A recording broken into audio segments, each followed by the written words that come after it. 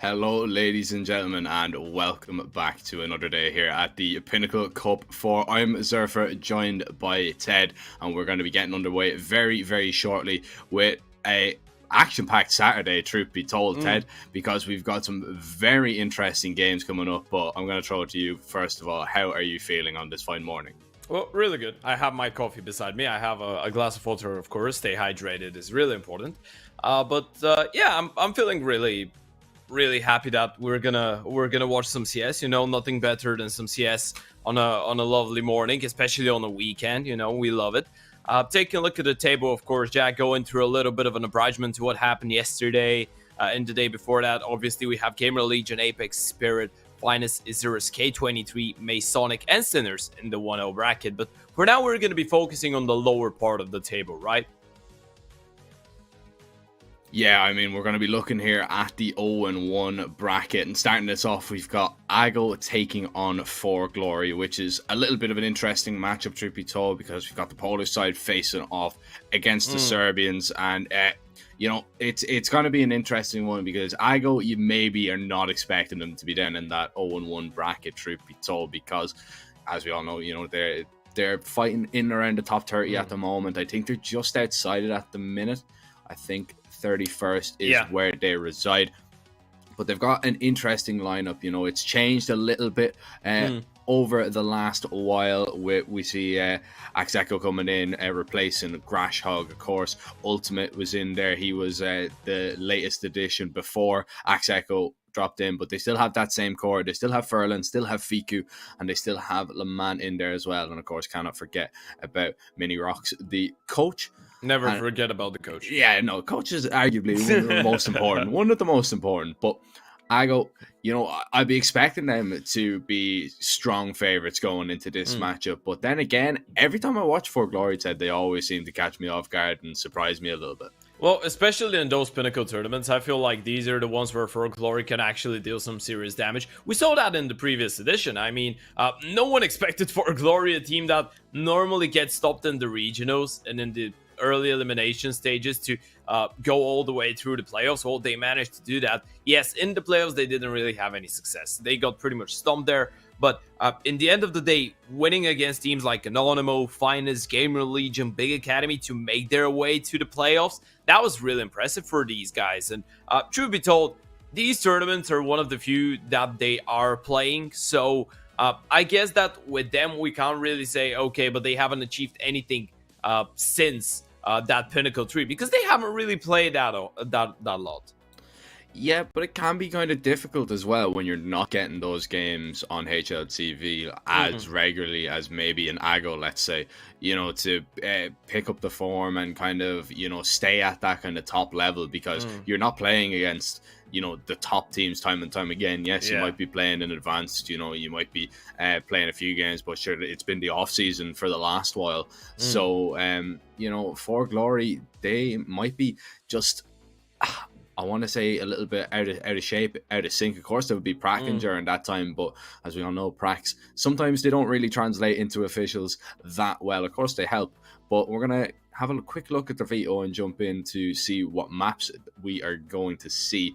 And to be honest, I think this is going to be a pretty interesting one. I think For Glory, they need to take their pick no matter what it is. And starting us off, we are going to see an Inferno and an Overpass ban. Ancient, a nice pick for Ago, and I like that straight off the back. They're going to go for that Ancient. I think For Glory might struggle on that one, but they've picked a strong Vertigo. Still, I don't think Ago are going to be too disappointed with those first two maps. No, absolutely not. Obviously, going into that matchup as a whole, both teams have the same insta ban. So I guess it was always going to be one of the teams just floating Overpass, and in the end of the day, it was AGO to do that because they had the first ban. They were like, you know what, we know you're going to remove Overpass. We know you're not going to pick into it, so we're just going to remove Inferno. We know it's a strong ground for you. We don't really feel that comfortable on it. We haven't seen AGO play Inferno that much, truth be told. But then they go for a pretty comfort pick to Ancient. We saw them play Ancient in the Pro League a couple times. They did really well. It was one of the maps where actually they were able to pick up some victories there, some wins. Vertigo as well, a pretty comfort pick for Glory. Same could be said for AGO though.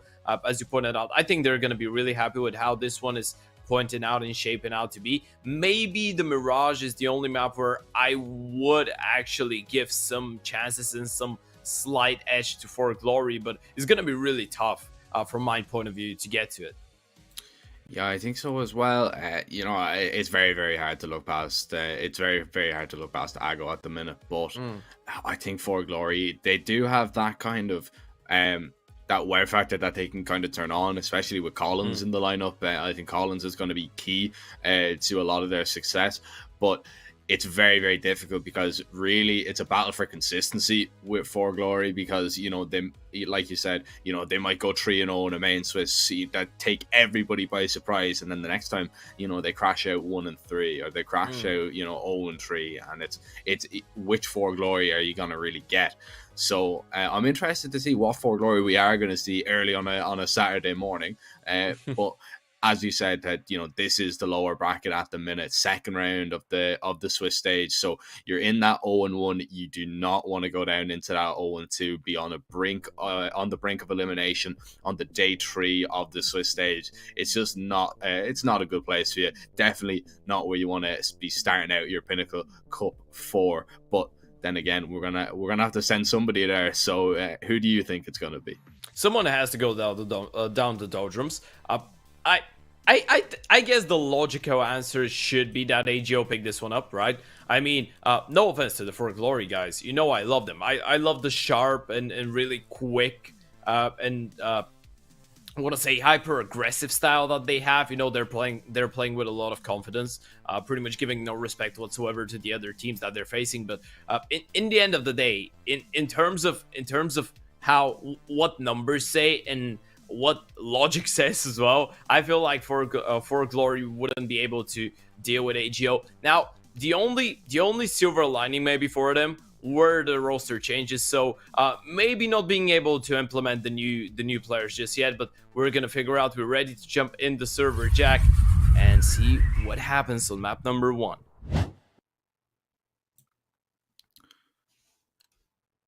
We're gonna be getting underway very quickly, and Ago penned as your favorites according to the Pinnacle odds. If you want to get involved with them, you can click the banner down below the stream and make sure you go ahead and sign up using code CUP22. It's a fast play out towards A straight away, and it's Impulse and Dimka starting it off. They're just going to shut that down completely. Ago don't even get a chance out the gate. So much damage has been done. The bomb has been dropped, and all of a sudden, you know, you're down to 2 players. Yes, you have to maybe try and finish off those kills. Furlan will be able to pick up 1. However, Kindo now has offered his support into Dimka, who's trapped for the minute. Everybody's going to be trying to lock in Axe Echo, who's doing the damage a little bit with the P250, but in the end, it was just too tall a task. And 1-0 start for Glory. They're already underway on Ancient. Ooh, look at those skins. Oh, yes.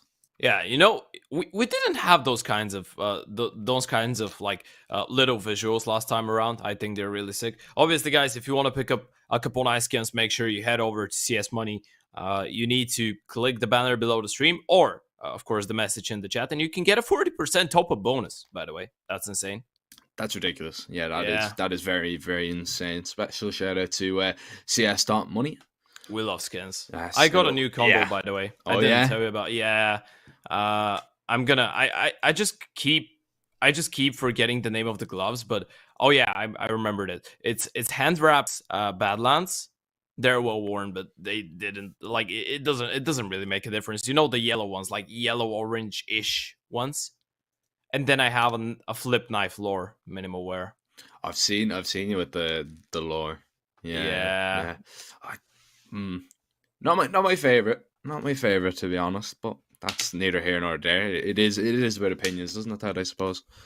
Yeah, everyone, like, you can have bad taste. I mean, yeah, exactly. Opinion. Yeah, you can have your opinion. A tone to their it can be wrong. Opinion. Yeah, it can be wrong, but you know, that's just That's just mine. Looking fresh, by the way. Feels like everyone has woken up. They're ready for some CS. Well, maybe not quite. Okay, jinxed it a little bit. But yeah, after picking up the pistol round in such a fashion, I mean, you can have a scratcher too. In the end of the day, Ancient is always a tricky map to pick into, especially like first map in DeVito is a little bit safer. Really rarely we see a team pick it as a second one unless they're really comfortable and confident with it. Simply because if your opponent starts well on the CT side, it could be really tough to stop them. But hey, AGO is normally one of the teams that is able to play a pretty good offensive side. Not in this round, however. Collins just mows them down with that M4. A single mag will do it. The FAMAS chipping away at damage as well. And already we're seeing the odds shifting just that little bit. So favoring for Glory just at the moment. Imagine. Right now. Yeah, well, just after 2 rounds, I mean, yeah, it helps the 2 rounds, but it's not going to win you the map. And well, the first gun round now. Side, though. Yeah, very true. We are going to start off now with our first gun round, and Furlan, he's trying to show just that little bit of mid presence. Doesn't want to overly commit into a fight, but they've done nicely using those smokes just to keep For Glory at bay. But the flash peek out here from AVN, he hasn't seen all too much, so maybe realizing that the presence has been faked out just that little bit. Nade rains on into the Aggro players just down from the B ramp and takes that little bit of damage away, but it's Collins to pick up that first kill, continuing on from the form in that last round. He's got 5 now in the last 2, and he'll be looking to add a few more before this round is done. And he is the one that you want to be hyper-performing if there was one player to do so from For Glory, right? The guy on the T side who win the entries, CT side, he's getting the best positions. Of course, arguably on pretty much every single map, he gets cave here. He gets to be involved in pretty much all the action. You want the person like that to be delivering, and so far he has been. Now he's gonna get tested. Thinks about going for another peek, and actually decides to challenge. That's a lovely double kill from Collins. Yeah, nice control. Doesn't panic. Takes down Bo. Furlan deploys flash. Knows that Collins is close. Is gonna take him down. And in fact, finds a second as well. Continues moving forward, but pulls out a molly. Just at the most unfortunate of timings, because Kindo is going to be holding with that FAMAS, and he is going to be able to pick up that kill quick and easy, almost like paying with Astro Pay. If you want to pay for things online, pay and withdraw, fast, quick, simple, Astro Pay is definitely the way to go. Click the banner down below the stream to check them out. First gun round, though, Ted, doesn't go to plan for the Polish side, and they're going to go for a little bit of a half investment. And from my eyes, it seems like it is going to be a little bit of a B pop. Will it be quick? No. They're going to slow it down a little bit, maybe try and take control. Okay, flash goes in here from AVN. He could be very fortunate, but the smoke is going to obscure his vision just that little bit. Luckily for Ago. Yeah.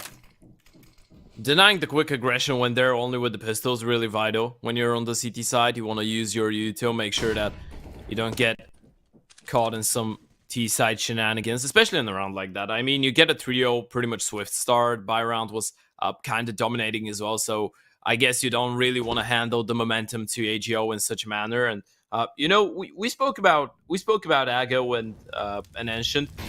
Their success, as I pointed out in Pro League, it was only one map against Complexity. I really liked what we saw there, by the way.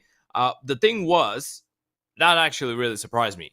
The T side was where actually Ago were more impressive. You know, they got only 7 rounds CT side and then got a 9-3 T half, which just left me staring because, you know, Complexity, they've been looking solid, and I was like, okay, that's impressive, but hey, this start so far has been perfect for Glory and for Collins specifically.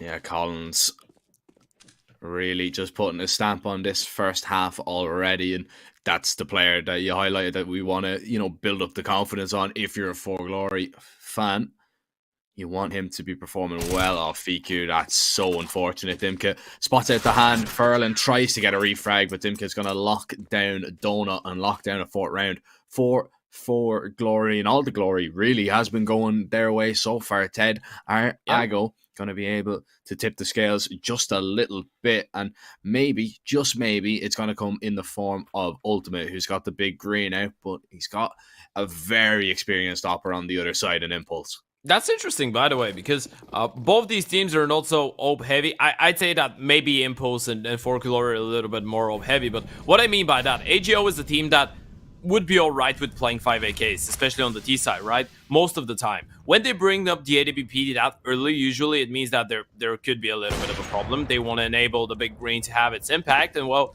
you're going to try and mimic what Impulse is doing because he's already found his impact on the AWP, but no one able to refrag just yet. This play from Le Mans, though, might be huge. Oh, Impulse. Ooh. The flash completely blinds him. Le Mans lurk is going to be dealt with very, very swiftly. Dimka now in a boosted position. Oh, Fiku, he's going to be able to stop him down. This elevated angle. Fiku clears it right out. And now AVN, he's pushed past that Molotov, but he's still alone for the minute. Flash goes in, he goes for the peak, drops the off, looks for a second, but Axeco holds his nerve and is able to get that frag. Damage has been done to the Ago side though, a little bit of refrag potential on just maybe. Kindo swaps over to that AWP and goes looking for Fiku, doesn't realise that he's playing a little bit of an off angle. The molly goes in, he can't peek, Axeco is going to be isolated and Collins is going to wrap his way around. He picks up that kill, goes for the defuse as well. Fiku cannot swing through the molly just yet. Eventually he's going to do it. Oh my god, misses the shot. Collins, no he's way. Down. The round is won. It doesn't matter. Kindo gets the kill. He'll surely go down. No, just about survives with that AWP. But that is a massive whiff from the player that you're not used to seeing on the AWP. And maybe that's why. Oh, Kindo, he's going to be regretting that one. That was a round that AGO shouldn't be winning. You know, they played the retake perfectly for Glory. I mean, from the flash that came in from Collins, for the initial peek towards the back of the side, then the Molotov to try and isolate the two players into 1 versus 2s. It was perfect. Kindo, he just had to land that final shot, and it wasn't a tough one to hit as well, but you know, I guess this is why he's not the main opener, and well, misses like that do happen. AGO are going to be really happy about this one, especially if they manage to convert, and Collins, Mr. Problem, has been dealt with early on. Yeah, just getting a little bit overconfident there, swinging through a molly. Impulse is going to stop the first player making his way up the ramp. Smoke goes down. Impulse, in fact, gets a second, just dancing around the square at the moment. And he's not going to be stopped just yet. Or AVN doing the damage there. Le Mans is going to fall. Thought maybe that was the bomb planter. Furlan with the Mac 10. That long range fight, not favourable whatsoever. It leaves Ultimate alone in a 1v4. Looks to isolate the fights. The spray is definitely not clean, and he's not going to get away with that. Not against Impulse whatsoever. For Glory, back to winning ways, and more importantly, Ted, they keep 4 people alive. Going to mean a massive boost to their economy. Morning game. Yeah. What more can I say? It's been an early morning game. Another reminder, by the way, that you can get a 40% top-up bonus on CS Money. Make sure you click the banner below the stream. But yeah, that CT side has been really one-sided so far. I feel like I feel like I can't really be that critical of what AGO are doing, right? It just feels like they're not able to hit their shots, which I guess it's gonna fix itself with the game going on, because maybe they haven't warmed up properly, because so far it feels like 4 Glory are just out aiming them big time. Well, this is something that you're gonna be wanting to run away, or you're gonna be hoping to run away with, especially on the map pick of your opponents. You've gotten onto a pretty good 5-1 start, and it doesn't seem like anything's gonna change anytime soon. No, not whatsoever. Impulse already starting it off nicely. Collins, he's going to be taken down again. That's twice in the last 2 rounds that he's gone down without picking up a kill. But you had to. Kindo lands the tag on to feet. Impulse, he's not missing at the moment, and that's a massive problem for Ago. Lovely crouch peek from Le Mans to take the op off that angle, but still a lot more to do, and he's done that quite nicely as well. Lovely crouch peek one more time. Now Dimka, he reveals his position, but he's allowed AVN to get into this position, rotating around. Now he's going to have to do it alone. The element of surprise might work out in his favour, but Axeco, he's definitely not surprised, making sure all bases are covered. And Ago are going to get a second now on the board. And well, you can see there, of course, tickets available over at teb.gg/Sweden. For the Pinnacle Cup Championship. We're having a LAN event. That's insane. Man. It's so nice to see, isn't it? It's so refreshing. You know, it's gonna be a lot of fun as well. A lot of fun. I actually can't wait to. I can't wait to watch some of those teams on LAN. You know, watch. Man, we're gonna have Fallen and Fur on LAN again. FNX as well. You know, I feel like I'm the most excited person about FNX. Actually, I feel like no one is excited about the Prince of Brazilian CS. Everyone has forgotten how they used to call him, and I'm just like, yes, just bring me the action. No one has been speaking about him. The forgotten son, maybe, of Brazilian Counter-Strike. Yeah, no, not the forgotten son. He used to, like, you know how they call Fallen the Godfather, right? Yeah. Yeah. Okay, so FNX used to be called the Prince of Brazilian CS. Like back in the days. That's something I did not know. Yeah, he used to be called the Prince. Or the Dark Prince, something like that. It sounded cool. This is what I remember. Imagine being called the Prince of your region. Sick. I'd still take the Godfather. Still would, of course. Now, Kendo is going to be able to find 1 kill with an MP9. It's not perfect, but it is a 1-for-1. That'll help out For Glory just that little bit. In a round like this with limited weaponry, you kind of have to hope to get away with a kill for free and maybe even 2 kills for nothing if you really want to stand a chance, because just the superior weaponry is going to be a massive issue, and a lot of the kind of weight is going to be on that op of Impulse, but it's a massive piece of information gathered. Dimka's pushed all the way deep A. He's going to clear out middle. The rotations are going to come in, and that molly is just going to delay just that little bit from Ago getting onto this bomb site. Now everybody's going to be here, bar Dimka. Flash goes over. Impulse can't see a thing. AVN close with that MP9. Collins is going to pick up a nice deagle shot. AVN with only one. LeMan takes him down, but Impulse is still alive. LeMan with a massive double. Ultimate alone. And he's going to go for the plant. Impulse is going to rush the bomb site. He's going to get it down. Misses the no scope. Wins the off 1v1, but no idea that Dimka is on the flank through a cave. And it is going to be a For Glory round. And that's what For Glory were looking for. AVN and Collins just getting those 2 unanswered kills. LeMan tried his best, but in the end, it just was not enough.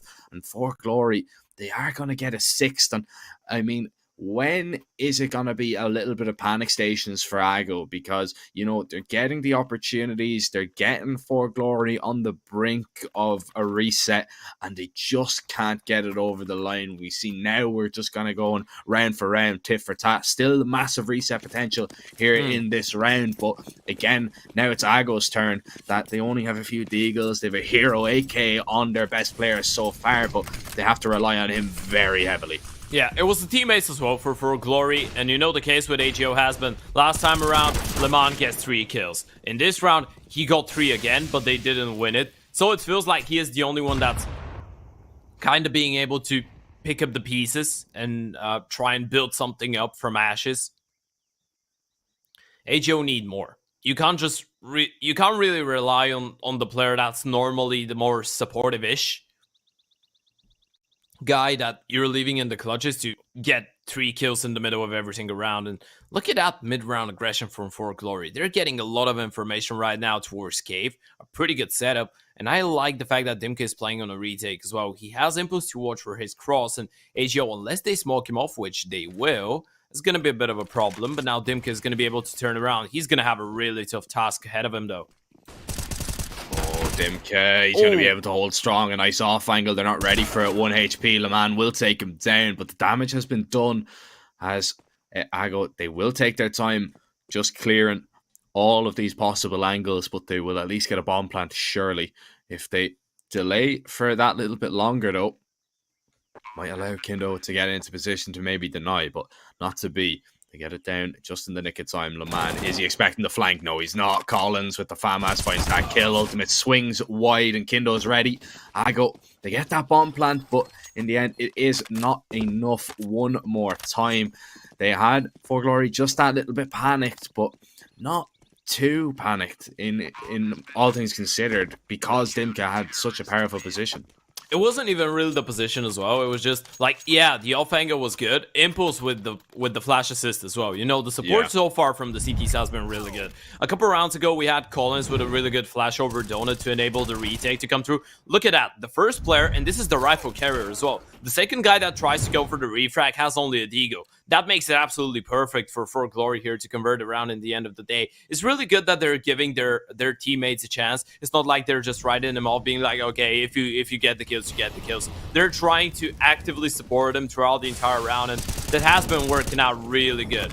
Utility usage has been perfect. Early aggression has been perfect. Map control has been looking really solid. For Glory, they're playing a really good CT side.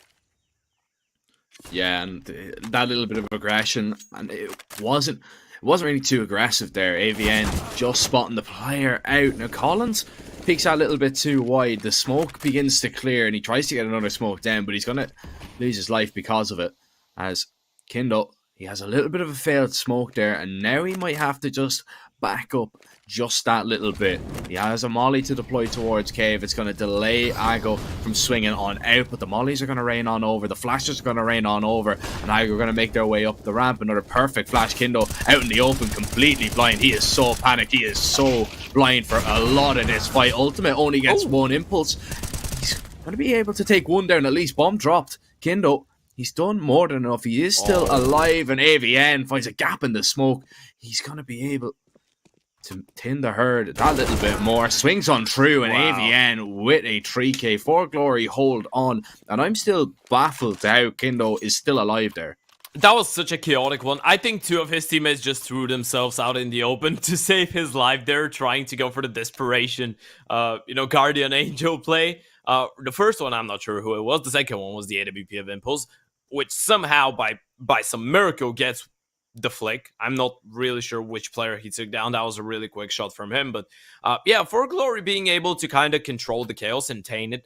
In that scenario, that was maybe the first round where AGO were able to get For Glory out of their comfort zone and make them have to work outside of guidelines, if I can put it that way, out of the guidelines that they have put for themselves and the protocols that they have on the CT side.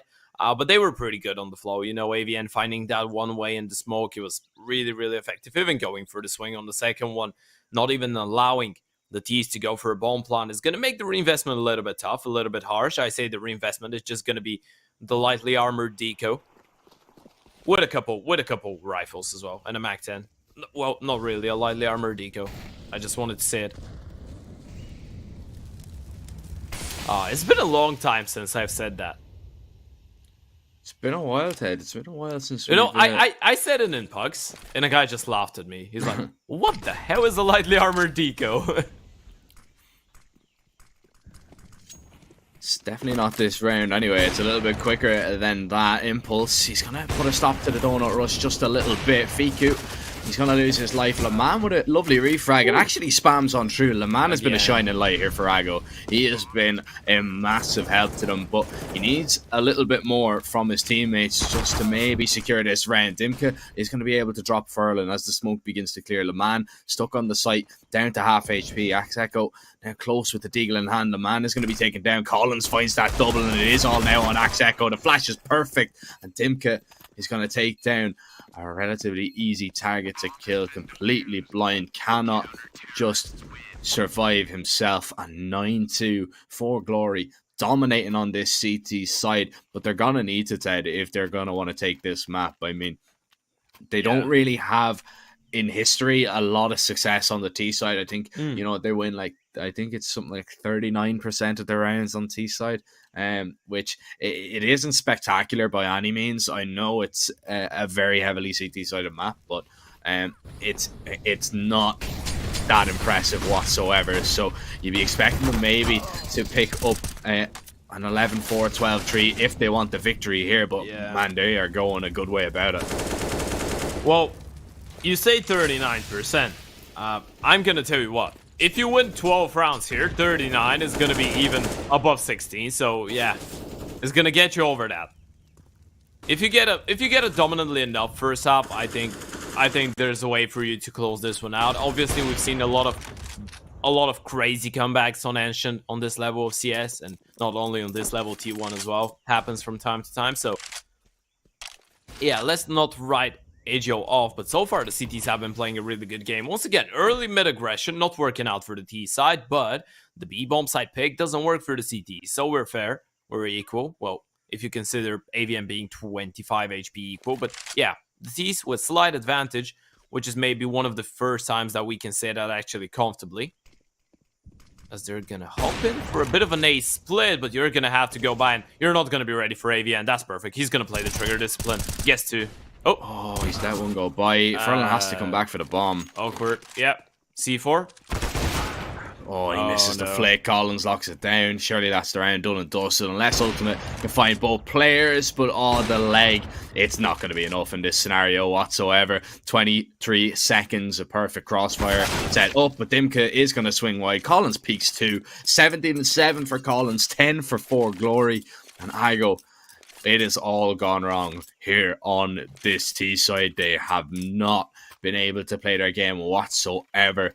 And for Glory, it just looks like they cannot be messed with here on this map. It's the perfect way to start their Saturday so far. If they can take away the map pick and head over onto their own of Vertigo, I think they're going to be feeling pretty good about themselves, possibly to take both maps in this series and maybe get to enjoy their Saturday just a little bit better and a little bit quicker than maybe we expected, Zed, because I was not expecting For Glory to come out the gates very, very fast like they have. And speaking of quick, it's going to be a pop out towards A. Dimka is going to try and lock it down. AVN is chiming in now as well. There's one, there's two. He is going to be eventually dropped, and they're just going to be mowed down. They are not allowed out of A main. Nate actually doesn't get that kill, but Furlan, he will fall to that one.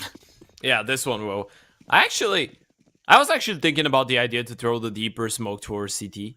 You know, most teams, or at least a lot of teams, smoke the left-hand side, or left when you go out of A main, right-hand side for the CTs of the box, so that they deny the headshot angle possibility, you know what I'm speaking about. I was actually intrigued to see that one. Not a lot of the teams actually use it like that with the deeper angle, unless they have a Molotov for the back of the side, and then they can flush him out, but yeah, pistols, not going to be able to do the job. Back to another buy round, 11-2. Well, this is the point when AGO needs to go through a bit of a resurgence and win the rest of the rounds in half, otherwise it's going to be really tough. Ooh, that's not fun for Europa. No, and he has been, that's not the first time that's happened either. Yeah. He's been absolutely destroyed here. Kindo not going to be cleared out, and the flashes completely blind Ago.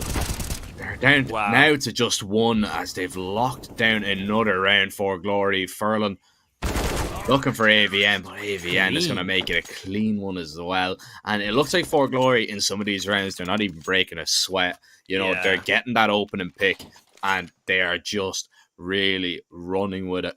And you give For Glory an inch, and they are going to take a mile. You can see there the odds now heavily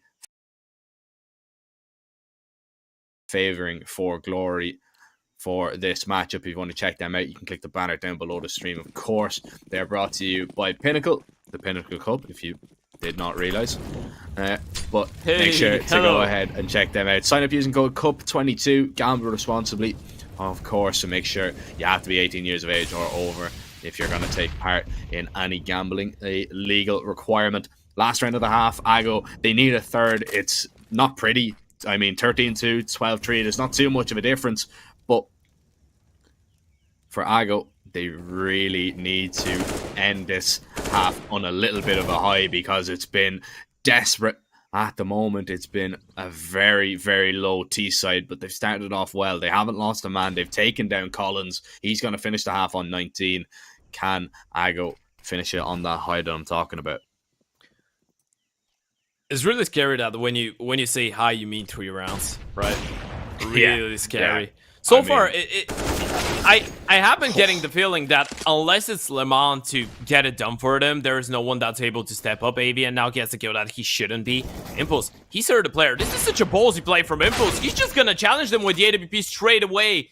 Eyes to eyes, and takes both kills here with the help of his teammate, leaving Fiku in a 1 versus 3. Jack, this should be a 13-2 half. Fiku, a 1 versus 3 clutch. I know he is the star player. I know he is the one to usually step up for this lineup, but 5-14 now, 5-15, dying in every single round so far in the game. It hasn't been perfect for Fiku. It hasn't been perfect for AGO. It has been idyllic, utopic for Glory. It has been like a walk in the park. Look at how many blue rounds we do see there from for Glory. They only need 3. The pistol would pretty much secure it, to be honest. I'm not expecting Ago to mount a comeback whatsoever. As for Glory, I believe in their last 3 times that they've played this map, they've been guaranteed at least 3 rounds on the T side, 6 being their highest. So I'm expecting nothing less and nothing short of that. It will be a miracle if Ago can turn this one around. But the pistol is a good place to start. The man only finds 1 Kindle with a refrag. Fiku now tucked in towards the ramp. He's cleared that all out. Furlan gets a double. Furlan gets a triple. And Ago, they do get that CT pistol at least. Is it just a port and a storm, or is it now that shining light, that little bit of hope that Ago can now mount and build that little bit of a comeback? I sincerely doubt it, but I'd love to be proved wrong, Ted. Yeah, you know, if there was a map in the map where a comeback from a 13-2 deficit would work out, it would have been CT side engine, right? Especially when it's your map pick. I mean, AGO, we know that they are a team that knows how to keep composure when they're down bad, and this is the thing that I want to see right now. I want to see them just play this one as diligently as possible. Just make sure you take it step by step. You don't think of the grand scheme of things. You don't think of the big picture. Like, just don't look at the scoreboard. Just play round for round. Make sure that you're getting those on the board. And with time, I mean, you get the anti-eco now. That's going to be 13-4. You get the first buy round potentially, you know, every single one, unless obviously the T's build up the loss bonus and they start getting bomb plants, is going to count for 2. And unless you lose against the pistols, but when you're down 13-3, you can't really afford that. So every single round is going to be counting for 2, ideally. There is a way back. Not going to be easy though, and I don't really fancy their chances either. But hey, trying to create a universe where they're going to surprise us here and win the map, or at least make it closer. I hope. Yeah. It's kind of the issue, isn't it, with Ancient? I actually used to see it a lot though, you know, with Train being your map pick when Train was in the pool.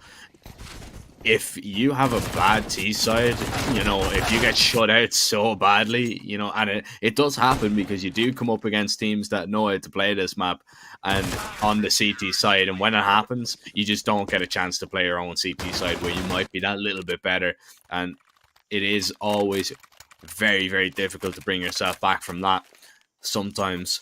But how many times have we seen, you know, these Ancient games end in, you know, 16-6, 16-5?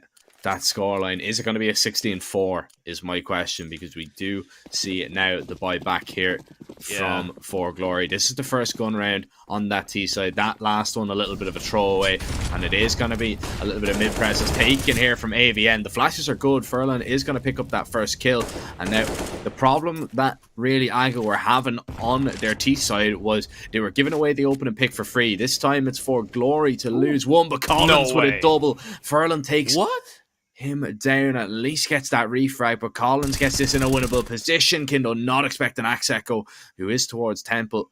He gets away with murder, quite literally. As Dimkit and Impulse now, they're in a 2 versus 3. The bomb is towards A. It has been spotted. Dimkit now faking out the presence just up towards that B bomb site, but Axeco drops Impulse, and that's the round. Ago know exactly what's going on.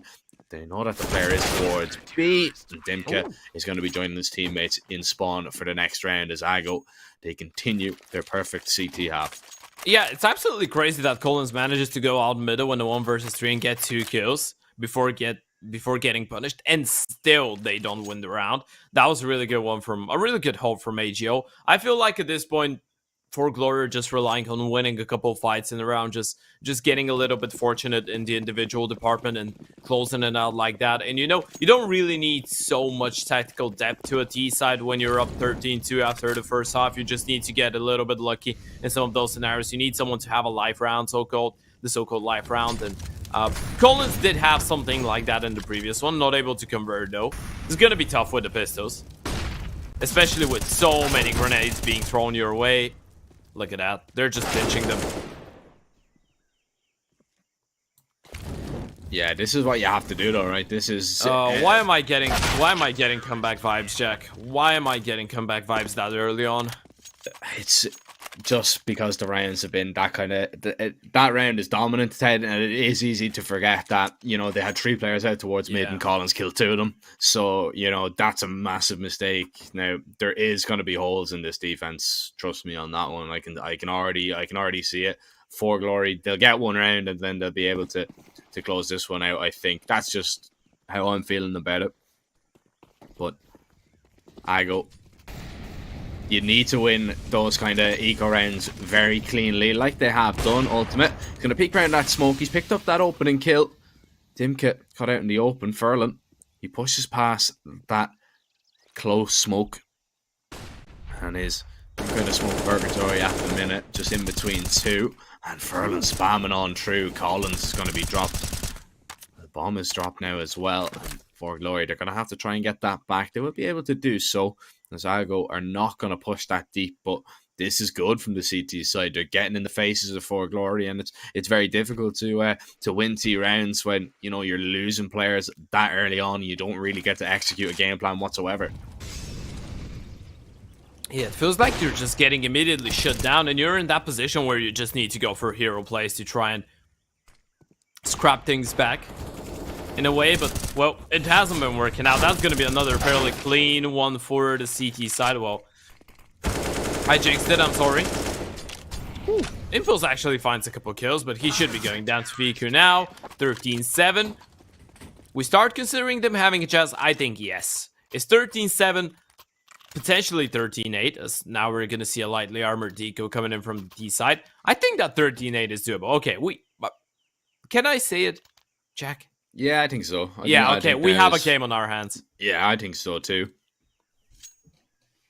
It's been really one-sided. The pistol and the conversion were winning conditions for Glory. I feel like they win those, they just get away, but now they will need to work it out with the guns. And ooh, okay, Mac 10 gets an entry. A bomb side is free. Yeah, this is doable. Oh, never mind. He misses the shot, which he does. They're already out, and now he's panicked just that little bit. Molly goes down. He has connected onto the leg of Kindo, but it's not going to be a kill. And he probably didn't realize that he landed the tag there either. Bomb's going to be planted now. Laman pushes on through. Dimka trying to get away to safety, but the AKs are going to reign supreme. Now, it's 3 Deagles. Collins has one of them. He's found one headshot, looking for a second, but Laman takes him down. The best player for Glory is out of the round. It's going to be Impulse and Kindo now to do it. This deadly duo for Glory are hoping, but Ago are going to be able to shut that down before anything comes of it. And it is that man, Laman, to do the majority of the work. 3 kills for him, 2 kills for Echo. It's 8 now on the board for Ago, but they were a little bit worried in that scenario, I can tell you that much. For Glory, they're going to go ahead and call a tack timeout. Yeah. And you have a little bit of time, I suppose, to maybe click that banner down below the stream for CS.money. There's a 40% top up bonus if you want to go ahead and check that out. It's a trusted platform, of course, with millions of skins available. So why not go ahead and upgrade your inventory?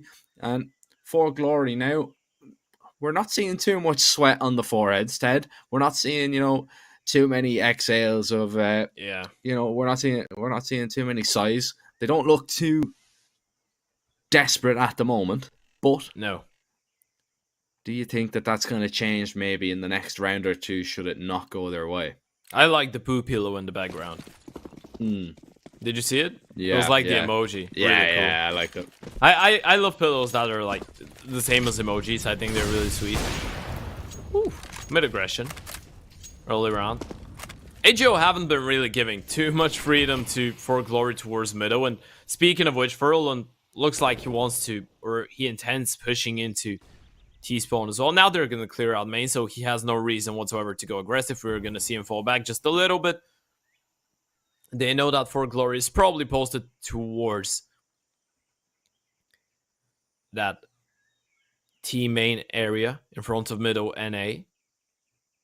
Haven't been playing just yet.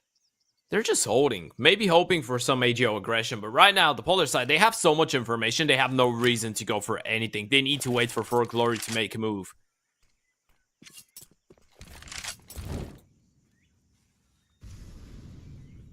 Oh, and they're going to go out towards mid. There's going to be 3 players here ready and waiting. And Furlan lines all 3 For Glory players up. Okay. Knocks them down accordingly. Look at who's walking up. He's going to walk his way in. They've doubled up just that little bit. Axeco just checking if his teammate was behind him there. I'm not too sure. Maybe a little bit of a miscommunication. Maybe they wanted to play that. I don't remember that wall being that thick. Yeah. High low. Yeah. That was the intended outcome. I think they were going for that from the get-go, but Furlan making that look really easy there for Glory, trying to go for a late mid take, already under control of Ago, who have pushed just that little bit deep, and now panic might be beginning to set in because For Glory, they haven't picked up a T round. It's been all Ago since we swapped over sides, and 7 in a row looking to make it 8, and this would really, you know, kind of seal the momentum, wouldn't it, if they can take it this gun round once again. Yeah. Put For Glory on another eco. The lack of bomb plants is really worrying me for the Serbian side. Yeah, that's gonna make you feel a little bit helpless as well going into Vertigo if you were to lose it like that. But hey, this is a lot better. The late flash and Kindle with a double kill. This is what they needed. They need an individual to step up. And now it's only Furlan left. The flashes is perfect. And Impulse, he's gonna burn him to a crisp. This is the answer. Ultimate playing around that smoke, and it only takes one round like that, and all of a sudden For Glory are on 14. But Ultimate and Axeco, they have a little bit to say about it, do they? 1 kill landed, Dimka down. As now Axeco's going to walk into a double setup. He sees the shadow. There's 2. Surely not. Can Ago turn this around? Ultimate connects. And Impulse is now alone. A 1v2. There was 5 players alive. Let's not forget a 5v2. And Ago are going to clutch it out. Ah, For Glory. You cannot let that be happening whatsoever. That's your chance to close out the map there. And then Ago have been given a lifeline in the form of Axeco and Ultimate. Oh my, For Glory, they're calling a timeout, and you can tell that they are going to be fuming about that one. They've let that slip, Ted. And now look at the odds. This is pretty similar to when we kind of started the game. If you want to check them out, click the banner down below the stream, head over to Pinnacle and sign up using code CUP22. Make sure you gamble responsibly. As right now, do you think Ago can kind of believe their luck a little bit in that round? I don't want to say look. I want to say that's surely a misplay, right? Hello, everyone. Oh. Oh, thank God I have my camera off. Yeah, I wasn't expecting that one. Nope, me neither. Okay, so yeah, I don't think they expected that kind of a misplay coming in from For Glory. I think they overestimated this or underestimated the situation just a little bit in that scenario. It's a 5v2. You're just giving them a lot of fights. You're just going for all the kills. In the moment that they lose the second peak towards the long side of square, I think we're starting to get worried and we're getting the vibe. But this has been the chance. This was the chance for Glory. Now we're just gonna walk into the meat grinder. AGO, they have a really good crossfire flash. They're perfect, but look at that from Axeco once again stepping up himself and Ultimate. They've been feeling really, really strong in those past couple rounds, especially that 2 versus 5 again, making them feel the breeze.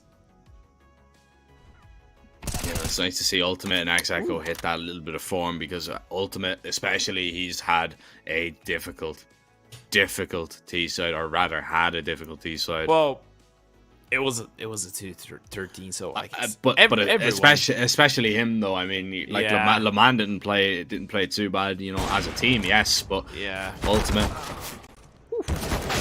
He's gonna lose his life there, Axeco though. Go for the ace. Go for the ace, sure, why not? He doesn't peek for it. You know, this is what I like.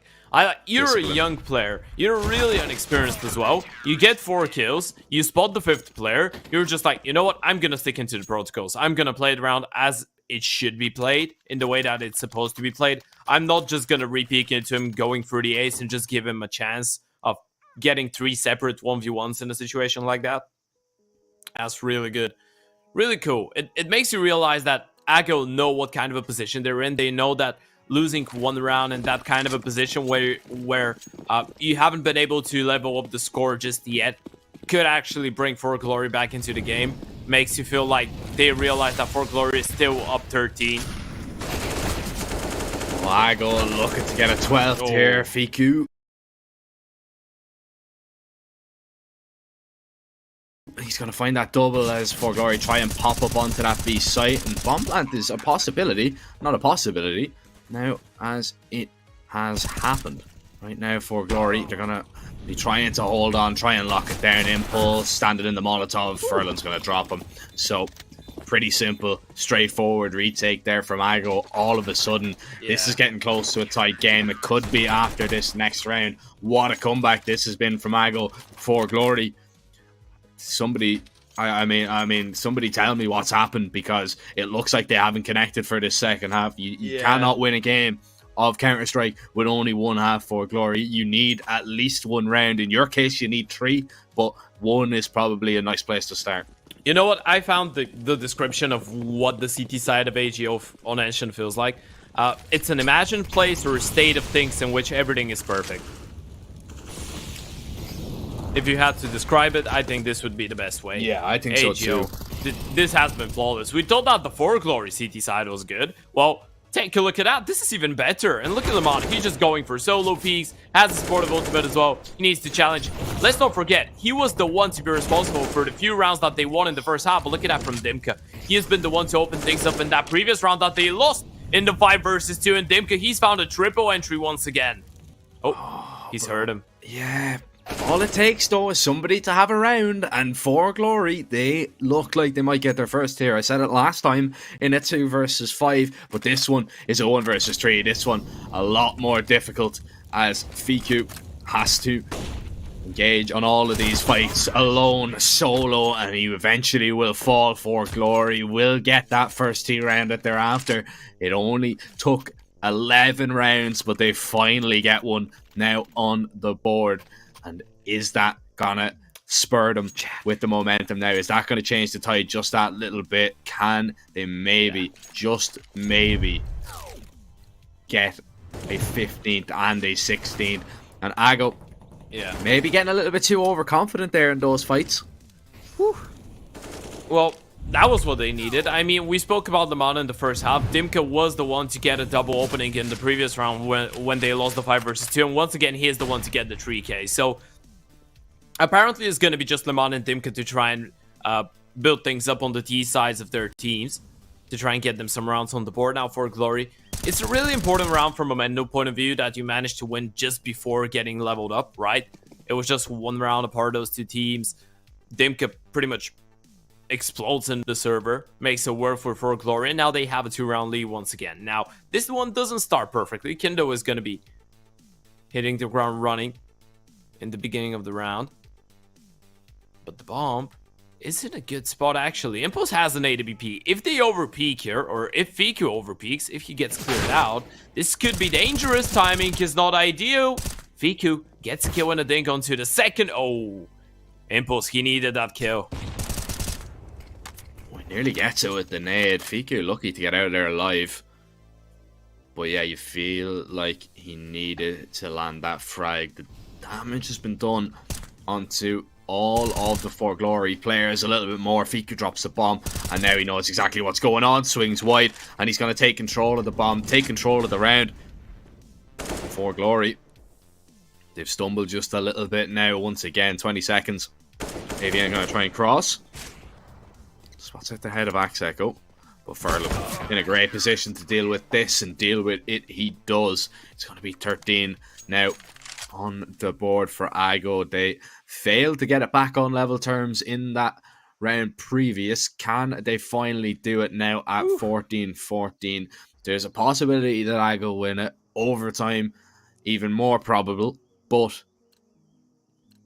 which is it going to be? Is it going to be the max distance, or a For Glory going to be able to maybe take this 15 and maybe to close this game out 16-13? That'll be desperate for Ago to work so hard and just get it taken away. The comeback snatched at the very end. And For Glory maybe think that A is going to be the weakness of this Ago side. Echo's alone for the minute. The smokes are going to rain on over. Is he going to find one kill before he backs away? No, gives up the site. But he is going to deploy some util to maybe stop the plant. Oh, this is a really good round as well. This is a round that SKADE normally do, by the way. This is a round that SKADE implemented into that level of CS, but normally you have that player lurking from middle late. So this is the reason that you see AGO taking their time. They think there's going to be a lurk coming in from middle. I'm not going to be surprised if they continue being occupied with it. Now they're going to clear it out. Time is running low, though. They need to go for the retake. Yeah, they need to find the kills. There's the first one. Good place to start. Furlan drops Kindo. The positions are nice for Glory. A lot of them towards A main. Ultimate's going to miss that shot. The defuse is being stuck here by BQ. They can't get him off the bomb. They have the round. Ago have completed it. Impulse and Collins are still alive, but they're absolutely helpless towards A main. Not a chance that they were going to fend off that retake whatsoever. The smoke providing just enough cover with the 4 rifles, or rather the 3 rifles, looking untrue. And For Glory, they've called a timeout. They've let Ago back into this game. And to be honest, Ted, they should have closed this one out. They really should have. They really had to start this one off nicely. Getting into a 13-2 position to let Ago all the way back into this game is absolutely ridiculous. But yeah, I mean, Ago, they've played perfect on this CT side as well. It's not only the misplays of For Glory, truth be told. Ago have stepped it up in this second half, and they look to reap the rewards and finally take their map pick if they could.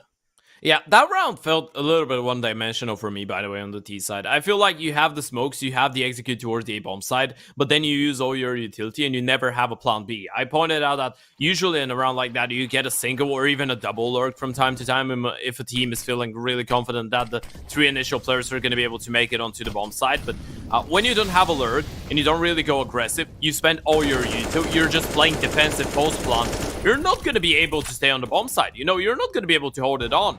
You need the CTs to make some mistakes. And when AGO have been so well drilled, their protocols have been on point on the CT side, well, they're just not going to make those mistakes. They're not going to give you the chances. Oh, they're not making any mistakes in this round. Aggressive play towards the alley, and it's a clean round from Ago. They get on to 15 first. For Glory, struggling for a little bit of cash. You know what? I felt a little bit silly. I felt a little bit silly when on 13-4 I said, why am I getting comeback vibes? Now I don't feel silly anymore. Yeah. I mean, man, this is ridiculous that Ago have brought it back. Yeah. Completely. 13-2 the first half ended. But you did say that if there was ever a map that they could do it on, it was Ancient. And now they look to close this one out in regulation. OT, all that For Glory can hope for now. They cannot get the win. As we do go the max 30 in our first map of the day, as Laman gets aggressive, opening pick found, he gets a double. Is that Ago's way to their map pick? Is that Ago's way to a 1-0 lead in this series? The swing comes out from Impulse. He's going to try and do his best to stop that from happening, but he needs to find just that little bit more. Flash goes in, blinds the Opper as he goes for a peek from Fiku, and he's going to try and take him down. He is alone, but Impulse just scampers away past the smoke. Yeah, that gives so much freedom, though. Impulse, okay, you jinxed him. Furlan takes him down through the smoke. You should have this one sealed. And Kindo, you have all the time in the world, which is about a couple seconds to realize that you've just flopped a 13-2 lead, my friend. That's going to be an insane comeback coming in from AGO. Come on, give us a little bit of a smile. You just came back into one of the most crazy games we've seen so far in the tournament. Man, if that is not a testament to it ain't over till it's over. I don't know what is. They're able to close out their map pick, but ladies and gentlemen, we're not done there. We have to send it to a short little break, but we will be right back with 4Glory's pick. It's going to be Vertigo. We can see if they're going to turn this series around or if it's going to be Ago going into that 1-1 and dropping 4Glory down into the lower bracket of the main Swiss. Stay tuned. We'll be back very, very shortly.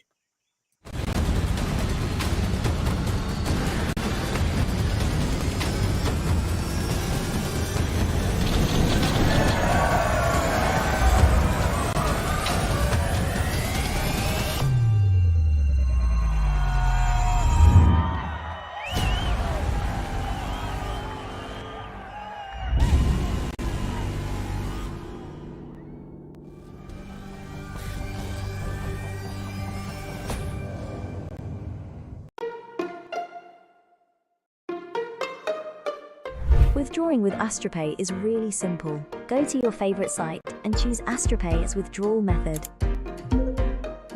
Then type the amount that you want to withdraw, type your mobile number, and click on the Confirm button. Now, enter your wallet with your usual credentials and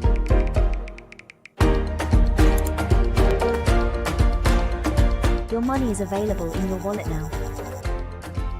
Decide if you want to extract money or buy on your favorite sites. Get the app in your favorite store or visit us at www.astropay.com.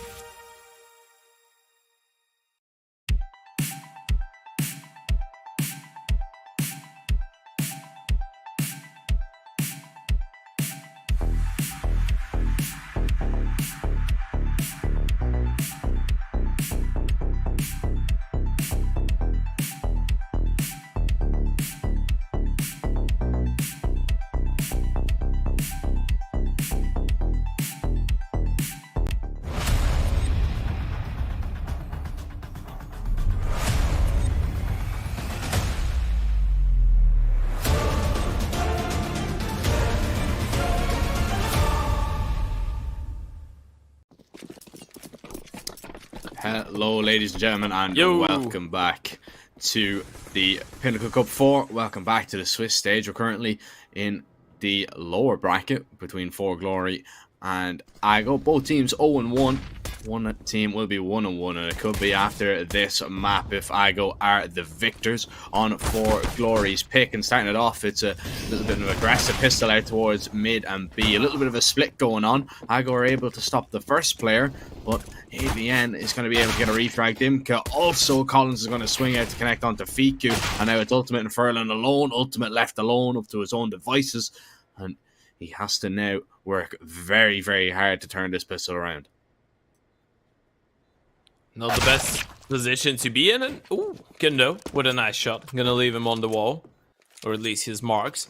4Glory picking up the pistol, really important for them. Obviously, right now on your screen you can see CS Money visuals. I can't really say a banner as well. It's just an entire visual. I love the M4, by the way. It looks really sick. But yeah, click the banner below the stream, head over to CS Money, and you can get a 40% top-up bonus, which is kind of nice. You know, 40% is a lot of skins. A lot more. Do you have a... What M4 are you using right now? What skin of it? Like, obviously you're using the Silencer one, but... Jack. You left me hanging. I'm using... I'm trying to remember the name of it, that's why. I was just like, he never listens. No, I'm trying to remember the name of it. I can't remember. It's one of the new ones. It might be out of the new case. It's like a red skin. I don't know. It's just a standard skin. I want to get a print stream, to be honest. Yeah, it's really cool. That's what I'm building towards. But I'm using a Nightmare right now. Nightmare, is that? Yeah. Is that the red one? No, it's Nightmare. It's the blue and dark one. Oh yes, yes. Yeah, yes. and I did put some like I have an Elige, a liquid foil, and 2 EG foils as well. Which might get really expensive because EG is not gonna qualify to a major anytime soon. I'm just joking. Wow. You know I love the team, right? You know I love them. That's why I'm joking, because it was pain. Okay, I need to stop now. Yeah. I didn't even do that intentionally, by the way, with the pain one. It just worked out. Yeah, but just a happy accident. yeah, it would be a happy accident for 4Glory to pick up this round as well. Perfect conversion onto the anti-eco. Now first buy coming in from the CT side, a couple of M4s. Not a lot of Uto though. Ultimate is going to be pushed into a pretty uncomfortable fight, and Kindo is going to take him down. Oh, right. Okay, Fiku and Furlan are going to be able to put a stop to this one very, very quickly, but there's still a few more kills to be found. Le Mans got one of them. As AK acquired now from Impulse. Not as trusty AWP he's used to. And he doesn't even get to fire a bullet out of the AK that time. Ago, they will pick up their first round. They put a stop to that little split. And now they are close to tying up the game. AstroPay, of course, if you haven't checked that out or you don't know what it is, it's basically a quick and easy way to make payments online. It's accepted on over 1,000 sites, so make sure to go ahead and check them out if you want to pay and withdraw very, very quickly and, of course, safely, as AstroPay is the way to go. Yeah. And the way to go in this round for Glory, it would seem it's going to be towards A, as they show a little bit of presence towards the bottom of the ramp. But Ago, they have deployed the smokes down for Glory. They're just going to wait that little bit. They have flashed, they haven't seen anything, but it might be just a little bit of a late peek towards the ramp now from Ago. But for Glory, still not showing their hand just yet whatsoever. Yeah, early T-side off as well. Collins is gonna hit the ground running. Seiko finds a double AVN, finally takes down one. It's gonna be Lemahan to drop. But still, look at that aggressive angle from Ultimate. They need to be careful about it. Look at HEO, they have no intentions of going back. They want to fight. Why would they want to go back to Ed when they could win fights like that? Echo takes 4 kills and recovers the op as well. He's going to be able to drop that over to Ultimate, as things are going to be level here on Vertigo. You feel for Glory, they need to kind of turn the tide a little bit, because they're fighting a massive uphill battle now, because it's... Yes, it's only 2-2 on this map. It's a new map, of course, but, you know, it's that mental kind of capacity, or rather the mental effect that lead of a 13-2, the kind of choke that they had on the last map, that's going to be in their mind completely. And if they fail to kind of pick up a few meaningful rounds, bar, you know, the pistol and the conversion, I think they might struggle to adapt to the playstyle of Ago and the CT side, as towards B, the pistols are going to try and pop. Difficult without an EU till, as Fiku is going to have a clear line of sight. And he's going to find 3 quick kills, looking for the 4th, and he will find that one as well. It looked like he kind of just stopped and stuttered there for a minute, but he survives on 1 HP. He gets Ago onto a 3rd round, and there are your odds now currently for this series. Ago the clear favourites, and they were around 3.2, so fair play to you if you got on them when they were 13-2 down. I definitely did not see that one coming, but yeah, Jack just told me that in the break. He was like, imagine someone bet on AGO when they were down 2-13. They're spiraling right now. You'd be a happy man. You'd be a happy person. Yeah. It's all hypes and cheeses when your favorite team wins from being down 2-13. And now they're in the lead on map number 2 as well. Of course, it's CT side Vertigo. So we were anticipating them to pick up the slack just a little bit in the beginning of it. But ramp control has been looking quite efficient so far. Some utility damage done. Dimka is going to hit the ground running. Impulse with a refrag, but Collins is going to drop another, so the CT is not going to be too happy about that exchange early on.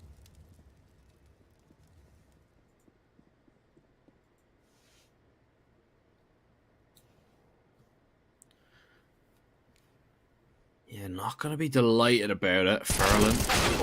Okay. Yeah, that's really difficult. Awkward. That's such an awkward fight. When you get spotted there, you have to kind of run away. You can't afford to stay and fight, because you will just get spammed on through. And for Glory, they have won the round. Sago, they have absolutely no intentions of going for this retake. They'll keep the money high if they can, and they will hopefully keep their spirits high as well, and hope that For Glory will not dampen them just that little bit by that round. It is going to be level once more, and we might see a little bit of a closer game in the first half than we did on Ancient, because it was a complete blowout on map number 1. You know what's interesting? For Glory actually are playing this map for the first time in the tournament so far. In their first series, obviously going through a little bit of a resume on how these two teams came down in the 1-0, or rather the 0-1. For Glory did lose to Apex 0-2. They got beaten on Dust 2 that they picked in that series. It was a 16-3. It was a pretty one-sided map, and then lost Mirage 13-16.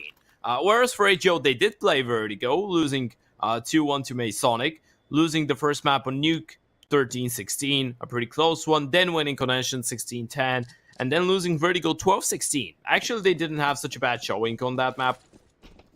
Number 3, which was Vertigo, but yeah, obviously we don't really know what to expect from For Glory in that scenario, in terms of they are a team that works a lot behind closed curtains, so most of the time they're just switching things up. They're a team that loves going for newer approaches every now and then.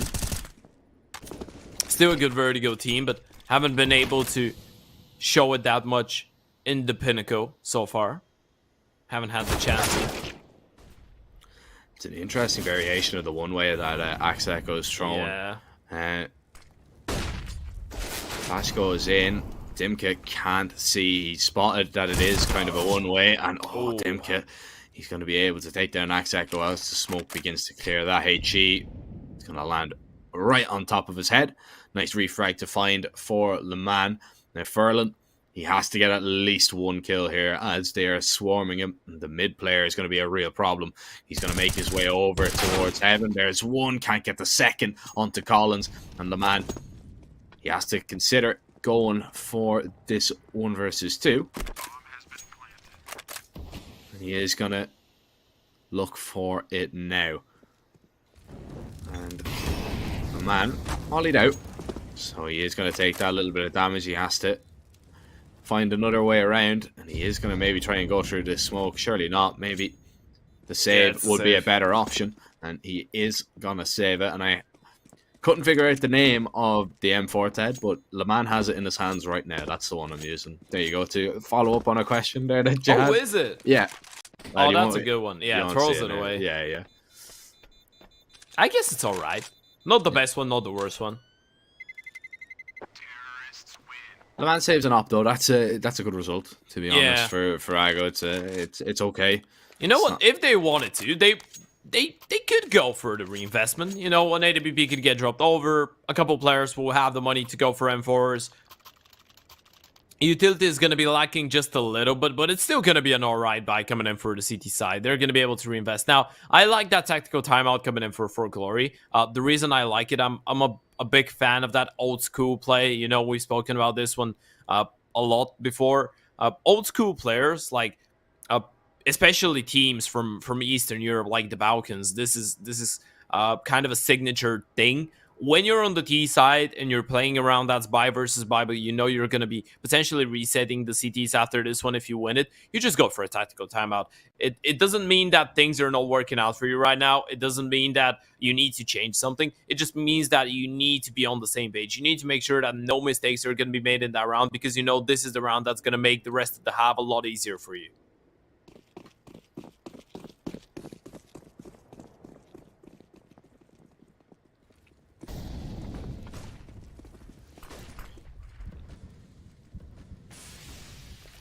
See now. I was gonna say, we're gonna see now if Ago can turn it around.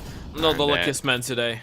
Yeah, that's a very bit. It's a great bit of fortune for Fiku to find, to be honest. If that was me on that angle, I'd be definitely dead, 100%. Don't know how he's gotten away with that one, and that op bullet was a whisker away there from Collins. He's playing with fire a little bit if he considers going for a repeat impulse. Holding towards mid, and Fiku not going to be ready for that op in that angle. Furlan tries to go for a trade spot save. Both players, I believe the AK is going to give it away just that little bit also. So it's a nice little bit of mid aggression there from Ago. It's a nice idea, but just not what they were hoping for. Mollies and flashes going out, and actually forces Ultimate out into a fight. He wins though. Collins was holding that angle. It happened off screen, but Ultimate still manages to hit the shot. So down into a 4v4 now, 45 seconds for Glory have to decide where they want this round to end up. And the bomb is making its way towards T-spawn. It is going to head across towards A, just maybe, as Impulse. He has a little bit of a retake flash. The flash goes in, and the presence is being shown, but it's a fake. The hook has been baited, and Ago, so far, they're falling for it. Oh.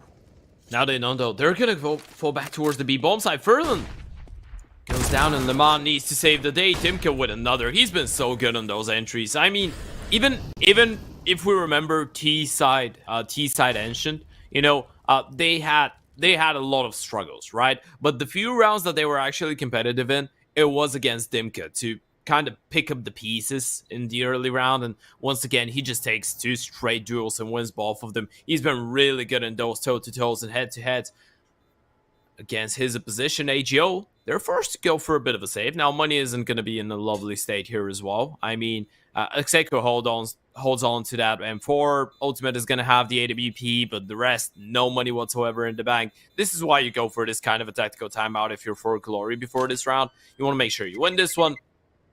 You might not be able to take down all the rifles, but it's not really going to change anything in terms of whether AGO are going to have a buy going into that next one or not.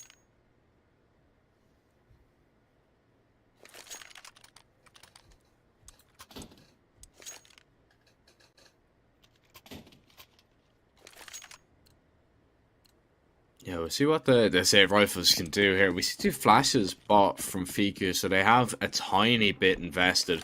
Ultimate gonna go for an aggressive peek here towards B. Flash goes in. He lands the tag onto Kindo, looking for the kill though in that scenario. Ultimate's gonna fall. Impulse peeks onto the angle. The op is gonna be recovered, so it's not as if that op is lost completely. But Fiku, he is going to be put under an awful lot of pressure here because the nades are going to rain over. Dimka is in a close position as well that he has not spotted. Fiku has to back away to safety for the moment. Smokes are going to be down. And for glory, they're going to make their way up on to an empty site. And do Ago just think about saving here? Is that what happens as Fiku looks for an aggressive peek? And if they swing into him, he will be able to take them down. But nobody going to peek him just yet. Needs to be careful, cannot peek any wider, he'll fall off the map. Kindo, he's going to go and pre-fire it. Fiku needs to get away with that AWP. He's made sound though, and he might be chased on down. So the op, not out of the woods just yet.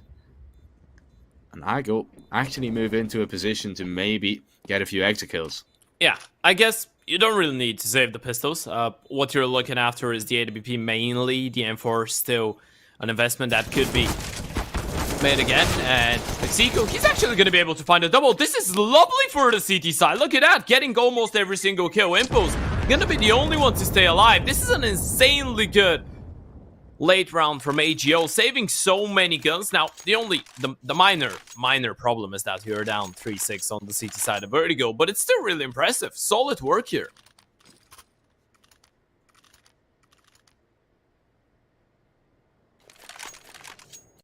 It's the small victories, and that is a little bit of a small victory there for Ago as they call a tactical timeout on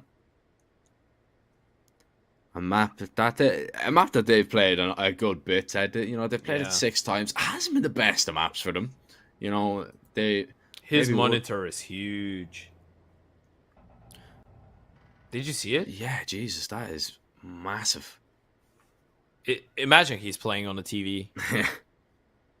Has someone tried playing on a TV? I'm actually curious. Guys in chat, let me know. Type 1 if you have tried playing CS on a TV. Type 2 if you're normal. Let's get the chat rolling. You know, we haven't had a lot of interaction with chat today. Yeah, I love running those mini polls. Jack knows me. I do. I think it's really fun. We just get everyone involved.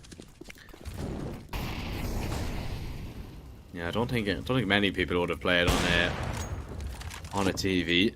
Yeah, I'd be surprised. Yeah. Well, there's people that play on curved monitors, so I guess true. I guess everything's possible, but hey, everything means that AGO picking up that round is possible as well. Dimka going down already. It's a 5 versus 4, not a lot of those, and ooh, the slow contact up round might actually catch them off guard here. Collins is going to be able to drop the man, and he finds a double as well. Execo needed to do that a little bit more. Ultimate's going to swing out wide, and Collins, he might be able to take it down, takes out a nade, and actually Kindo is the man to lose his life. No way. Gets a second, won't get a third. AVN stops him in his tracks as the mollies go down from both sides. Fiku's got a lovely flank here. Impulse has no idea that Fiku is coming from behind, and surely he can seal the round as Furlan just needs to try and delay the plan for as long as possible. He's doing exactly that, and Fiku makes his way around here towards shore. AVN is going to turn around. Oh, but not in the nick of time. Impulse now alone 1 versus 2, and Fiku and Furlan combine together. Molly onto the plant, so the defuse will be delayed just that little bit, but it's an Ago round nevertheless, and it's a good retake from the 2 Fs of Ago. I need to rate the effort there from Collins, though. Those 2 kills towards the middle of the round on ramp, those were huge. You know, just him getting 2 separate 1v1s. It wasn't really like he's getting some support in the form of flashes. It wasn't really like they're going for double peaks, triple peaks. It was just Collins by himself. Look at that, getting ahead of the Molotov, getting the first, and then isolating number 2. That was a really good one from him. A little bit of a mistake there, though, allowing Ultimate to get the double kill in that scenario. You shouldn't be. Especially when Ultimate gets pretty much out in the middle of nowhere and stays alive for such a long period of time. But that's actually going to allow AGO to get back into the game. Now, converting this round without allowing For Glory to get to the bomb side, or at least don't allow them to get a bomb plant, would actually put their money in a bit of a funky spot. So there could be a way back into that first half for the Polar side.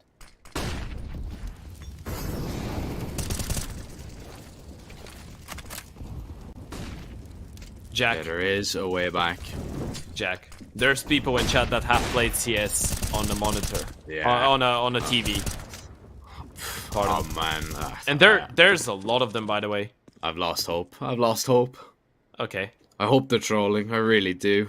Yeah, I bet. Ago not trolling in the round. Surely most of them are, right? Yeah, surely they're taking the mic. They have to. Kendo, not the lineup, so the flash will not go towards Ultimate. AVN, need to be careful, that smoke's about to clear. He knows that Fiku's here, no smoke, and he's going to be able to take him down. Now, important that he does damage, even if they don't win the round. And AVN, now, he spots out Laman, gets it into a 1 versus 2. Bomb's going to be dropped as he engages on the endeavors alone. Knows Ultimate might be solo, and he's going to try and bait out a second off shot now as csgo closes in from behind, but he's not going to be needed. Ultimate takes him down. Ago will get a 5th, and they get close to tying it up. Odds still favouring Ago for the series, of course. If you want to check them out, head over to Pinnacle. You can click the banner down below the stream. Sign up using code CUP22 if you gamble responsibly, of course. I know you have to be 18 years of age or over. But For Glory, this is the reset that you were talking about, Ted. They don't have a lot of money now. Yeah, that's the chance that AGO are gonna get. Try and convert these ones, of course. Make sure you focus on not losing a lot of members. You need to strengthen up that economy just a little bit. Ooh, I think that was an HE. That's a monster HE if it was. I think it was. Utility damage gonna be looking wonderfully after this one.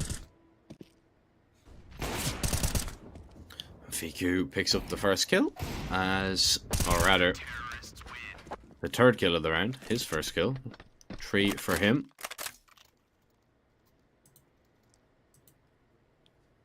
And we go 6-6. We go level. I mean, 6 rounds is not terrible for For Glory, Ted, but I mean, no. The way that Ago have been playing, though, like they've been winning the majority of the duels. I don't know. I don't know if it's going to be enough. I think they need 7 or 8. This gun round would be a great place to start. And Impulse has that AWP. It's going to rely on him maybe finding a pick, but Ultimate's been on form towards A. And look at Furlan. He's going to push through. Molly goes deep. Has a smoke as well, so they have all of B. They have all of this map control, and they can focus their efforts elsewhere. And look at the high-low. Yeah, this is lovely. That's really powerful, especially if they don't flash it off, and they're just gonna walk into it. Surely more than 1 kill. Exiko somehow finds 2. Collins and Dimka, they find another, but Fiku, he's on the rotate. So many bodies towards middle. For Glory, we're never gonna be ready for that. Yeah, not whatsoever. Impulse, he lands it, or rather recovers the bomb and gets out of there. He has to be the man, maybe, to pick apart for Glory, or rather AVN. He's going to make his way up here towards this A site. As Ultimate holds towards the ramp, AVN. Maybe expecting a player close here in the sandwich area, but nobody there. As Ultimate is getting a little bit aggressive. He's getting a little bit antsy, trying to figure out what the play of the T side is going to be. And while the T's are running out of time just that little bit, Impulse is scouring towards the end of the ramp for a dropped smoke, but he can't find it, and they have to go up now without it. And that's going to be a problem, because Ultimate lands that kill. Impulse is now alone. 10 seconds for him to find this kill and get the bomb down. And he's going looking for it. 7 seconds left on the clock. He scopes in. Ultimate, he is still tucked, and Impulse tries to get away. Will be able to do so. Survives. They won't be able to take him down after time. It's a 7th round there for Ago. And that's a little bit unfortunate, to be honest. They were just kind of, they were scouring. There was a dropped smoke there, 100%. AVN dropped one, but it rolled into a position that Impulse couldn't see and just forced them into an unfavorable fight with an op. So 7-6 now. Ago have the advantage for the first time on Vertigo. And can they extend it and possibly win the half? Well, I think that you pointed it out. I think they need at least 8 or 9 rounds here on the CT side to be happy. So when it does feel like a condition to win the map in the end of the day, Dimka finds another double opener. This is the 3rd time so far in the series, but look at that recovery. Execo doing his absolute best, finding only 2 kills now. Making it a little bit easier for Fico and Furlan, though still they have the advantage because of the weaponry, but they will need to deal with the AWP of Impulse. The flank gets a kill, but it is only onto the pistol player. But Furlan, he doesn't realize it, but he's done a lot of damage to Impulse there as well. Bomb's going to be tapped. Impulse around the sandbags. Furlan doesn't realize it, and now Impulse in a 1 versus 1. Fiku misses opportunity. It's going to cost him the round. The no-scope headshot. Impulse, how has he done that? Oh, Fiku, that's a massive opportunity that you have just squandered. Ago have squandered it for Glory. Now they've tied it up. Man, that should have been an Ago round, true and true. Done and dusted. Run the replay. Run the replay, please, please. That was such a sick shot. That was so satisfying. Right in the head as well. Insanely good round coming in from For Glory. That was an absolute banger. Yep, they should have won it. You said it right. They should have. Especially after the dink on the AWP as well. I mean, the only place where he could be and have a chance in the round is sandbags, but they just don't consider it. So many whiff shots. So many possibilities missed, and For Glory, they're looking to win the half now. That should have been AGO up 8 and potentially looking at 9, but now it's an entirely different story. Execo, I think it's safe to say he's been the man of the hour so far on Vertigo for the side of AGO. He's been the man of the match for sure, but he will need to deliver a little bit more on that CT side and potentially on the offense later on.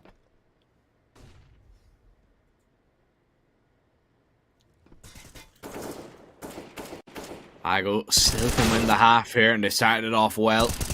The man, he's going to be able to take down Collins as we move into a 3 versus 3. Double up on the T side now as AVN picks one up, but as soon as he picks it up, it's going to be dropped on over, and he's going to be taken down. Fiku gets into a nice position towards Quad, but he has played it time and time before. An Impulse, sees the gun barrel, trying to line up the headshot. He was right the first time. The molly is going to force Fiku out into a fight, and Impulse takes him down. Kindo's got a nice time in here, but Impulse, he was exposed. He couldn't get away to safety for Kindo to secure that kill. Furlan now has to maybe right his wrongs. In the last round, he went down completely oblivious to the position, but now he knows where Kindo is. It doesn't matter. Headshot landed. Did he blind himself as well? Yeah, he did. Oh yeah, he did flash himself. Did you see? He was dabbing right there. The retakes from Ago just have not been it. It's a 1v1, low HP on him, and you just flash yourself. That must hurt. So many rounds like that. I mean, those 2 rounds in the end of the half, fair play to AGO, man. Don't misunderstand me. Those 2 final rounds, they had to convert, right? They absolutely had to. Those were their rounds. They pretty much gave up the victory in the first half for Glory, and now they're going to have a little bit of a tough fight on the T side to try and close it out. Otherwise, we could be looking at a third one. Ooh. Oh, that's awkward. Such an awkward fight, spamming through the smoke here. And Kindle and Collins, they do find 2 quick kills. Dimka's actually going to peek all over the top of 51. Drops the bomb, stops the plan completely, but Le Mans gets a double. It's not going to be enough, however. He still had 2 more players to find. For Glory, they are going to take that CT pistol, as they will now extend their lead to 2 on the bomb plant now. Means that, or rather the lack of the bomb plant means that there isn't going to be an awful lot of money for Aggo to kind of force into this next round. Yeah, not so much cash here. For the T side, it's going to be a little bit of an eco coming in for Glory. Looking to pick up the bonus round, obviously, it's going to be Impulse and Dimka. The hungry wants to farm the cash. Speaking of hungry, Impulse, he wants to have that big green. This one was over in an instant. 10-7, double digits now. Looking at the Pinnacle odds. Pretty heavily in favor of AGO, but for Glory, looking to switch things up now. Obviously, if you want to take advantage of those, make sure you head over to Pinnacle. Use our code CUP22. Have some fun with the best odds in the game. You need to be at least 18 years of age, though. This is the requirement. Actually, I just noticed that. For Glory, have 10 rounds, and 4 of their players have 10 kills as well. That's sick.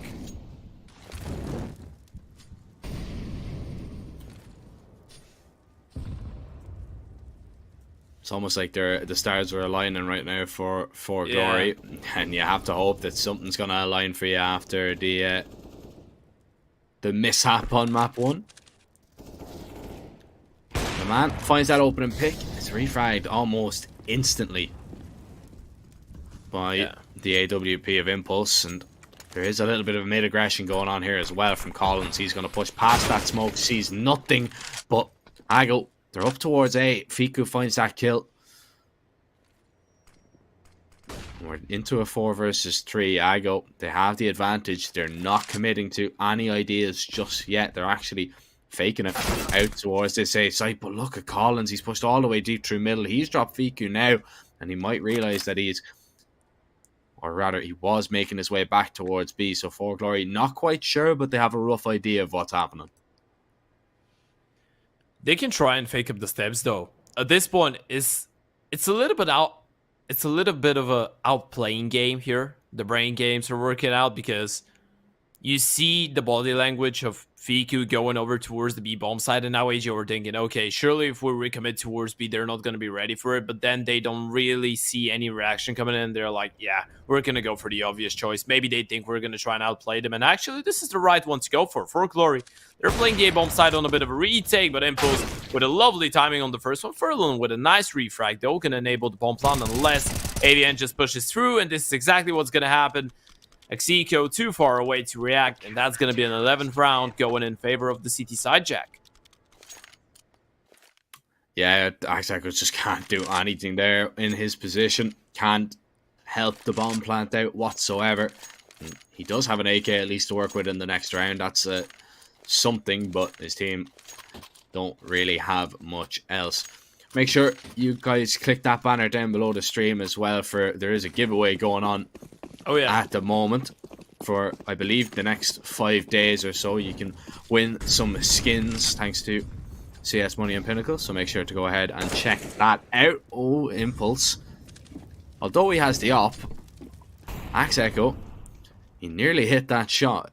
That headshot would have maybe turned the tide a little bit of the round. The opening pick would have worked wonders, especially dropping Impulse, who has had a lot of impact. He's going to be put under pressure by the Tech 9, and Ultimate will take him down. Dimka gets a refrag, but it's traded out by Execo, the man with that saved AK from the previous round. And now Furlan, he's picked up an M4. Aggo, do they continue to walk up towards this A ramp? It looks like they do. The bomb is here. Collins is going to go and look for maybe a little bit of information. Doesn't want to push too deep, though. Doesn't want to give away another kill. But the CTs, they kind of have to make a little bit of an aggression. And here it comes. Collins looking for the kill. He's dropped the bomb. Gets dinked for his trouble. But not a lot of health done to him. I mean, not a lot of damage done. So that might be a little bit of a miscommunication that I go. They think the player is dinked. Oh, AVN! Oh, caught out. Just in a quick switch, and Fiku takes him down. Oh, the jump spot as well. I think he spotted him. Yeah, he knows. He knows where the rotate is coming in from. He can fall back. Bomb is going to go down. This is actually a half buy that might work out. 2 rifles recovered as well. Armors to all of them. Fiku, he's just being a nuisance right now. Just tapping away. Just trying to tag them down. Trying to soften them up for the Enforce to finish off. And Fiku, he's going to find the last one. A really good round for AGO. This is what they needed. They needed a little bit of life going back into it. And they find it here in round number 19. As now the money on the CT side is pretty much screwed. But hey, you know what's not screwed? The LAN that we're having later this year. Well, I say later. It's going to be in June, so in 1 month time, approximately. Month and 10 days. Make sure you book your spot for it. Or rather, book your tickets. You can't book a spot, unfortunately. Imagine. Yeah. Just book your place. Imagine how cool it would be if there was like a fan qualifier for a show match. Oh. And just requirements are you can't have a single pro player on the team, and then you can play a show match against the winning team or a star player team. You know what I mean? Yeah. Yeah, that would be great. Run some online qualifiers.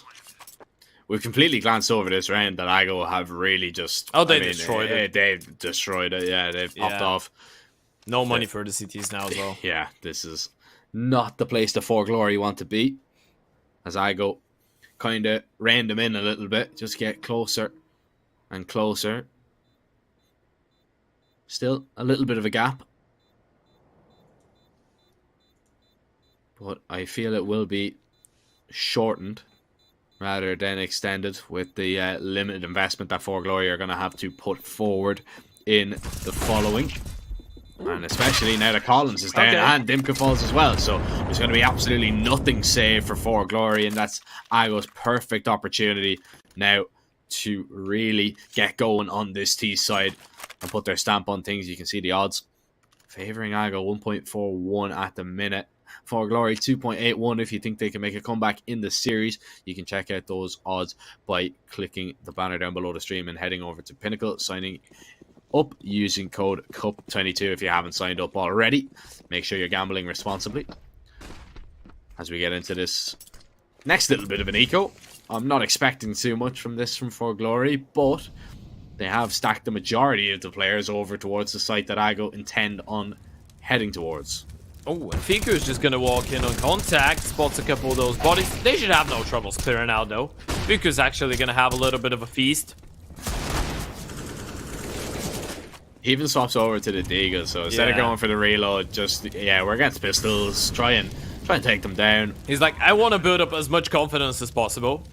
Well, that's the soft way of saying I want to get as many eco frags as possible, but yeah.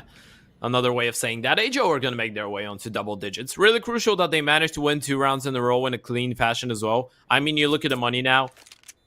Even if 4Glory were to pick up 1-2 rounds, they wouldn't even be close to resetting that T-side economy, which means that they will need to work hard for pretty much every single one of those. And Xeco making sure they keep all 5 alive here. Money's going to be looking really good. Speaking of money, well, CS money, it's not about money, it's about skins though. And if you click the banner below the stream, you're going to get a 40% top-up bonus, which is quite nice. Millions of skins, fast and safe, as you can see right there on your screen. So make sure you get yourself hooked up with the best skins in the game. Or the worst ones, if you're a bad taste person like Jack. Very true. A little bit harsh, but true hurts sometimes. Yeah, well, the only good thing in your inventory is your knife. Very true. And it's a butterfly. I mean, we can't really say anything bad for butterfly knife, so yeah. Can't really say too much bad about IGO's T side at the minute. They've been playing quite well. And 4Glory trying to put a stop to them, but the spam from Dimka, not what you're looking for in this round, especially with the battle back there. Ultimate peaks onto Collins, and that's 2 free kills pretty much that Ago are after getting. The smokes will go down. Impulse has been spotted crossing, and he's looking to maybe try and find this kill. Oh, the timing is so unfortunate. That is very difficult to take for Glory. It's a save from them once again. Ago are back on level terms, 11 to 11. We're tied up, and there is going to be very limited to have to pull forward for Glory once again. Economy not going to be there, and AVN, he's just lost a teammate, so he's a little bit on edge at the moment, and he should be. That's 3 rounds in a row where Glory don't really get a single kill. Yeah. And look at the money of Ago because of that. So that means that Glory are going to have to do this the hard way. Yeah. Like, look, they're on an eco now. You're looking at, what, 12-11? Then even if you win a round, you know, even if you win 2 rounds, maybe even... At this point, even if 3 you rounds, win 3, yeah. Like, there's going to be money there for Ago to buy. They're going to have full buy after full buy after full buy. The only real factor, or rather, you know, they might only have 2 if they want to get the op of Ultimate out. You know, somebody's going to have to play a weaker weapon. Maybe on round 3. But right now, Ago, they don't look like they're letting up. They do not look like they're going to give anything away for nothing. And they want to take this series 2-0. They want to be able to enjoy the rest of their Saturday. You know what I'm thinking? What's the worrying part? It's not really even the D's having that much money. It's just for Glory not being able to build up their confidence and be like, okay, you know what? We're losing some rounds, but at least we're doing something. No, nothing is going right for you. Yeah. This is the problem for me. It's not money. It's simply the lack of plays like that. Like AVN landing a couple nice shots, being like, okay, I'm feeling it now. Just someone give me an M4. I'm gonna destroy them. This has been missing for the biggest part of this second half. Well, the last couple rounds at least. But now, AGO, they're in a really good spot. They can pretty much close this one out. You know, we weren't fancying their chances that much when we went to the switch. They were about to play on the T side, arguably a little bit tougher. For Glory, they pick up the first one, even the second and the third conversion rounds. But from that point on, there has been only one team on Vertigo, and it has been AGO. They have been so clinical. Yeah. I think it was on the T. The lineup. Not sure, though. It's a tough one. Not quite sure myself, to be honest. I think it's the T. Yeah. Now, Ago, again, showing a lot of mid-presence. Something that you don't really see a lot from teams on Vertigo is, you know, taking mid-control like this. Ago, they're going to be able to do so, and it's a flying headshot to start things off. LeMan gets that kill, Furlan drops Impulse, and that's a lot of the players on the A site down. Dimka is at least still trying to put up a fight and stay alive, but eventually gets swarmed. Viku takes him down. Ultimate needs to get away after the damage has been done by AVN. Surely you can't keep saving, though. Surely you have to think about going for a round like this, and you've landed the dink onto the op, but yeah, this one is not the one that they are after. And again, look how proactive Ago are on the hunt. I mean, look at the position already from Fiku. He's going to be walking towards the B stairs. AVN doesn't see anything out just yet, and Fiku's going to be able to get across here. Kindo at least gets that kill. Now, for Glory, usually they're not able to save absolutely anything. Axeco, he might be able to pick up one kill. He's the high HP player. LeMan, not too healthy. Nate goes in. LeMan thinking of swinging on through. Gets one, gets the double. Oh, that's a disaster. Oh, no, for Glory. Wow. We might as well just chalk it there, Ted. Might as well just say, you know, that's it. That's the series done and dusted.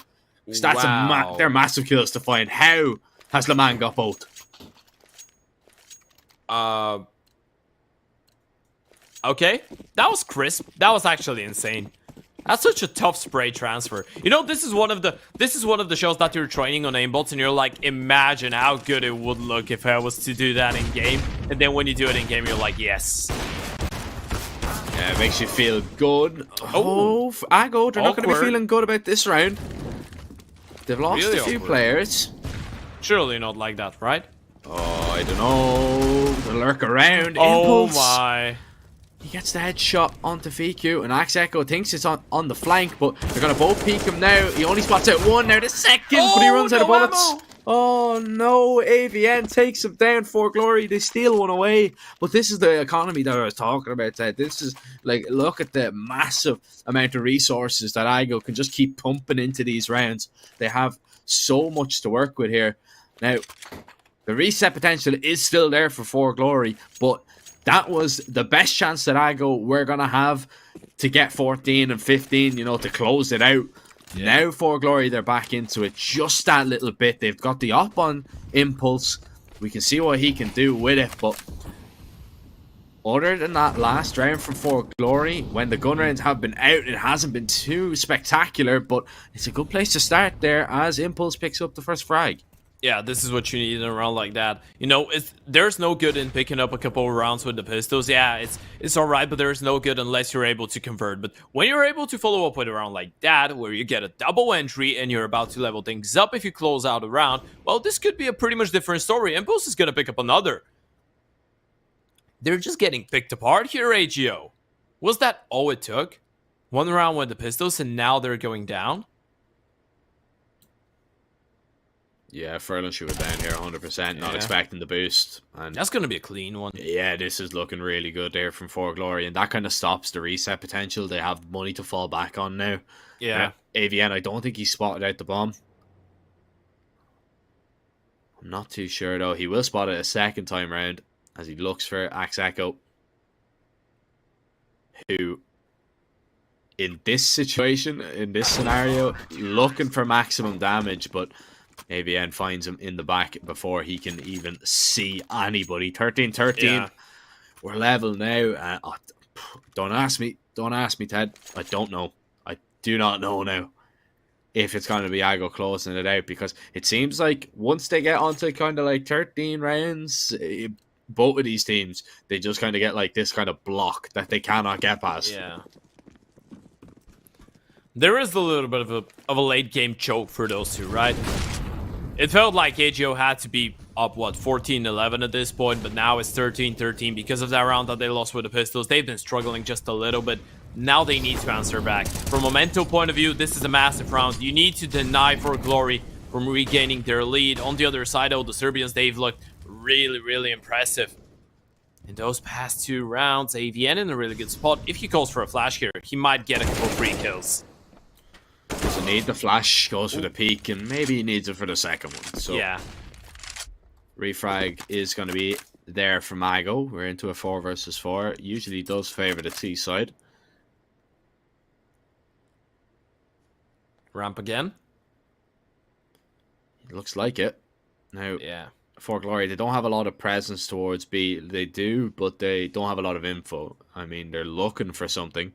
That's why we can see, I believe it is Impulse, walking onto a deeper angle, a wider angle, and they're just going to split 2 and 2 here. 45 seconds, Molly going to go down to try and delay maybe the T's from making their way up the ramp, and it's done a lot of damage here. Collins gets aggressive, only finds 1. The man gets the refrag, the rotates are coming in. Are they going to be here in the nick of time? Dimka lucky to get out of there alive. Kindo drops Laman at least. The bomb is going to be planted. A Y peak now from Dimko up on top of the box. Furlan's alone. Ooh. And he gets spammed through the smoke. It's 4 glory getting the retake off. It was messy. They started it before the plant went down, but they will get the round and they will reap the rewards. Now they're only 2 away from sending us to a decider, Ted, and the money not drying up just yet for Mago. They still have another few bites of the cherry, but they are running out of rounds, so they cannot afford to lose another. I mean, you could argue that Ago were a little bit unfortunate in that post plant, right? 2 of their players going down through smokes. All of these peaks on top of the side were just left unpunished for 4 glory. They were just getting on top of 51, going for fights left, right, and center, and no one from Ago was able to react there. That's going to be 3rd round in a row now for the Serbians, looking to make it 4, looking to make it up to 15. Let's not forget, this is when they started shaking on Enshin, getting up to 14. This is when they started having troubles and weren't able to get any more done than that. But look at the contact play. Once again, they're going to get so close. Oh, but Dimka gets aggressive. He finds the double. Axeco is not aware of the second player there, but Ultimate reacts just in the nick of time. But Ago, they're down to 2. And 4 glory. They only have 3 players left standing. Now, That's a risk. that is a big risk, but it's a risk that pays off. They go for the boost. They don't make sound while doing it in ultimate. He has to walk up alone now. Impulse is going to be holding. Ultimate might get away. AVN, No way. He's going to be spotted out. But Kindo jumps up. He needed to hit the shots, and he does for Glory. They get on to map point. 15-13 right now. As we see Ago fight once again. And this is where the money is a little bit iffy for Furlan. The rest of them are happy enough with what they can afford. But they have to hope for an overtime now. As for Glory, they've really brought this one back. It looked like Ago were going to close it out, but all of a sudden, for Glory snatch it away, and they might just steal away the map pick of this Polish side.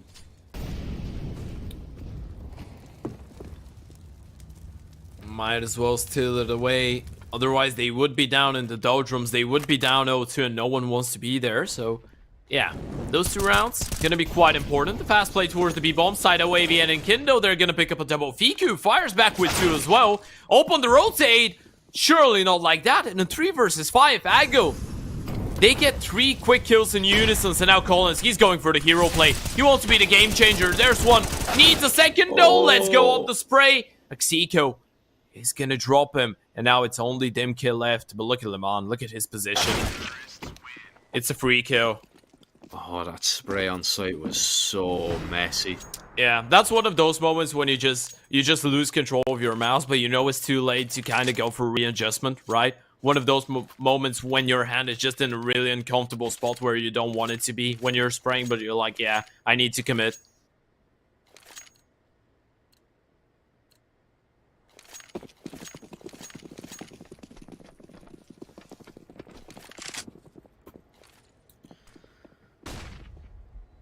Now Ago need this round to force an OT. Look at the buy though.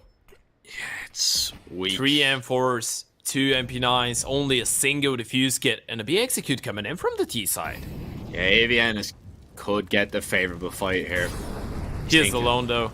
Yeah, but he's going to be cleared out. The nade, the damage done, the headshot landed from Fiku. Kindo still out towards mid. Impulse has left him. Rotates over to a fallen B bomb site. He's taking damage through the smoke here. He's going to push on through. Fiku's going to be holding. Surely. Overtime is on the cards now. As the damage is being done through the smoke. Stimka tagged down just that little bit more. He jumps through with the MP9. Fiku still holding from the back of the site. Gets one more. Collins is left alone. Ultimate drops him. And Ago only lose one player. 15-15. We're going to OT. And okay. Oh, man. Let me get warmed up. I was wondering, though. I was getting worried for a second there that we wouldn't have an overtime today. Well, apparently we're not going to miss out on one of our favorite traditions. Let's go! Full 30. Not able to point out a winner. We're going to need a couple bonus rounds. Now, the T side's still going to be for Ago. This round is going to be really important. It's from a mental point of view, Ago are going to have the advantage going into this one. You know, Jack, normally the curse says that the team that forces OT loses in the end. So the one that missed out to close it out in relegation manages to win it. But I think that we might have a little bit of a closer one here. Now, Fiku already going down. By the way, he's dropped 31. He's had a spectacular game so far. Not going to be able to continue on, at least in the first round of OT, but he's been doing a lot. Timke getting aggressive. Even Blind finds that kill onto Furlan. Impulse drops the man. This is a 4 glory round. Done and dusted. That's going to be clean, I was going to say. Oh baby, Shroud 1v4. Ultimate doesn't have the bomb. Has to find these kills, doesn't spot Collins. And it's a pretty straightforward round there from 4 glory. Everybody winning their ones. And they get on to 16 first. Ago. Are they going to be able to level it up here with this one? Money's not going to be an issue, of course, as we're in OT. And if you don't want money to be an issue when you're paying online, you can check out AstroPay. Quick and easy way, and also very, very safe to pay for things online in your own currency. It's accepted on over 1,000 sites, so make sure you check out AstroPay. As Ago may be feeling the pressure a little bit here. Yeah, they are. You don't see them go for tactical timeouts that often, right? Ago is one of the teams that does have a lot of experience, right? Obviously, you have people like Ultimate, like Execo, that are newcomers, that are the young stars, but the remaining three, you know, the Furl and Lemon Fiku trio we spoke about so much, they've been together for such a long period of time. Most of these guys, even though they're not like 28, 29, 30, you know, they have a lot of experience. They are guys that have been in those situations time and time again, and this is the reason I feel like they don't really need that many tactical timeouts. Obviously, the coach, never forgetting about the coach, you know, what the most important person outside of the server for a team. And sometimes one of the most important people in the server as well. But they're not that used to actually calling him for help throughout the games. Whereas for Glory, for an instance, they are a team that goes for a lot of tactical timeouts during their matchups, especially when they struggle. We've seen a couple of those so far. Even in moments when they're not really experiencing any issues. But Ago going for this kind of a move, it just shows that they know that this is a must-win for them. They know that they have the win conditions. They know that mentally they're the winners right now. They need those 2 rounds on the T side, though, or at least 1.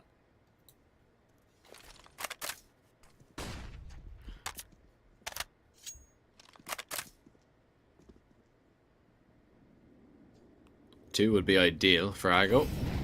Yeah. But 1, I don't think they're going to turn their nose up at either as they make their way onto this B site. Flash goes through from AVN. He tries to get aggressive. Oh, AVN surely goes down here. No, somehow survives.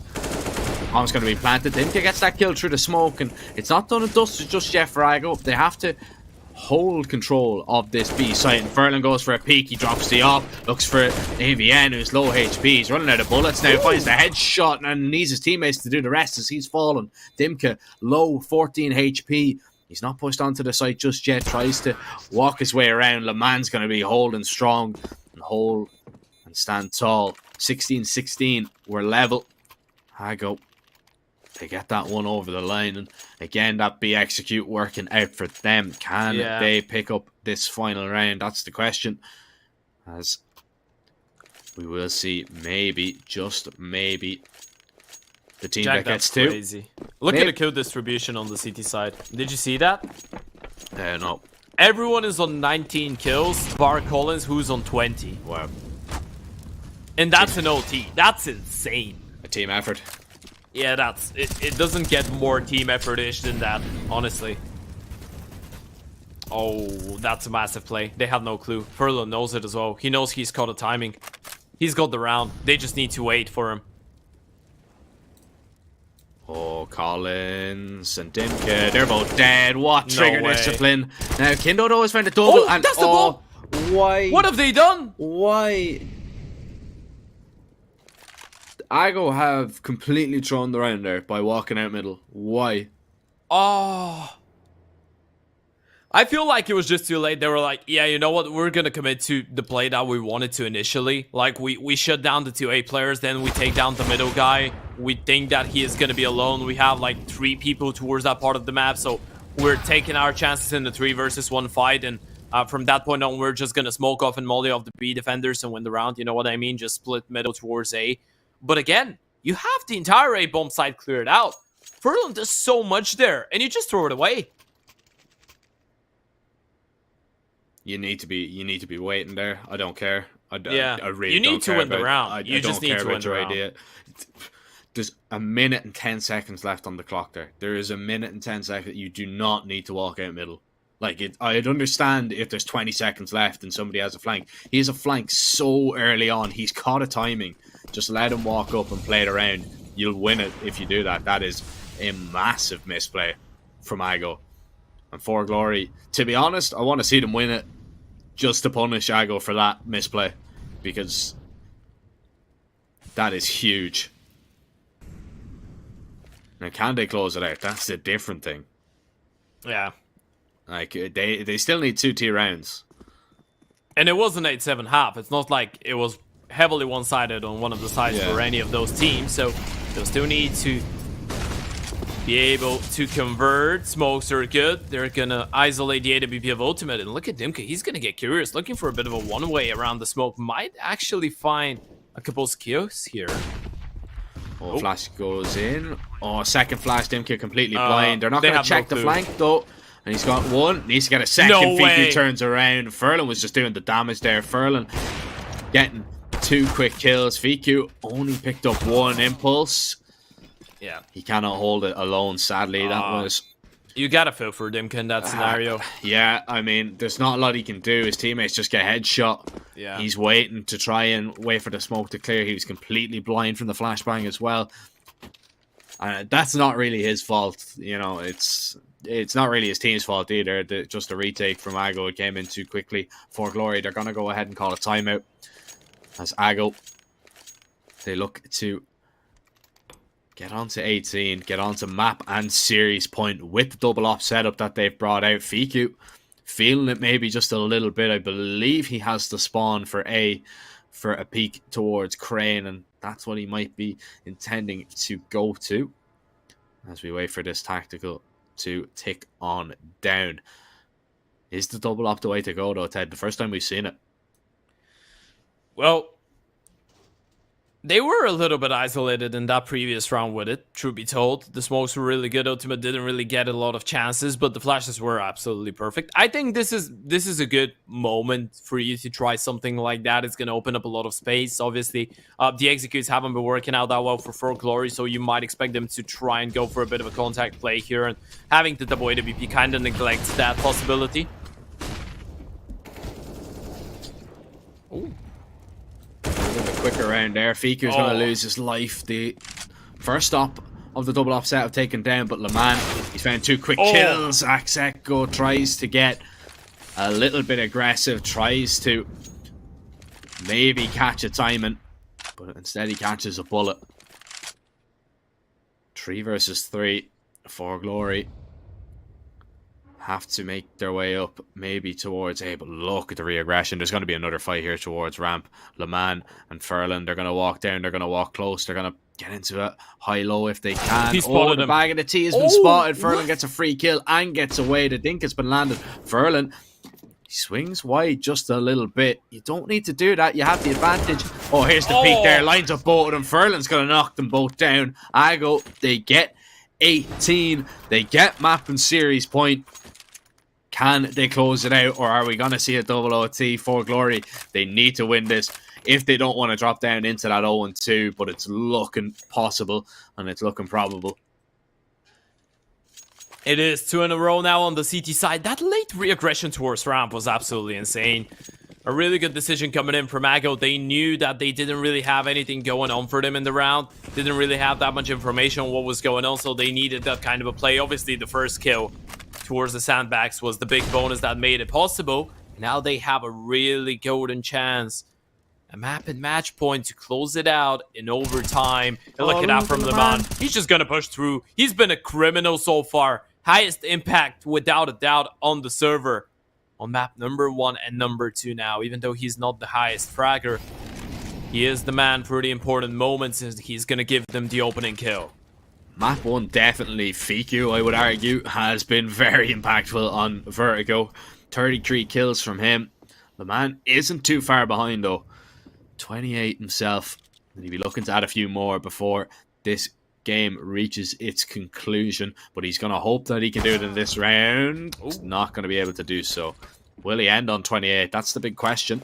Impulse finds that kill.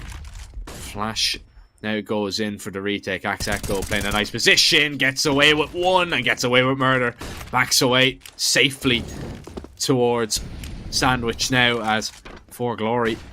They are going to continue to make their way up. The flash goes deep. AVN looks the wrong way. csgo still gets aggressive. Looking for a second onto Kindo, but he's not able to find it. 30 seconds for Glory are down to 2. Impulse is going to peek right into the op. Ultimate hits the headshot. Kindo has to do it alone. 1 versus 3 to stay in the series. Oh, and he's found both players towards A, looking for Fiku, and Fiku loves a flank. Kindo realizes this just a little bit, but he cannot try and play off the gamble a little bit. He has to eventually go and plant the bomb, and he's gonna tap it. He's Not 8 enough HP, time. remember? Not enough time. Oh, and he's lost it. He doesn't look at it. He doesn't have the time for the pod. Oh, this is such a misplay, Kindo. Oh, Doesn't realize he doesn't have enough time. And AGO, they're gonna pick up the 2-0 victory. What a devastating way to lose it in the end as well. He was so sure he's gonna get pushed through. He was so close for Phobic. Didn't have an idea where the last player was coming from. And, well, Jack, AGO, they're gonna pick up the victory and send For Glory down in the doldrums. The O2 is waiting for them, and they can't really afford to make any more mistakes, can they? I'm lost for words, Ted, at that. Yeah, that was a little bit of an odd one. That is, I understand, but like surely you have to risk it and go for the plant there. There's no time. It's such a gamble going for that kill. You've no idea where he is. Yeah, sure, I understand he's 8 HP as well, but man, tough for For Glory, especially, you know, considering how close they were. Not only on that, they were 13-2 up on the first map, Ted. 13-2, and they managed to lose it in regulation. That's crazy. That's crazy. For Glory, after going 3-0 in the last event, the last relog event in the main Swiss, now they drop down into that 0-2. AGO are delighted, 1-1. They move on up. They're our first team in that 101 bracket. They're the first team to play a game in the second round of this Swiss stage. But we still have some more games to come, Ted, because we do have, I believe the next game is going to be Wisla Krakow taking on Bad News Bears. So another Polish team taking on the Americans, the NA hopefuls. And to be honest, I think it's going to be an interesting game. I think Wisla have a little bit of an advantage. But for now, Ted, we do have to send it to a short little break. I believe it will be 50 minutes or so until we go back live with our second game of the day. So make sure you guys stick around and join us then.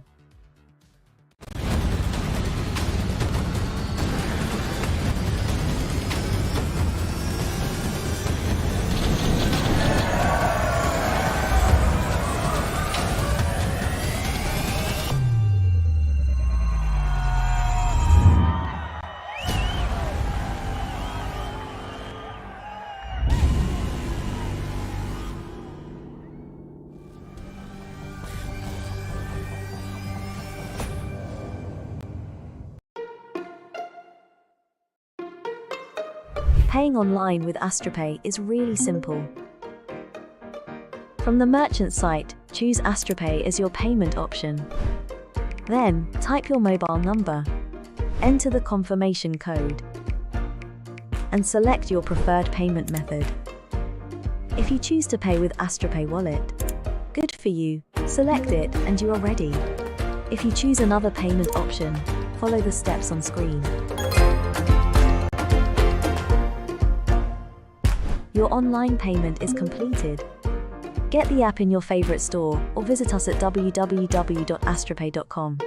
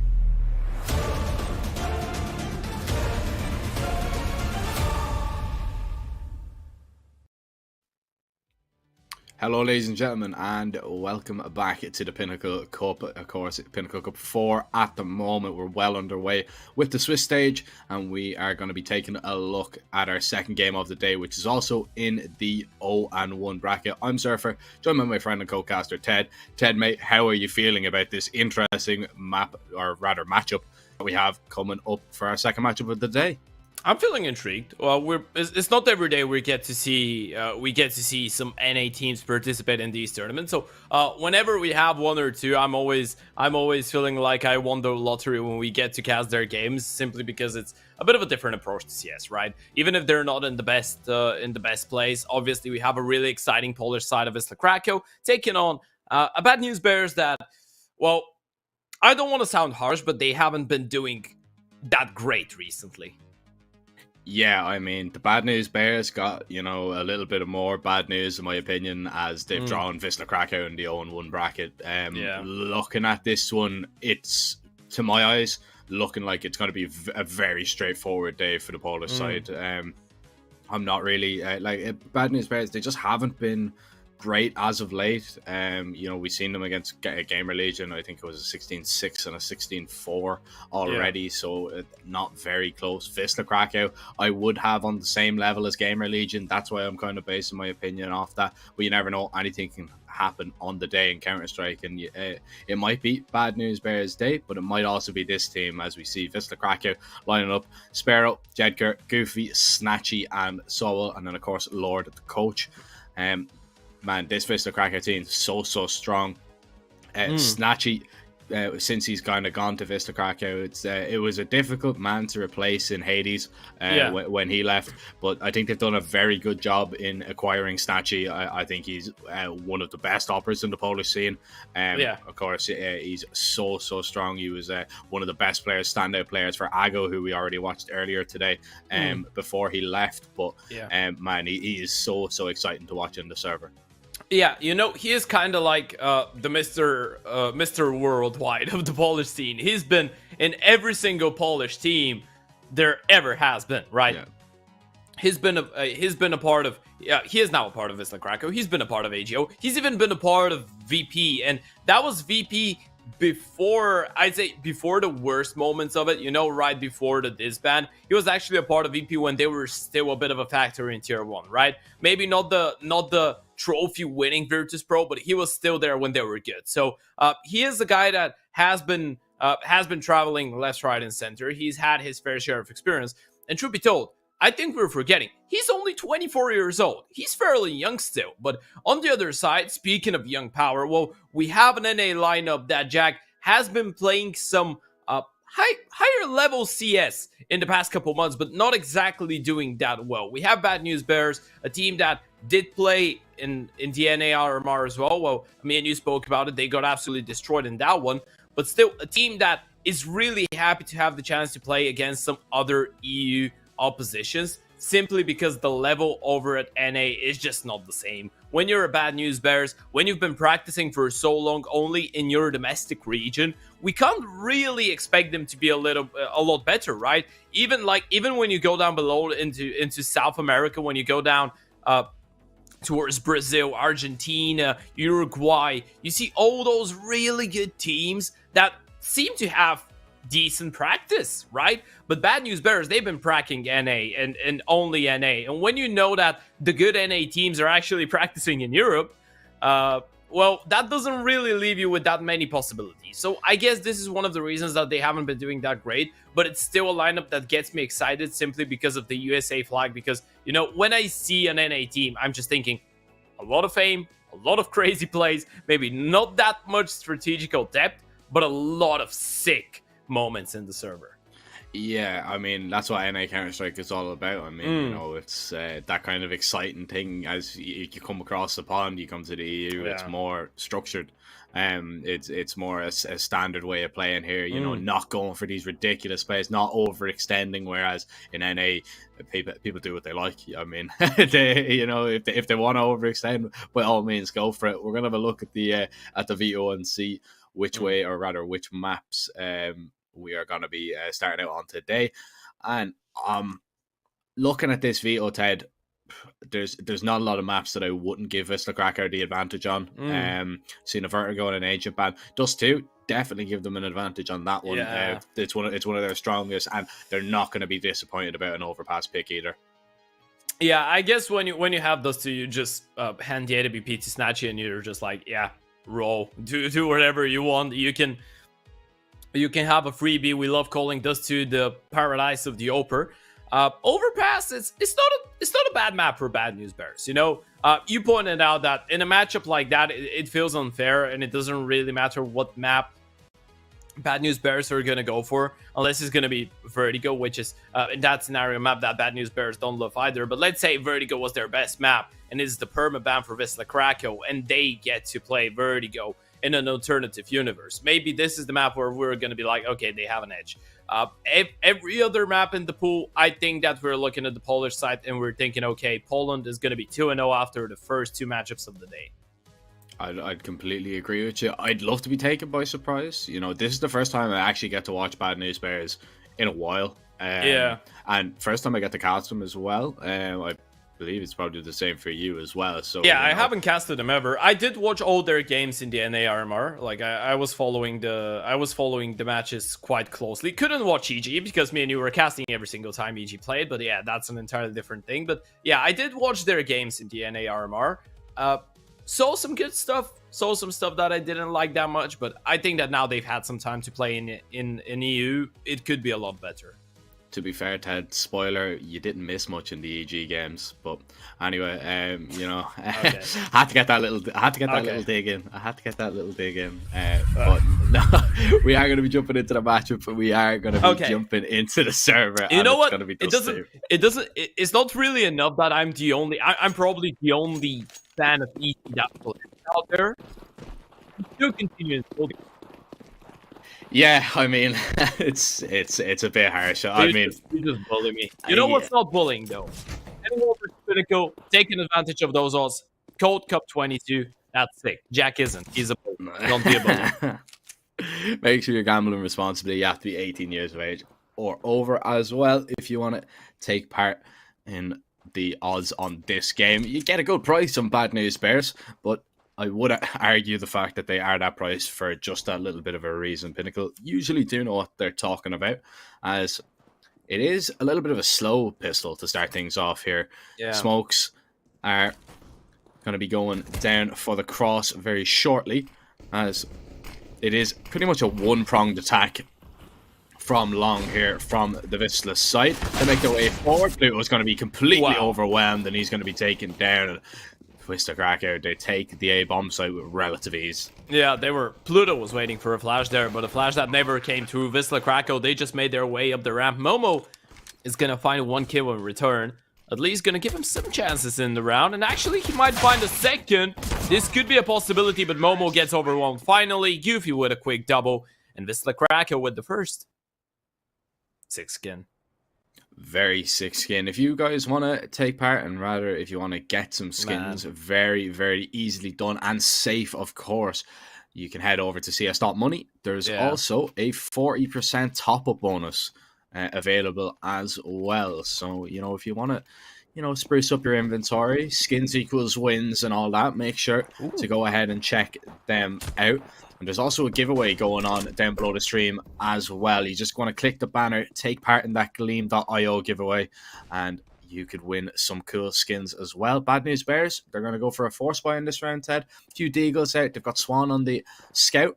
Maybe he's the man that can do a little bit of damage. As I say that, I cursed him badly.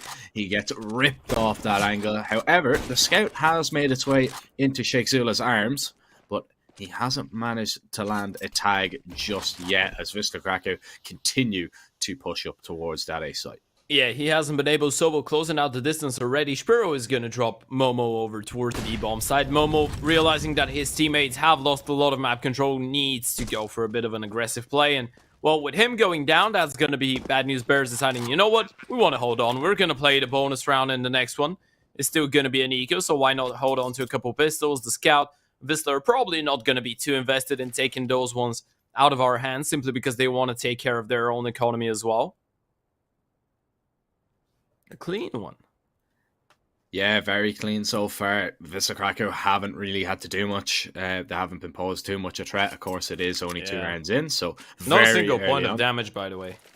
Okay, now that changes. Yeah, Snatchy is taking little bit. No, that was fall damage. Yeah, that's what I'm thinking. Was that fall damage? I think it was. Yeah, he's in pit. So he yeah, just jumped in pit. Okay. Well, so no damage dealt by Bad News Bears. But to be fair, they do only lose 2 people, so Yeah, you know it's fair enough. Yeah, okay, you get 2 people taken care of very easily. You save. You have that scout now dropped over to Swan as well. So you've basically the exact same round minus Momo. Yeah. Minus Momo. Minus what Momo had in the last one, right? Yeah. By the way, I really got excited. I got really excited when I saw Pluto and Momo. You know, the Pakistani duo. I think you were supposed to say Pakistani. If it's not Pakistanian. I'm not sure. Pakistani. Okay, you were correct the first time. Thank you. The Pakistani duo actually got me pretty excited. You know, these two, I was thinking, okay, how do 2 Pakistani people just end up playing in an NA lineup, right? This is what I'm wondering. But then I figured out that these two, they've been playing with people from the USA. They've been playing with Canadian players for some time now, you know, for a couple years. And what I like about it as well is that it does feel like the Pakistani scene is trying to make kind of open up some space for Momo. Like Pluto was the more experienced guy, older, of course. I believe he's 25. Whereas Momo, he's the young prospect. He's only 19. He's played in one team prior to that, and that one team was called Valors. And that team, well, it existed from the beginning to the end of January. It was like 2 weeks or something. This is where he actually met Pluto, and they joined in Bad News Bears together. But I actually am looking forward to seeing how these two kind of managed to develop as players in this lineup. Be very interesting to see. Shexulo finds a nice dig shot onto Goofy. However, Wisla Krakow, they are going to be able to put the bomb down. Pluto should fall here. Yegkert takes care of him. Momo's going to peek his head out of pit. It's a difficult shot to hit, but Yegkert is able to take him down. Spongy hopes that he can save that AK. But Yegkert has him locked into CT at the moment. Now, he's going to have to give up that angle just a little bit. He has to move before Spongy does, as Wisla Krakow now we're going to exit together, and Spongy might go for a few frags if he can. Oh, can't catch him on the cross. Sobut might try and take him down, and he does indeed. He's not going to be able to get that AK, but make sure that there isn't an AK brought into the round for Bad News Bears. Yeah, the first buy round is going to come through fast and easy, same as Astro Pay. You want to make sure that you click the banner below the stream if you need a quick and easy way to deposit and withdraw money. It has to be Astro Pay. The first buy round is on the way. Now, AWP for Swan. That's going to be interesting. Wisla countering with one on Snatchy. You know, did you know a fun fact? Like, nowadays, the AWP is being used in a more defensive way, right? Yep. People are trying to look after it. Like, they're copying the style of Jane, pretty much. Well, it's funny how they used to call him Baiter, and now everyone's doing the same as him. But, yeah, Snatchy is one of those guys that doesn't really do the same. He is actually the player with the most attempted entries out of all of his teams. So, yeah, we don't see that much anymore, right? I mean, JW does it. Yeah, JW does it, but like relevant tier 2, tier 1 sides don't do it, right? Like the top sides. Yeah, true. Snatchy is one of the few. Because JW, he is a man himself. Like, this is not the team structure. This is just JW being JW.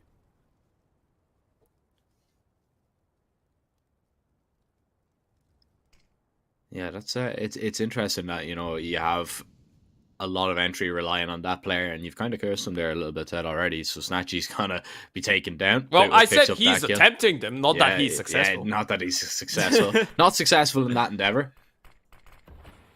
However, we are going to see the smokes now go towards short. Flashes go out, and the player going to maybe drop in towards CT is going to be Goofy, as it's going to be a B split. We'll see if Bad News Bears can lock it down. Pluto's low HP as well. and he is going to be the first point of contact, and Spiro is going to drop him out. Yedker drops Spongy. Ooh. The B-bomb site is falling completely, and Goofy is in a really good position to lock off a rotate. He knows one player is already in towards CT. Now, he's unaware that Swan is going to be holding with the AWP as the smoke goes down, and he might now just wait for that player in CT to make a step. Oh, he's actually going to get on out of there. Yeah, he's seen him. Yeah, and now he knows where the AWP is, and I feel like they know that csgo is in CT spawn as well. So yeah, at this point you're just going for the hunt. You've saved up enough. You have the cash in the bank, money in the grave. Yeah, csgo at least gets one. I mean, doesn't fall. Wants to keep the money higher, rather wants to keep the M4 alive. You'll be able to do so. He'll be able to drop over one. Swan can drop over something himself. I believe it will be a FAMAS, as he needs to pick up armor, unless he wants to go for the glass cannon again. Yeah, but I don't imagine so. Bad News Bears already calling the timeout, so already maybe in a little bit of trouble, feeling the pressure of the EU teams. And it's always interesting to see, you know, when NA teams come over, how they fare against, you know, tier 2 teams. Or, you know, tier 2, tier 3. And usually, Ted, it is not very good for the NA teams. Yeah. You know why Jack is saying that? He was like, this entire day, he's been so gassed from like, since the morning hours, since waking up. He's been so gassed to be like, oh, I really can't wait to be critical of the NA scene. I'm actually gonna have a chance to do it on the broadcast as well, and not sound like a lunatic about. No, you know, obviously I'm joking, but it's not like if you're critical, it's gonna be reasonless. You know what I mean? Yeah, like, I mean, like. It's just always interesting to see, because, you know, you do have those people on Twitter that are always like, you know, oh well, no, the NA scene's really good, and, you know, it's I agree with it to some extent, but define good. Like, I mean, no, but like if you go and look at the tier 2 teams from both regions, and you're like, okay, well, no, the NA tier 2 scene is pretty good, and they come over and get rolled by like tier 3 teams. You know, it's kind of kind of difficult to see. Momo, is he still alive somehow? Not for long. Yeah, he acquired acquired the op, tried to survive. There's not a lot you can really do when you're mollied out of position like that. And right now, Bad News Bears are down to 2. csgo and Spongy are left. csgo will fall. Spongy only has this 5-7. And he makes good use of it onto Goofy, but not really much more to be found, of course. He was being swarmed 5-0. Perfect start for Wisla Krakow. But as to be expected on one of their best maps, maybe not if you're to look at the statistical point of view in the last 3 months, but it is one of their best maps. Yeah, most of the time people actually... This is the reason that me and you don't really love looking at HOTV stats for maps, right? In terms of like win rate. Because you have like when a team plays a lot of a map and it practices a lot, but they still end up losing close games, or they end up being stumped by really good oppositions, people are like, okay, they're essentially, why are they still peeking into this map? Apparently they're not good on it. Well, there are those scenarios when actually a team could have a lower win percentage but still be really good at a map. So far though, Bad News Bears playing a really good round, and by Bad News Bears I mean Momo. He's found a quick double kill, man advantage now in csgo. He's got the AWP double ult for the CT side. csgo, he needs at least one. Get one kill, fall back. This is the kill. What a peek from Yedker. Such a nerd. Yeah, just crouch walking into the angle. Knows that the Opera might be playing on it. Difficult shot to hit unless you're double scoped. And yeah. In fact, csgo was not. So bomb That's goes the thing, down. Though. You can't really double zoom because they can run boost and... Yeah, it's difficult. It's a difficult angle to play in. But however, Pluto's found a kill, so it is now the two Pakistani boys that are leading Bad News Bears maybe to their first round. Edgar and Goofy trapped on the site for the minute. Flash goes down. Goofy peeks towards long. Momo, he's going to be able to find that kill. Edgar going to try and maybe get off the site. Backs away to a little bit of safety, but Spongy takes him down. There's plenty of time for the defuse here. No, there's not. Nope. Nope. They have no kit. They don't have a kit. Oh, the kit is towards long. Oh, they've picked it up now. Man. Oh, that's so devastating. That's so devastating. Finally, they finally did what they had to, right? I mean, you pointed out Momo and Pluto doing their absolute best out there to win their first round on the CT side. And in the end of the day, it was a full buy as well. It's not like they didn't invest anything into the round. It is a full buy. They didn't really have the fuse kit. Now, at least they're going to be able to go for another one. I believe they saved both AWP, so it's going to be all right. They can reinvest into M4s. They're going to have another competitive buy round. We can see that this time around, they're going to have 3 defuse kits instead of 1. Learning from your mistakes. Out towards long. The fight continues. Sobble picks up 1 kill. Flash is perfect. Momo caught completely out in the open. And Goofy picks up a free frag. Now, the damage has been done onto Sphero. Svan still yet to register a kill. And on a map like Dust 2, that's not where you want your Opera to be. You want him flourishing. Right now, he hasn't really got the chance to. Wisla Krakow have been very, very good at containing him and just putting him under the cosh a little bit. Now, there might be a flash peek out towards mid. Yedker could be in a little bit of trouble here. Flash goes in. Now, Spongy gets into a position that Yedker is not peeking on. No. Oh, the timing is so unfortunate for Spongy. He's going to clear him out as well. Yeah. Yedker takes him down. That's so unfortunate for Spongy. It's a nice idea. Bad News Bears, they have to make a play, but I mean, Wisla Krakow, they're already up on B. Svan, the stat and CT. Can Swan get away is the main question. Can he save that AWP? Yedker is close by. We can see as well. Snatchy closing in from long. Everybody is looking for him. And the steps are going to give him away. Yeah. Now they've heard him. He's heard the scope as well. They have a confirmation knowing exactly where he is. And Snatchy is going to hit the ground running, going down.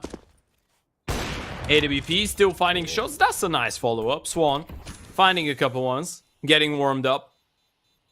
You want that confidence to be up through the rooftop. Ooh, gets third. He's actually going to be able to survive. That's impressive. Goofy, however, recovers an AWP. But it is 7 rounds now for Wisla Krakow. 7 in a row. Unanswered rounds from Bad News Bears. They cannot get a foothold in this game whatsoever. Are they going to be able to go for the investment, or rather are they going to risk it? They're leaving it late anyway, and it is just going to be a little bit of a half buy. Snatchy is going to be out long very quickly. Teamwork. And Swan, lucky to get out of there alive. Actually, that's very fortunate for him, because Wisla Krakow were coming absolutely steamrolling through Lower Tunnel. He needs to have a little bit of impact with this up. Oh, Yedker's boosted up. Good HE. Yeah. Nah, Yedker spotted him. That's so dirty, man. I was about to say 4x3. Momo's fuming about that one. Yeah. Imagine he lets him go. That's going to be really disappointing for him. Surely they get a chance in the round, but yeah, never mind. That's in an alternative universe, and unfortunately for Bad News Bears, and really fortunately for Wisla Krakow, we're living in this one. Oh, Swan actually has the cross into the bomb. He's going to drop Snatchy. He's been hitting some shots, getting 3 kills in the previous one on the save, but they've got him fired up. So now with the bomb under his control, this one could actually spiral out of control just a little bit. Smoke on it, allow the cross and allow the bomb to be acquired. Now there's nobody on the A site. Everybody is towards B here for Bad News Bears in middle. Svan looking towards long for the cross. Yedker doesn't need to peek, doesn't need to do anything. The bomb is just going to make its way up. He can even be planted for long here. So he just needs to stay put. As the pistols now are going to maybe try and take a few rifles away. I believe Swan might be thinking about a save, however. Yeah. Well, save of the AWP. or rather the 2 ops. The rest are just gonna act as bodyguards, try and get a couple of guns out of the hands of the T side. Actually, one of the ops could fall down. Spongy needs to be careful and make his way out of there. Back to the topic, by the way, Jack, about speaking to NA teams, because you know we love doing a little bit of a podcast mid game. I actually feel like NA doesn't really have like I think that NA has good players in terms of mechanics. I think they're good. Yeah, but oh no, I feel like they're just not as hardworking as EU players. This is what makes the big difference in my book. I feel like NA just doesn't work as hard as EU, or maybe they think they do, but they just have no clue what EU teams are doing and going through. I think it's just the level of EU teams, though. It's just, you know, it comes down to practice. Like, the reason that EU teams are so good is because they're cracking against, you know, some of the best teams in the world, and they always have done. You know, that's why they're so far ahead. It's why the other regions suffer a little bit. But I do have hope. I'd love to see a resurgence of NA. You know, that'd be amazing. You know what's the thing, though? I feel like Cloud9 signing that lineup, obviously that's not an NA team, right? Yeah, I was about to say, if you're claiming them as NA, man. No. But it's still really good for the NA region in terms of like, this is arguably one of the biggest NA organizations going back into CS. Let's not forget, like, FaZe Clan is still an NA org. You have Liquid, you have Complexity, you have EG, right? Some of them not as successful recently, speaking of EG, but you know, these are still like really big organizations that are still in the game. This is what I mean. Like, for the NA region as a whole, it's really good to have those orgs around, even if it's not an NA team. It's still gonna motivate more players to know, okay, maybe in future I can get picked up by one of those orgs. Maybe just maybe. Well, maybe just maybe. Momo might find a lot behind that smoke. He only gets one. Yedker gets the refrag. The bomb is dropped. Mr. Krakow again get up onto that A site without any real issue. 4v4 now as Bad News Bears. This is not going to be a save from them. This is going to be a retake. No. They have to start trying to get rounds on the board, or else this one is going to be over and done with. But Sphero, he's already on a flank. So Bad News Bears, they need to make a move. They're on a timer. And now the flashes are coming in. Sphero is going to make his way forward. He hasn't been heard. He line up. He gets 2. Looking for a third. He gets that as well. Round done and dusted. Sheikh Zula alone. 45 HP. He should go down. Actually drops him. 9-0. Wisla Krakow. It's like a walk in the park on a Saturday morning for them. Yeah, that's the problem as well. You can't really go for saves anymore, right? You're down 0-8, now 0-9. You need to go for every single round in the book. And it just feels like Wisla Krakow are the better team. They've just been far more aware. Look at that play from Sphero. He's just going in on the flank. No one really considers it. Bad News Bears, they've been having a really tough time on Dust 2. And they need something to change it. They need an unorthodox approach. 4-man towards long is going to be that approach. But Spongy with the tag and Wisla Krakow, they're just going to go out B. They know there was a tag player. Why not try it?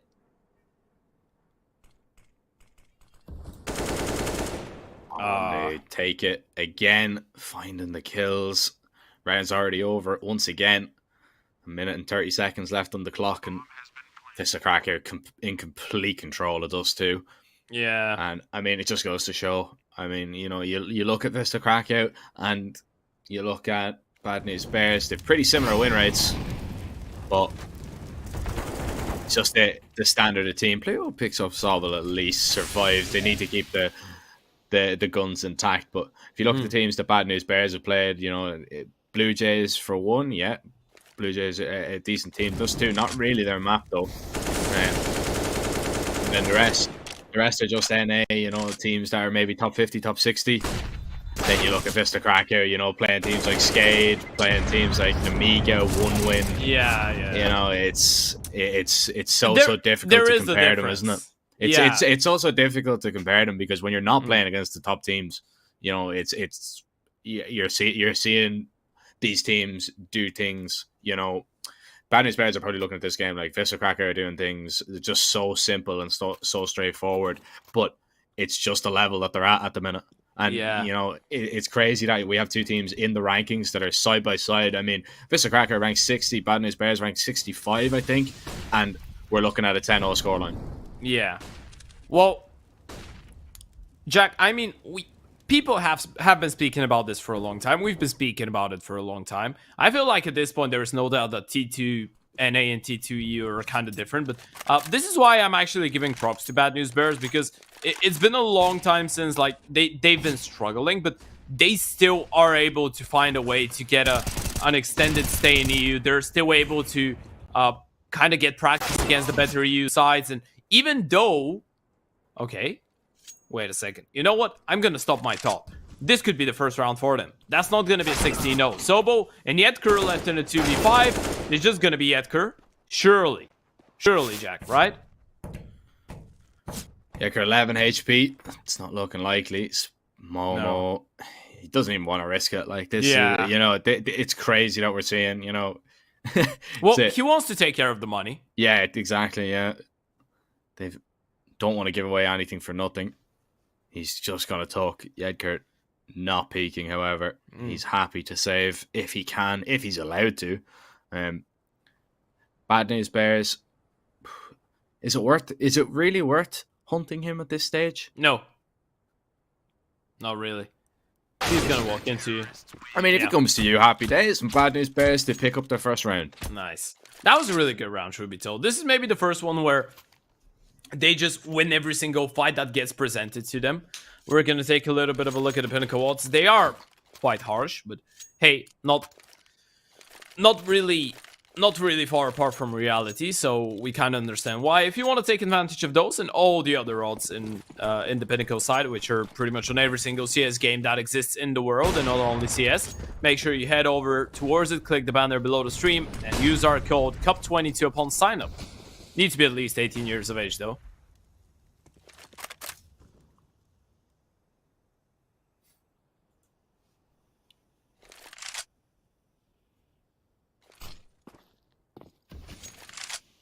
Another one is on Wisla with a little bit of a slower default. Now maybe realizing, you know what, we can down up the pace just a little bit.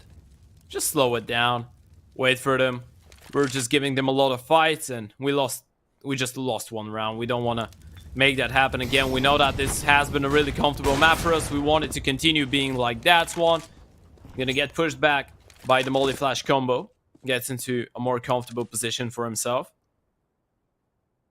A really powerful angle to be playing. Now, when you're playing here, even if they crouch walk into you, you're still having a massive advantage. So yeah, I guess it is the difference between the main opener and the secondary one. All those little details.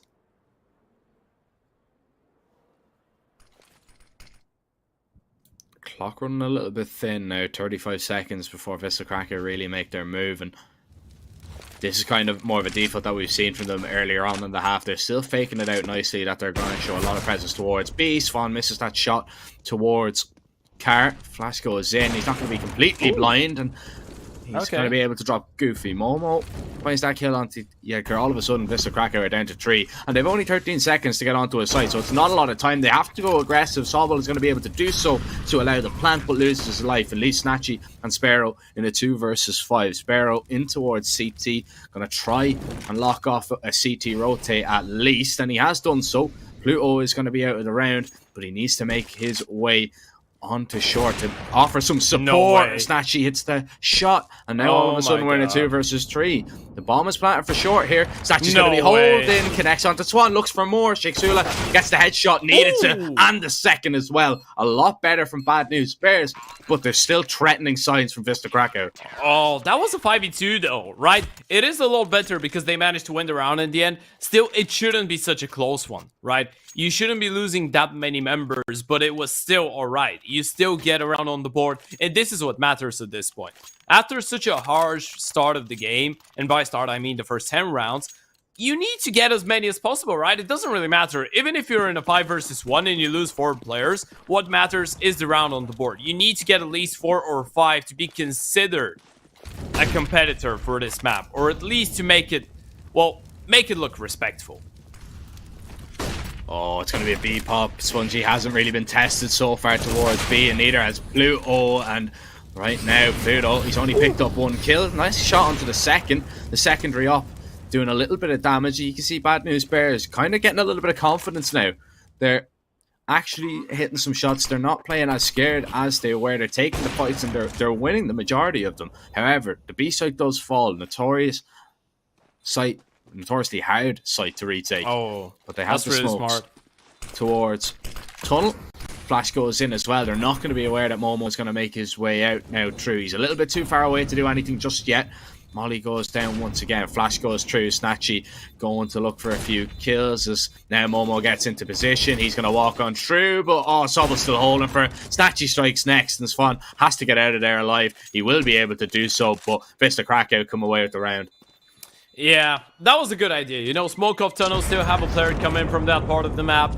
It was a nice one. But I would love to see them a little bit more aggressive coming in from window and door, right? Just to sail the fake even more. Because in that scenario, you just throw away all your nades and you never play with them. And you're just waiting for a solid 7-8 seconds period. And you're making them wonder, right? Vista Krakow, they're not really occupied with window and door. Okay, tunnel is smoke, but so is door. Like, we can still continue on holding that because nothing happens around the bomb site. So yeah, Bad News Bears with a good idea. Spongy gets another attack. I mean, this is maybe the second or the third time he's been having a really rough fight towards middle. Not even a fight really. He just tries to cross in peace. Yeah, it's not like he's taken the fight with the op with a FAMAS. It's definitely not advised, and he hasn't done that. He's just been unfortunate as Swan has the right idea here if they do go for the boost, but not to beat. They are gonna just flash him off, and it deters him enough to retreat towards that site. But he might continue to get just that little bit aggressive here. Long control, still in the CT's favor. Vista Krakow, they're actually doing a really good job of keeping Bad News Bears on their toes and keeping them guessing, because the Bad News Bears have no idea what's coming in here. It could be B, it could be A. They really don't have a clue. They know it's not long. Snatchy hits that first shot. Swan is going to be taken down. Shakesula deploys the molly at least to keep the T's at bay for the minute, but Vista Krakow, they're going to adapt quickly and actually slow it down. I thought they were just going to send it out mid to B there, but it looks like they're just going to slow it down a little bit, and short might still be on the cards. Yeah, and you can see how disjointed Bad News Bears are right now. Shakesula, he's pretty much on his own. Yeah, Momo is towards the A-bomb side as well, but he's so deep into long, he's not going to be able to help out his teammate. The smokes mid to B are going to make Shakesula shake and shiver just a little bit. The flash is good, needs more than one, and Snatch is not going to allow him to do anything like that. Momo now gets aggressive towards long, but it's a little bit late for the party. The bomb site has been occupied. Yeah, now Momo makes his way towards short with his teammates. No point in saving in this round. Just maybe go for it now, you save. Sobel drops Pluto. Spongy was already thinking about it because he was low HP. And it's still not a lot of money for Bad News Bears in the last round. You're looking at a 12-2. Possibly our second 13-2 of the day. It's not like this hasn't happened before. It was a ridiculous scoreline that we seen earlier. Ago taken on For Glory. For Glory actually won the first half of Ancient 13-2 and lost the map in regulation. I doubt that. I don't really see that one happening here. Yeah. For those of you that missed out on the series, it was absolutely insane. A 13-2 lead in the first half to end up losing the series 2-0. It was kind of unfortunate for Glory, but yeah, I don't really see that happening for Wisla Krakow here. Just for the sake of like, it's not Ancient, right?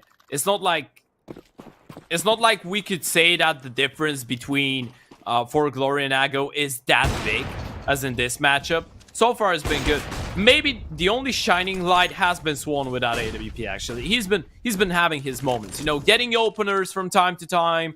It all started from that round where he just saved in a 1 versus 4 where he got the 3 exit kills. They don't really matter in terms of impact. Well, they allow him to hold on to the AWP. This is impactful, but in terms of his confidence, I feel like that did a lot, and he's been actually looking quite alright individually, but still, team-wise, Wisla Krakow, they've been just running over their opponents. Yeah, even when they go down a man, they're just not looking panicked. Like, is the bomb going to go alone towards long? No, I think it's going to make his way. Now, this could be caught here by Pluto. This is a good position. And Yeker's low. Yeah. Pluto he does peek. Yeah. Alright, well, Swan is going to be the first line of defense then towards A. Sobble is going to lose his life. Swan going to go for a peek maybe onto the upper. Yeah, Checker going to be taken down. Spiro connects onto that shot onto Spongy in a second as well. Now Vista Krakow have got it from a 2v4 into a 2v2. That's a lot more favourable. Spiro trying to just clear his flank for the moment. Doesn't realise that both players are towards long. Now Goofy is hearing both players cross. Spiro, he's going to try and help out his teammate if he can. The op is going to miss the shot there. The side player is going to be taken down. Now it's going to be difficult. Big nade onto Swan though. He's going to be dropped. Bomb still planted for short. Spiro should be able to connect. Misses the shot. Bomb is going to be tapped, not stuck. And Momo picks up the op to at least make sure it's not a 13-2. It's going to be a 12-3. It's not too much better, but beggars can't be choosers at this stage, Ted, can they? A really good T showing from Vista Krakow. Now they go over onto the CT, and Pistol would pretty much seal it. As we see AstroPay, of course, if you haven't checked out AstroPay, you can click the banner down below the stream. It's a quick and easy way to pay online. You can pay and withdraw very, very safely, very, very smooth and quick. Exactly what you want when you're making payments. So make sure to go ahead and check out AstroPay as we get underway with our pistol, our second pistol of those two. Don't forget about the giveaway that we're hosting with CS Money, by the way. Click the banner below the stream. You can sign up for some pretty cool skins. And who doesn't love free skins? I mean, all of us love free skins. There's not a single person on this planet that hasn't typed free skins, question mark, in chat. Pissed around underway though. Bad news bears going on towards long. Pluto is going to actually find the opener. A lot of utility invested for Wisla Krakow. Not going to be able to capitalize on it just yet though. Bar some damage from the HEs. Yeah, actually, the flash went a little bit too early, the first one, and it just blinded Spiro, and he was like, nope, not going through that. You can't make me. So, Bomb Plant's going to come in here. Nice shot from Swan. Snatchy. Loses his life. Gets a free haircut at the same time. Goofy walks on forward with that pistol. Sobble looking for the player towards pit. Spongy gets.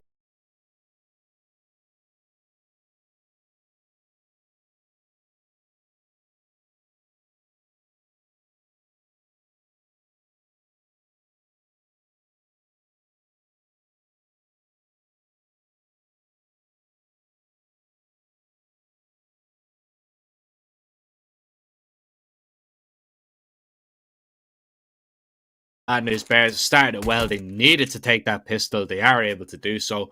Vista Krakow, do they go for the force buy in this round? Well, I guess you do. I mean, you've been really dominant. We would understand if they were to go for an eco, right? But simply because, like, I guess you're just feeling really comfortable on that map. I don't think that they get the vibe of, okay, this could actually spiral out of control and we could lose this one. I think in their heads, yeah, they're taking this one diligently and seriously as a professional player should be, but confidence is just through the rooftop. So yeah, why not just go for it? You know you have a 12-4 lead. Even if you lose this one up, you're going to have a buy on 12-6, which is, again, double lead, so still fine, still all right.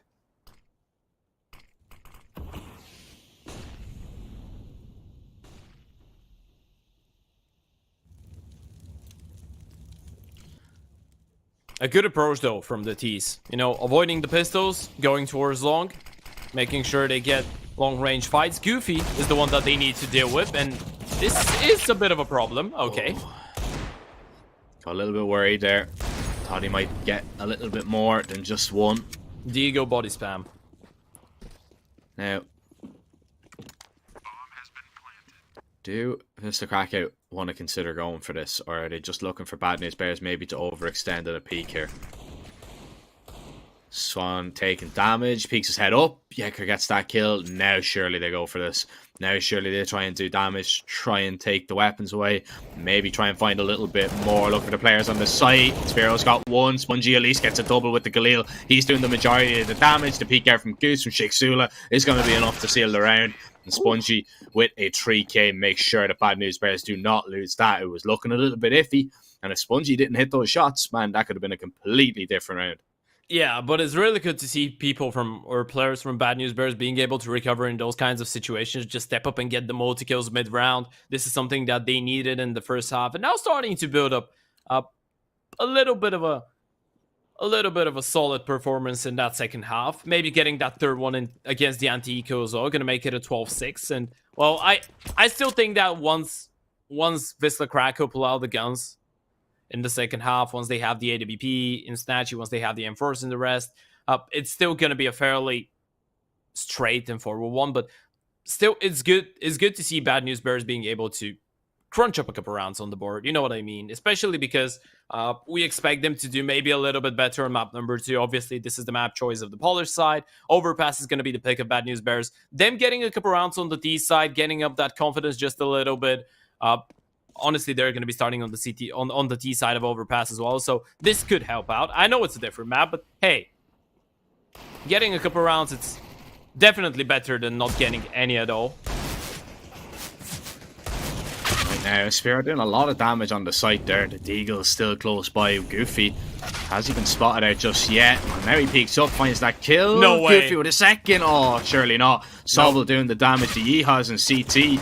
Picking up a lot and then finds a kill. He's going to peek right into Shakespeare and needs to hold his nerve. He can't do it. Overwhelmed by the pistols. Jack, I jinxed it. Oh, Ted, you cursed that one so bad. 13-5, Wisla Krakow. What a way to pick up your first CT round. And that is desperate for Bad News Bears. I feel so terrible. I spent like a good solid 20 seconds explaining how impactful for them it would be to get a couple rounds on the T side, and then they end up losing against an eco.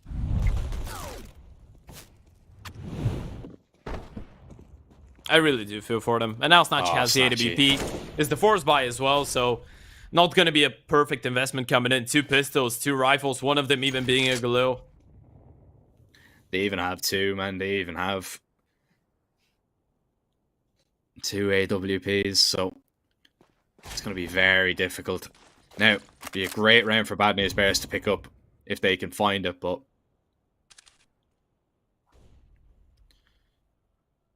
it's looking like they're going to have to do everything the hard way in this series.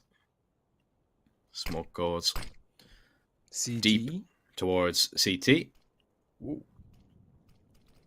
And now the flash goes towards long. They need to make sure that they clear out the player towards Car. And they're not going to do it. Momo turns in the nick of time, but a lot of damage done there. Spiro is still there, connected on shots, looking for Pluto now as well. Yedgar helps out. Spongy too far away to really do anything. The bomb's dropped. He only has a deal. Wisla Krakow looks like they will pick up a 14th, and Spiro holding that angle is not going to miss the shot. Not bad from your secondary opper, right? I mean, Spiro, yeah, he's not the main opper in this lineup, but he's making it look very, very straightforward. He's 20-9 at the minute. Yeah, he's been having a really good game. So has the entire Wisla Krakow side. And if you want to have a really good time, make sure you book or rather get your tickets for the event that we're hosting. It's going to be a LAN event in the beginning of June. A little bit of a banner you just saw on your screen. We're going to have teams as Heroic, Fnatic, and Imperial participate in this one. It's going to be huge. A sick one, honestly. At least a lot of fun. So make sure you join in.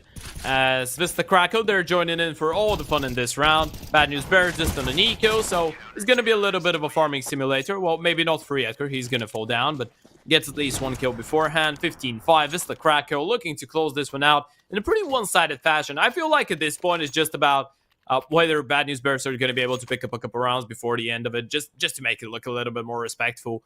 And well, I hope that their mentality is going to be still like stable, still all right before map number 2, because I really wish that we are going to be able to see a different face of Bad News Bears. Maybe read some of the good news.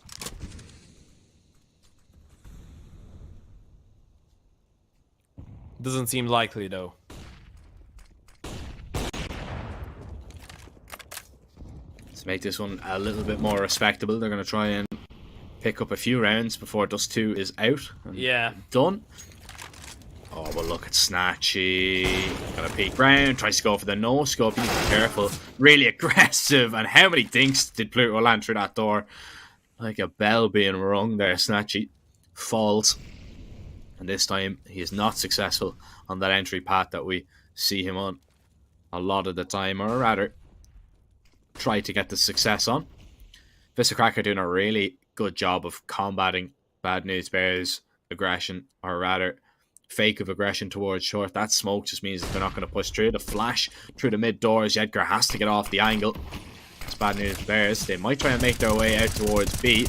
This would be a great idea, but Edgar, he's putting a stop to them through the smoke. Finds that next kill. Might flash and go on through. Sobble alone towards the B site. Spongy, he turns his way around, looking for the player on B. But he's not going to be able to find Sobble just yet. Spiro actually misses a shot, and that's going to cost him. Loses Goofy in the meantime. That's going to be a 6th round for Bad News Bears. They pick up another.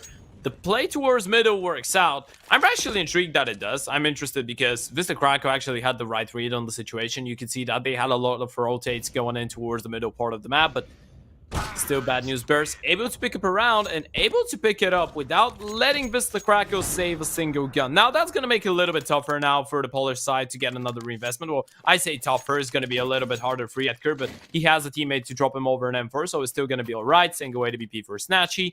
If you want to get hooked up though with the best skins in the game, maybe you can get this really nice combo that Swan has. Make sure you head over to CS Money.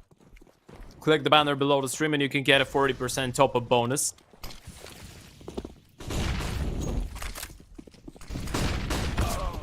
Now, Bad News Bears started this round off nicely. Swan, he's going to find that picture of the smoke. Pluto, oh, not ready for Goofy. And Goofy nearly found a second kill through that smoke. He was only a few millimeters away. So, we're back into a level round. 4v4 as Bad News Bears, they are unable to get control along. However, they do make their way out towards Catwalk, and they can make their way up now towards short. They've got the Lurker Spongy if they want to use that later on in the round. The issue is they have to get by this man, Snatchy, AWP in hand, and double scoped here on the corner. Yeah, flashes need to come through, smokes as well. Bad News Bears, they need to use all their nades in this one, unless they want to get cleaned up by the AWP of Snatchy. Now he's going to confirm the information. He can just focus on trying to catch one on the cross towards the back of the side. He needs his teammate towards long to turn around and be careful about that possible lurk. And there you have it. Play comes in, AWP misses the first, and now they need to be worried of the lurk. Oh, Spiro could have denied that plant even longer with that molly. NA8. Yeah. I mean, that's going with the team of the game, isn't it? I mean, yep. Missing that nade, a little bit of a disaster. Not too bad. It's not going to cost him overly as Spiro finds the headshot of Sheikh Zula. 3 players now left to find. They stand in between them and a map win, but Sobble is alone. A 1 versus 2. Is he expecting a long player? He's going to take him down. Looks for more. Sobble's done it. How? A 1 versus 3 makes it work. Wisla Krakow close it out. 16-6 on just 2. Yeah, plenty of time, I'm sure. Okay, yeah. As we see it now, they're already done. They're already gone out of the chair, going to have a little bit of a break, and that's exactly what we are going to be sending it to. We'll see if Bad News Bears can turn it around, or are they going to drop down into that 0-2 bracket. Make sure you stick around. We'll be back with our second map very, very shortly.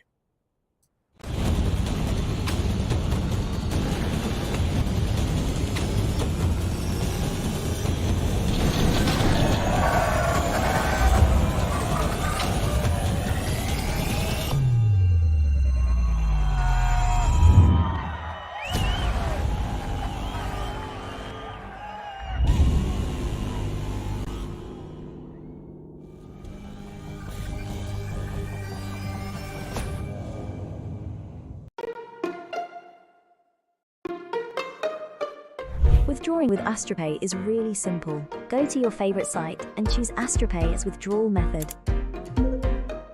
Then type the amount that you want to withdraw, type your mobile number, and click on the Confirm button. Now, enter your wallet with your usual credentials and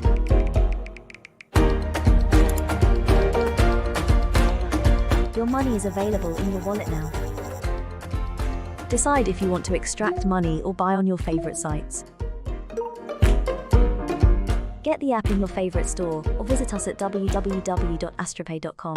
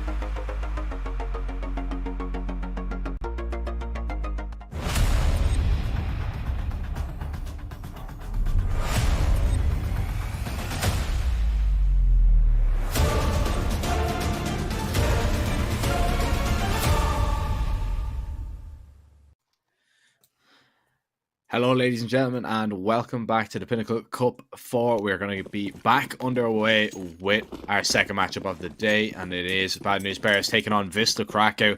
Pretty straightforward. Map number 1 for Wisla Krakow, 16-6 in the end on their own map pick, and now they go over on to Bad News Bears pick, which is Overpass, a map that Wisla Krakow know very well. And starting it off with the pistol, it's going to be Goofy and Sobel picking up a few kills. Zula gets a refrag back, but there's a lot of CTs here ready and waiting for Bad News Bears to make their way onto the site. But it's Bad News Bears winning all of the fights. Edgar is going to be swarmed here, not before he takes down one more at least.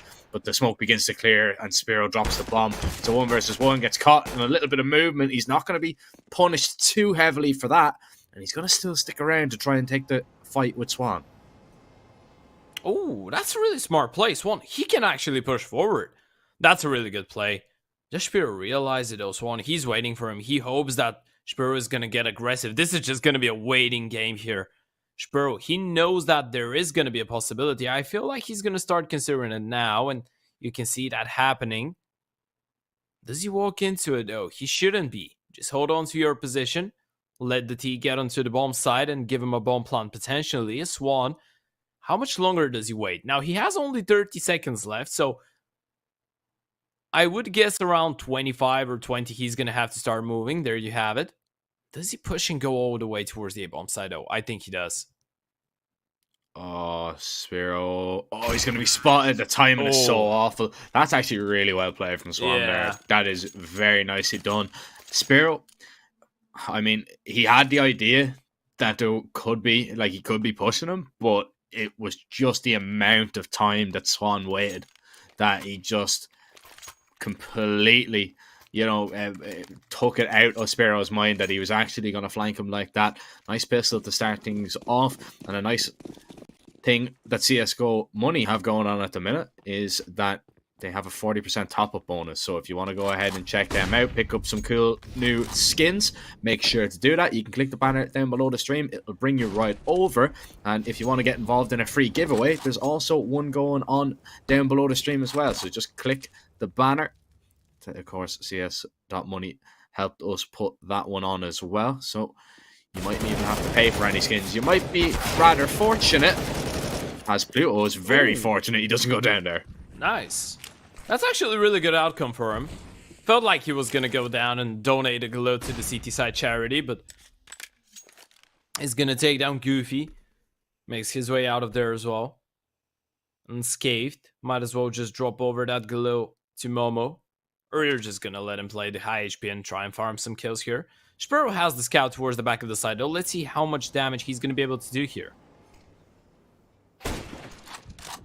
Okay, a little bit above 100. Oh no. Boy. The scouts, they're walking right into their line of sight, and they're just tearing them apart through the wall. Spiro gets the wall bang onto Momo. I'll give him a break. Yeah, Pluto. He is close by as well, but man, what do you do from here? Do you go? Do you push? Do you try and get the bomb, or do you just hang on to the Galils? You're so low. Type GG into the console. What?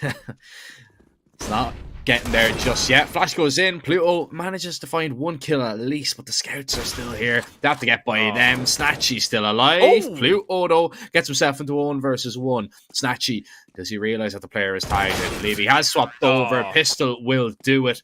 And with the Krakow, they force and they win that round. Bad News Bears doing a really good job, though, of actually keeping the money kind of low. Yeah. Because that was possibly around that Wisla Krakow could have kept 4 players alive. Yeah, that was a really good attempt from Pluto. Really good effort from him in the end of it. I think he picked up 3 kills there. It was a 1 versus 3 as well, managing to keep the money honest, as you pointed out, managing to do the damage, but look at that. The 2 scouts, double scout setup second round. This is not something that we see most of the time, but it's Overpass. I guess this is one of the maps where you get the most possibilities to get a freebie and a free roam with an AWP, so why not try something like that in a pretty unorthodox force buy? And now Bad News Bears, they are the team that needs to go for something unorthodox. They are the team that needs to catch Wisla off guard, but this one is not going to start in the best way possible, Jack. Not for Pluto.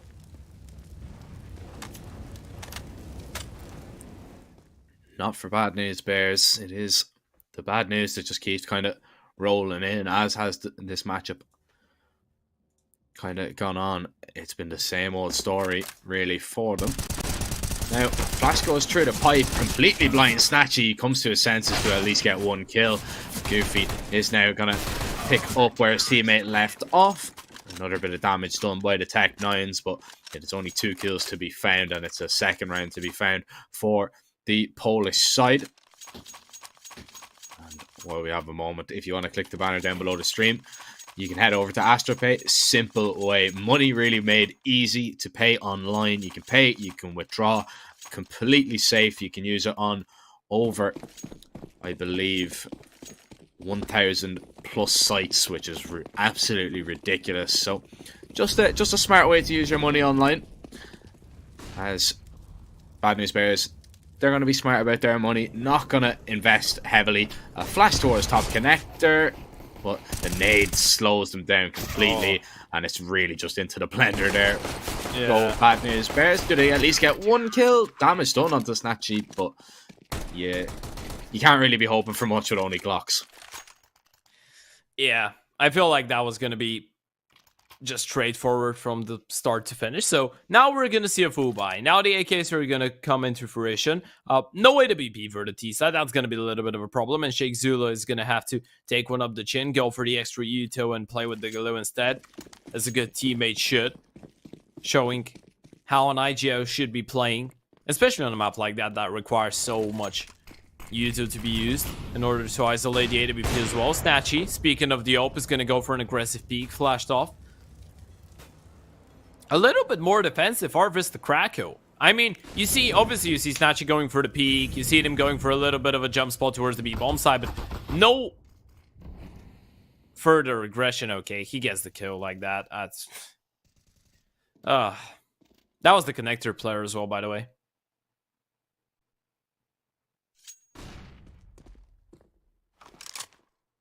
It's not fun, Jack. You know, it's not fun losing a player like that early on. 1-3, first proper buy round of the game so far, and you just started like that. Yeah, not ideal. Not ideal. Yeah, and Momo was one of their really good players on map number 1. Like, if we had 2 standout players, it had to be Momo and then Swan. Yeah. Momo already out of the round. And this double monster setup is very nice right now. Sobble, he's going to spot the legs of Pluto, gets only 1. Molly goes down. Goofy needs support to arrive, but the Molly is going to delay the smoke as well, and he's going to even cross now to hold the player towards short. So Xula's going to try and make his way up, but Goofy, he gets that kill, and now goes back to make sure nobody has escaped through that smoke. And Bad News Bears, they back away. Spongy and Swan, they don't have any time to run towards A. They have to go towards B here, surely. And it looks like it is just going to be the save from them to Wisla Krakow. Want to send a few players in towards short to maybe try and take them down. We'll have to wait and see, but it is a Wisla Krakow round. I know that for sure. Yeah. Spongy as well, nothing really that you can do in that one. You just got picked apart. It's not like even Wisla Krakow gave you any freedom, any map control for the kills that they were taking. No, it was just pretty much them getting kills for free and not giving you anything in return. Which is kind of important, right? From time to time, we do speak about, okay, maybe you're not going to be able to get a refrag like kill for kill, but you can get kill for map control. You can get some precious information. You can get a player into a good position. Well, nothing like that happening in that round, unfortunately, for Bad News Bears. At least they're going to be able to go for another go with the 2 AKs. Pistols for the rest of the gang. A bit of a lightly armored deco for them. Spongy and Swan going to be the ones to try and step it up.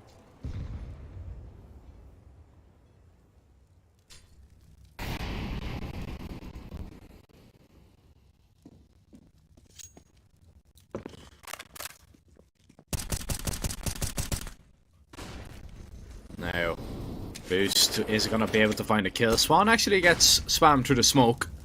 Nicely done with one of the AKs that was set. Spongy's still on this Boost. Yedker needs to be aware it's a possibility. Surely he's considering it as Bad News Bears are in towards that short position. And Yedker walks right onto the angle. Yeah, Spongy's furious.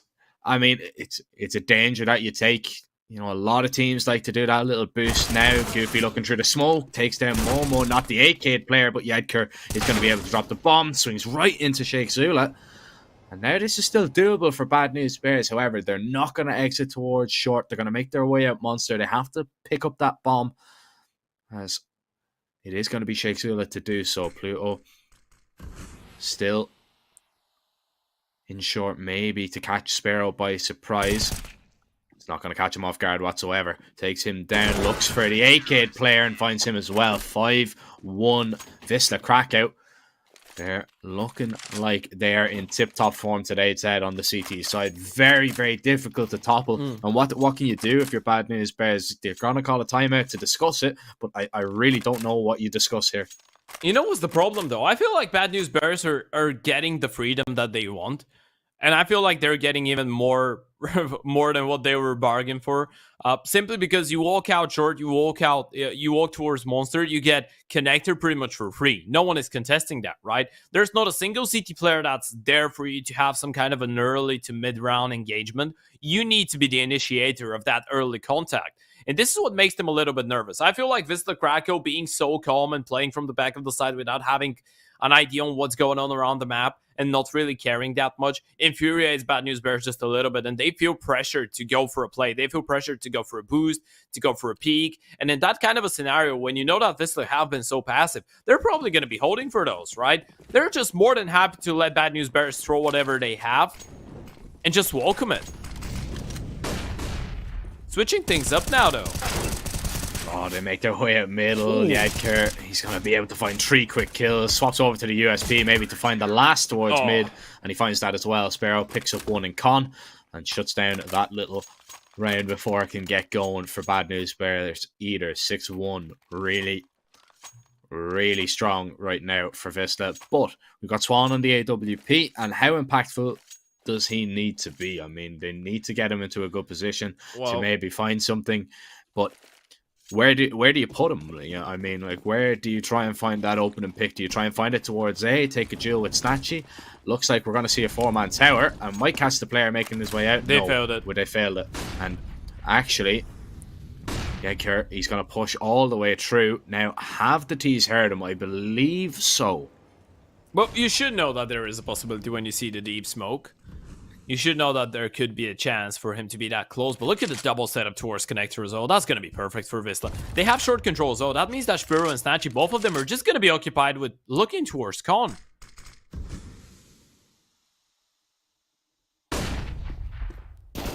Flash goes in. Sheikh Zula, though, he's going to be able to find that open and kill.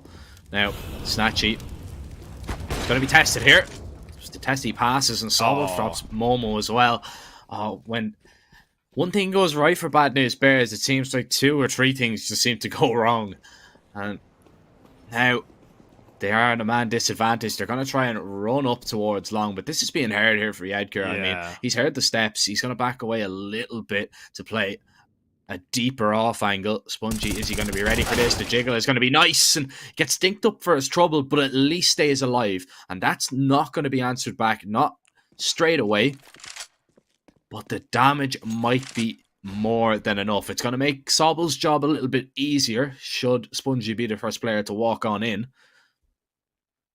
But with 20 seconds and this setup right now, Snatchy is not going to be put under pressure from toilets whatsoever. Sobble is here. Bad News Bears, they really need to go. Sobble can stop this completely with 2 quick kills. There's 1. Looks for the second. Pluto is going to drop him at least, but there's the bomb drop. Surely that's going to be the round. As Swan, now, he gets the numbers in. Goofy, going to rotate up. He's been spotted now. He's been... his position compromised. Swan's going to make his way in towards Bank. Goofy's heard the scope. Goofy has played this really nicely indeed. He allows Snatchy to get up onto the site. He knows that Swan's in Bank. Knows that he might be looking at him. Goofy has to peek first. Ooh. Damage done there. Bomb is going to be tapped. And Snatchy, he's going to walk on down, realizing that he's off it. Swan, is he going to peek again? Snatchy, he doesn't have a kit. Yeah, so he's going to have to back away. Oh. And Swan gets him on the retreat. 6-2. Nice. Very nicely played. And I'm actually very, impressed by the way Swan has actually reacted and played in those clutch situations. Yeah, he's been really composed. You know, he is the highlight player so far for me on that Bad News Bears lineup. Obviously, he is a guy that has been around in the NA scene for a while, right? It's not one of the unknown entities. He's 24, and he's been a part of a lot of teams. You know, I was looking at it. He's played in, I think, a total of 7 different teams. Like, Bad News Bears is his 7th team. And the biggest maybe orgs that he's been part of have been Detonate, Levitate, Bushido Boys, and Intact. Intact, by the way, have a logo that looks a lot like a Brazilian team's logo. I'm gonna show you that later on. It's really funny. I found it hilarious. But he's been one of the highlight players. It's really bad that as I'm trying to praise him, they're just getting deleted once again. But at least there is a silver lining from an individual point of view. And I feel like even as much as you can be critical with Bad News Bears, as much as you want to criticize them and be like, okay, I can name you 1,000 different reasons for them to stop playing together. I feel like if there was something positive about that lineup, it would be Swan's form, because we've seen some pretty good plays from him. We have indeed. And Shakesula drops all. Are they expecting the second player there? No, they are not. And Goofy, he gets at least one. Well, they were clearing it out, but it doesn't really matter, because Goofy gets that kill and gets it into a 1 versus 2. Bomb acquired from Spongy. Snatchy's just holding. And he peeks right into his crosshair. 7-2. Wisla Krakow. They get back to winning ways. They do not let Bad News Bears build up any momentum whatsoever. And now we're looking at a 7-2 scoreline, and we're looking at another little half buy from Bad News Bears. So it just keeps getting worse and worse, sadly, for the NA team. But there is still a little bit of hope for them. A little bit of hope, Ted. A little bit. Even when hope is the last thing that we have, we still have it. Pretty sure no one ever said that because it sounds really silly, but they still have hope. And maybe a slight chance in that round. A bit of a B-pop coming in. Sobo should be able to have a little bit of a feast. Oh, actually doesn't get fortunate enough. That's going to open up some space with Goofy. Look at that recovery. Yeah, I mean, it's very, very difficult to get past that. Goofy finds 3 straightforward, as you like, shutting it down. And Swan can't do much from short alone. 8-2. Bad News Bears. Nice idea. It looked like it was going to plan. Sobel, unfortunate. He was in front of the monster smoke. That is just kind of one, when you're flashed, you just hold down mouse 1. You really hope for the best, but it doesn't work out. Luckily, Goofy is able to maneuver nicely around the pillar. And now we look for some kind of positives, some kind of signs of life from the Bad News Bears, as they do have a full buyout. Swan might be able to find an entry as they make their way out middle. Yedkar's actually going to push it deep towards Connector, and now he needs to be ready for Momo here. Yeah, needs to clear him out. The awareness on the East players has been insane. Spiro in the meantime is going to land another. Snatchy with the double up. 2 AWPs towards the A-bomb side. Another extra player in Connector. You're never going to be ready for this one, Bad News Bears, unfortunately. Spongy and Swan once again left in a 2 versus 5. Looking to find something. Oh, that's actually a really good peek. Okay. I was about to write him off. Oh, he's got old school KNS on the scope. Okay, that's why he gets the kill. Explains a lot. Makes a lot more sense, doesn't it? Yeah, that's why he's a good oper. Yeah, Kurt. Nice off angle. Well, I mean, nice angle. That Spongy isn't going to be ready to clear. And the flashes rain on in. Man. His screen was just white for a good 3-second period there. What can you do there when you're just being... I think there was like 3 flashbangs. Oh, yeah. Man, look at those odds. 1.01 for Wisla Krakow. 42.89. NA fans, if you really do believe... Okay, Jack, you know what? I'm going to stop you. I'm going to stop you before you say... Oh, okay. You do. You get a good price over at Pinnacle. Go ahead I thought you were over. gonna say something else. I thought you were gonna say something else. I was like, I want to stop you before you say something you're gonna regret. No. If you really do believe, though, you can head on over to Pinnacle, sign up using code CUP22, get involved. You might get a bit of bang for your buck, or 1 penny is gonna make you $4.2. Yeah, well, wow. Or you might lose that 1 penny, and losing the 1 penny might be a little bit more likely. No, I lied. It's gonna be 10 pennies. I lied. Sorry. Maps. Goofy, host them down. They just line up, and it's very easy. It's very straightforward. The counter utility from Wisla Krakow there to stop Bad News Bears in their tracks is absolutely amazing. The molly in front of them, there was flashes raining in as well, and Bad News Bears really just being shut out of this one completely. Yeah, the Behold has been on point then. Yeah, it has been. You know, even though when they tested it I think a couple rounds ago, Sobo fell down to the pistol. So if you remember when they went for the nose flash and the pop out of monster, they had a little bit of a problem denying that one.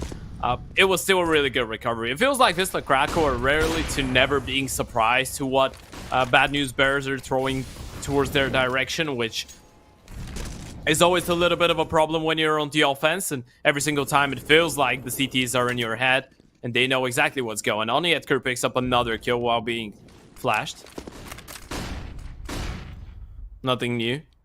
Nothing new. And Momo, he was one of the best players on Dust 2, and he's 2-13 on this map. Like, and it's not, I wouldn't say he's playing bad. I just think that Wisla Krakow's CT side is just counteracted Bad News Bears completely. Yeah. You know, when you're losing, like, this is the thing that we say, we continue saying from time to time. When you're getting destroyed, like when you're losing, let's say 16-2, 16-3, 4, in that scenario, a 10-2 lead is a pretty dominant. It's not one player that you can blame for that. It's the entire team. I love this round from Bad News Bears. Nice smoke. They're creating a lot of space. They make their way in towards water. They take control, but they begin to lose their grip on it just a little bit. But they've regained it for the moment. The nade should take down Pluto, and it lands right on top of him. Spiro gets that kill. Swan's going to be mollied out here. He can be smoked as well. He has to make his way around towards Monster. Or does he stick around just a little bit? Spiro has the smoke. That's going down towards short 100%. But they're looking for Swan. They know that he likes the op. Surely they're considering it. Smoke goes onto the bomb. Actually, Swan can see it, but he's given away his position. Now, expecting the wide peek out here. Misses a shot. Bomb is going to be stuck here from Statchy. The molly isn't going to do too much as the defuse has been pulled off. And Swan goes down. Not able to clutch that scenario. 11-2. And I'm actually sad that round didn't work out because I really liked it, Ted. I really did. Yeah, that was a decent mid-round call. You know that pretty much every single round there has been a player playing towards the wooden left-hand side of Monster from the CT side. So smoke him off, isolate him, make sure that you get a one prominent attack towards water and towards bridge and in heaven. And being really comfortable with getting the fights as well. I didn't really like the way that they cleared out water, though. I didn't really like the way that a player put himself into a pretty difficult spot where he needs to be worried of both Monster and Heaven. But yeah, it was a good mid-round call. Doesn't give them a round, though, and it doesn't look like this one is going to give them a round either. Maybe. However, gets a double. Okay. Sobel gets to refrag as well, though. When Bad News Bears do something good, it just seems like Wisla Krakow just kind of step it up a notch, don't they? They manage to get it into a 2 versus 2. Spiro walking towards CT, and Momo gets a little bit too aggressive. Leaves Swan in the clutch situation once again. Can he pull this one off? Failed to do it last time. He's in a nice position here towards water, and he's against 2 ops in a retake. Not that favourable. Galil in hand, though, so he is going to peek out. Drops the first stopper. Now goes looking for Spiro, who's low HP, but Spiro hits a headshot through the wall. That's a disaster. That's so unfortunate. Swan, he played that one nicely as well. You know, he's getting these rounds close, but not close enough. Wisla Krakow, they're going to take 12, and they look to get 13 if they can. Can Bad News Bears at least get a 12-3 half? And what can you do?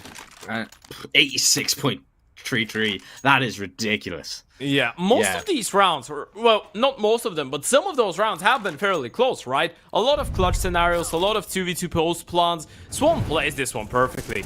Once again, the refrags were actually working out well here for the T side. They had the man advantage for a second there. They had a 3 versus 2 situation. Swan plays it really well. Isolates 2 separate 1v1s, gets into what should be favorable fight against an AWP, but just doesn't get a chance to look it up from Sobo. Welcome to the meat grinder. This is just what I'm seeing right now from that round alone is this is Bad News Bears giving up and running out of ideas. Yeah, I mean, you know, you've tried it hasn't worked. Clean round to finish it off, 13-2 scoreline. Wisla Krakow dominant on the CT side of Overpass, and you know I can't really blame Bad News Bears for being a little bit. I would say they're quite frustrated with the way that this series has gone as a whole. Yeah. You know. Does too. Yes, it's not your map pick, so you can't be you can't be too disappointed about it. If you don't pick into it, you're not expecting it. But they're expecting to play Overpass, right? I mean, they're looking at Overpass and thinking, all right, this is the map we want to play. We know that we're gonna pick it tomorrow, and you get 2 rounds on T side. Man, it's just not great. Pistol, they need it. They really need it. But even that won't be too much. Overwhelmed towards middle. And Bad News Bears, it just keeps coming, doesn't it? It just doesn't stop. It just keeps piling on and piling on. More bad news keeps rolling in. And the bad news is Wisla Krakow, they're up on this A site. Looks like they're in control of the pistol. And we could be looking at a 14-2 and possibly a 16-2 Spiro. He even takes care of that little mid lurk. Spongy. Lucky to get away there, but it's only a matter of time before he's swarmed by the Glocks now as well. They don't knife him, at least that, but they definitely had the opportunities to. 14-2, man. This is a bitterly disappointing result for Bad News Bears. Truth be told, though, Wisla Krakow, props to them for taking this one seriously. Yeah, you pointed out that they didn't go for the night. They're just not underestimating their opponents, and this is not even taking it seriously underestimating. This is giving respect to your opponents as well. Just playing to your full maximum potential. Doesn't really matter how one-sided it is. You carry on playing as if you could lose the game, right? This is what makes Wisla Krakow such a nice team, and this is just them showing that they are the professionals that we know they are. Giving the respect to Bad News Bears, even though they've been struggling, and truth be told, man, they deserve it. I mean, yeah, okay, you're getting completely run over. In terms of, if you ask me if Bad News Bears as a team is a successful project, surely not. Well, it hasn't been. But I really do respect those guys for the sake of just finding their own funding without an organization, making their way into Europe, trying to participate in EU tournaments, trying to prac against EU teams to become better. Obviously, there's a lot of work that needs to be done. But we can see that they are willing to put in the hours. Yeah, it's but just, yeah, a lot of work needed. Yeah. It shows the levels, doesn't it, Ted? There is a difference. It shows the massive levels right now between the EU and the NA scene. Both teams are similar in ranks. We talked about it. I mean, Wisla Krakow are 60th in the world. Bad News Bears 65th. So 5 spaces, and it has looked anything but close in this series. It hasn't been close. Momo in a 1 versus 2, but he doesn't even get a chance. Sobel takes him down. Mac 10 overpowers him. It's a 15-2. It's a force spy from Bad News Bears. Can they at least get 1 round on their CT side? Maybe, just maybe. We have seen massive comebacks, Ted, already today. This one, it doesn't have the same feel, though, as we see whatever Bad News Bears can buy up, whatever they can muster. It's a FAMAS, it's an MP9, it's 2 Deagles, a 5.7, and it's a long road back. Yeah. A long road, which even a bear, I'm afraid, might not be strong enough to walk on its own. Wisla Krakow 1 round away from picking up a 2-0 victory and booking their spot in the 1-1 bracket. They're going to be sending down Bad News Bears in the doldrums of the O2. Momo falls first, not without getting a kill, but Spongy is gonna get overwhelmed by the AK Jack. This should be all she wrote. It should be, but Bad News Bears still have a chance. And they need a lot to come from Pluto with the FAMAS as the molly goes deep towards CT. Swan cannot advance just yet. Pluto is on a flank here, and Sobel, he might spot him out just in a moment. Snatchy gets that double. That surely seals it. Wisla Krakow, they are going to take it 16-2. One of the most dominant games that we've seen so far. Bad News Bears struggling to get past 6 rounds. And it's been the same old story. It's been a really disappointing event so far for Bad News Bears. And it just keeps getting worse, Ted. They're going to drop down into that 0-2 bracket. Yeah. I mean, you look at the scores. Against GamerLegion, a 16-6 and a 16-4. Today, a 16-6 and a 16-2. I mean, you know, we talk about it. We try, like... It's difficult because, you know, it might seem like it's Flame, you know, it's very... It might sound harsh, Jack, yeah, but it doesn't really get worse than that. Bad News Bears... It's very hard to think of the positives, right? Yeah, it is a tough place to be in, right? It is a tough place to be in. Now, the good news is that you're in the O2, which arguably could release a bit of the pressure. Obviously, now you feel like you don't have anything left to lose. You've been completely destroyed in 2 games. So I really hope that in the O2 game that they have to play yet, we're going to see a different face of them. We're going to see them play with zero to no respect to their opponents, just be freed by all this pressure that they might have on them. But truth be told, man, the Polish scene, the Polish fans, they have a lot of reasons to be happy today. First, AGO playing a really good game against For Glory, winning in a really close fashion. Maybe should have went to 3 maps, but AGO managed to pick up a 2-0 victory. Wisla Krakow now, same as them, but with the difference that they completely obliterated their opposition. So Wisla and AGO, they're going to be quite happy. This is the Polish teams advancing into the 1-1. And Jack, this is us done for the day as well, but not the stream, just me and you. Yeah, just me and you. And man, I feel bad for Bad News Bears because already we're looking at that. We see For Glory are already in that 0-2 bracket. We're going to see the next matchup of the day is Eclot and BLUEJAYS. Whoever loses that, that's still a tough game. And then we've got SKADE taking on ECSTATIC. So, you know, SKADE versus ECSTATIC in the 0-1. If Bad News Bears get them, I think they've got maybe the toughest draw in the Swiss stage so far. But Ted, as you said, that's myself and yourself done.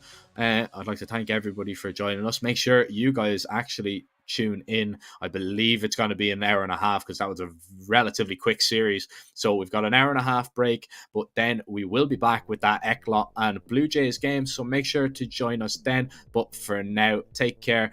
We'll see you some other time.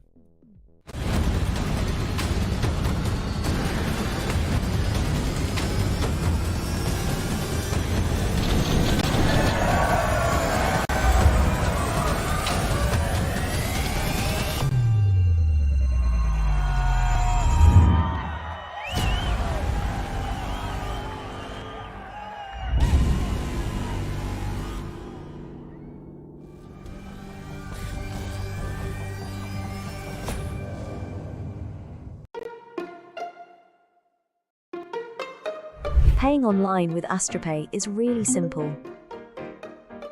From the merchant site, choose AstroPay as your payment option. Then, type your mobile number, enter the confirmation code, and select your preferred payment method.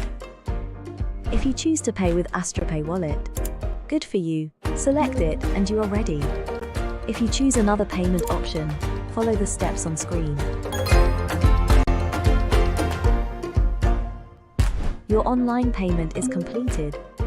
Get the app in your favorite store or visit us at www.astropay.com.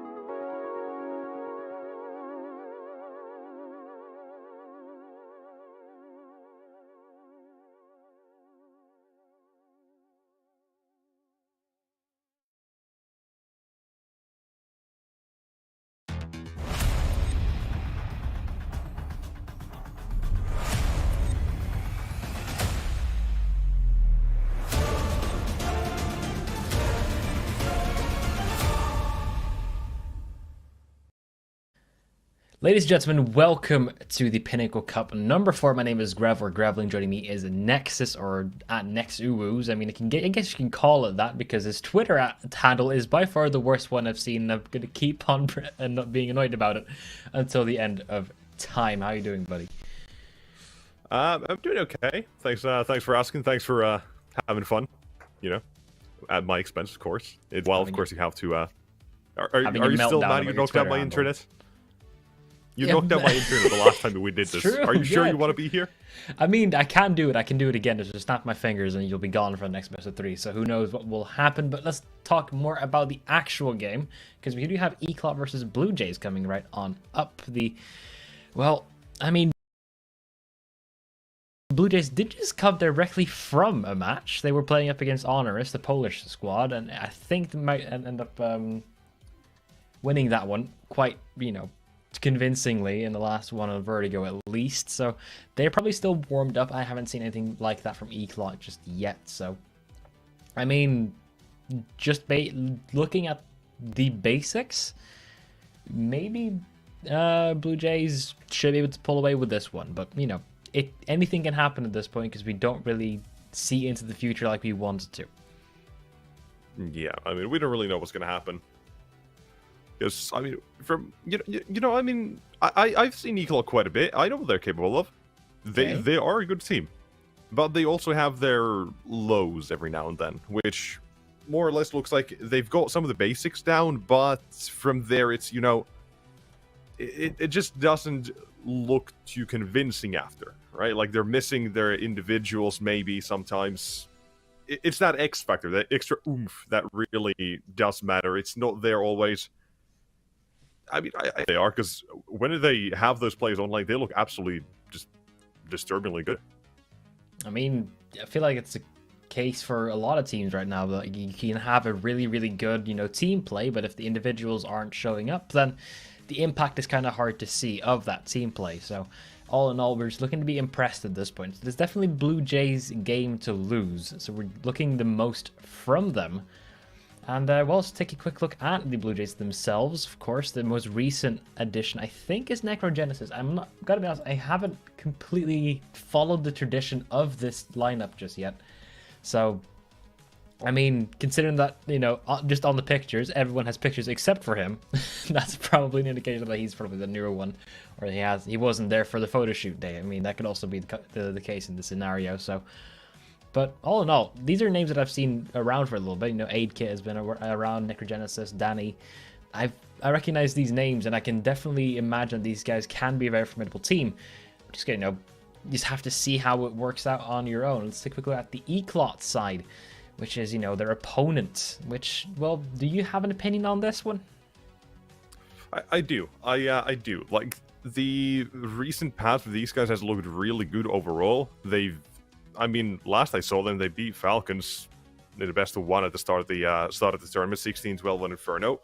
Looked really good. They had a good grasp on the map overall. They showed how they played well together. They showed a lot of different things. The T side, I might think, was maybe a bit stagnant. That maybe also comes around on maps as well, where if you know where Valencio's playing on a map, he's usually there. It might be a bit one-sided in that sense. Maybe lacks a slight depth, but overall, I think they are a fairly good team. I just want to see if they can push past that. Yeah, Detour, definitely Detour, but definitely the man to look out for. I think Detour. Yeah, that could work. Detour and Capstan have been definitely playing the highest, just in terms of the ratings, so let's definitely keep an eye out for those two. But is Capstan not playing? Capstan? Yeah, he was there. I was kind of blind, but in the end, doesn't really matter at this point. You don't need eyes to enjoy Counter-Strike. It's fine. Don't worry about it. The quick look at the maps, because, well, these guys have a pretty similar map pool in terms of their most banned and most picked. Let's see how they're going to be floating around with that one, because they don't like playing Nuke, and they all like playing Mirage. And Nuke is out from the get-go, just immediately disposed of. Yeah, no one even wants to play Chicken just in case there was a chance something would happen, but no.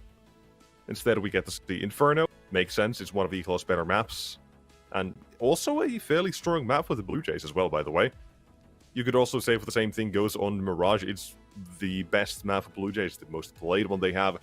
They played, 20 times, and they've won nearly, or over half of them, like, well, 13, 14. You do the math, something like that. 65% win rate either way. And then as Ancient, it is a fairly okay middle ground for the last one. They've both played it a few times. Neither one has had the insane wins on that map, you could say. But it does work. It's basically both teams saying, okay, let's just take the first two. Let's avoid Ancient if we can. Or maybe they've been secretly practicing it. They just haven't had the time to show that. I don't know. I mean, if they have had time to practice it, I mean, that would definitely be a good time to go up against the Blue Jays, because Blue Jays certainly haven't had the time to practice anything, because they're just like an hour ago were playing a best of 3 up against Honorous, and they didn't. I don't think they went in towards Ancient. They definitely went towards Vertigo, which they already removed. They did play Ancient as well. They did win that 16-10. Oh, they won it. Okay, well in that case, maybe, you know, if also yesterday they did win again, 16-11 against Pact. They're doing really well on that map, so that's definitely a favor for them in that case. So let's check how that will be turning out in the end. But first, on towards Inferno with the pistol round of Eclot's map pick, with the Blue Jays starting on that CT side. And, well, it's going to be, well, hopefully a very, very good match on through. So, all in all, the odds are in favor of Blue Jays, but just not extremely one-sided just yet. They can definitely change due to time. Yeah, let's find out I'm hearing what does actually hold. There's a lot of typing in chat. Hopefully everything's okay. Technical timeout. Starting off strong here right now. It's right into the thick of it here. Whew. Technical timeout, making sure everyone is ready to go. No one's got to take a break. You know, sometimes you get scared that you don't catch all the action of the pistol round like immediately after the intro segment. Luckily, we did catch it this time. So we're catching more than that as well. Oh, 100%. Yeah, even our observers getting warmed up. You can see flying the drones. Oh, I love to like imagine them just sitting in a full like fly suit with like the aviation helmets for like a fighter jet. The joystick is flying all through and taking down chickens. Where are the chickens? Still one of the weirdest updates I'd imagine Counter-Strike ever giving us. You know, just out of nowhere, hey, we brought higher version chickens, and then just didn't change the map pool at all. But, I mean, I don't see many people complaining. Well, I mean, Mirage is still in the map pool. People are complaining about that. True. Also Dust 2. Probably that too, yeah. Do you think we should change out both map pools both maps at the same time? Like Mirage and Dust 2 out in the same like update? I think it would cause a lot of confusion and a lot of people would be upset, but maybe it could do some good. You know, instead of, you know, teams maybe saying, okay, we're not going to play this for a few months, let's just practice it instead. They would have to be forced to play one or two of the maps.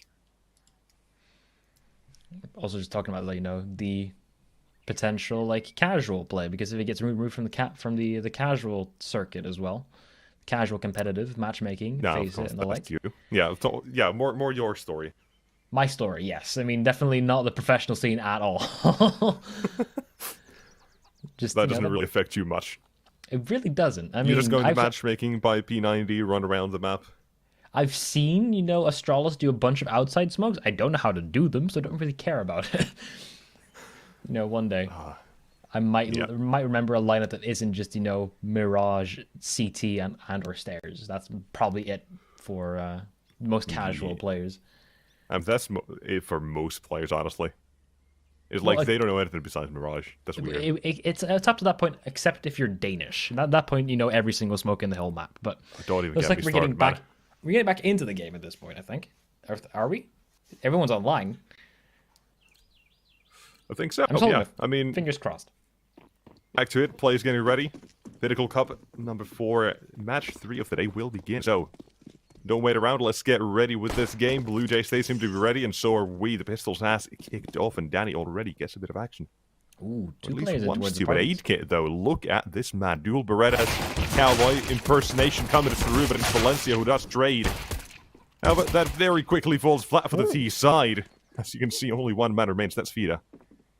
Didn't even pick up the dual Berettas after him. Danny still just holding the ground, and Fida will be able to get a bomb plant potentially if he's fast enough.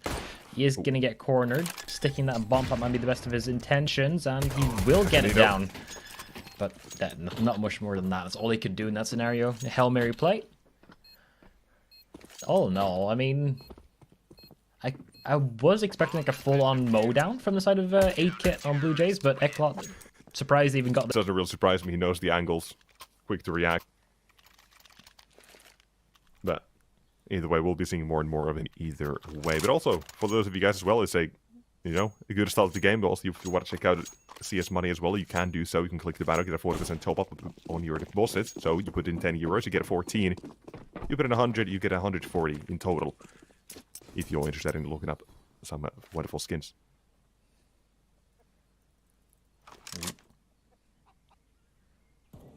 I actually use CS Money a lot. That's how I got my knife.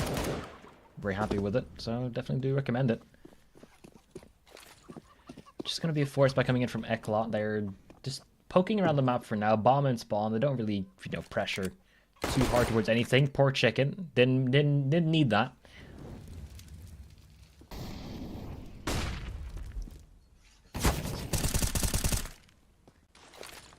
So far, it's a little bit of poking around everywhere. No one's really getting any massive ground. It looks like Eclot will now want to go towards Banana instead. They have gotten, already fairly on close up, but this is difficult for BLUEJAYS to read. At this point, if Eclot can get like 2 unanswered kills, that's going to be the game over already, or at least this round over. Yeah, the B site is a tough one to retake, especially when you're lacking utility. And I mean, kicks and easier on the B site, yes, but would need to be the perfect timing. And 35 seconds, and the smoke funnel does go out as well. That could be the play they need. But in they go to B side anyway. Eclot don't care. The MP9 goes down. It's all onto Danny. Back with the site, stay alive for as long as he can, or maybe taking some life as well, because now Feda's low HP, and next up is Caps and tagged down by the smoke as well. As Danny survives the entire round. It's a casual 4K. Quad. I mean, I appreciate, Kixon's effort just to create a distraction there. He's on just run in with the MP9 in towards Pool. I'm like desperate to keep the eyes on him. Exactly. It's like a mind reader's like, I can tell you what you're thinking, Grub, okay? You're thinking about strawberries. Actually, not far off. I am pretty hungry. Look at that. Yeah, it's like a perfect distraction there for a half a second. Danny gets the first kill, tucks back in. Make sure, you know what, no, wait, they're not pushing me. Okay, let me just play this slow. Wait for it rotates. If you're going to give the guy the time, I mean, he's probably going to use all of it. How did the nade kill get over the wall there? This round has already fallen apart for Eclot. Yeah. We didn't even get to see it. We'll get to that. We'll start theorizing later, but right now it's just one thing we know for sure. It's an easy round. Come on, there's no way around that. It was just a simple sweep. One man goes down, but it doesn't really matter. That means they can afford an AWP, by the way. Now they only lose if a mass. They keep every single rifle in play. Lose if a mass. Like you said, AWP could come in play. They want to. No, they're actually going to purchase a new MP9. Baller move, I like it. Well, I like how Nick Regenis as well was the one without any, was the one who didn't have a gun, and now he's got the M4. Yeah, just out of the trade. He got dropped an M4 and gave an MP9. That's some value trading right there. Good Molotov, I quite like it, but it's a bit too late. Valencia's already down in the apartments. Lord Detour. See you in the next round, buddy. You just got dunked out of this one. Michael Jordan entered the server.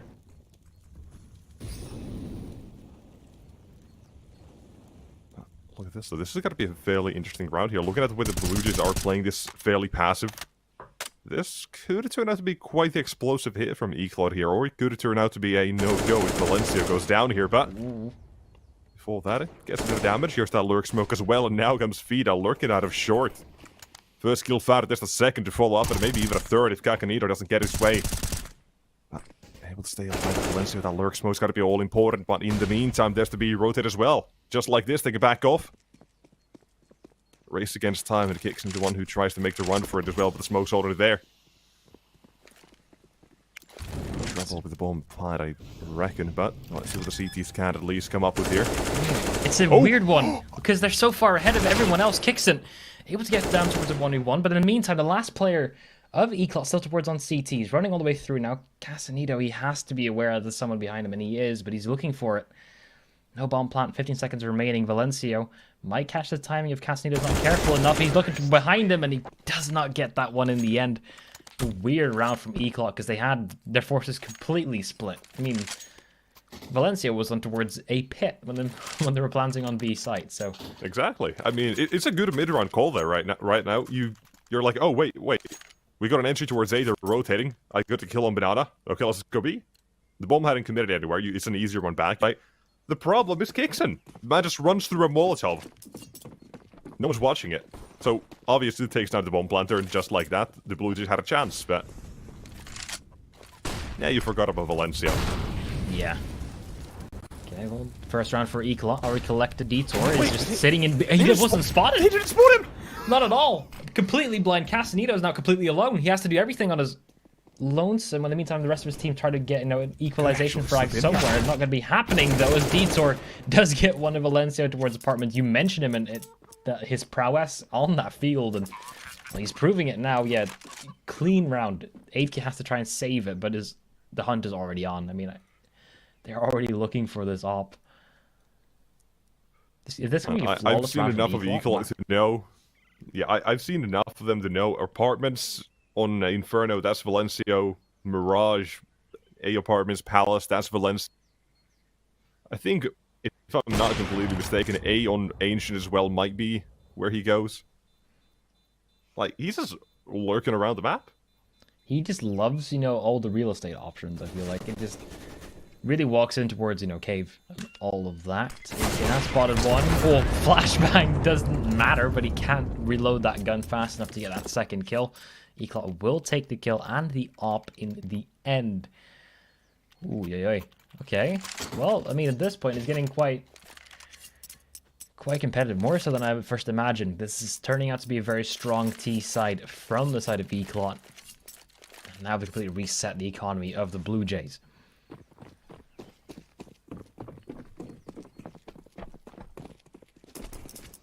Also seeing a little bit of hype in chat for the side of both Blue Jays and Eclot. Love to see it. And also in chat, sometimes you'll see a quick link towards a nice little giveaway with our partners at CO's Money. Like $100 worth of skins. That's quite something. Feel free to check it on out. Also, I think it's the top banner on the old Twitch channel. But right now, yeah, just click that if you want some. Currently, only top that's currently here is Blue Jays top middle. 4 of them, just stacked around each other. Yep. I'll see though. It's not so great. Nah, not what you're hoping for in a full man commitments. Only 1 kill so far, and Cacanito can't really do too much about this one either. That's the Deagle. Maybe gets the drop on 1, but that's about it. Because now that they've cleared the site, realized, okay, no one here. That should be all she wrote here for him, but maybe not. In a different universe, perhaps. The scoreline's 3-3, though. That's what we know. I haven't seen too much from Detour just yet, but we hadn't even really needed to. Currently, it's FIDA. Is it Key FIDA or is it just FIDA? I don't know. FIDA and Valencio, they're the ones really pulling ahead at the moment. Yeah, I gotta at least tell you, I haven't had any complaints just saying FIDA. FIDA? Yeah. Okay. Noted. Regression towards middle now, though. Blue Jays not wanting to wait around for a little bit longer. 8 good for the first 2, and even pushing up further with Cacanito. MBQ just waiting to try and get something out of it yet again, but I mean, at this point, damage has been done. Eclot down to a 2-on-4. Necrogenesis is already pushing out towards apartments. He's going to get NBQ basically for free, and Capson has to hold on. It's a blink and you miss it kind of round. Yeah, it's a bit of an out-of-the-pocket sort of round for the Blue Jays. It's still early in the game. Both teams are trying to get a bit of a grasp on each other, and the CTs decided to just, let's just push down mid. Obviously, Eclot just simply not ready for that, as you saw the first 2 kills for 8K, and then as well, 1 more, because the flashbang was good enough for Cacanito to get another one. Captain, not even one. So the Blue Jays kind of shock him. Pick up the ult finally as well. There you go. Give that over to 8K. Let him have his fun towards mid again. See what happens. But round about 8, the rifles are back up for the T side. They managed to build up enough economy for that. But any more than this is going to be a bit of a tall ask for them. So, in the sense of the early game, a must win a round for them if they don't want to be left behind in the dust. But we'll see what they do manage to do here overall. Try to take a bit of control while Aidkid tries to disrupt that. And look at this. One shot, one kill comes around, and out he goes. So clean. Doesn't stick around like a second more than he needs to. Remaining players from Eclot trying to make a fight somewhere. Detour will just swing it a little bit wide on Banana, get himself a kill and fall on back, but the damage, he's on 9 points of health because of it. It's not easy for Eclot to pick a target at the moment. Have to, you know, commit to something. But currently, Blue Jays the only one really committing to a bomb site, and now changing their mind, going towards the A bomb site instead, as they're once again expecting resistance towards that A bomb site.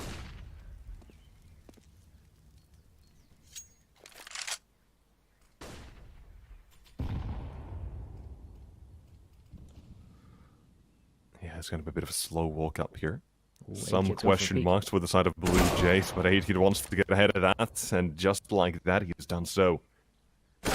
We're still found and looking for more. The Kakanito will deliver. A T-side just like this. They had the plan. Slow walk up A, get contact, get a kill. But it doesn't work, not at the first, not at the second. It's off the save then. Yeah, Eclot didn't even get to set up for that attack. Kind of saw just, you know, the small pokes from the side of Blue Jays. Dismembering any type of, you know, positional advantages that Eclot might have had. And the save will come on through. Capson holding on to that AWP. 5-3. So far, it seems to be in control of Blue Jays yet again. Money's starting to fade away from Eclot. I mean, they can drop like one AK, maybe NBQ can drop one as well to get some hero AKs out on the board. Instead, it will just be Galil's. More trivia, by the way. NBQQ, also known as Entropiq. I will admit, I mean, these names are not the easiest one to pronounce, are they? Definitely not. If you haven't seen it before, you're kind of like you are right now. Yeah, this is a brand new Danny baptism. or Dan 1? I mean, I can get that much. No, I'm not going to say I like that out of it. I might have underestimated you a little bit here. Oof. I'm going to call him Dan 1 now. Okay, well, 8K misses that opportunity for just a little bit. And that will give a little bit of space over towards Eclot, heading over towards on long now. And, ooh, 8K. No. That was way too far. Kakanito will just stabilize it immediately, though. But Necrogenesis now has to hold on towards two angles at the same time. He might be able to. So what's the first? But adjustment for the second is Valencia, of course, Tech 9. Essentially a drop kick to the face as he flies out of apartments. At least the CT for a retake here. Valencia as well, look at him go. He's just guarding short. The bomb can go down easily. That's a smoke towards Moto. Interviews on the CTs that will make this a bit difficult for the T side to handle here. 4 points of health, and Kakanito is running towards that angle. He will get removed immediately, though. 2 on 2. Captain definitely has got to make the change here, make the difference. No. Around he goes Valencia, the man sent towards the side itself, and there's Danny. Now needed for Capson to show up here. What can his ult do? Deliver on the first possibility? Yes, but Jan's taken no, and the defuse as well is happening. Second shot as well doesn't connect. Finally does, but the defuse is gone through already. The round's been lost, but not a complete loss for the T side overall. Those missed shots. Get the bomb. Those missed shots hurt so much. That was a bit uncomfortable to look at, but nonetheless. Yeah, still trying to get in the groove of things. He got to keep the op. Let's see if he can make some use out of it. We'll definitely have to. It'd be like the 4th round or so. He's been able to say that at the end of the round. haven't seen much impact until like the previous round. So need a bit more out of Capson. Oh, look at this though. Haven't realized Valencio's already up close. Could have a quick trade. Maybe not though. No. Just let them get out of Abst's side. One man down and looking for the next target. It's going to be Necrogenesis now. Ooh, Tech9 against an AK at that range though. I mean, you're pushing your luck. Look at the Necrogenesis will just fall away from the apartments. BLUEJAYS will play this to their advantage. Put your trust in Capson, put your trust in the AWP, see what happens. All four headed towards the B side, and here as well. If you take down Didani, Kixon essentially on an island, has nowhere to go to, and Tech9's running at you. I think you mean Dan 1. Flashbang is perfect. Either way, look at that. It's the Tech9's running at you, and Danny must take 2. I don't like his name. There we go, the Valencio to Capson on the site, but oh, yeah, Capson dead at 14, a lot of damage. Maybe even more if there's a nade or Molotov, he could be completely done for. Not just yet. CT's get into position first, wait out the smokes, then throw that utility. But Eclot, they don't really have time to reposition either way. If they make noise, they know where they're going to be going from. The smoke they failed already. There's that first Molotov at the first shot as well. Valencio all alone now, turning around, and ammo is already low enough and can't even connect. Oh, he one ran more out of bullet ammo. Kakanita would have been done for. If he had one more bullet in that clip, that would have been the end. And that would have been really, really, you know, dangerous round for BLUEJAYS, but, you know, ammo capacity is on their side. Mistakes made, but BLUEJAYS, look at them cruise through the CT half so far. And this is still Eclot's map pick. They had a few okay rounds there, but BLUEJAYS seem to have things under control, mostly here. Money maybe not really established yet, does give Eclot a chance to come back here easily. I've yet to see like a full-on execute from Eclot, so holding on hope from their individual play. Want to see a little bit more from their, you know, team calls. But not going to be easy. Ooh. Second 8K gets fired up. No. Bit of a trade, but not really realized it just yet. But they had, or was a 3-man setup on the BLUEJAYS side towards B, but instead of take duels towards A, where Valencio does go down. Map control given to the BLUEJAYS. And also, at the same time, completely forced Eclot away. Basically limited what they can do. Valencio didn't have any help, no one there to trade, no one knows what's happening towards mid now. Eclot forced to go towards B, but they've rotated off. They've left 8-Kid all alone.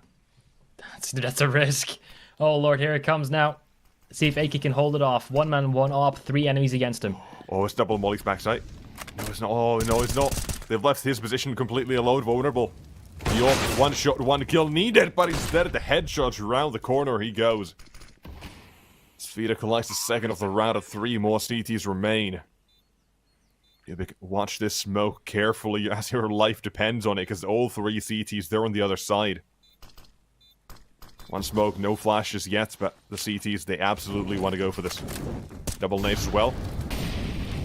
A bit cheeky, and Molotov as well, look at this. Completely isolated and forcing them away. Entropiq burns on the feed out, finally up for the ace. 1 more bomb, and he goes, but Necrogenesis will not fall. Gotta find that bomb though. Gotta find a kit as well first, and there you go. 1 kill away, 2 bullets away from the ace. But the BLUEJAYS, they're not gonna stumble yet. Real close there. Fida doing his best, but in the end, not enough. I don't know how the other guy, I think that was Entropiq. Learning the names now, but Entropiq died in the Molotov because he was completely blinded and he didn't know how much health he had in the end there, so unfortunate circumstance. Overall. Yeah, I mean, 3 players pushing from Banana and it works. Like, how? I mean, it's only because of the util they used. Right, the Molotov was perfect position, smoke towards CT as well. Then what? Flashbang, Molotov, both at the same time. Then they just begin funneling in. Such a well-played retake from the CT side there. And Eclot, the only thing they get out of that one is the bomb plant. A bit more economical damage done, so the CT still can't really get off the ground just yet. It's about 2 rounds in a row for Eclot, and BLUEJAYS got to be completely reset to pistols. Of course, the decision will be pending on any player saved, but... Ooh. Okay, see it, let's At see it. least Take that. it. Oh! Some tricks. Bit of style points as well added to that one. Now, east side. Here they go, try to force them back completely with the Molotovs, the utility usage. You can see a long smoke as well is there, but Kakanito, he does not care. Waits for the flashbang, there's another one at the east side though. They gotta show their hand, finally burst out of mid as well, take control of brackets. And now confirm what they thought. The CT side, they're playing this a bit more passive, they're just throwing util. Watch out for this retake sort of thing, perhaps, but... Eclot themselves, they're playing really passive as well. Yeah. They got map control they wanted. They're not going to try and push their luck just yet, but due to the fact they've waited, the CT side has now have managed to rotate kicks and back towards A. And around the corner, Tito just jumps on into him. The M4 welcomes them all. It's a glutton for punishment, and so with the T side, Valencia, the last man standing. There's no way to win a round like this anymore. I mean, 30 seconds, 4 kills. Let's see. Valencio, first one for Necrogenesis. Not gonna get there. Okay, well, yeah, like you were right. Not a chance. Not a chance, no. Finally a good round for the Blue Jays, by the way. That was convincing. They shut down the individuals, and then Kirkson was just allowed to swing on his own. Yeah, this year, though, Detour, look at Detour. It just jumps on into it. It's like, doesn't think he could push. That is a oversight and a half. Kirkson able to get a 3k just like that. Just casually swoops in and says, okay, this is going well. Let's just keep at it.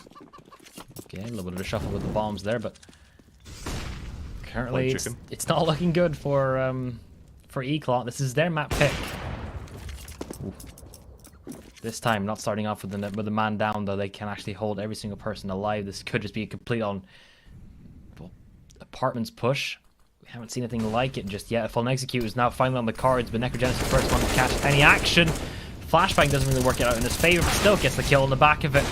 In the end, this would just be a bunch of bodies being thrown at this A bomb site to try and get the bomb down, but Necrogenesis is still at the back at the bomb site, just holding them back as long as possible. And now a 3-on-2 with no positional advantages at all. Can Eclot even get themselves out of the bomb site at this point? Finally dealing with Necrogenesis, looking for kicks in as well. But in the end, just overextending just a little bit too much. Capson, in this angle of all things, we're trying to hold on with this AWP. Gets tagged. I think he's been hurt as well. And that will be the end of him. And beautiful retake from Blue Jays, but I mean, they got close just with pistols. Yeah, it was a great job for taking care of Necrogenesis well in pit.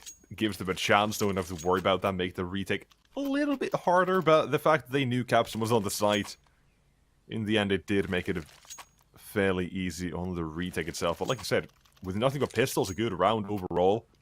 But when you look at the scoreline, it's 10-3. Eclot is your map pick, you're kind of not really showing as much. It really is just Blue Jay saying, okay, we're gonna take your map pick because we don't want to play Ancient today again. It's been fun the past few days, but let's just not do it again. No, you've been eating the same meal like 20 times already. Like not anything but this. Yeah. Also, fun fact: I played my first ever Ancient game. I think yesterday or 2 days ago. You've really never played it? Like 10 months since the map game came out. Something like that. How did it go? We lost like 16-7. We love to see it. Well, yeah, it's different playing it. Ooh. It really is. And Kirkson as well. Look at him. He's just playing like this every round. He's just getting multi-kills. The fact that he's able to just push on through and get 1 or 2 kills, this time he even stays alive. It's an incredible change of pace because, well, Eclot, they just aren't allowed to stay comfortable.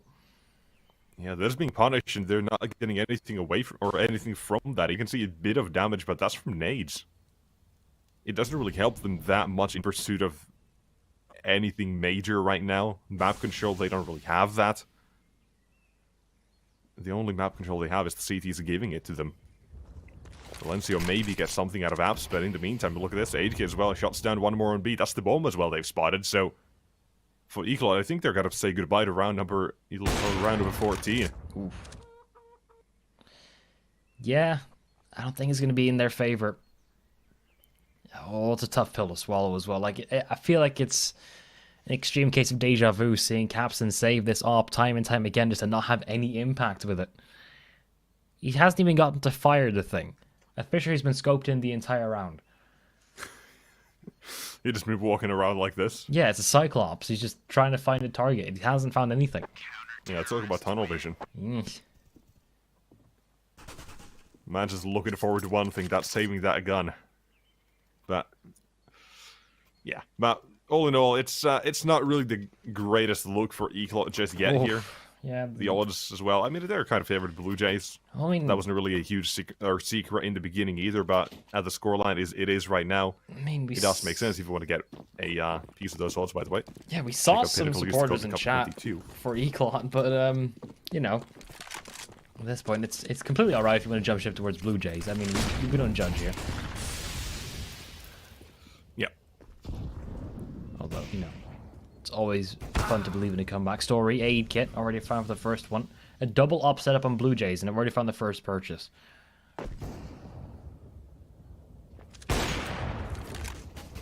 Do they realize Ethos this close, though? Yeah. Okay, now they're just playing this normal, but oh my god, what a shot onto Danny, deleted. Here's another headshot delivered on the A and B side alike.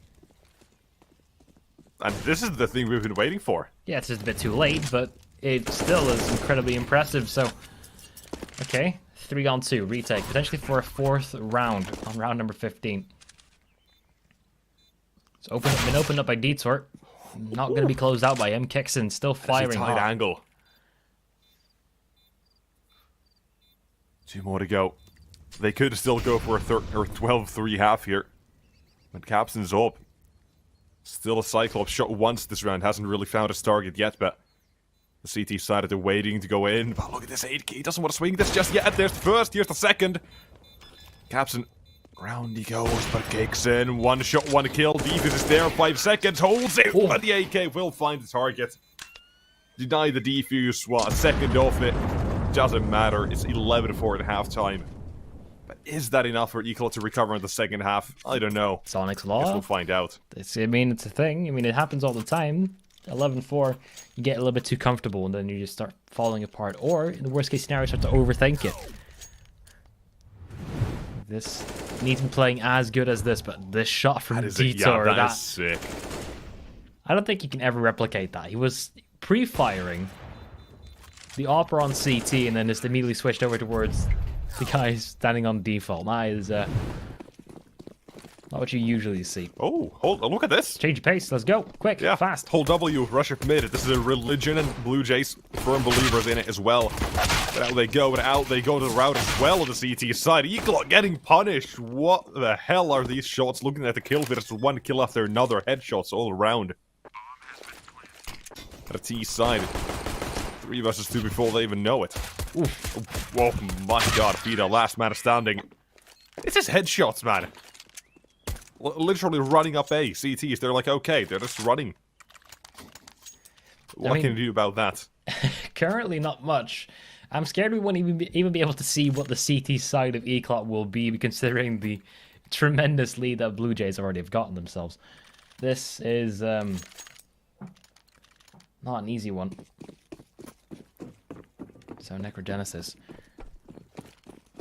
I mean, he's not even... I don't know why... I mentioned him because he was just on my screen at that point, but he's not the one really pulling all the punches right now. He's... Aid Kit's really just been going all out. The opening frags on him have been insane with that op.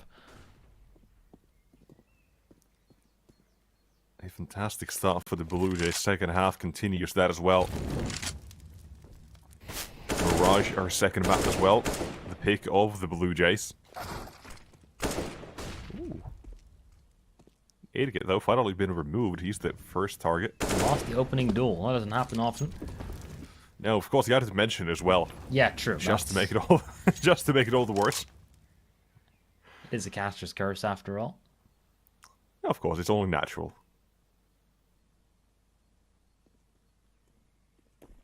What else can we expect? But let's see. What do we expect from the Blue Jays? Currently, they aren't guessing the bomb site correctly. There's only one man defending B. That smoke will buy them a bit of time to defend at least, and you can see a rotate back from Nubik. Yeah, one smoke and Nubik will be out of the round, though, but if he plays where he is right now, Coffins is a bit of a safer option for that one. 30 seconds on the clock, Blue Jays still split apart. Now it's 3 players towards the Oh, B-bomb it's a fake. site. It is indeed. Oh, I love this though.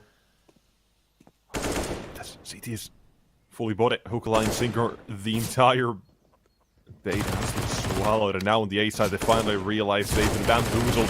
They've been played a little bit out on the B side as well. Fida goes through the smoke, but look at the T side, they're fumbling. What? But they're going to a free bomb site, 10 seconds, no time. No time. Yeah, okay, and there... Oh, there's so many things happening all at once. What was that?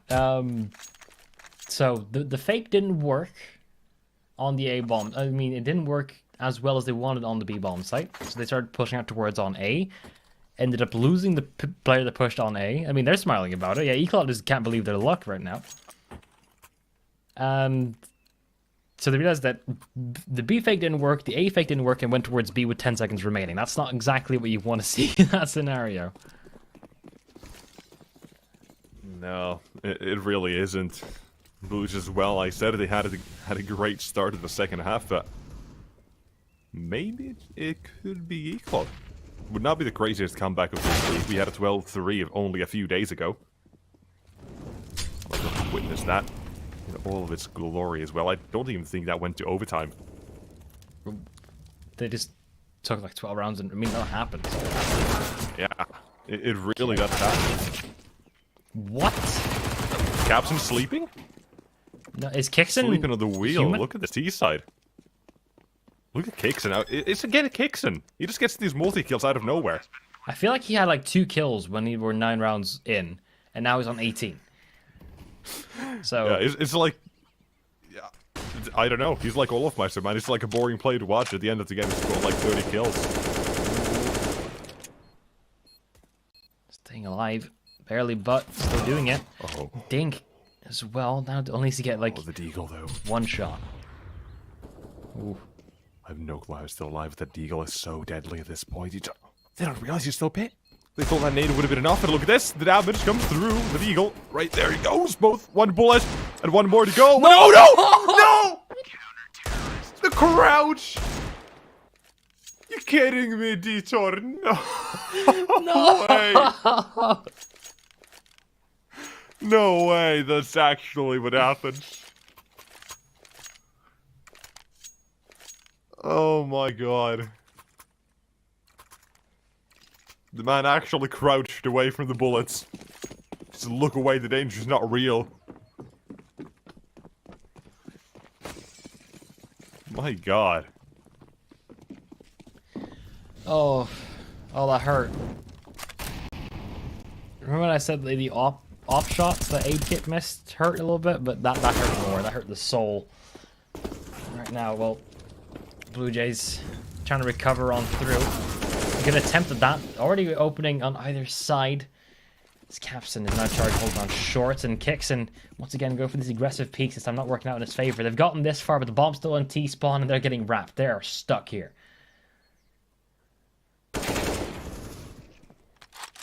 Oh, in the blink of nights, down to nothing for the T side. 1 corner. If they had checked it, would have been able to go towards the B bomb side just like that, but nope. And the lead we had at halftime, 11-4, is starting to diminish. Sonic's Law it's a thing. It's starting to get it's starting to really kick into gear now. And also because I want to really put you on the spot and make you nervous, can you explain what is the Sonic's Law?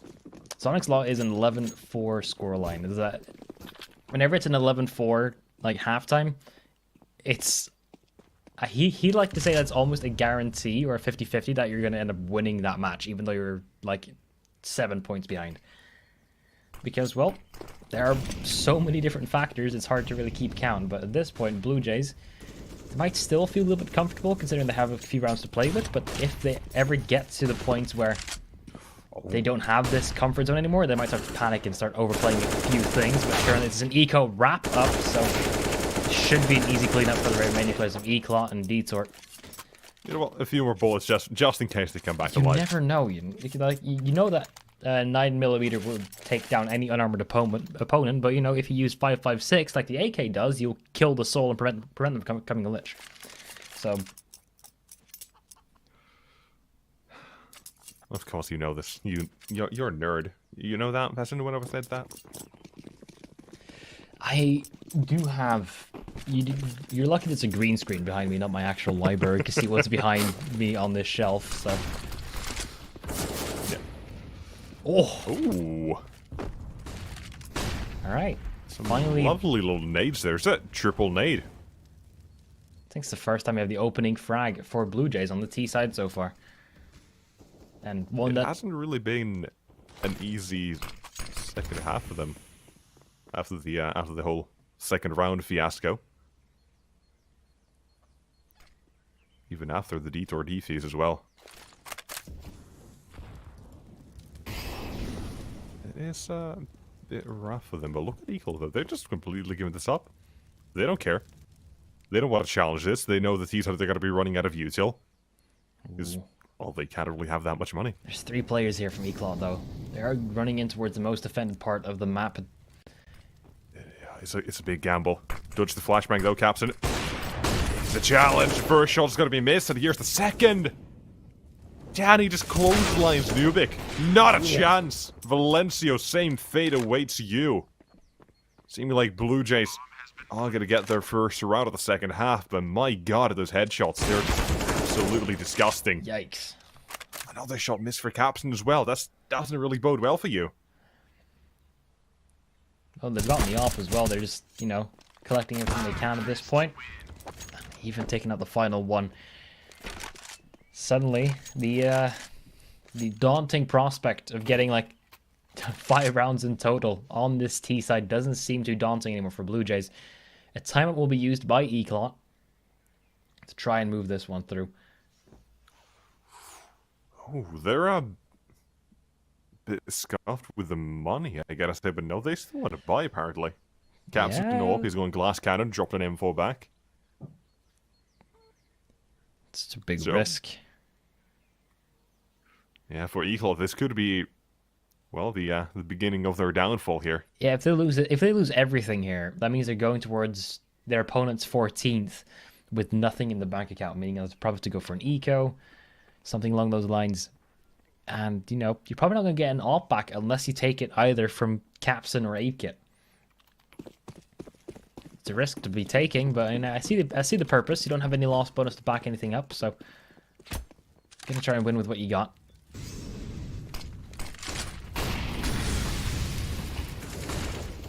Another util. It's going to be a bit of a battle regarding the banana control, it seems. The flames are there, but Kakanita's just fine.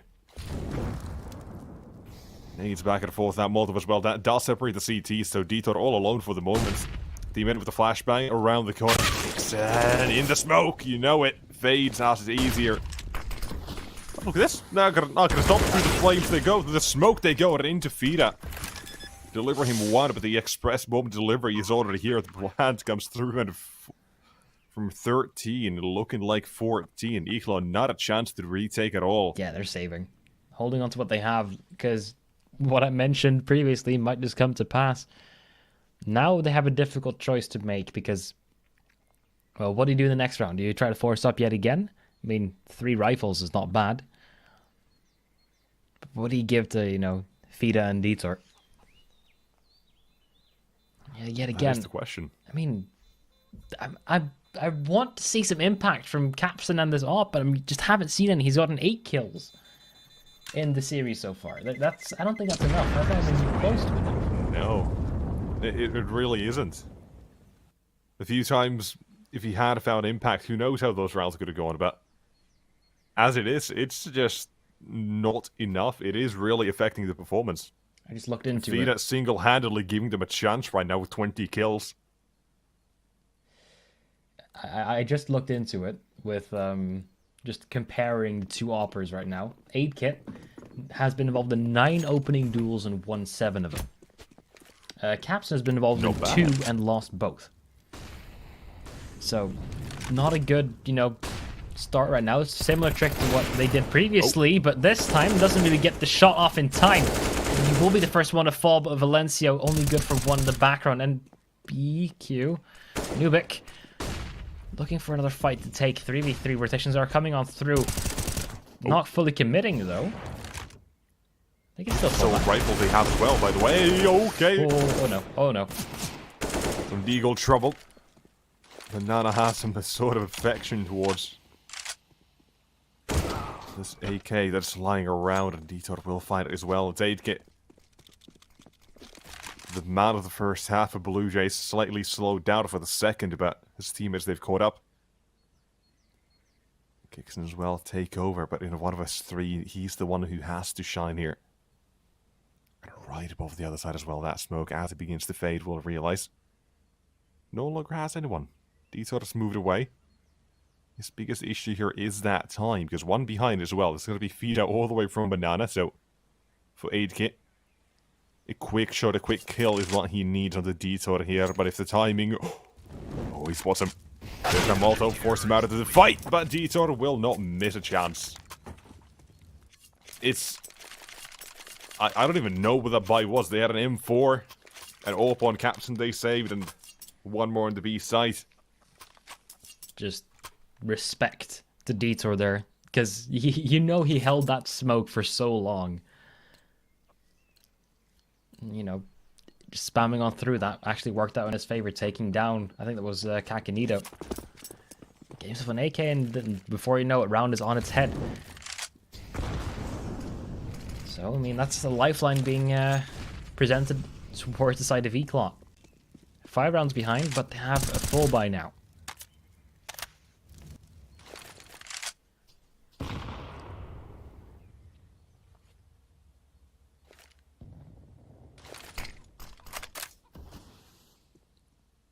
See though, what exactly is this going to give them? Because Capson now, again, once again, he's asked to do a whole lot of work here. At least that first one. From there, play together with your teammates if that works, but needs to nail the shot, and he will do so with the first, but a Molotov. Kakanito thinks twice about it, says no thank you, I'll just smoke this off instead. Give his teammates some room to work around with what Capson. Look at this, another chance for a kill, and around the corner is Kakanito. Man, you do not want to mess with, and this is exactly why. Look at him already advancing into CT, but timing, Detour will catch the back end of it as well. Oh, it's a fake. Destroyed and no longer there, but it's a fantastic fake as well. Fida, all alone. 20 kills. Needs at least 1 or 2 more here as well. That smoke gives him a slight gap to work with, and there's the second from Detour arrives on the B site as well.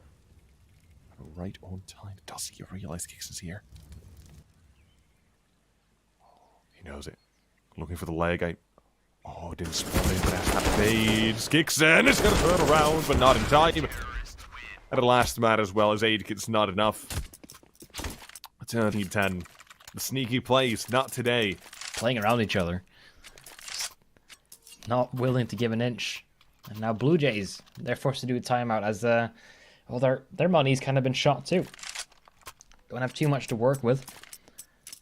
Speaking of money, I mean, you can just head on over towards our partners at AstroPay. They are definitely one of the big reasons we're able to host these tournaments for these guys. Also give some entertainment in these trying times. So head on over towards AstroPay, as you can, well, use it in over 1,000 online sites. It's very easy, very intuitive, and all in all, excellent service. Seeing all the cameras over here as well. I mean, not too many smiles on the side of BLUEJAYS just yet. They were in their comfortable zone earlier, but they're not in the green just yet. They need to just get 2 more rounds. And they're forcing up into this one. Unexpected. I mean, if Kakanito can get a couple of kills with this, AK will definitely be worth it. Ooh. It will be more difficult now, though. That's a quick shot on the Danny. Perhaps we are going to start to see a bit more of Capson here. Let's hope it's not too late. The 1 AK they have as well here from Kakanito is all alone right now. Cannot be retrieved if he does go down.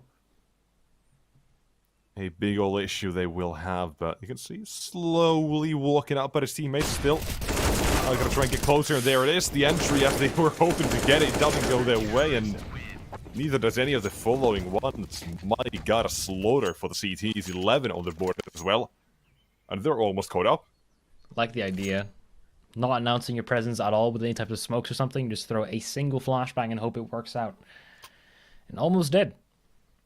Well, I mean, Yeah, Kijk, the niet call helemaal itself ma- was good. It was really good, the idea of it with the way the CTs were playing, no one really peeking it. It just didn't work. No. It was a bit of luck, a bit of timing.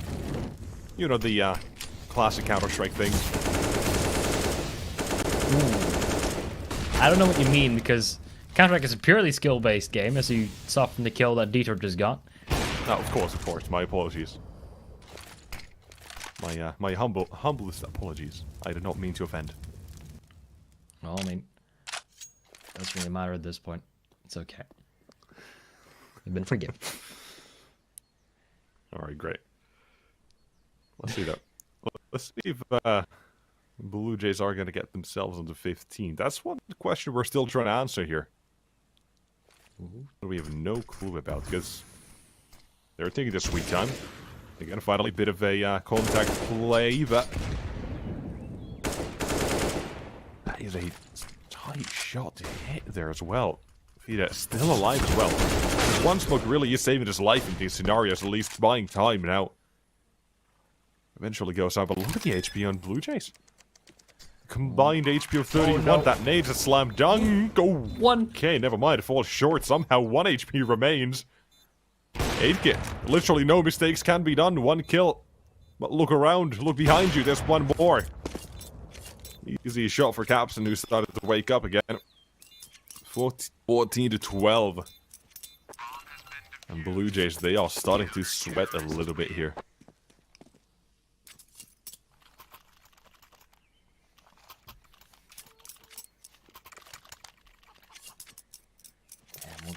I mean, they're forcing up into this one yet again. They have the money to do so. So, sure. The previous rounds didn't really work out in their favor. I'm guessing that's mostly due to the fact that when they were going for a play, they were already down like to 1 or 2 players. So Eclot have been doing a very, very good job just getting that early advantage.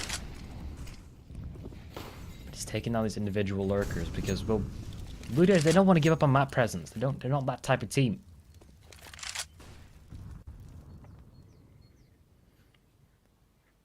And this time, though, it seems to be a bit more of a combined affair, looking to go all in towards that A-bomb site from just early positioning. Well, might be forced to, because on the minimap you can see that Eclot taking banana control. Now let's see how does this work out for the CTs. And needing 2 more rounds, tying Zap with the first kill goes the way of Johnny. Fully as well for Valencia, making things a bit hot for his troubles. Unfortunately, that's too much heat to handle. Bomb site Eclot, they're gonna say, fine, you've won this one, but they will come back with at least 1 more buy here. 15 to 12 is gonna be the scoreline, and Blue Jays the first chance to close things out on map 1. A reminder as well, this is Eclot's map pick. The first half, far from ideal. Second half, but had a steady climb until now. And now they gotta play it until overtime. These are just tabbed back in. You can just see by the fact that he just shot randomly.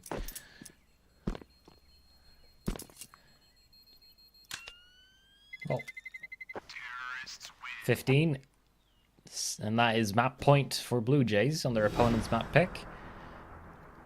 Gotta be honest, I expected this moment to be a lot earlier. But, nonetheless, we're here now. Capstan will get the op back in play. Spending $9,000 this round. Just gets to drop one of his teammates as well as buy himself up fully. So yeah, it's a do or die for Eclot, at least in this one. If it doesn't work out, we're going to head towards Mirage, I think. Which is a map that both these teams are very, well, favorable in. And that nade already is a massive chunk of damage to the only defense that That is a huge help has. as well. Yeah, that's basically completely forced them off Banana. They don't want to fight that anymore. Because Eclot, they're in so much trouble right now. 15-12, 1 mistake and they're going to be out of the first map already. And the fact that they take that much damage, if they choose to fight, they're going to be at a huge disadvantage. They know that as well, so instead, hope that they aren't going to be abusing it or the B side yet again, but look what's around the corner. Kicks in it. Ooh. Man, you know this man already. You can know him by name. The headshots that he does come out with is absolutely insane. But so is Vida in the position. Triple kill yet again. 27 kills, solo defense at the B site, and still HP remains. A chance for a quad, and he'll take that as well. I think Eclot's the one lifeline that they have is gotta try to get them towards 13. Capson will finish that as well, but Vida, my god. Could not be any better. I feel like every team should now just learn that smoke grenade. Is that even a one-way? Like, I think it might be. The fountain actually might make it a one-way. Because you can't, I'm guessing you can't see the legs. that's insane. He got a quad kill on that one, giving him the life. Yeah, before as well, he's got, what, a triple? Even that as well, he still stayed alive in a crucial round, what, like 4 or 5 rounds ago? He plays around it so beautifully as well, so... Yeah, that round, 100% feeders. Yeah, like, unless you Molotov that position, there's nothing you can do. Well, the thing is, they did. They did Molotov that position, but didn't go all the way through. Exactly. It has to be perfect. So yeah, good play. The B bomb site is going to be difficult to take now, unless... I mean, the only way you can take the B bomb site from Eclot is if you take down Fida first. I don't think he's going to be going for the aggressive plays, but if you can remove him by grenades or something along the lines. So what you're saying is you've got 5 players to stop Banana throwing nades over until you get the right target. I mean, that would be its strategy. I'm saying it's an option, not saying it's a good one. It's a bit too much, attention towards one part of the map. But is it just crazy enough to work? I mean, it may be. Only seeing right, one. Only seeing one frag let's see grenade if they now. want to do that, because I doubt it, but maybe. Yeah, so only one frag grenade. Not gonna be going. Yeah, for I don't think we're gonna be seeing that, unfortunately. Molotov. The money though it is an issue for the T side still. You can see the utility of Necrogenesis and Danny is not good. Or, I mean, it does pass, but it's not really what they're hoping for. It doesn't really allow for a drawn-out round with a whole lot of trading util. Instead, just try and take down the CTs if you can. But that's going to be a bit of a tall ask. Capson, he's been slowly and steadily gaining a bit of momentum Wait, back here. He's alone here. Everyone else is on the A bomb site. This is just a one-man defense. High flash, all up away. Just like that, they should now realize. Oh, he's got to try and fake him. I like this. What? It's working. Just single-handedly equal. This might be the most genius play we've seen all day. Look at this, the T side. Look exactly where they're feeding this into as well. The nade comes through with the CT as they begin to feed at this D to the Valencio double team in it. There's a tag team combo, and there's one more as well. Tecanito walk into the op, give them 14. And 1 round away from overtime. That worked? Worked. One opper on the B bomb site just firing off a warning shot when he was flashed off, and just one peek in towards Banana would give BLUEJAYS the idea that there's only one guy here. They didn't even push back on through, but no, they just fully committed towards the A bomb site. The wrong call at the wrong time. And now we're on 30. 30 rounds of playtime, potentially for overtime. How did we get here? This is a massive fumble from BLUEJAYS. There's no other way around it. That's... Yeah, It's once again Zonic's law in effect. It is. That's Well, I mean, it really is that easy just to let it slip. It's pistol round, 2 gun rounds, and you're basically tied up. Even if you lose the pistol, you can see there was 4 rounds in a row for Eclot. Then, yeah, a few rounds back, but it's just one more they need. Everything's just That's a the 4-round bursts first out of Eclot. There's sporadic moments. They got to recharge for 1 or 2 rounds. Let's see if they can do that one more time here. If they've got a bit more energy left in them. Well, this should be a round they win on paper, but Counter-Strike, it is a lot of individual powers that really does turn things around at the worst possible time every now and then. Let's see if that's got to be one of them. Let's see if Eclot not going to be left suffering. There's that front smoke as well. That's such a good alert smoke as well for Kicks. And look at this. Basically all alone against Dito. Yeah, that smoke is good. Wide about in he goes, and he is not alone. And above the smoke, nothing Fida can do. Such a simple strategy. One smoke, one flashbang, and in they go. CT all alone. Sight, nothing he can do to help. Now it's all up towards the 3 remaining players from Eclot, and they're all coming in from CT. Utilities already being drained. 2 frag grenades remain. That's all they have. Another flash as well. A few more seconds both, perhaps. They're just paranoid of a potential flank as well. You can see on the minimap, Cap's looking behind them all the time. Yeah, this T-side position is such a ridiculous one to get past. You've got 4 players ready to shoot at any given moment. There's that first, here's the second. And 1 more remains. Captain comes around. Oh, okay, it's quick at least, but 2 more to go. No time. This round's done. No time. The 16-14, map 1 goes to BLUEJAYS. No overtime required, but my god, what a map. Oof, they did stretch it all the way out towards full 30 though, so that's going to be the end of that one in BLUEJAYS fashion, and take their opponent's map pick of Inferno, as now they go towards home soil. That will be Mirage. So we'll be back in about 5 or 10 minutes to see how that one develops as well. Stick around until then.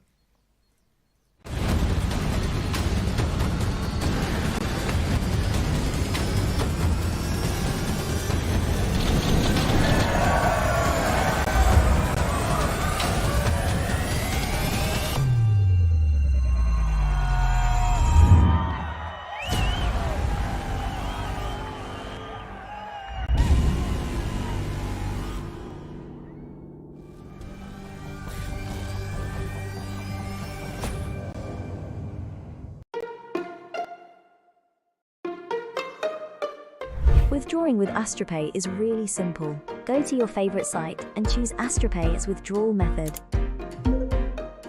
Then type the amount that you want to withdraw, type your mobile number, and click on the Confirm button. Now, enter your wallet with your usual credentials and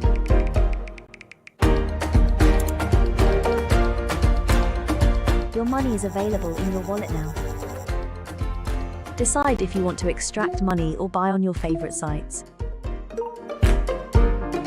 Get the app in your favorite store or visit us at www.astropay.com.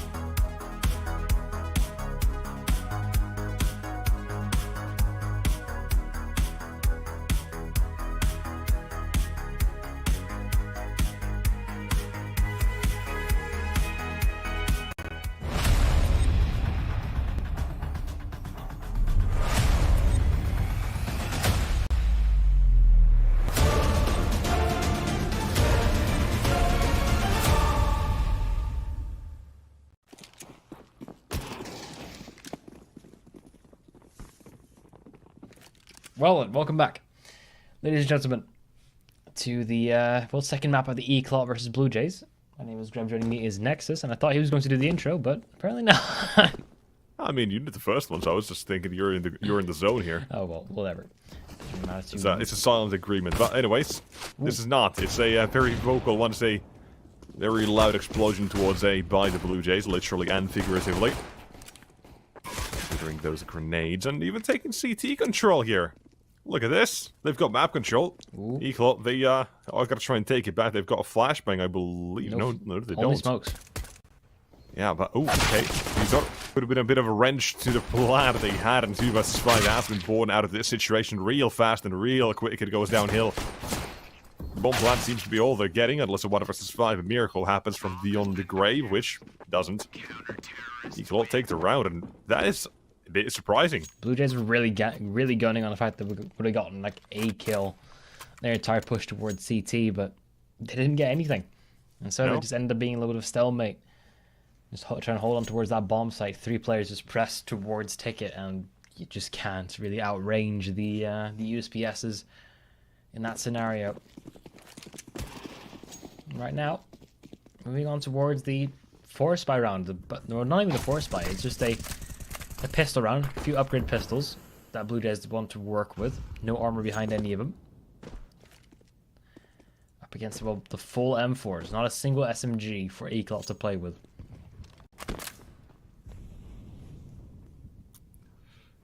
Yeah, let's see. The headshot from Aid Kit wouldn't be unknown, but apparently this time it doesn't even get the chance to pull the trigger and do that. Now left to defend B all alone. HP's already low, and there's the second eye. The bomb plan goes through as well. Could have been stopped if they really tried to, but instead it said, you know what, nah, let's not. Let's play it safe. Make sure no shenanigans, no tricks happen by the T side, and he has the last man as well. Valencia's got him. Bomb goes down. That's a big help for Blue Jays. Yeah, that's kind of the only goal for that round. You see, they all just didn't invest past like the $2,000 mark, so they were all just very, very happy with just holding on to the bomb plant. That will be enough to kickstart their economy now to get the full guns on out. Well, I'm gonna let's see. Taking a quick look at Valencio, because we highlighted him previously as being the person in the apartments, and you said that he also plays apartments he lurks here? Apartments. I believe he also plays A here as well. So he's basically the anchor left 10 towards A. Yeah.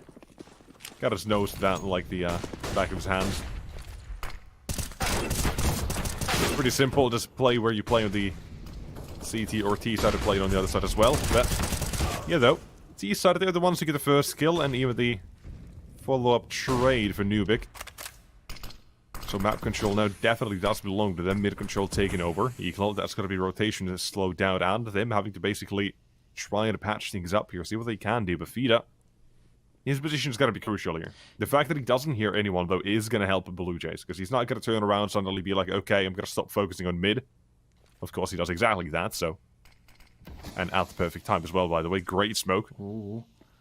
But, oh, there's that util. Here's it. Fida does turn back around, and now the A1S needs to deliver at least 1 or 2, but not even the first.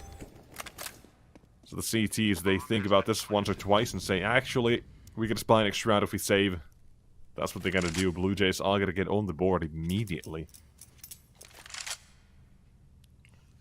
It's good start for the first rifle round from the Blue Jays, because usually in the first rifle round you're up against the SMGs and everything like that from Eclot, but those didn't exist this time.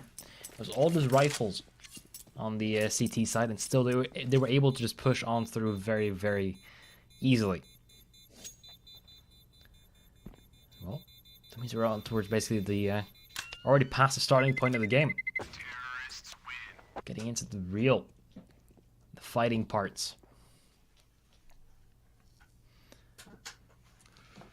I'm trying to highlight one player I like to see a lot of action out of from the Blue Jays side, because we saw a lot of action on the CT side of Aid Kit. He was very good on the opening frags, opening everything up. But I feel like it would be more of the Kixon story, that we saw him push through smokes, pushing and taking so much ground as possible. So maybe, no. Maybe it will be his time to shine yet again. Highlight of the individual performance of the Blue Jays is sometimes their downfall because they have really good team play. Just sometimes the frags aren't exactly landing. Yeah, sometimes you end up with a bit of a miss. Let's see if this is going to be one of those.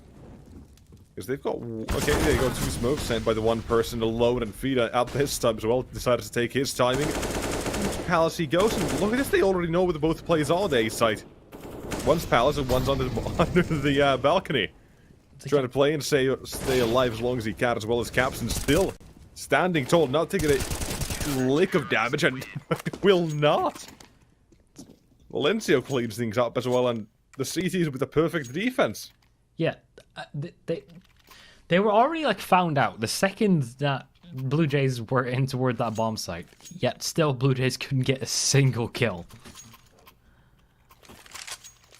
That works. I mean, that's definitely not the usual strategy to holding on towards the A bomb site, but you know, it works. If this is the new meta, I'm down for it because it just creates such an awkward angle. You have to, you know, do basically 180. Either you hold towards apps and under wood, or you just hold towards palace and under wood rather, or you try to hold towards CT and stairs and all that stuff. You just cannot hold an angle like that both at the same time. So yeah, seeing them go for like a round or a play like that, something new, something fresh. Wouldn't expect that from a map that's like what 9 years old at this point. It's even, I don't know, it's this edition probably something like that. The only new thing they've added has been the Bobsky bench. Oof. Poor Bobsky, man. Yeah, poor Bobsky. But at least it's seemingly enjoying his time right now. Danish broadcasting. Look at this though. Detour. First kill, looking for the second as well. Quick on the adjustment. That's Nubik who does take it, and just like this, kicks him. Known to go through a smoke or two in his lifetime, and will do so again. Take control of connector. T side now managed to get a bit of a foothold towards the round, but one glaring issue: 30 seconds, bombs nowhere. You need to get the kills, and that's not going to work out. So Kakanito only able to do some damage. Let's see how many damages can he do. Ooh, almost. You're not far off. He got 1 kill, needed 4. And, well, the odds are starting to shift a little bit in favor. It used to be on 3. Well, slowly but surely getting closer and closer towards even grounds. And, of course, if you're in chat right now, you can also join on through. And these odds, they are live. And this entire match is live as well. So, head over towards pinnacle.com/welcome. Use the code CUP22 to partake in these well, anything really Pinnacle related. It's not just match betting. It's kind of all sports in everything. Yeah, just sports, esports, real sports, some earthly pleasures. But just know it is real money you're placing. So make sure you know what you can afford to bet. Just like and be over the age of 18. Can you bet on chess? Is that... You're asking a really good question, and I feel like you might be able to. Don't know. I'm not that big of a chess guy. Really care well, for I mean, I wouldn't say I'm good at chess, because I can only think like, what, 2 steps ahead, compared to, you know, the average chess player being able to do like 4 or 5. But, you know, it works in certain steps of Counter-Strike. I do this thing called thinking back at how bad that move was. That is also, the reflection is more often the case than actually the forward thinking. It's like, I'll do this. Wait, that was a bad idea. Exactly. Now though, let's see if Blue Jays is got to think of like of this round. They've got a full-on buy here. So their entire economy is going to be riding on the back of this one buy. Already, by the way, 6 rounds in. The economy on Eclot is looking pretty good. Something we didn't really see from Blue Jays the entirety of the first half when they were dominating. Yeah. It's been it was a tough start for Eclot, and for them this time they're getting off definitely on the better foot. Blue Jays, like I said, all their economy is riding on this one. If they don't get this round, potentially Eclot get their 7th. Just riding on the back of the follow-up eco. Yeah, and from there it's a bit of a snowball effect. This from 7, you're going down to pistols. You lose that, of course. It's going to be 9. Yeah. Yeah. It's not a good thing to think about it like that, is it? Well, I mean, they also have to whittle down the economy of Eclot. So it's a lot of steps here in order for Blue Jays to get really comfortable on this T side. 4 seconds on the clock, all members still alive. And now, heading on towards the A-bomb site, it's a good first shot for AidKit and kicks in as well. So already looking to start off strong, but so many angles to hold on through. But AidKit doing a wonderful job. Bomb gets dropped, but Detour with a drop down on Necrogenesis. Now looking once again to just do even more damage. 20 seconds. They haven't got the bomb in hand yet. AidKit is definitely looking for it, but he will just get spot on through, but get covered by Kixon. So He never reloaded? that is a dangerous round there. I just imagine how to get reloaded earlier. Probably would have had that kill as well. But now it's instead on to Fida, the man who was given Eclot a chance in the first, what, 29 at the end of it or something like that. Who knows if he even broke 30, but either way, now left in a 1-on-3, there's at least the bomb planted for him. Has that kit, but no smoke. That makes things a lot more difficult. I really don't see a way for him to win this. Even if the Tisa now start running away. Oh, he's not even going to attempt it. Smartly so, because Kixon was there the entire time as well, watching it. Difficult call to make, but in the end, Blue Jays, they did get the result that they wanted. 3 kills in the end. And that's the first dent to the defense of Eclot.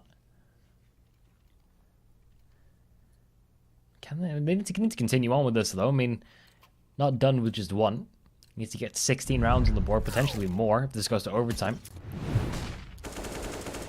Yeah, potentially a few more if this goes to map 3. Map 3 is, drumroll, Ancient. Yeah, there was no drum roll, sorry. Well. But no suspense needed. Captain immediately nails the first and didn't even spot the second. Necrogenesis down. That's the bomb as well, by the way. Ooh. This seems like a round that's already been decided. Yeah, I don't think Blue Jays expected to be, held back with this aggression. Absolutely not. Capson, 2 kills already for him. Kixon trying his best to hold on. Yeah, not going to be the case. 2 players pushing towards the underground there. You don't see that every day. And it worked out wonderfully for the side of Eclot. And once again, forcing Blue Jays to take a timeout. It's the first one of this series. And they've had a 1 success round and then immediately back to basics. Yeah, they've kind of just been shafted in the follow-up rounds. Hasn't really been... Well, they haven't been able to find the consistency that you hope for, which maybe indicates that the CDs aren't playing the way they expected them to. Maybe they're doing something different. Maybe it's just that the individuals right now are just too good. Because Detour's at 10 kills, Valencio 8 and 1. Capson as well, he's off to a good start, or at least a better one that he had on the first map. So, you know, there are a few hurdles to get past, but when you do, things might get to seem a bit more smooth. But troubles for another day, perhaps. Right now, it's the pistols that they have to overcome. Featuring 1 AK, of course, but not looking to be much trouble.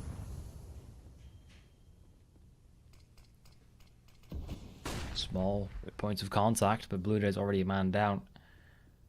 Elbow stepping towards the window, but I'm 100% sure that Eclot are aware of this possibility. He's looking at the minimap, you can see that Fida is just keeping an eye on it, and at least he was. Ooh, this AK, though, could be the game changer. It's got the first one. Could jump away the AK if they want the op as well, but nope. Another duel he takes, another head collected.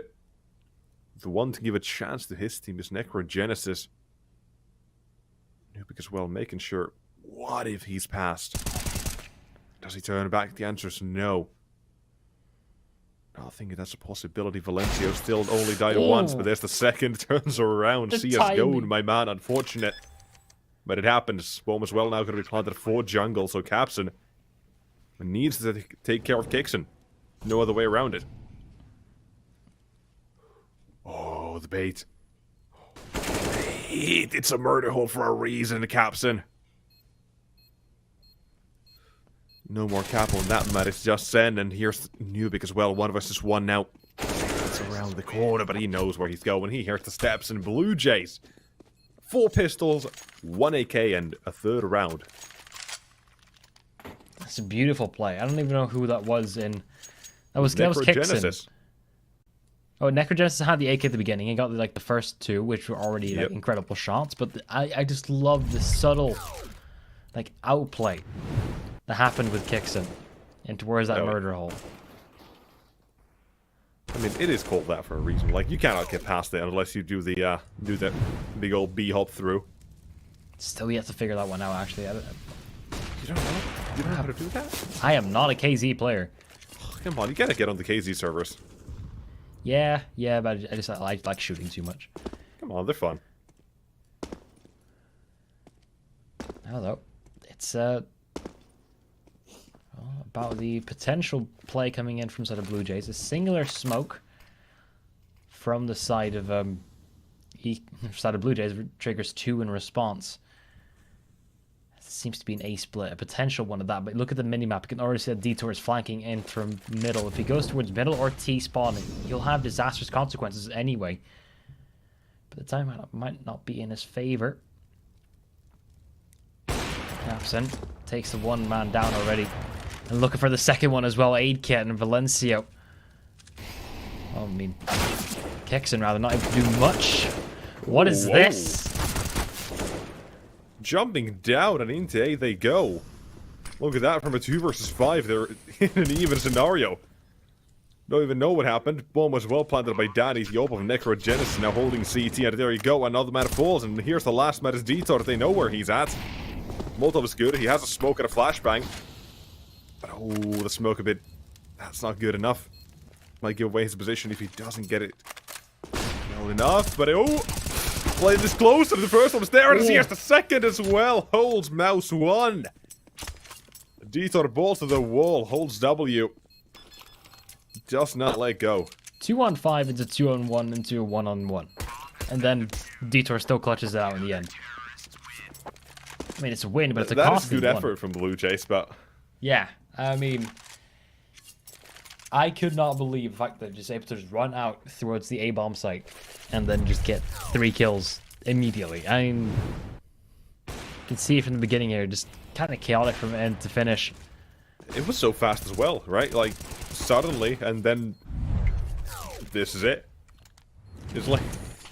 there was no rest time. But hold on, I like what I'm seeing here. Full commitment towards the B site.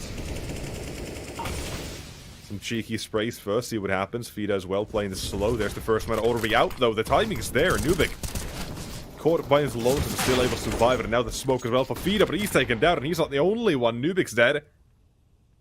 And of course, Kixon, he's already here as well, but... Oh, around the other side of the smoke is Detour.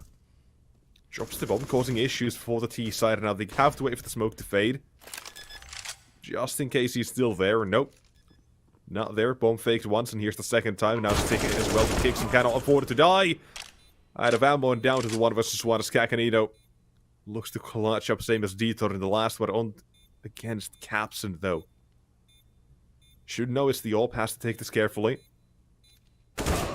Patiently, but Capson still nailed to shot a very quick transition. And there you have round of 8. It's a minor margin there. Between... You can see how quick Capson was to turn as well on the X-ray. Yeah. It's a massive improvement compared to what we had on Inferno. Where he was, 8, 12, not getting that many opening duels, not getting that much impact. But right now, towards the end, he did at least wake up, and that's a good sign for Mirage now. Well, I mean, he woke up in the fact that he equalized, but didn't get to see that much from him still. I'm still expecting more. I want more. I'm a glutton. I want everything. Give me it. There it is. Oof.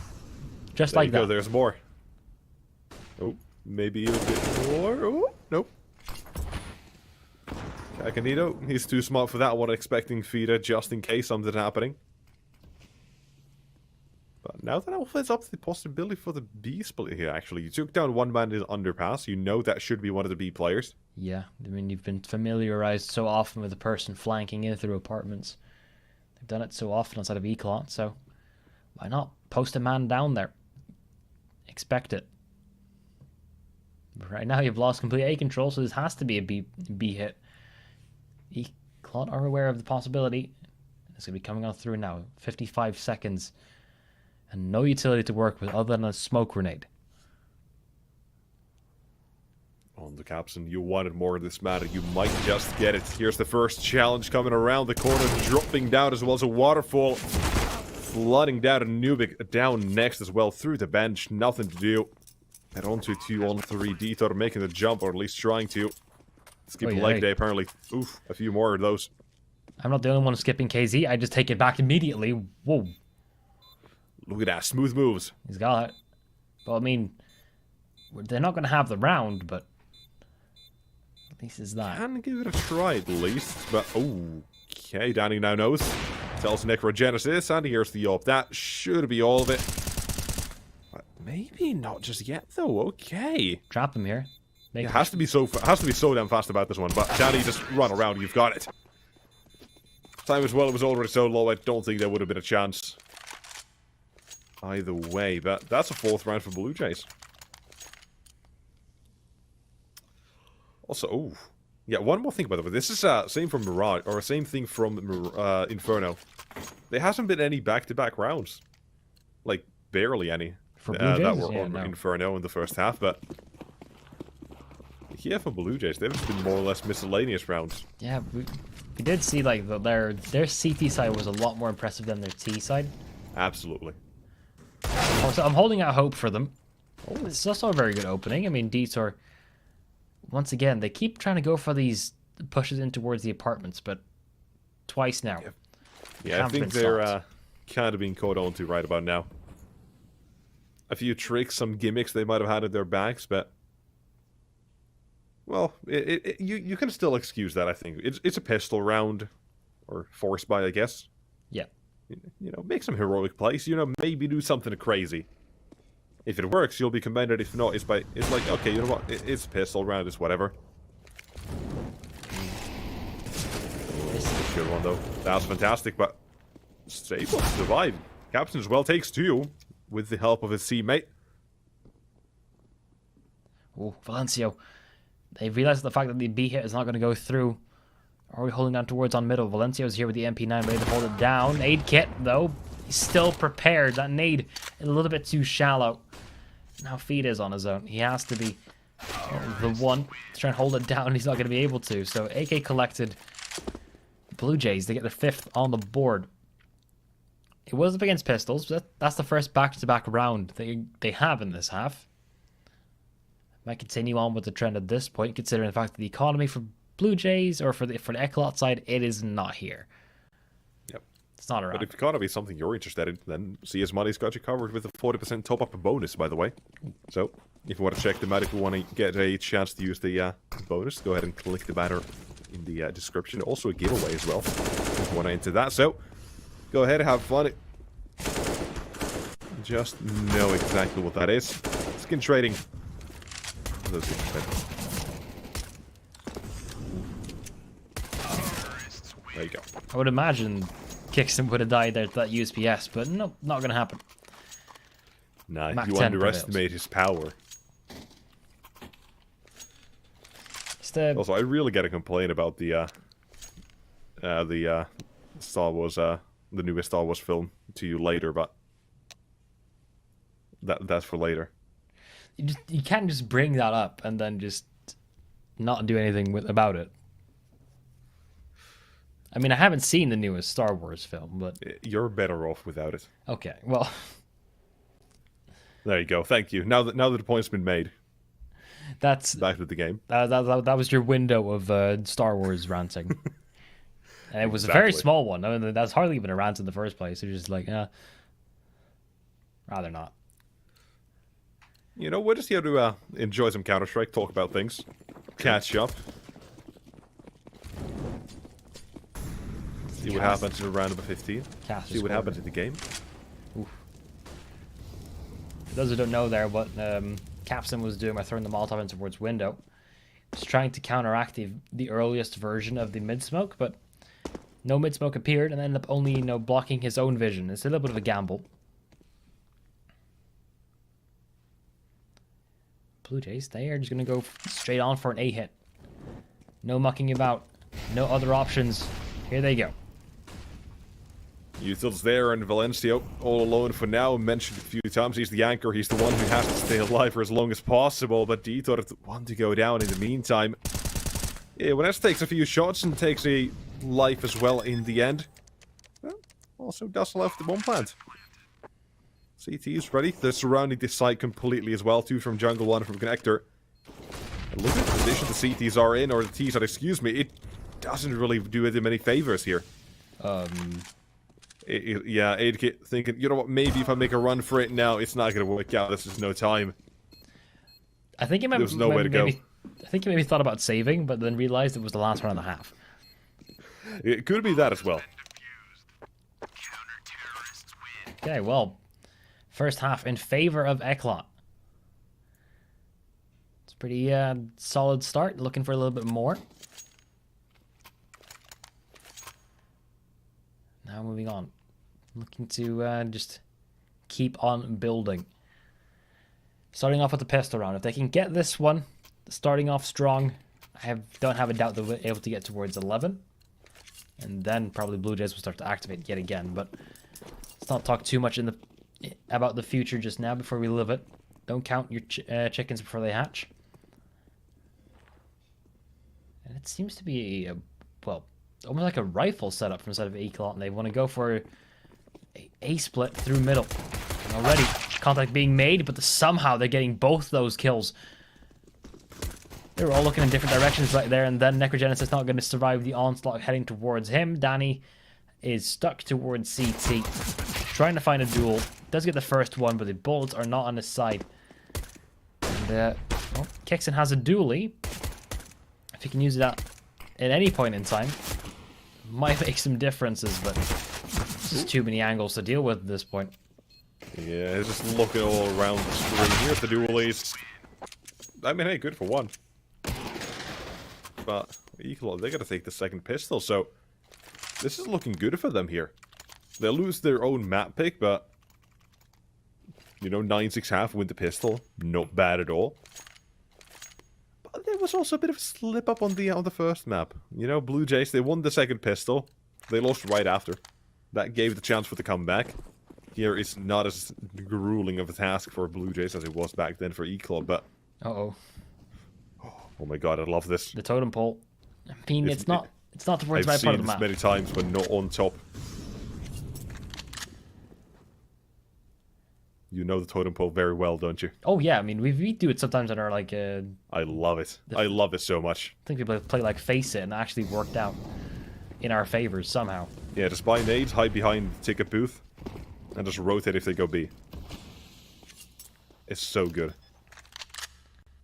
I don't think it's going to work out this time, because they realized a bit too late and no one's really moving either. They're sticking to this totem pole at this point. Yeah, it's a bit of a trap for them.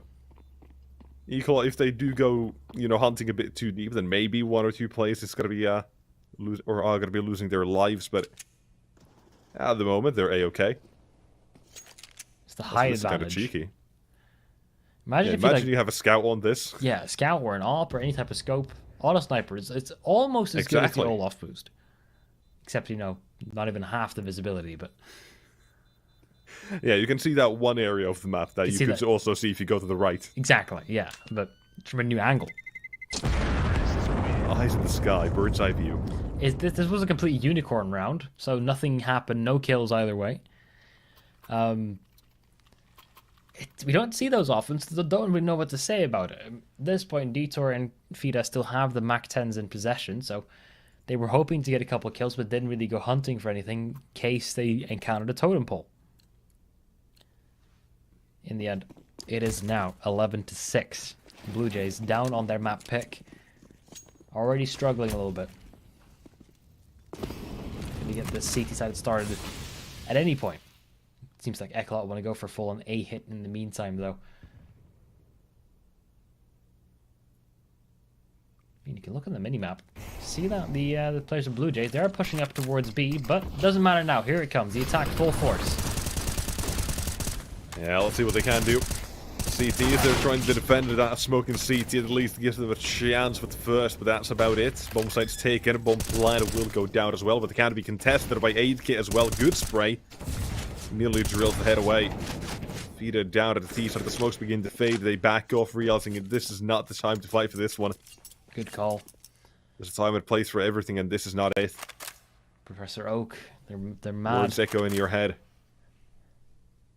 Mad setup.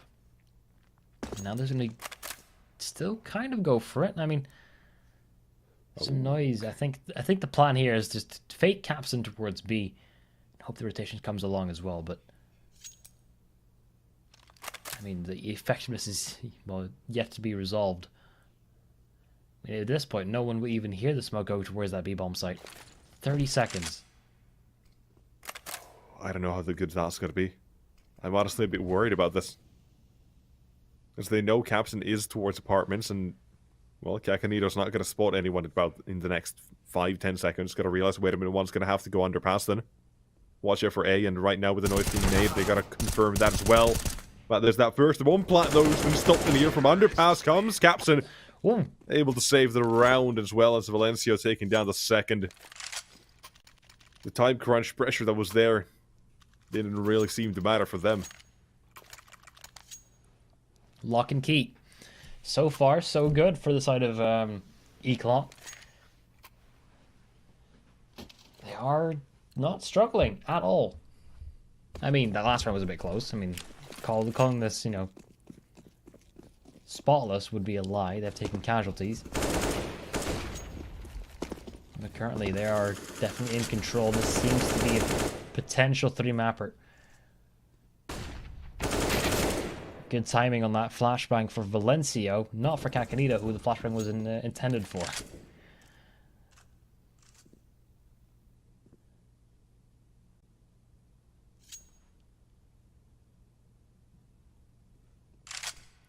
Yeah, find out what the CTs can do. With already Eclot taking this much map control, let's see Blue Jays, they are responding to it very fast. So, in a round like this, it makes sense for them to try and fight this one with some sort of defense. Because, I mean, let's be honest, 1 versus 1s, you know, just stack up on them, see what happens. One Danny, already the first kill found, and Necrogenesis with another one. Turning out to be a bit more of a task for Eclot than they initially thought, and Ramp as well. That's the bomb they've dropped. Yeah. So Valencio, despite his position here, he's all alone. 45 seconds. The kills are going to help out at least somewhat, but as long as you don't take down Necrogenesis, the retrieval's going to be so much harder. If he survives, or if he does survive, you can imagine how tough that's going to be. Kicks in it. Many times we've had him do a lot of work here, but now he's all alone. Necrogenesis, you're going to hope something happens, but no.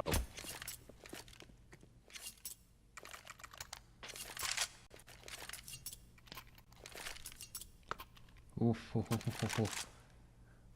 Got close, uncomfortably so. Detour though, or Valencio with a quad kill at the end to stabilize it.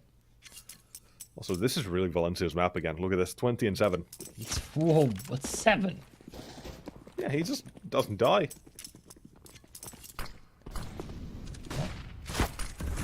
He doesn't need to. Yeah, in this case, might have to play a little bit more passively than they usually do. Mid control already been taken away from them. That forces their hand to go towards the A-bomb site instead. Well, BLUEJAYS are ready for this one. Necro already on for the first. Feed in towards the apartment's not even going to be tempting to shoot through that smoke. As well. That's honestly that's so smart. The first one is a dry peek, and wait a second, or wait a 2. There's another flashbang. Go for it again. Because you've got the drop on him already, so why not? Even if it is a bit of a risk, the CT is happy to take that, and look at how it pays off as well, by the way. All 5 stay alive. That's some money going straight into their veins, injected. And finally, the first round of the CT side as well, so it's all up from here. Only 5 rounds to throw it, or 5 rounds more to tie things up. Only. It's quite a daunting task. 6, excuse me, sorry. It's 10 minutes of playtime at least. At the very least. Yeah, like you said. Team play.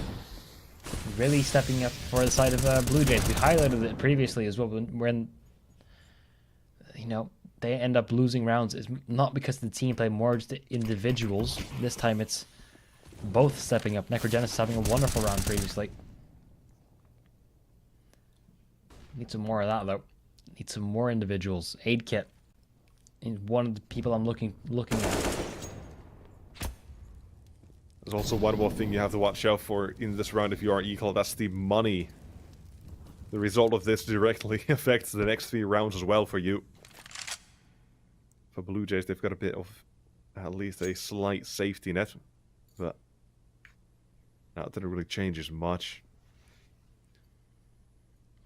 For Eclot, though, the big thing here is how do they want to commit to this? They've got, what, 1 smoke? Quite a few flashbangs, and now out towards A as well. There's that nade. Where's the flashbang in return?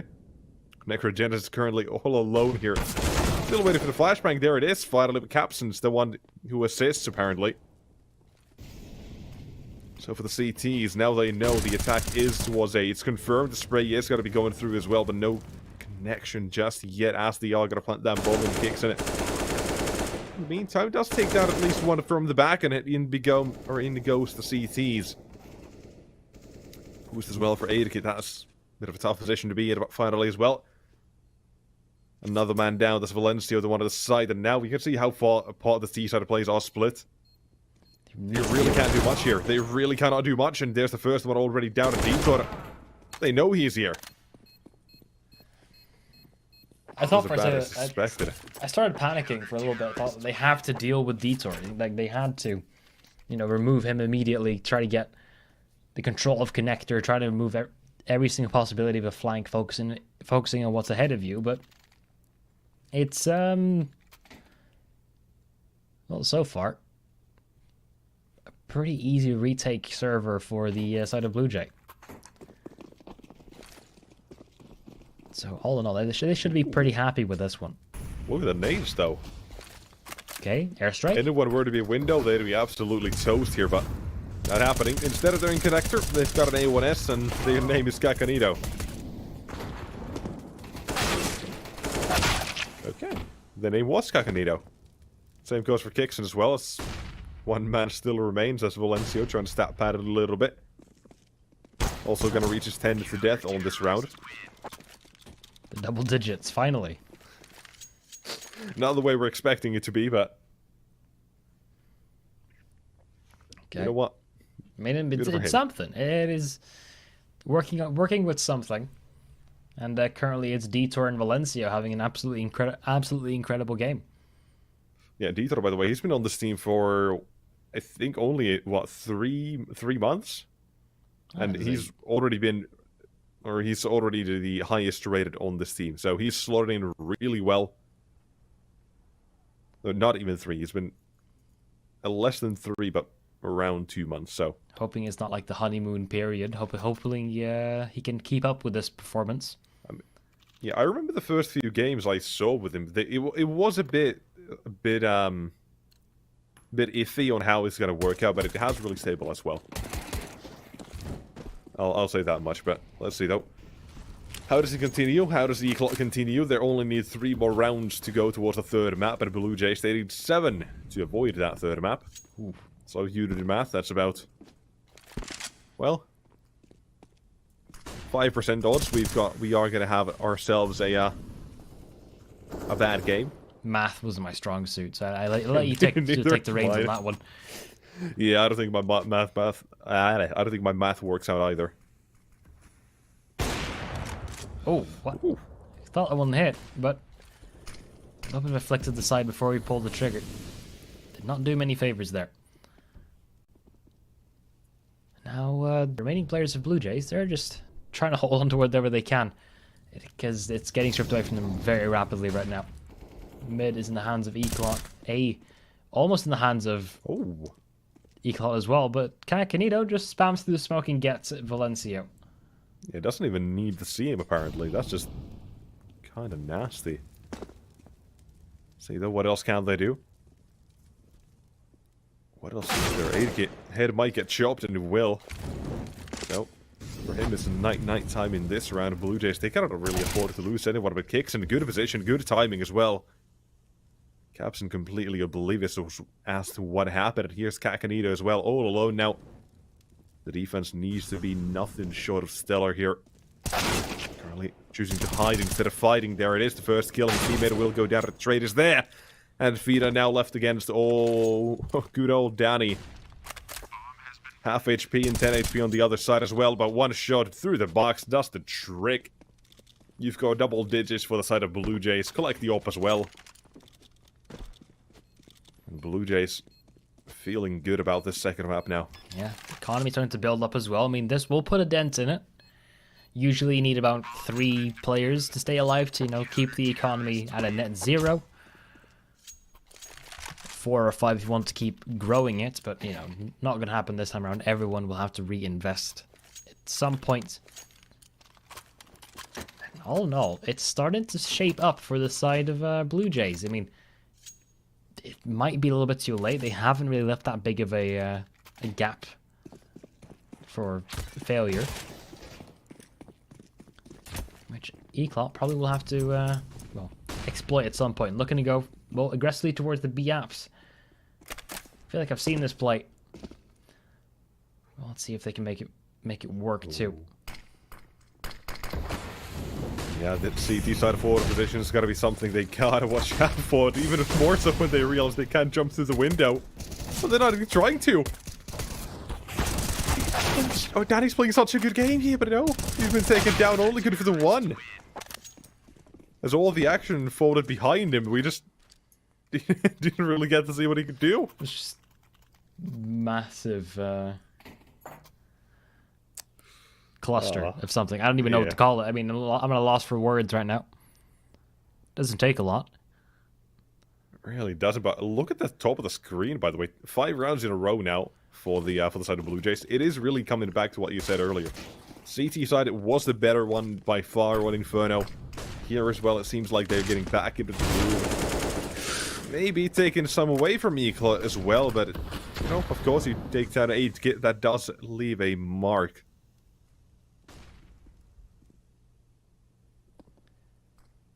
Bro. So, okay, there you go, finally. Drive peek towards the ramp works out in his favor, but not willing to give anything away, but neither does Kakanito. Currently, he seems to be the main anchor of the Blue Jays side. And oh my lord! That is a quick spray. Beautiful transfer. That's the A1S for you. A1S is just so much better than the A4 right now. It always has been. I actually kind of like it for the weirdest reason. Is I like the A1S most because I can, you know, play with higher volume without ruining my ears. Smart. But the second I get like an AK in my hands, I end up deafening myself. So, you know, it only works to some degree. Yep. I kind of wish they actually you would be able to lower the volume of the guns, like some certain things like ambient volume and sounds of like guns. Maybe nades as well, because, you know, not great. Yeah. I mean, hearing guns are pretty important, but, you know, footsteps often win the rounds instead. Yeah. But then again, I'm sure people would abuse that if you, like, put everything down to 0, then only the footsteps, you hear the slightest thing. Ooh. You can also hear the headshells ringing. Kakanito. He's got a big old hole in his head, and Danny's got to make another one into feed and captions, apparently. Look at the tie things up here. He's got a chance. Blue Jays, let's see if they will find that as well. Because now out towards A. Necrogenesis might have spotted a barrel, and he has. Kills coming his way, and looking like Blue Jays are going to get to 13 here as well, with one man to try and deny the Eclot. All alone and nothing to do. Danny headshots from behind as well, and that is a tied scoreline for Blue Jays. That flashbang towards the Tetris boxes there, that was a thing of beauty. Well, the odds now once again shifting in favor of Blue Jays, this time more than ever. Yeah, this is yeah, on Inferno we saw what, like 3.4 max, something like that. Yeah, here we just gone completely past that, but that play was probably the round-winning play. Yeah. Take away the presence towards B, there's nothing you can do towards that side of the map anymore, so you've got to work with what you have. That was a play towards A. Danny really helping out his team there. It's going to be an eco coming in from Eclot. Yikes. I mean, they can't afford anything else, so they have to go with this. It's 13-13. Now, if it were an eco from Eclot, would it be an eco-lot? Eco-lot? No, like an eco-lot, like a lot, you know, like you call... parking lot. Yeah, kind of. You know, like a lot of people, but an eco-lot. I mean, if they There do are it a multiple lot of times in people one who row. like to eco. You're just not getting this, are you? I am struggling, but I see your point, like... Yeah, you know what, it's fine, I'll just consider you not funny. Wow. But also something that's really not funny is the series instead is Eclot, they've got a bomb down. There's 4-on-3 on the CT side, they are going to try and retake this, of course, but currently struggling to get a way back in. Well, Gotta smoke that. Does help in their quest ever so slightly, but now they need the kills. That's the first. But a trade in return. They don't check the corners! And Eclot, what have they done? Tech 9s, pistols, run towards A. So Bomb while I down. was- That's 14. so while I was trying to digest that wordplay you just did, I missed the entire round. What happened? That's what we're all asking. Oh, that's what happened. Big sip. Yeah, Eclot, they're just chugging another round win. I mean, it's too much effort for anyone who plays a video game to go and get a glass and fill the glass instead. I mean, you just have to take it out of the bottle. It only makes sense. Yeah. What if you knock over the glass accidentally somehow? I'd be more afraid about knocking over the bottle, but, you know. I mean, you've got a cap on the bottle. Well, I don't. So. I play dangerously, and no matter what I do. You like to live life on the edge. There's like a small thing of deodorant right next to me right now, and that thing is uncapped. I see, an adrenaline junkie, huh? Mm-hmm. I think bungee jumping is insane. Oof. Talking about water bottles and uncapped bottles. I play chocolate milk on my... That's the bomb as well. Ooh, okay, we'll talk about chocolate milk a bit later. Oh my lord. Dignitas will get the kill and just fall on back, so they're not able to just remove all the presence there, but the fact that they got a kill, got out of it, is actually quite massive, but they are just burning alive in towards the under parts of the map and starting to fall apart right now. Yeah, this is falling apart a little bit. Thankfully, though, they are recovering it. But still, I'm not sure if they actually spotted the bomb or did they just completely choose to ignore that, but either way, that T side now looking to attack the B bomb site where Danny awaits. And behind, if you do go back as aid kid, do not push run, not right now. Timing would be horrific, but Eclot themselves, they are choosing to walk back instead.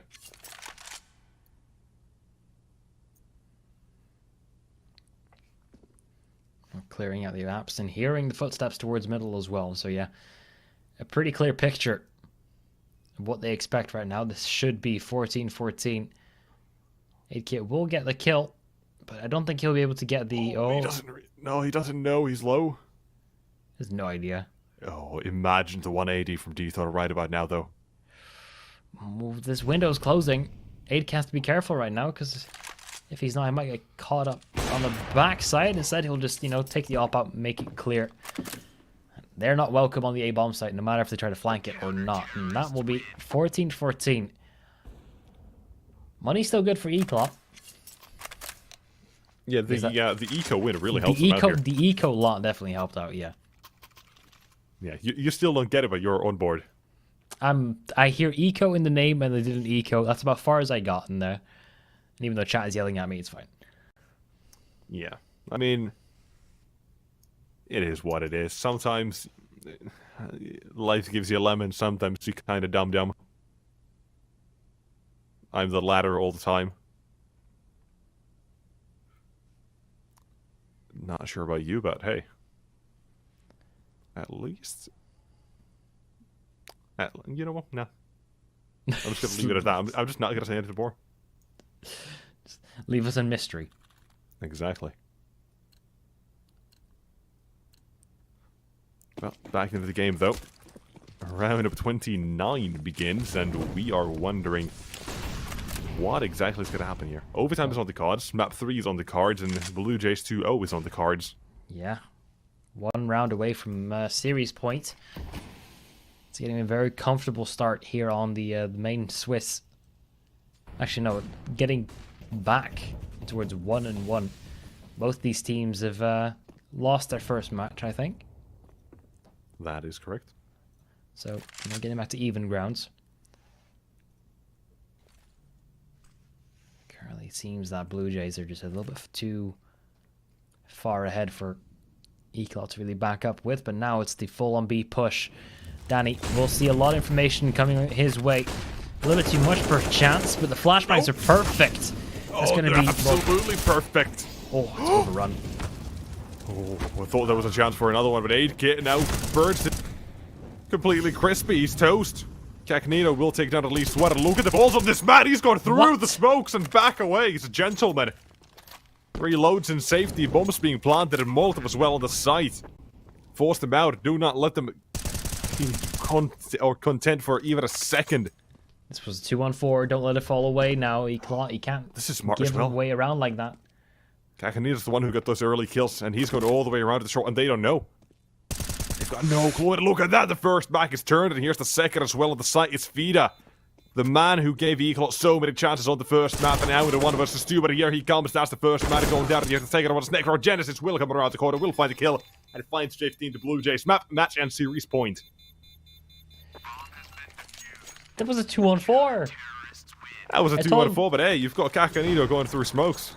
Don't let it fall. Don't let it fall away, and they did. It definitely fell apart. Cagnito, the lifeline in that round. That's the hero play they didn't even know that they needed. They're gonna look back and think, oh my god, thank god you did that. Because there's no other way around it. The fact that he burns there, I was like, oh god, that has to be over. The flashbang, I don't know even who that came from, but didn't hear the steps coming out of the window, and that definitely did help out as well. But now, round up 30. It could all be over. Eclot might just head towards the 0-3 category after this round. They might be on for a few more. Figure out who exactly wins this, but now if we get the chance to figure this out, we'll find out. Okay, first opening frag towards Eclot. We haven't had a man advantage for them to play around with in quite a while. Danny looking for a little peek, spots the outline, gets the kill through the wall as well. Oh, looking for the next as well. This is tough for Danny. Yeah, there you go. Eclot can take their time. They don't have to rush for anything. They have, well, presence almost everywhere. Yeah, a few times time has been a slight issue, but right now it seems like they're at least grouping up right up at the right exact time. So, this comes down to Necrogenesis. If he goes down immediately without anything, his teammate's got to be down in jungle as well next. Needs the kills. Oh, Scott sleeping, but the M4 gets the first. Early warning sign up from Connector as well. Now they know, and Aid Kid, few chances he's missed, and that's another one now going down. Last night is Danny through the murder hole and out the round. It's 15 to 15. We go overtime. Match is not done yet. Not done. Still here. Now, once again, it's no longer about the economy. 16 grand overtime. Now we're just about the strats, the individual performances as well. That's a constant question when it comes to Blue Jays. Just need a little bit more. So let's see.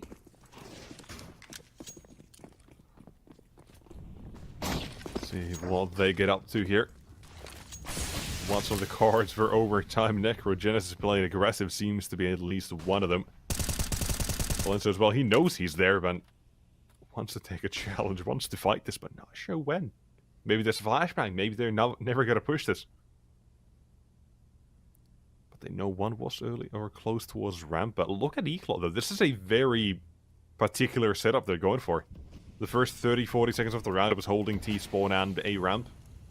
Now they've finally decided to make a move as well. Here's that util towards mid. Kixon does decide to hold this, but it's got a teammate dodging those flashbangs. Oh. That is a mow down. 1, 2, 3. Last two towards A, and it's Necrogenesis who spots them both as well, so that's round over as one would imagine it, but maybe not just yet if Dieter has his chance, but that's a very slim one. That's a beautiful spray transfer. Kakanito still has it. Not slowing down at all, it seems. And now, well, they have the first round in terms of overtime. 16 came a little bit too late, but all in all, still pretty good. Let's keep going. Yep. Also, by the way, one more reminder as well for one of the wonderful partners we do have is AstroPay. Of course, you saw them on the screen, so you can use that on 1,000 different websites. They're a very quick online payment service, basically. As you once put it, like PayPal, but without Elon. Words to live by, maybe. I think it's a pretty, you know, actually that shouldn't be like the main selling point, but you know, might be not good to use it. Yeah, maybe not that great. Yeah, you know, branding wise. I don't know. It's you know, the man is a hot take right about now with like basically anything that you can think of, it has been said about him. Oof. Well, I mean, hey, his whole point was free speech, so. No. Fair enough. Great success. Ooh, Fida, I think he's been spotted. Oh man, that's. Oh, he's got to die here, but that was so not. That's still so cool. Not spotted. Not spotted at all. Clueless. Completely bamboozled, in fact. He doesn't even know. It was a possibility. Could have been in towards the upper parts there. Danny now stuck in towards on short. Yeah, that's going to be 16-16. I don't think Eclot are the type of team to throw away a 1-on-4. Did throw away a 2-on-4 earlier, but you know, in the past, it's almost a kill there in the end. But you know, still under control. They get that one. It's across the board. Exactly. Now, let's move on to the third and final round of the first half of the overtime. Let's see what we are going to get here. So far, we've seen, you know, fairly simple Counter-Strike. We haven't really seen anything that's too insane. It's just been taken mid, a few executes maybe, but nothing that's been revolutionary, nothing that has been, you know, completely outthinking or bamboozling the CTs besides a few jumps maybe, but you know what? I don't think we gotta change out of that. I think maybe this is the time to pull out everything you have in the bag. All the tricks, anything you can get, and that could be it actually. Dieter through the smoke he goes. Yeah, 8-Kit stuck around way too long there. He did not need to be around there. That's a 4-on-5. Eclot once again, man advantage, and they took down, well, better offer. No possibility for long-range pickoffs now.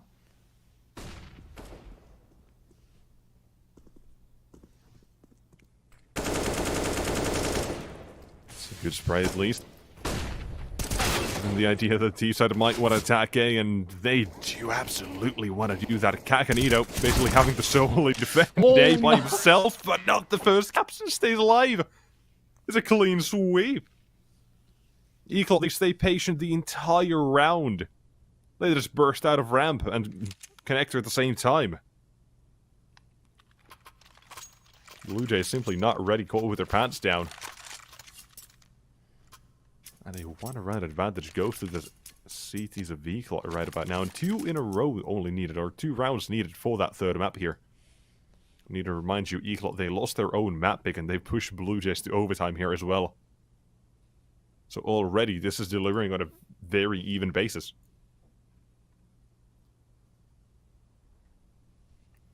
This is down to 1, maybe 2 mistakes. Also, can we talk about the room here? You've got a Hello Kitty poster. You've got the original Spider-Man poster there as well. I mean, it's a lot more life in that one than this one. There's a brown closet. What are you talking about? Oh, I like that poster. Oh, the Monopoly man. Oh, yes. Wait, are they playing cards? Like poker? Yeah, it's Scrooge McDuck, Richie Rich, and the Monopoly man playing poker with some type of yellow drink. I hope that's lemonade. I would assume so. I mean, my timely internet has left me scarred and deformed for what that potentially could be. A little bit of a tech pause. Let's sort out a little bit of a microphone issue.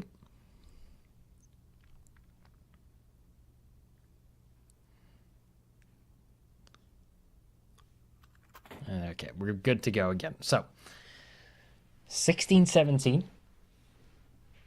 This is Mirage. It's a map that everyone kind of knows how to play. So, let's see. Will this be the end of Mirage, and will this be the end of the series, or will we go towards Ancient?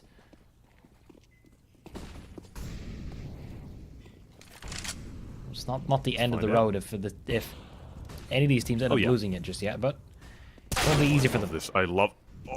I love that play. I love the idea. I thought they were going to go for the run booster earlier, but no. They waited a second, and that's what gives them the kill. Even spotting a man in window as well, they got to say, you know what? Let's just chill for a second. Try it again. This time the flash. Here's the boost. No one's on window. Maybe. Do you want to smoke that now? It does give you the security, the sense that you don't have to worry about that for a time being at least, but... Alright, seems like we're getting action elsewhere on the map as well. We're going to give it away as a game plan, a part of the BLUEJAYS. Idea what they did, what I do here, but instead through connector they go. Bombs joined up on A, by the way, as well, so right now it's all on Valencio having to defend it all alone. That's the first that here's Kakanito with the trade as well. One man out of sight, though, is Capson. Time to pop off would be right about now at a 2 vs 2 as well, having to defend.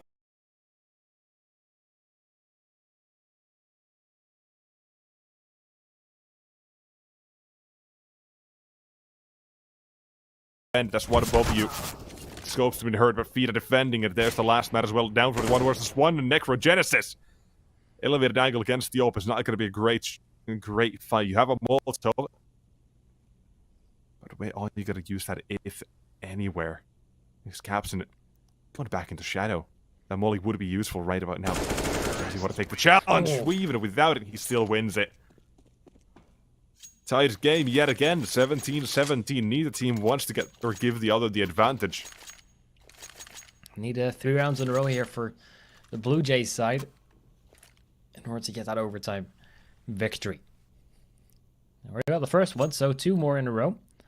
Should definitely be doable. They're not going with the op-out anymore. 8K has abandoned that ship. And in doing so, also just reduce the chances of facing one. Because, you know, if you die with the op in hand, your enemy could pick it up. But it's a very minor part of it. 8K has not had a very strong Mirage in general, so he's just, you know, reducing the impact that his death could have. Yeah, he has been missing quite a few shots with the op, so maybe the M4, maybe that's got to be, or the AK, sorry, would be something that helps him out here, but I like this. Now we're finally starting to see a bit of a different thing, just a full-on straight-up A execute out of nowhere. CTs, they are going to be surprised by this. They've got one man defending this side, that's going to be Valencio, nothing new for him. Yet again, having to anchor, and he's got 2 already, nearly a third, not far off. But his teammate's taken down as Danny down to 13. 8K is still 100, but the bomb's yet to go down. They don't want to plant, they want to go for a fight. Oh, yeah, no, this is not going to work out. The CT's way too many players here. They just read that like a book. They were ready for one person to fight. The fact that both of them wanted to try to take that CT control is just a lucky coincidence for them, and they'll gladly take it. That means they get their map point. Yeah, now as well for Eclot. 1 round away from that 3rd map. For BLUEJAYS, 1 round away, and you can avoid or keep avoiding that 3rd map. Do you want to go there? I would assume the BLUEJAYS still like they've already played a best of 3 today, so for them this is going to be a long day. You know, one best of 3 is already long enough, so imagine playing 2. Going to overtime as well, like, ooh. Yeah, full 30, overtime, and then another map, you know. Takes quite a bit out of you. And, you know what, speaking about that as well, Dethor right now, he's giving it his all. 30 kills, the first to reach that big old 3-0. And he's one that really does surprise me. Yeah, he's been... The first few games I saw, he was a bit of a hit or miss. He had his okay performances, but as of recent, the past month or so, he really has stepped up to the plate. There's man himself currently in connector. It's one of the most important parts of Mirage to hold. It's definitely not the easiest one. In the case of G2, just to put a different perspective on it, it's always Nico who holds that spot, because, well, can need to have the best on that angle. Macasanito bringing it on through towards middle, but immediately traded on through. Kixon is a good one to take, as he's so good at taking space for your opponent. Captain, that's a shot you had to hit. You cannot miss those opportunities anymore, because now you're going to get wrapped on through. Yeah, they're both being wrapped upon right now with the ETs. They are going to try to at least answer back to that, but still, look at what's being done. BLUEJAYS down to 1 versus 2. Danny needs to play this to perfection, but right now he's afraid. Does he want to plant that bomb, yes or no? The answer is yes, finally. The CTs. One well-placed bullet, and there you have it. Third map secured. We are going to Ancient in this one. A bit of BM as well. Spam the AK, spam the bullets away, and the Eclot. It's taken a lot out of them, but they managed to at least trade back the maps. One more is on the cards, and we'll see you guys back after a slight break for the conclusion of this best of 3. That's going to be Ancient, and we'll see you guys back after the break.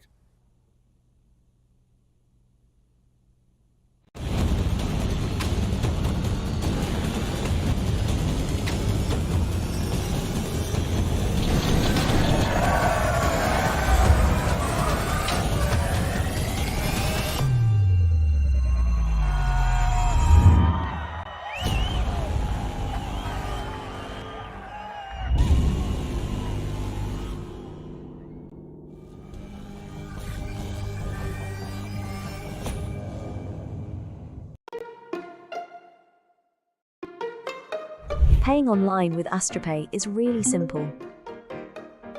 From the merchant site, choose AstroPay as your payment option. Then, type your mobile number, enter the confirmation code, and select your preferred payment method. If you choose to pay with AstroPay Wallet, good for you, select it and you are ready. If you choose another payment option, follow the steps on screen. Your online payment is completed. Get the app in your favorite store or visit us at www.astropay.com.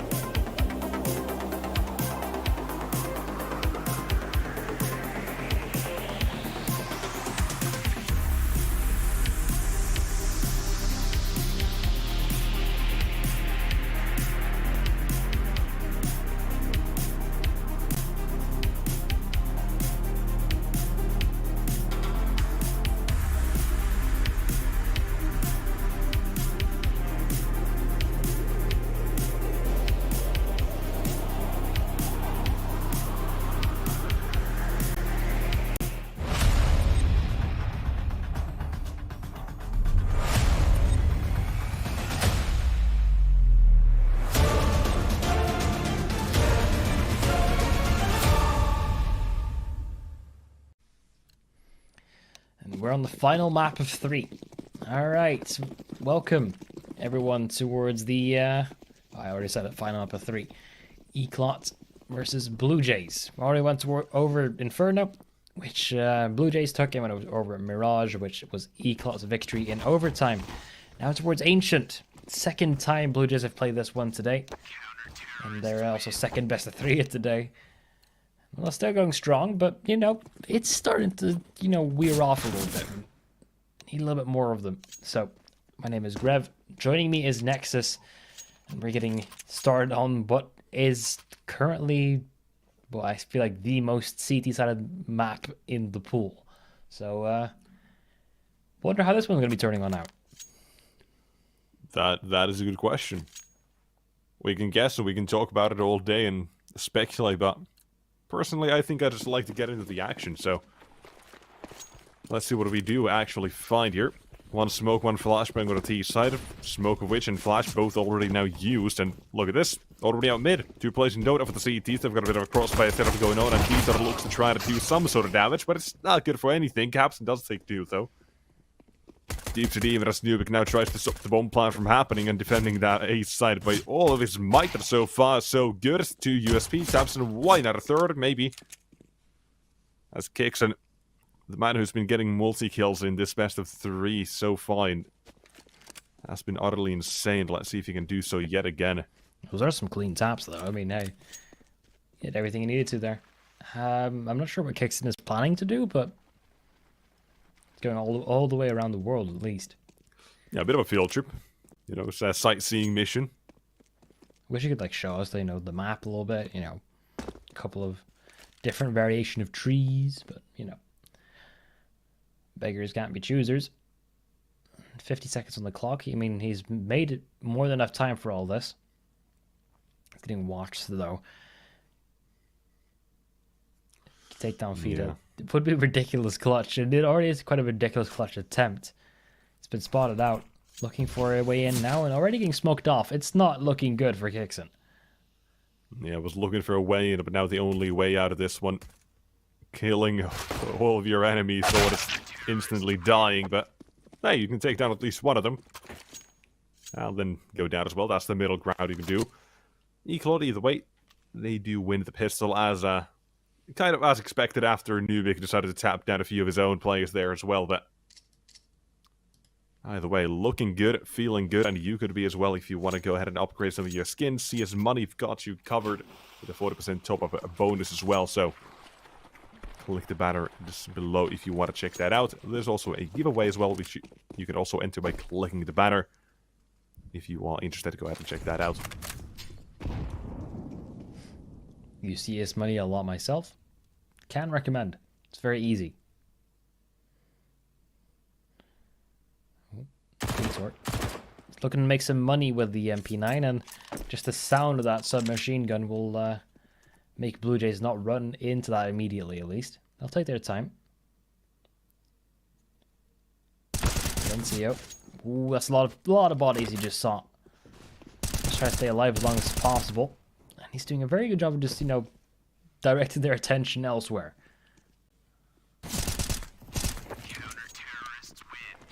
Alright.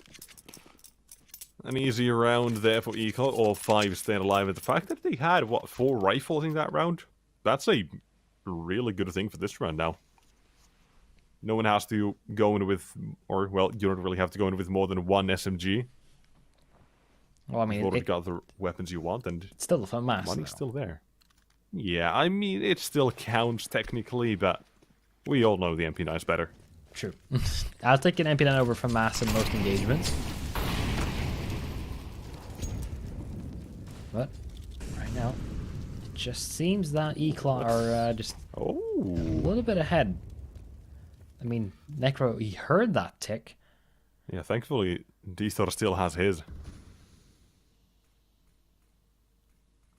This is well. I like the bit of setup here. I believe, yeah, D-Star's going to be holding this.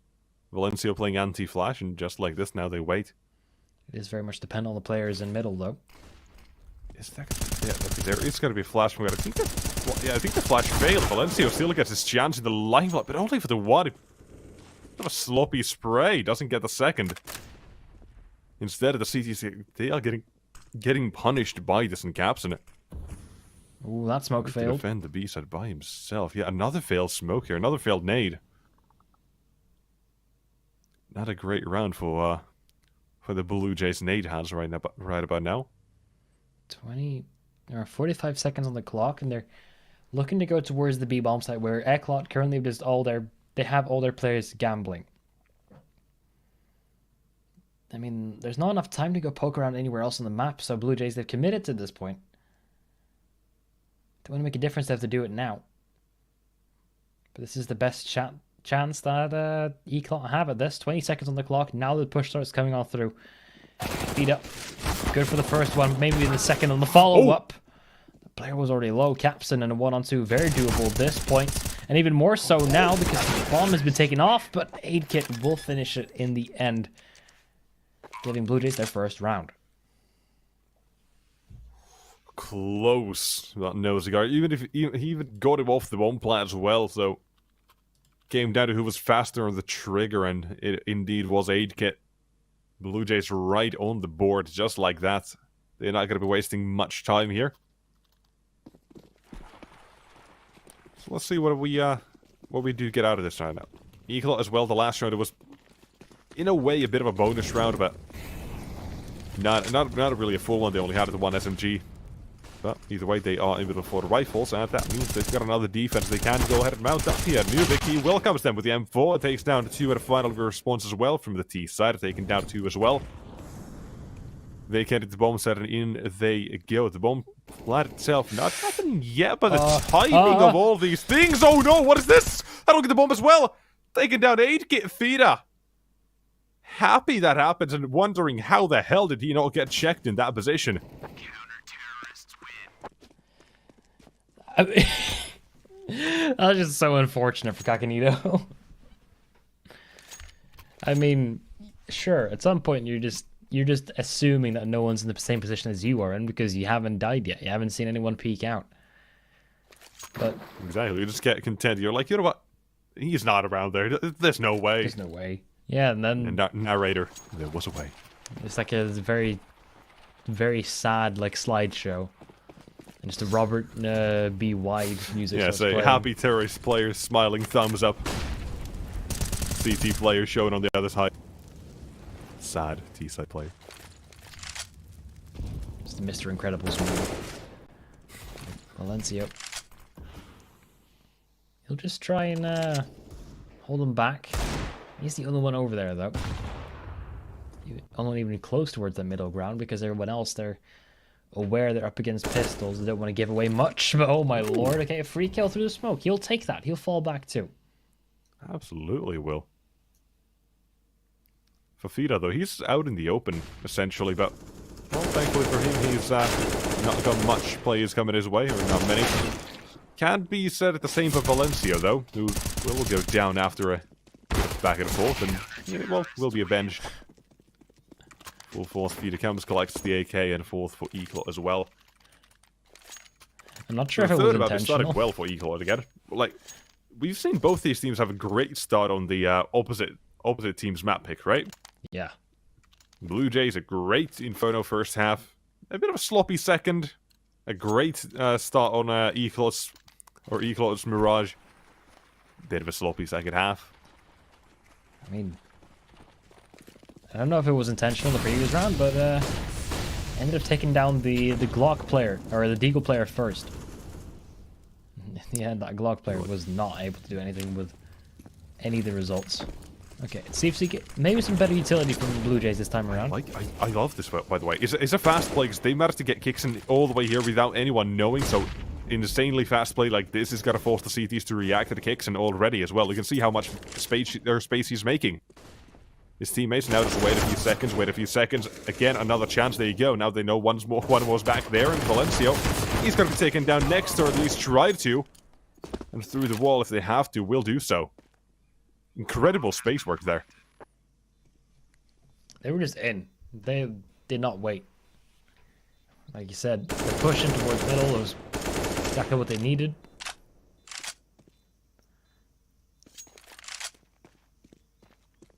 And now the remaining players of Eclot, will they want to try and go for it? That's not the flashbang you want to try it with, though.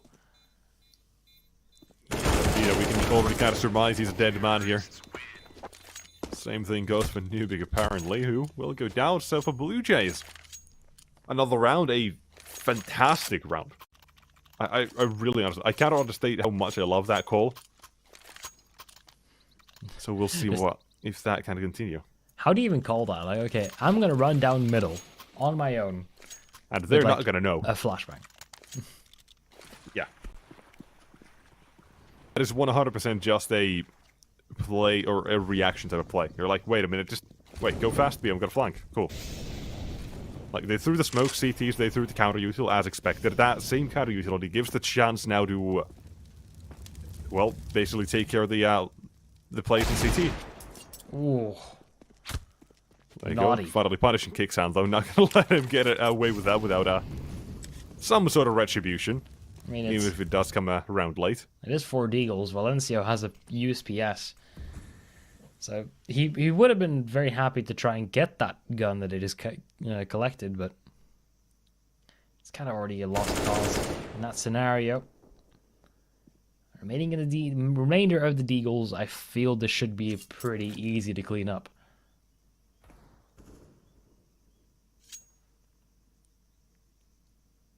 Well, I mean, especially now.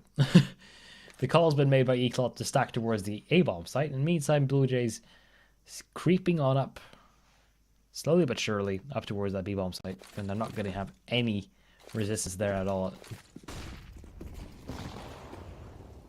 So yeah, just a routine check. Nothing to worry about now. Bomb will go down uncontested. Capson will try his best. Passing the vibe check. Well, I don't know. Ooh. Okay, maybe not. They failed the vibe check apparently. Oh, no. Okay, well, luckily not the first yeah, Deagle we'll choke close we've our seen. eyes and pretend it didn't happen.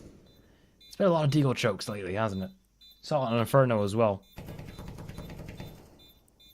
Truly have it, but sometimes the CTs have a chance. Not for long. Sorry, but what were you there was a saying? chance. I mean, hey, they had one.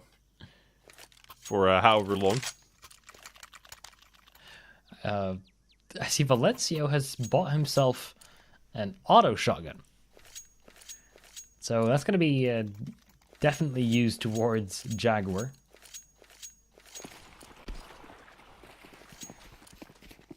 I would imagine that's the only real place you can use that thing. In the meantime, more action towards on middle. And, well, effective at that. Early trade to spamming through that smoke as well. Not even, like, worried about the tracers coming on through. Beautiful nade. Look at that. There's a free kill for Aid Kit. Allowing a bit of access towards the B site. Well, the rest of his team, they were making a lot of noise towards A. Gave him that chance initially, and even another kill for Kicksan taking down Capson. So you can just see how this is now shaping up to be. CT's thinking it's an A hit, but they've not realized it even until now. Whoa, wait, hold on. Good catch and transfer. Ooh, almost did it as well. Valencio had a shot there, but too many targets, and they did also clear him out. So that'll be 4-4. Fida will be will just be holding on towards his rifle if possible. No op to keep a hold of. Just the M4. Not even a kit. And that's the timer will click on through.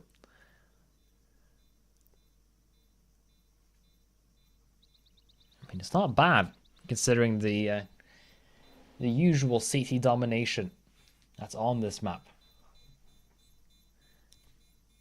Yep.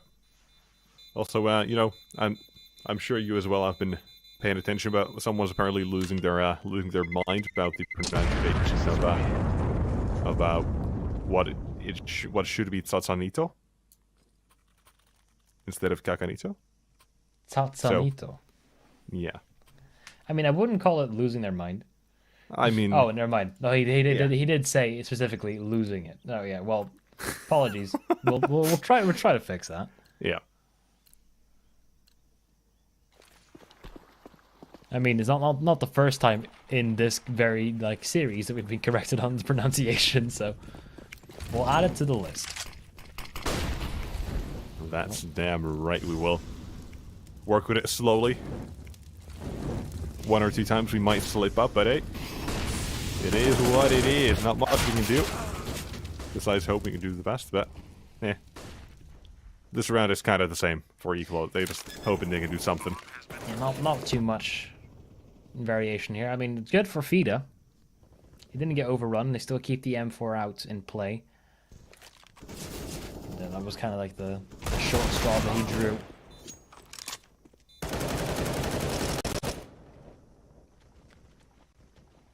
Well, he's just sending his lackeys from Munich out there and just to try and get some attention away from everyone else. But okay, well, if they're going to try and hunt him down, this could be some action at the end of the game. And now they all know where he is, but I don't think they have any time remaining to really hunt him down. Right. Whoa. Out he goes. Unlucky the M4's removed as well, so a few more dollars having to be spent on the CT side of things. It's not sure how much that really would have affected things in this round, but overall would have been at least something worthwhile. Not allowed though, so BLUEJAYS, they've taken the lead. They've got to look to extend that as well, which, well, like you said before as well, it's not something we're used to. You know, it is a bit more of a CT-sided map, but BLUEJAYS so far showing that the past 2 games on this map, today and yesterday, have not been really flukes, so to say, but we'll wait for the second half. We'll wait for the finish of the first half as well. Well, I mean, BLUEJAYS has been doing a very good job of just deconstructing the defense. For Eclot, it's a lot of players fighting on their own terms. Not too much of a backup. Execute towards the middle. Once again, more Eclot players getting forced further and further back. Oof. Good kills from Necrogenesis towards the site there. And again, look at the map work, by the way, by BLUEJAYS, because they've been given maps as well. Here's Tanito yet again. Before it was Kixon, now he's here, and the cities, they know that they've done this at least, what, now this, I believe, the 3rd or the 4th time, so maybe someone expecting a mid-lurk, but still, the fact that they can get away with that, it kind of shows that Eclot maybe not pressuring the map enough where they need to. Because as soon as that mid is taken away from them, they've got so limited map control, or movement as well.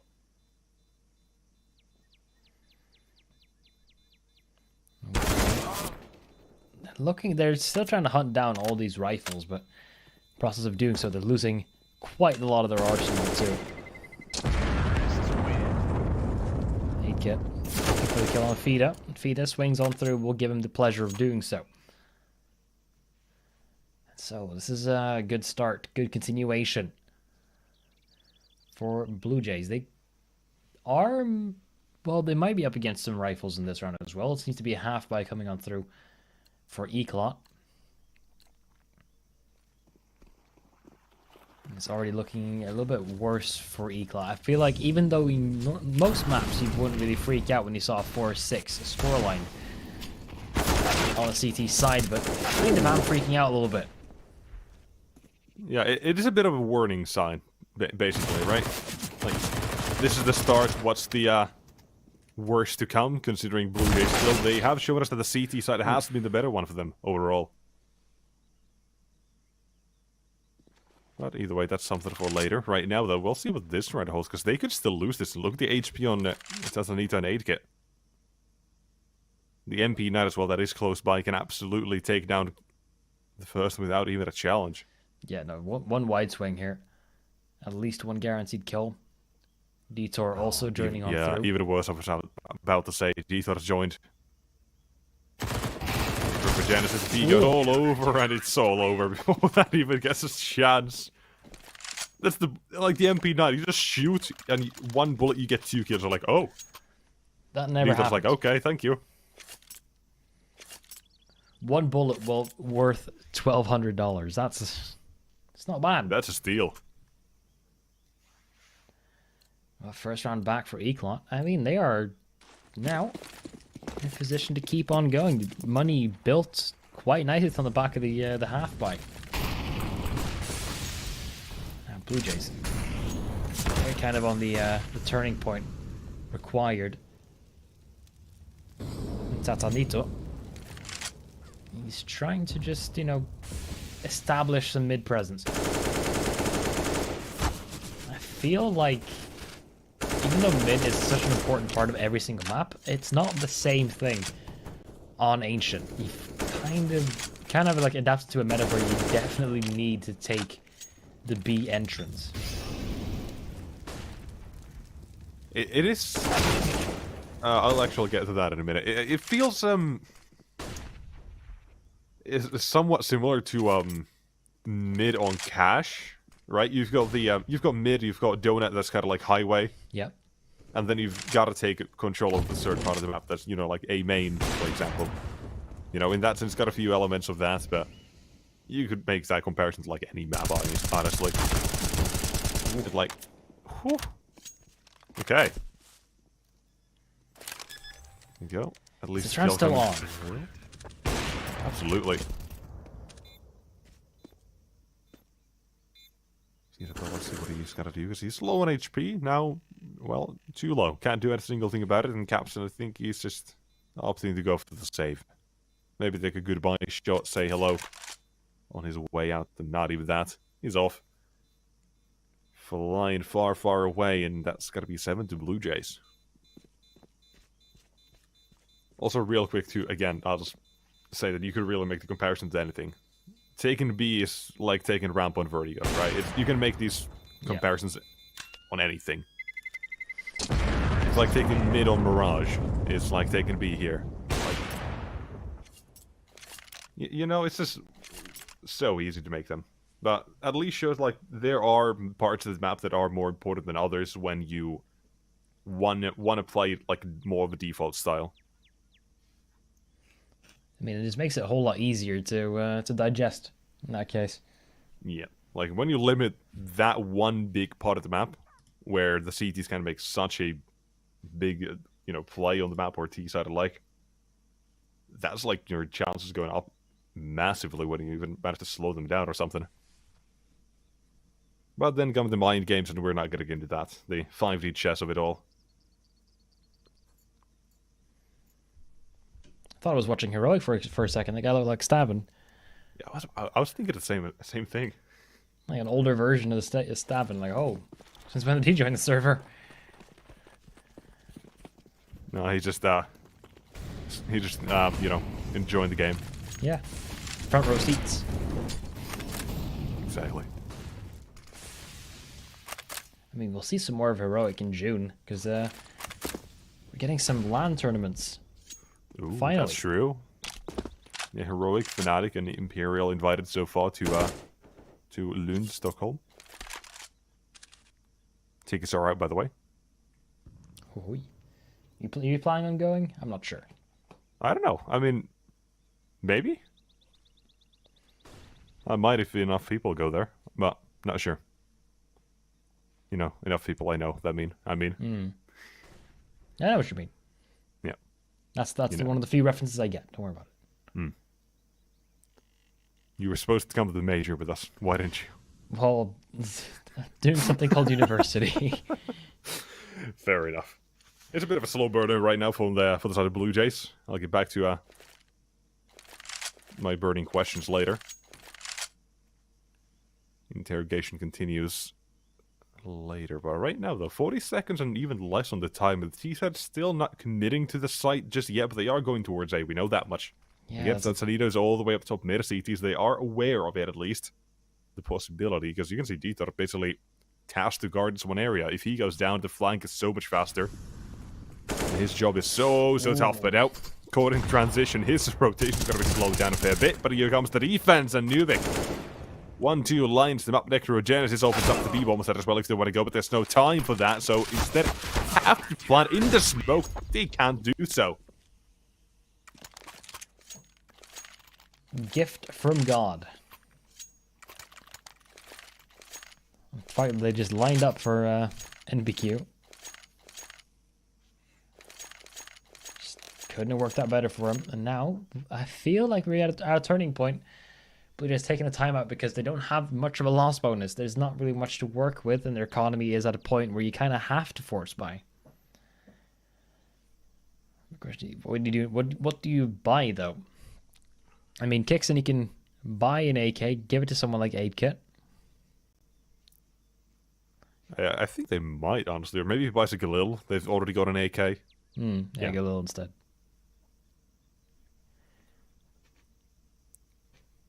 Just get some sort of a fighting chance, because honestly, you're just fighting for the last 2 rounds. It's either got to be a 9-6 or, you know, or at least down the BlueJays win the first half here, or it's 8-7 for Eclot. So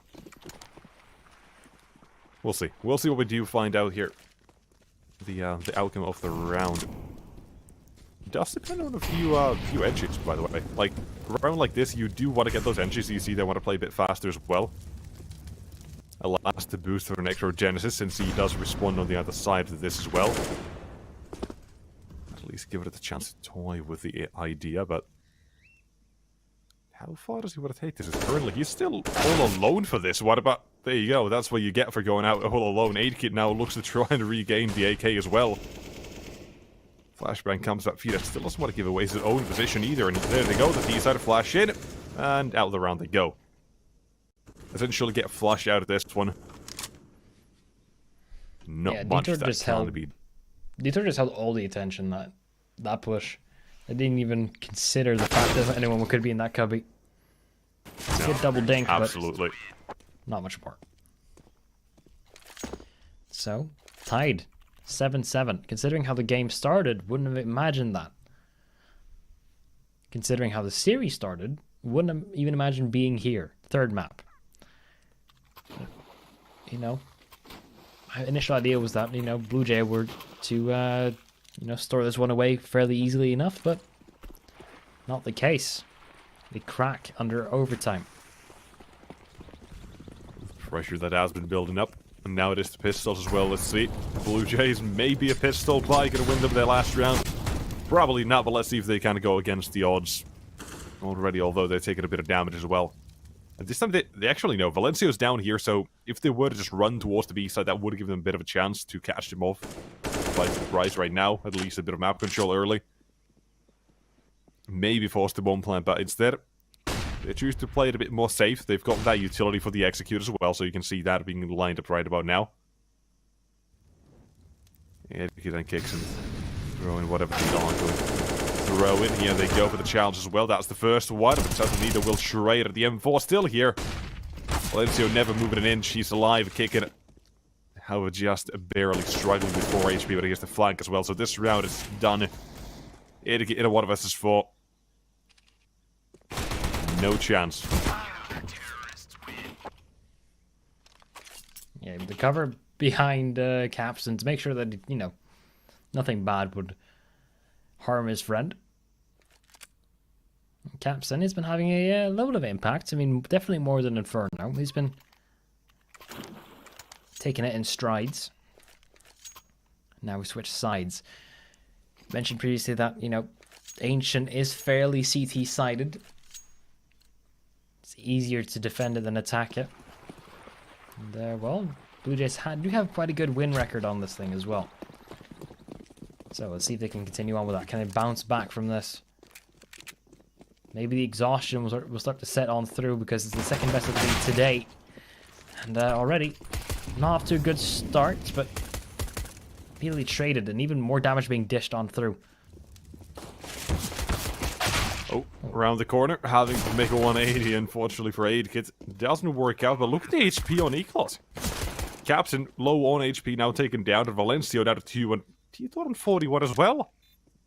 They've taken a whole bunch of damage, and, well, at least they've got the bomb down, yes, but now having to hold down the site of the 2 of us is going to be an easy tap with the first one. It's okay, and here's the last match as well, but Danny, he's just too good here. Clean.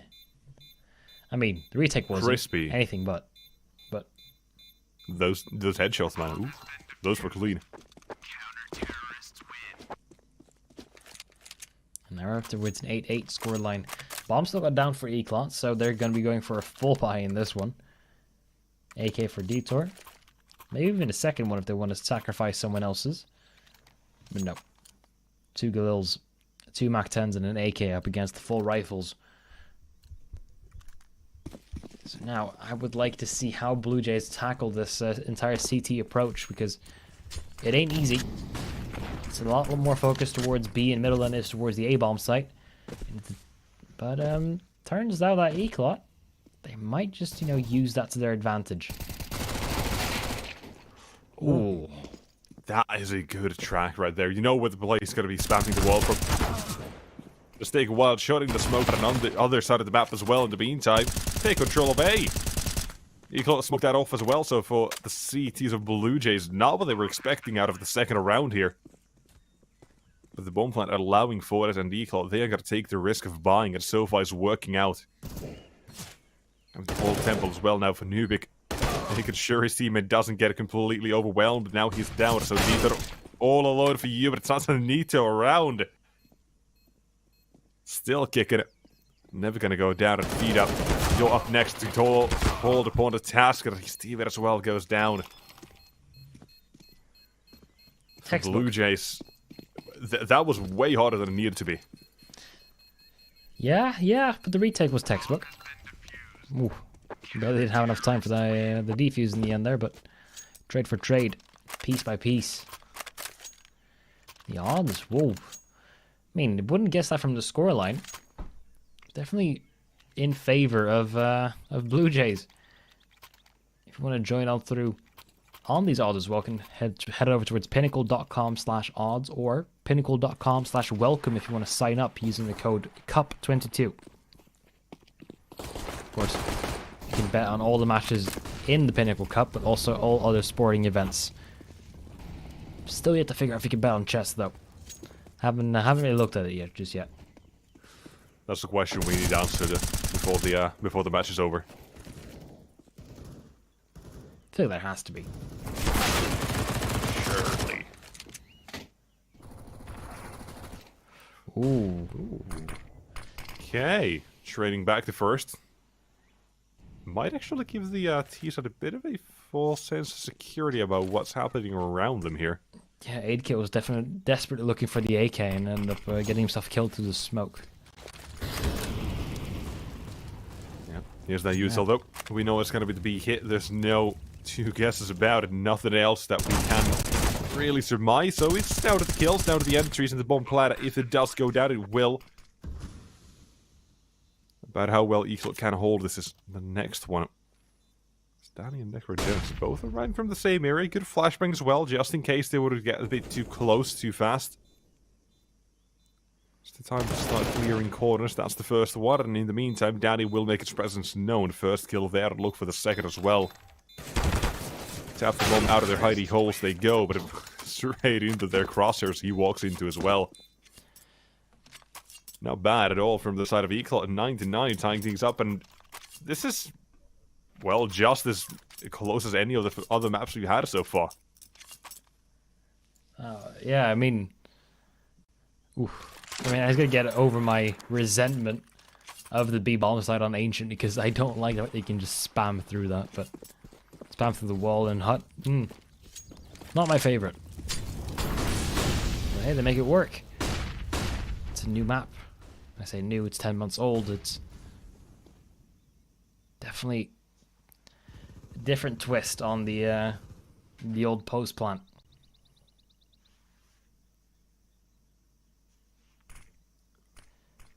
Detour. Ooh. Oh, the timing couldn't be worse. I don't think AK can get that AK though, but the smoke maybe. Upgrade collected, fall back. Kixon has a Negev. That's just fine. It's called a bowler move. Did you not know? I mean, I didn't expect it. I mean, I don't know. I've honestly been seeing, a few people buying the Negev every now and then. Of course, not in pro games, but my faces games, There's there's a difference because I feel like that tracer should be so easy to see and shoot. Honestly, true, but then again, you never know what you're gonna get. Like, the gun is just honestly kind of broken for the price. Look at that as well. It's suppressing fire coming through from CT. Equal, they can't even move towards the site just yet. Finally, when they do, Necrogenesis gets his first gun as well. Now having to watch out for the spam and then get reloading, I think. And feed up might be caught if he's not too careful. But then again, it begins. That's one for Kixon. And just like this, the CTs, they take the cake. It's a force fight with a scout. And then Negev. The Negev worked. The Negev works, man.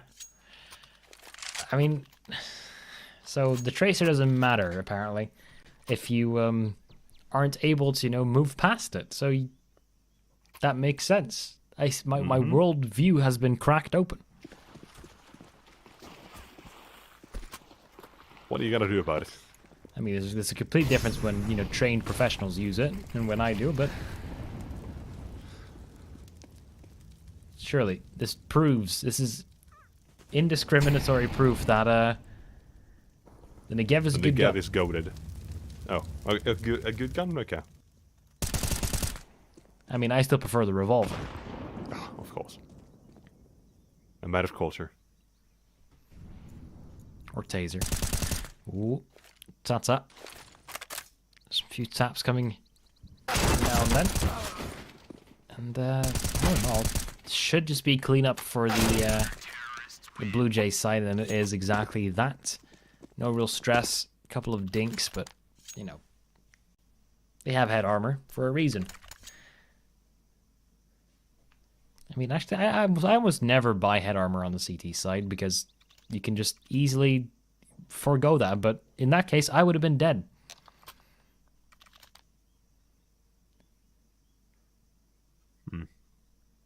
Yep. A round for Eclot now to think about. Make sure they're going to be absolutely... Well, we're entering the, the last 10 rounds of the game. So make sure you know what you're getting into. Every round from here on out, it's got to be more and more added pressure on top of the ones or the top of the pressure you already have. And the fact that BLUEJAYS, they've started the second half off fairly good. They've won the first two. They lost one in the middle, but again, you can see they've won the last two again. So the fact that it's going like this, it must be getting to Eclot. It must be getting to BLUEJAYS as well, of course, because, I mean, this is what, is the fifth map they played today? Oh, no, this is the 6th. Oh, God. The previous series also went to 3 maps. Oh, yeah. Oh, God. Okay, so, yeah, for them, it's been a long day of Counter-Strike, and still will be. Not gonna stop anytime soon, so let's just get right back into it. Nuvik runs towards the B site, smokes deployed, and CT control taken as well in the meantime, but one bomb dropped. Courtesy of Kixon, but the CTs, they are not really able to do much about this one right now. They just have to let it go. A bomb to be planted, hoping the best in the retake scenario. Here's the flash, here's the first, and here's the second as well as he slips back. 4 versus 4, but again, a trade's coming through. That's the name of the game, but the CT side, they're still hoping for their own original idea of how the retake should have worked. Wasn't given to them. So they're left to pick up the pieces of what the round was supposed to be like. And Capson's the first victim, but again, the trades is what we're playing for. And Dieter, 2 kills, 1 more to go. The bomb is got to be tapped, and Danny's got to get him out of his hidey hole. An AK bullet to the head will do swiftly. But no kit, though, or no time. A few more seconds, who knows? Maybe. We are looking at 11-10. It's spiraling out of control. I mean, this is the first step of that spiral, at least. I wouldn't exactly say they're completely out of the game just yet. In fact, they're quite far from it. This time, no kits. We go for the utility instead. This could be the start of something beautiful for Eclot.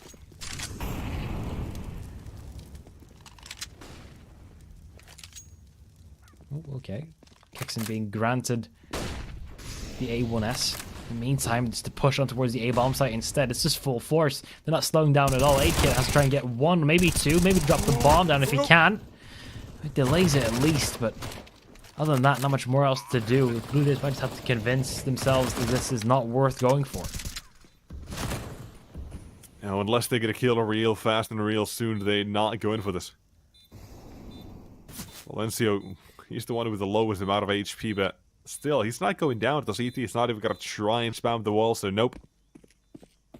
Walking out of there, Blue Jays are going to be caught up to, and this match as well, this third map, it is giving us a lot to think about. So far, we've had, I don't even remember how many rounds of Counter-Strike. Was that first one or second map of 1917, I think. Second map 1910, yeah, we went to the full 30 first one, then the second map we go towards single 66, overtime. Yeah, 66, and then what do we have here? 89 rounds so far. Oof. Yeah, we've got a bit of Counter-Strike here. And we're not even done. Like you and me, we're still casting after this one. Exactly, we've got SKADE ECSTATIC up next. Yes. For those of you guys who are tuning in for that. ECSTATIC holding the only face of Dutch Counter-Strike since Chris J left, and I'm very thankful for it. Didn't like Chris J being the face of Dutch Counter-Strike, to be honest. But nonetheless, so 11-11. It's going to be a half buy for the side of the Blue Jays, considering all the equipment that they saved from the previous one. They just have to, you know, cross their fingers that this hold will work out. Meanwhile, Eclot, they have 2 A1Ss.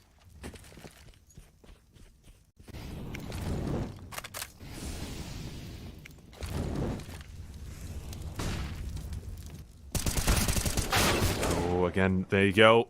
Mid control's the key for Eclot, apparently. With a 1-for-1 trade as well, they take that back. In the meantime, that's a bit odd, I'll say. Valencia's all alone.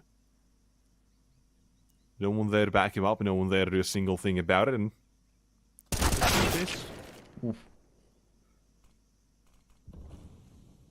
Why the tough position to be in? A rotation towards AR happening. It's that one P250 they have here. It's also need to... Could stop the bomb plant if he does get a shot. No, this captain watching it, so... The chance that was there for a second or two, but okay, look at this though! Bomb does go down, didn't hear Captain. A lot of noise he made, so this one should be an easy shot for the check, and it will. Ooh, can he find it? Oh, nope, ended up only losing everything. Unfortunate. An AK lost, but a round gained. Eclot back in the lead here for the first time in a while. Slowly but surely getting further and further into uncomfortable territory for Blue Jays. That was an eco round though, despite them having a couple guns out. Now, if they lose this one, then you're in big trouble. You have to just continue on with, well, almost no money in the bank.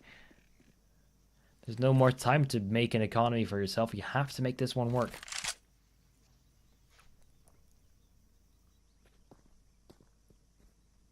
Let's see what the CT defense does. How do they hold? The utils coming through. The flash thanks the counter util is not there just yet. That first one is already going down. Kicks in position. No, and he's got to be protected by Aidkit. Look at that. This through the smoke. He goes for another one. As Aidkit sweeps for a few more.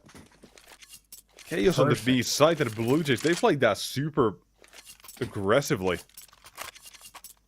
But damn it, if it doesn't work.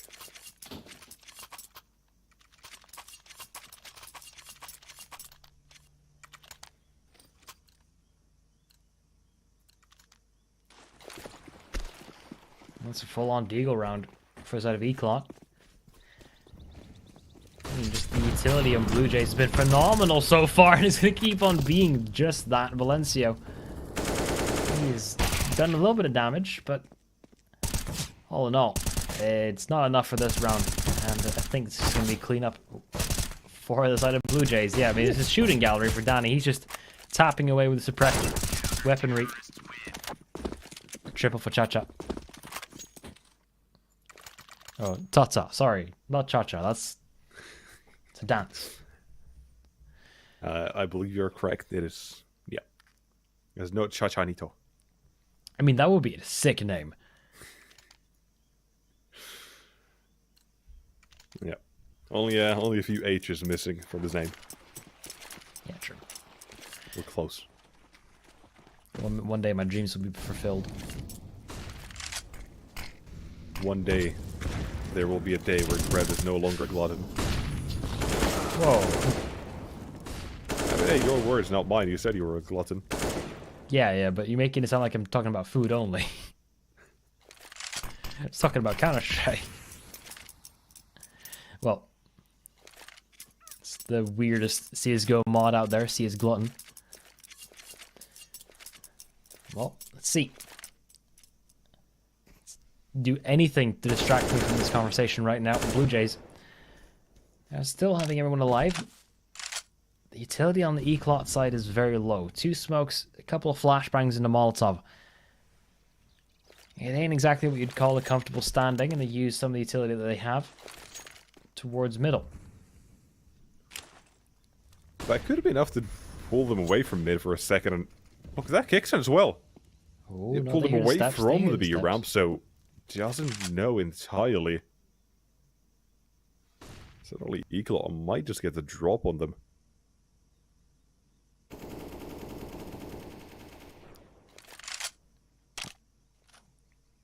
How are they gonna actually commit to this? They've got utils just barely enough. They have well, to. no longer anything. The flashbang was the last thing they had. Smokes is down at least. And there you go. Finally swings for the first 20 seconds. And the CTs, they've got a whole bunch of players surrounding the site. And look at that as well. Titanito, Necrogenesis. They go in and the captain goes out. The entire team of Eclot goes out. It's Blue Jays. They go to 14. My god, that was a fast retake.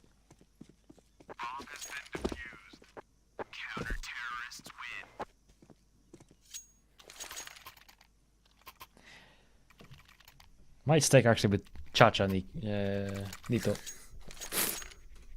Kind of like it. Yeah, back to it now. I saw one person in chat being in favor of it, so now I'm sticking with it. 14-12 though.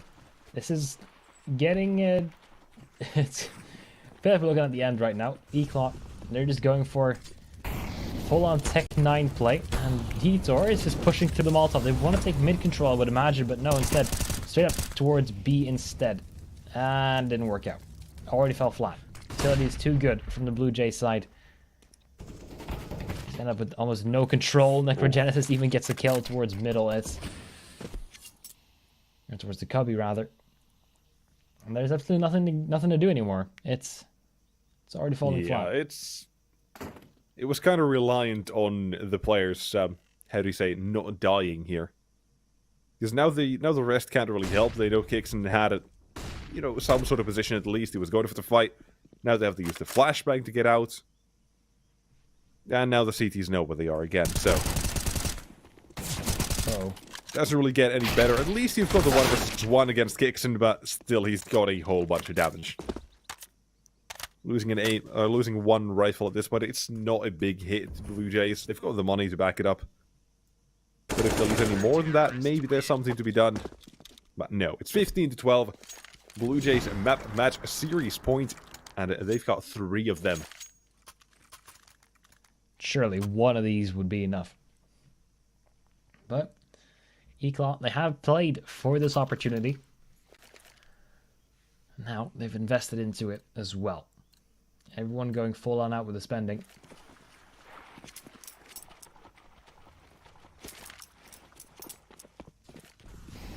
Detour. We can get Tapanito already over for the first one. Not even any damage to be, given in response because he's already taken the first one down. Kixon is all keeping the pressure on Eclot.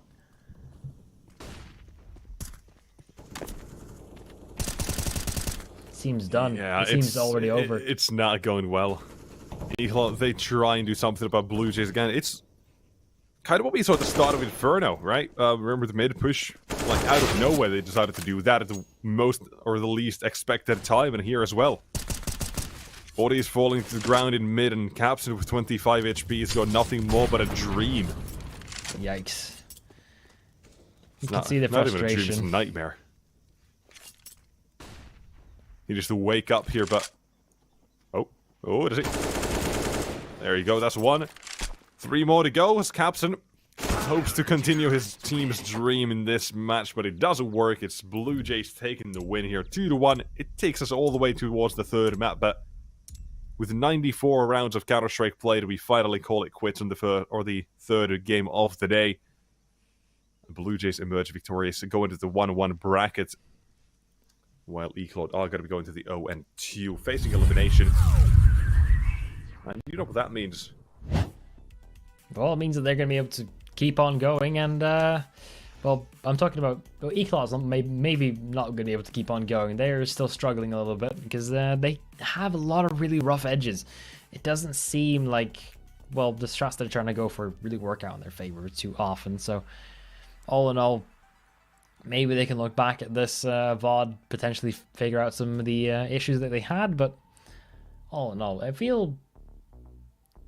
I mean, I don't know what to feel about this match, to be honest. I feel like I feel like Blue Jays could have dragged, or it did drag this onto a 3rd map a little bit unnecessarily, but it doesn't really matter all too much. We're going to go towards our 4th and final match of today, which will be SKADE versus... I forgot to remember the name. ECSTATIC, that's the one. Also in a 0-1 bracket. That actually surprised me. I didn't imagine SKADE being the first one to lose a series, but nevertheless, that's the stakes. So we'll be back just a little bit, and hopefully you'll be there to join us as well. So we'll be gone for like a few minutes, 10 minutes or so, and we'll see you when we see you again. So stick around. Goodbye.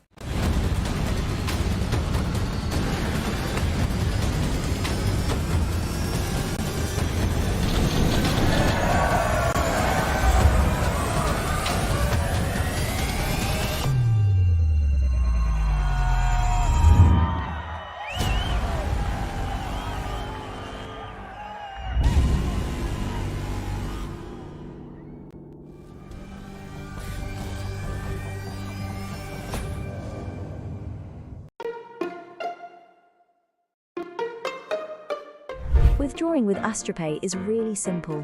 Go to your favorite site and choose AstroPay as withdrawal method. Then type the amount that you want to withdraw, type your mobile number, and click on the Confirm button. Now, enter your wallet with your usual credentials and...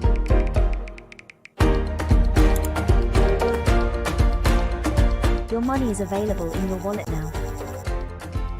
Decide if you want to extract money or buy on your favorite sites. Get the app in your favorite store or visit us at www.astropay.com.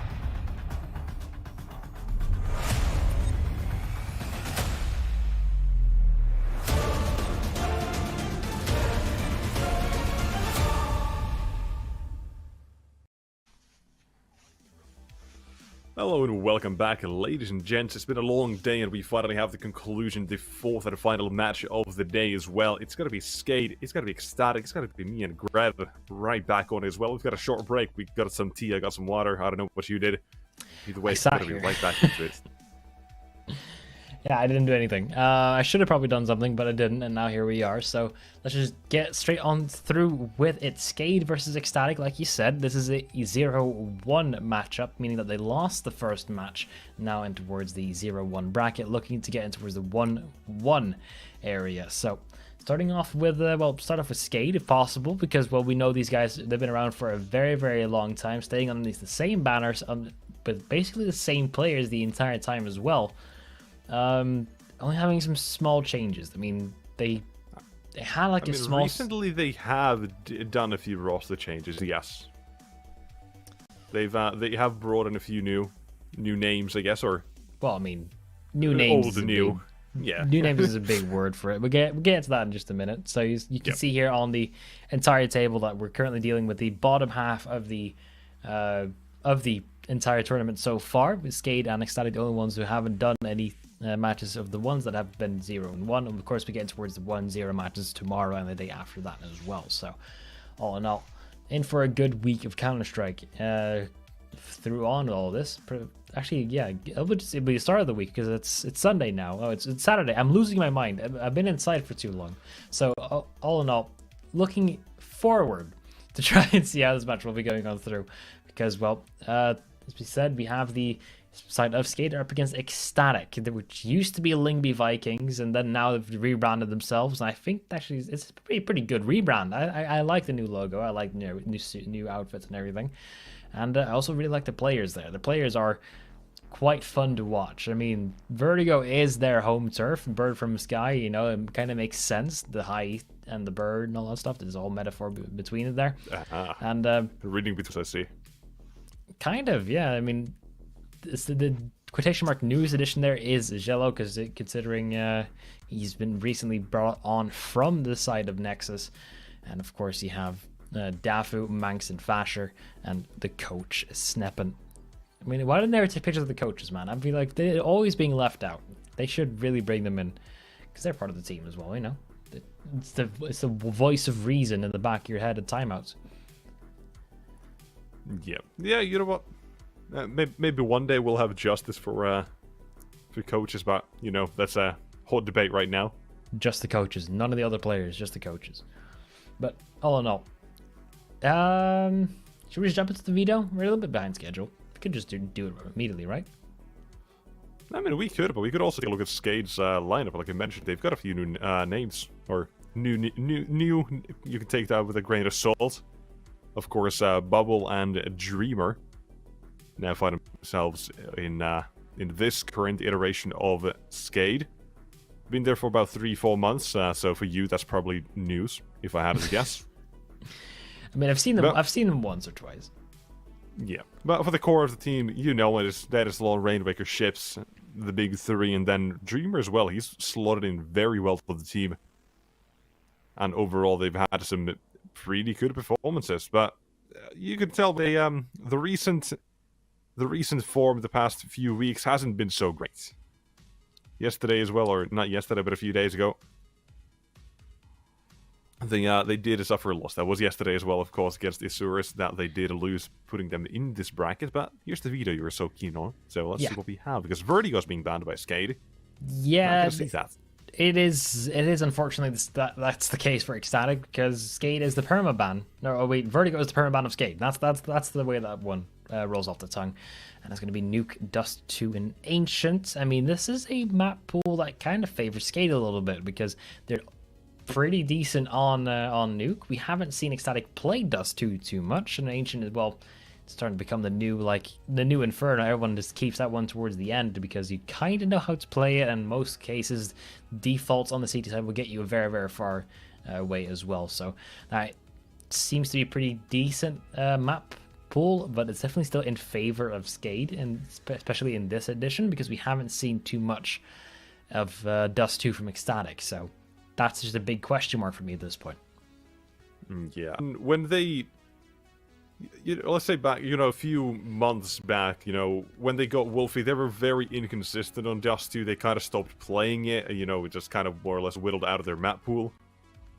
And, like, in, this year alone, they've had 2 wins, 2 losses, not really the greatest. It's kind of a weak point in their map pool, and for SKADE, it's kind of an obvious pick to go for that. It's one of the better ones they have, but, of course, we'll, get to that. Where do we get to that? Because right now we've got a nuke. It's SKATIC's map pick. We're looking to see what we have in store for us.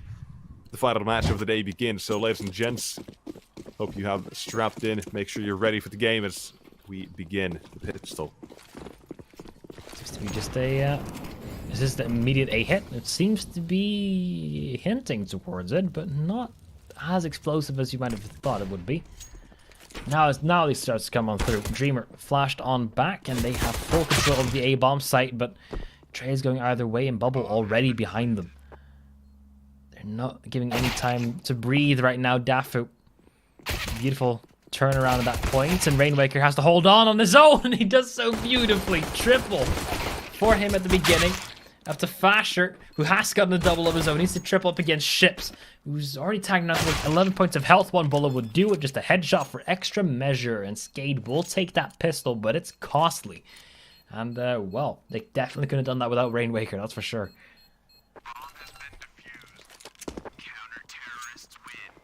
What a start. Yeah, SKADE with the pistol. That's old Rainwaker right there. And Ships is called to, of course, to finish it off as well, but would not have been possible without, well, this, of course. So, fantastic stuff. Basically just stopped them from checking behind. It's just so easy. Out of that, Ships, beautiful stuff to stop Fasher from getting any sort of momentum in the end as well. But SKADE, the bomb plant already. You can see they've got it for the force buy. Molotov as well. Real quick smoke out of that. And follow-up smokes, question mark. That's a... They should be, or maybe not, no. No, they don't think care. If they got rifles, they'll just take the aim duels, and so far, okay. 2 for 1. Bubble as well, though. He's got to be rotating down here, making sure no one else gets too far ahead of it. Cello is down to 21. It's easy swing. Oh, not easy enough, though. Maybe not. The fact that they got that bomb down, that amount of casualties in the previous round means that they can easily buy up in this type of scenario. And they do so with glee. Just forcing on through, taking these long distance duels against, well, you'd imagine just a bit more resistance, but doesn't seem to be the case. And now it's a 2-on-4. Just overwhelm them with numbers, no matter really where they go. Yeah, let's see though. Again, the T side of the are now finally continuing their attack. They started at the beginning of the round. It just headed towards the B site. Rainwaker has finally rotated off too as well, but the bomb will be planted. He's not alone either. He's got the first kill, and now the assist comes in. Excello's still there. Not for long, but Bird from Sky, they know he's stuck at the corner, and out with 1 kill coming through in the second. Unfortunate reload. As Banks swings, secures the round for SKADE. It is a force buy that works, and it pays off. Ooh, very even odds. Basically, coin flip. Honestly, it is a bit of a surprise these teams are facing each other right now. Yeah, I mean, this is like the... I wouldn't be surprised if this were to be like a decider match, or either elimination or promotion match. But yeah, it really wouldn't. Thinking both these teams, they could be like, what, 2-0? Thinking about, apparently not. So maybe recent form is, a bit shaky for both these teams. Who knows? Maybe the competition of, or the level of competition has risen up to new heights. They're not ready. I mean, hey, that new Apex lineup is looking quite good. Honestly, they're kind of cracked. Ooh. It's a full deagle buy from the side of SKADE. Is that the smoke land where it's supposed to? I think it does. Yeah, just outside the window. Outside control is now completely in the hands of SKADE. At least to the degree that they want it to be. And already, they're just running over whatever they might find and, well, get themselves an easy B access. I mean, SKADE might just hold on to what they have. Honestly, I think they probably are going to. And, I mean, yeah, of course they are, seemingly. Looking at the minimap, all of them headed towards CT spawn.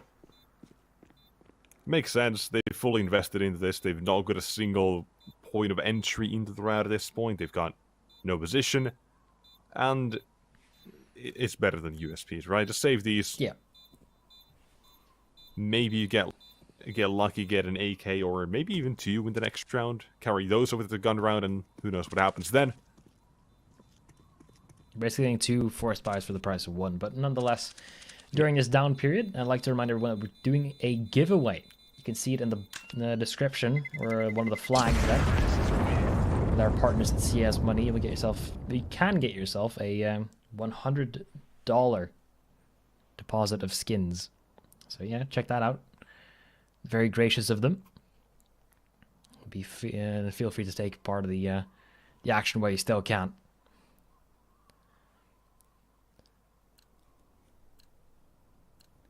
Now, well, jumping back into the well, basically is another half buy. See if they can make anything work with it. Up against 3 AKs. Fair money utility behind that as well. ECSTATIC not afraid to take a duel and take a lot of aggression towards the outside. Flash is already down towards Secret.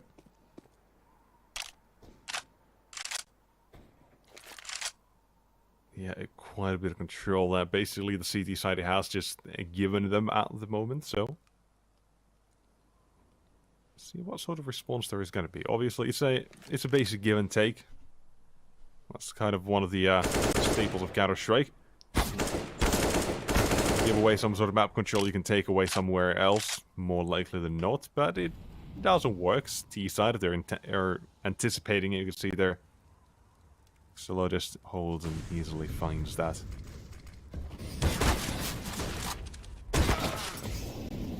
More nope, still not working out for the CTs, a bit surprisingly, but a bit of damage and a scout picked up for Raid Waker. Yeah, it's been a marginal amount of damage as to what I expected. I mean, usually it's that, you know, you can get the scout, a couple tags in, the Deagles can finish off the rest, but not the case. This round will just slink back in towards its, well, unrelevancy for this defensive SKADE. ECSTATIC looking to be quite strong in the beginning. This is their map pick after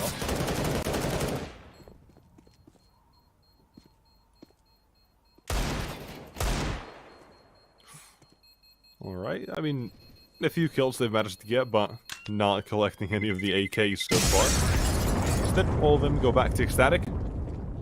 Just like that. Ships gets only the armor into this round and the Desert Eagle, which is not probably going to do much, but either way, we get into the so-called meat and potatoes, into the actual action of the game. Round number 5, the guns are out, Denislow, the AWP is out, and same thing goes for the opposite side. Xelos has one of his own. Yeah, well, one is a glass cannon, one is not. But we're probably going to see more and more of the outside aggression from ECSTATIC. Well, I would imagine Alpha Denislav probably focused more towards ramp, but no, he's still sticking out. I like this from Ships. He threw that Molotov early, making that massive gap. Now it's outside, not so safe anymore for ECSTATIC, and they don't even need to put the player down towards Secret to try and counteract it. Now all these smokes fade. And the outside is wide open.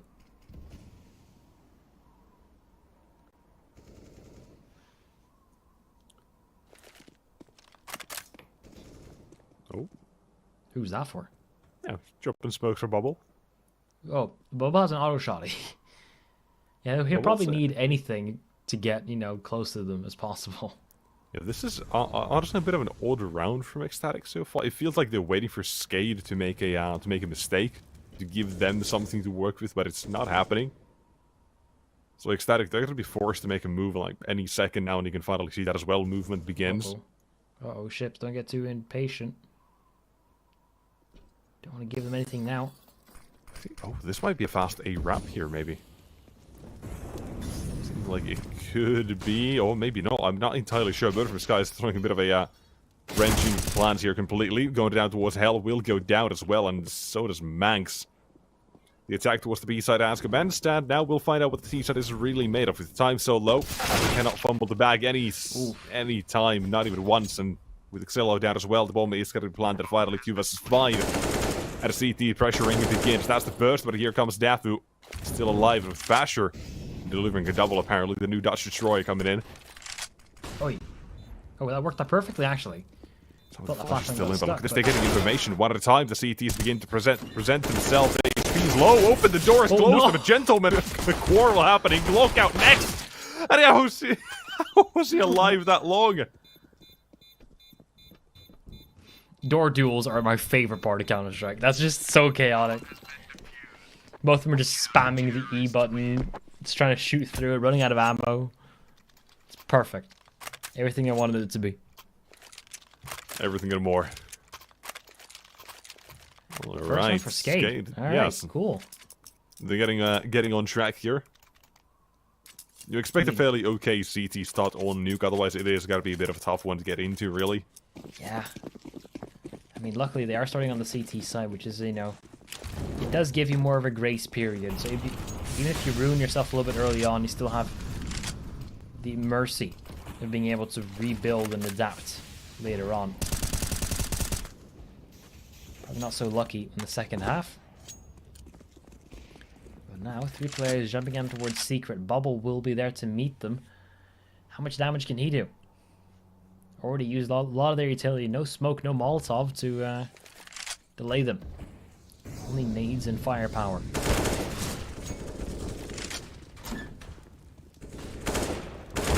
On the side itself, Bubble has to now stay alive, but he's not alone. Rainwaker, look at him. He's come to assist it real fast at that, even if Bubble does go down. There's quite a bit of the CT side can now manage to get away with. The bomb's been dropped to them. Yeah. The outside presence for it's there, but the CTs, they're not challenging that. Doors even been closed on the bomb there, so they can't even fetch it. They have to go for fights. Is Streamer ready for this, though, is my question. Definitely not ready for Heaven. Ooh, time's limiting factor, though. 40 seconds. 35, actually. They need to be a bit faster than this, because everyone from SKADE is just bunched up together near the B bomb site. Yeah, they have got control of A, that's fair enough, but you can't plant anything else but the bomb there. The bomb that they don't have. I think this round will just fizzle away. There's really nothing they can do for ECSTATIC, so they'll just hold on towards the rifles. Anticlimactic ending, but it still works out. Yeah, anticlimactic, but it's a good round for SKADE. It was, I don't really, it wasn't really a great round in itself. There wasn't anything that really gave SKADE at the round by that was their doing, but instead it was ECSTATIC only sending, what, 2 down towards B with the bomb. I mean, Dafu was there, yes, but he couldn't really help. As it was all kind of over before they really got things going. And then the bomb, of course, being dropped in the open does affect things. Yeah. Not the best help. Not great. Okay, ships. New approach towards the outside. This time he's fighting on close. And ooh, that jump cost him like 20 extra points of health there. Thankfully, he's had no nades, but instead have to go for the fight, and they will trade. 2 for 1, happy to take that. As the CT side, you can see where they are right about now as well. They are somewhat scattered, but currently there are quite a few openings in the defense. Outside's completely up for grabs for ECSTATIC. All they gotta do is fully walk out, and might even get another one soon enough if Shello does look right at time. But doesn't seem like any of the CTs are really willing to go for the fights. Bubble. He is the one at least poking in towards the lobby area. Might be his undoing. Such a common fight, this one, because who's going to be the one to overstep? Bubble. Just checking. Will meet his end eventually. And Rainwaker, a 1-on-4. Yeah, but ECSTATIC played this wonderfully. They got the 2 opening frags and immediately slowed it down. Eventually, SKADE played into their hands by just looking for control. Before you know it, it's a 1-on-4, and no real chance of winning this one anymore. Worst part is Rainwick can't even save where he is now. He needs to move away a little bit further. Let's not get caught in that blast zone.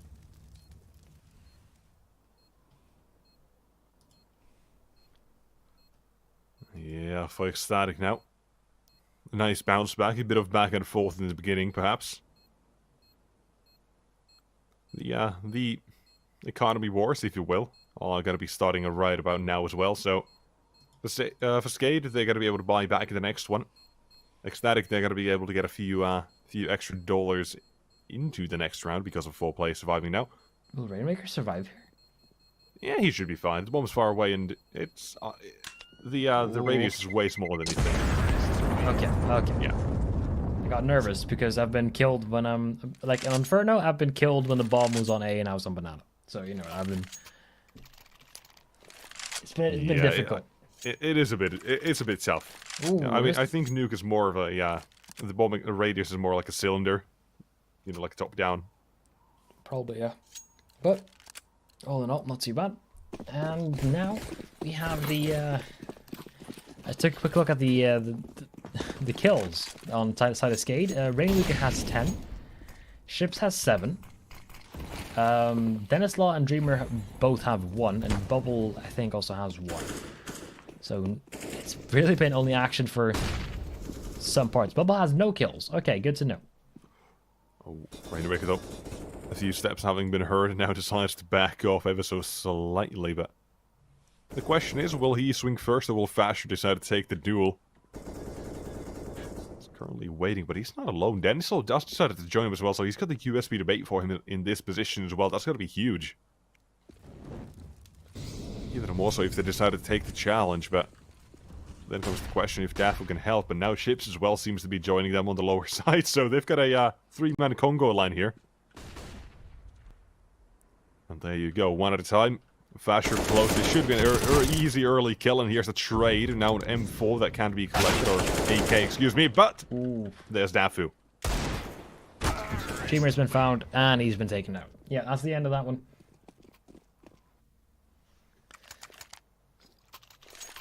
That will be it for, well, it's the economy round. So, okay, SKADE. Their time now to bounce on back. They don't want this round to get out of the, or this half to get out of control. And now is probably the best time. Just close it on through. Get themselves back on the board. Get your economy rolling. Keep at least 3 players alive. Well, ECSTATIC, they're looking very healthy in terms of their own funding. Bird from Sky is already down towards Secret, so yeah, they've kicked up the pace a little bit.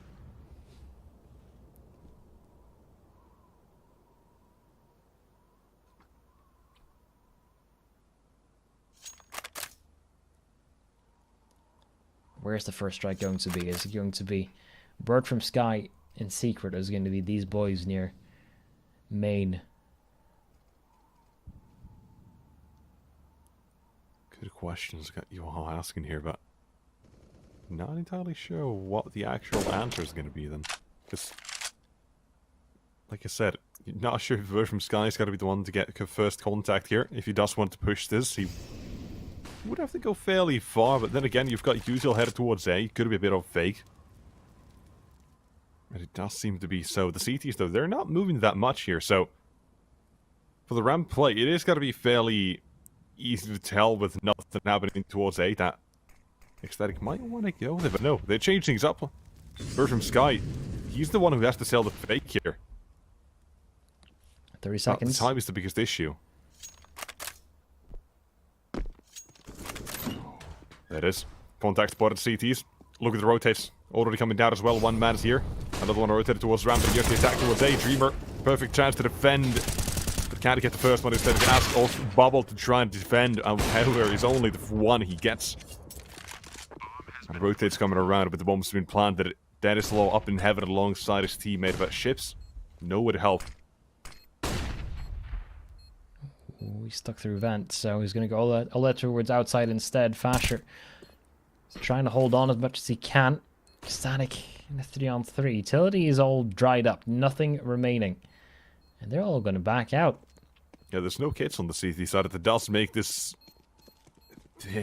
tough as well, but let's see. The first skill in the Fasher immediately would help things out quite a bit, but there they go. That's the swing. Fasher is still alive, and that's the round as well. Dennis Lawless got to die with the one most likely, if I have to guess. Oh, you know what? Another one dies to the bomb, so... Not all for naught. The CTs at least do some damage against the economy, but... Yeah. When you mention the economy, you got to look at how much the money that these actually have. It's really a silver lining there. You just took one more gun down, and they even collected it, so... Yeah. It's not the worst part for the Ecstatic. They will get their 6th, and they're looking for the 7th, because they're up against full pistols now. It's, well, any type of play could work for SKADE, but they're still going to be playing basically their defaults. More of an A stack, rather. I'm not sure if that's actually a bit concerning. If they are playing like that, if they are playing the default on around like this with pistols. Yeah, I would have liked to see, you know, potentially a push somewhere. You know, my favorite is splitting through A, is going through ramp and through lobby, trying to, you know, choke out your opponent as much as possible, but it's difficult.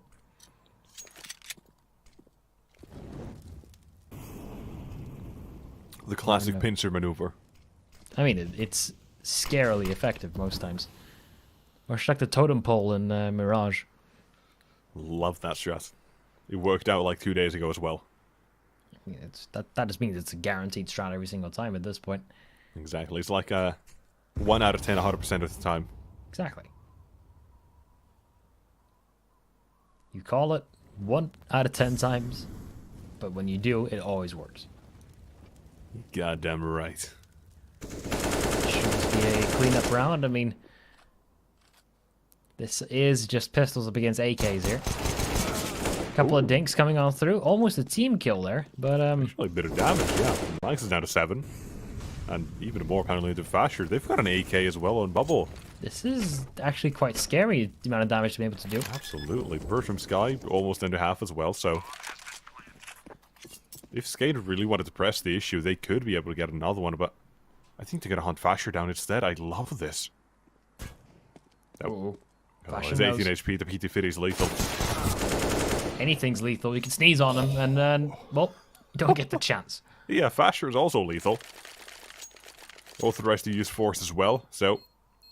3-7 is the score, no more AKs taken away at least until the bomb explodes. And I doubt even so there would be any taken away.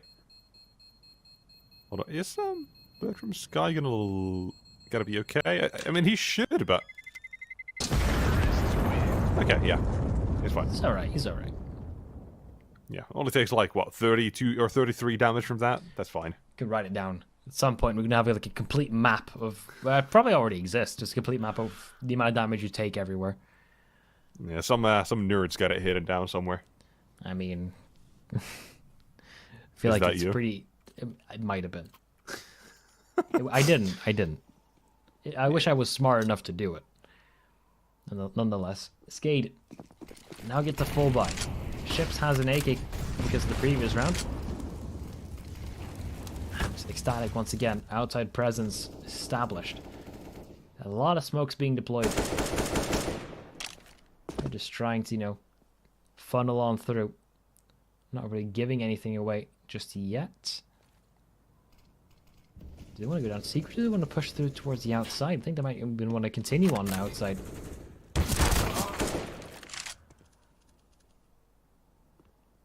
Two eyes on Bird from Sky. The AWP of Heaven and the AKF ships. Hunting this man down. This does give time towards the boys of Ecstatic in main. They could push on out, but Dreamer says no.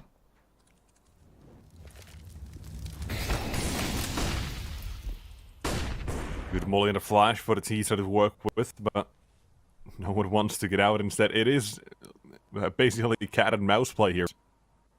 Trying to find where Bird from Sky might be, but He's not getting that much out of it just yet. Bertram Sky, he's the one who finally will make the moves out as well, but timing is all that it comes down to, but he's not going to check the angles clearly.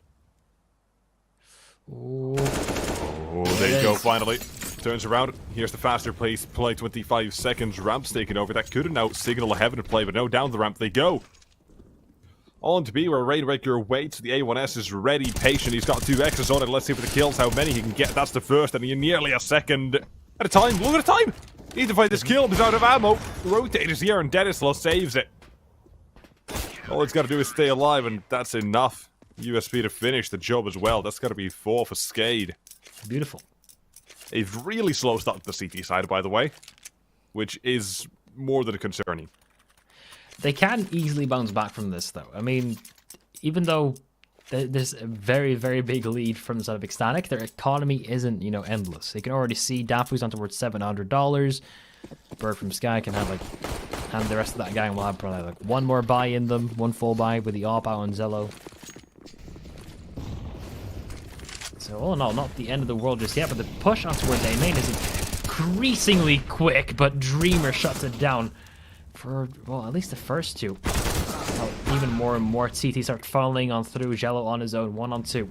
Up in hand, already out through main, no bomb collected. He has to make that first move. Already been tagged, it's not easy for him. Nah, it's anything but that, and okay, if you miss shots, but finishing the job, my god. This is honestly a bit of a tough one to watch here, because when Ecstatic they are taking outside control, when they're playing a bit slower, the rounds seem easy, right? Yeah. Then when they try and go towards the bombs, for SKADE are usually waiting. Every now and then, sure, they've got someone like Ships playing a bit further outside as well, but those are the sorts of rounds that I feel like Ecstatic they really shine in comparison to the current defense of SKADE. So this is a change that I would definitely love to see. It would be outside. Oof. You can see Ecstatic also as well. They're immediately going back to it. There's more of a comfort. It's like a comfort strategy for them. Like every team has 1 or 2 that are like, okay, this is the one that we really like to do. This works. And right now, it's outside. Okay, so far I've been able to get down towards Secret, and you can see in the minimap, no immediate response from the boys on SKADE. So far, uncontested area. I mean, they know that people could be downstairs. I mean, Bubble probably hears them now. And now, alarm bells start ringing. Probably won't deny the bomb plant in this scenario if it gets behind the silo, and that it will. That's a 5-on-5 retake, and there's still a lurk from Manx towards the outside, and Fasher even gets a kill towards the vents. It's already a save call. They're already done. Yep, it is that. It is the outside to be. It's Ecstatic having a fairly easy ride. I mean, like you mentioned as well, there was no immediate rotation. Denislow was there, yes, but didn't really get anything done. And Ecstatic as well. At this point, you can see they want to try and hunt them down a little bit here. Manx sent to see what he can find, if anyone. He's not going to test his luck any further. The one thing we do know is that this is a dangerous looking first half. Yeah, this can get out of hand real quick for SKADE. It already has been out of hand since basically round 7. Well, it is the map pick of Ecstatic. You can see in the top right corner. Dust 2, the next one, which I have a lot more faith in SKADE in. So it's kind of a must-win for Ecstatic this first map. Before we're going in towards uncharted grounds. Now SKADE. Change of pace. Finally, they have someone posted on towards the outside from the get-go. One who is not fooled by the immediate smoke wall. It's a long time coming.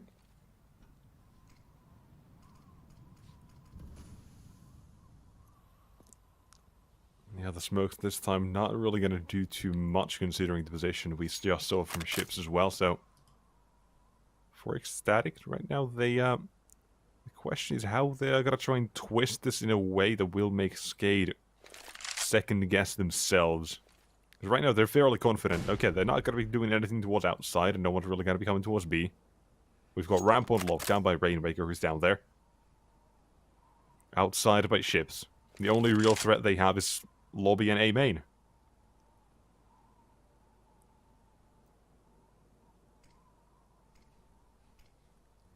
Ooh. So what exactly? Get it just yet. Oh, okay, back out they finally.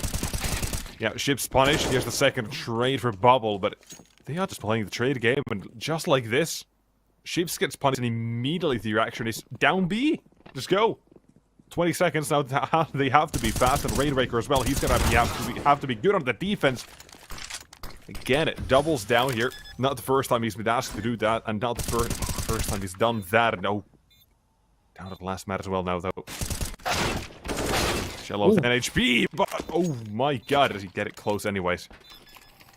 Yeah. Bubble's down to 18. One bullet would have done the trick, but you know what, Bubble, he can deliver one of those as well. Yeah, if Bubble didn't see his left cheek there, it probably would have been a different circumstance, but a good attempt sometimes, from yeah, sometimes you just got to give them something. something to think about at night. Yeah, it's like a burlesque dance, you know. Teaser. Yeah. I barely know her. And yeah, then Shello decided to just one tap. Was that Bubble? Probably, yeah, faster towards the outside. I mean, I heard it. Yeah, on B, but it doesn't matter. Well, yeah, either way, we'll move on. Into round number 15 we go, with the scoreline currently 6-8, and looking for maybe a 7-8 or a 6-9. We'll find out.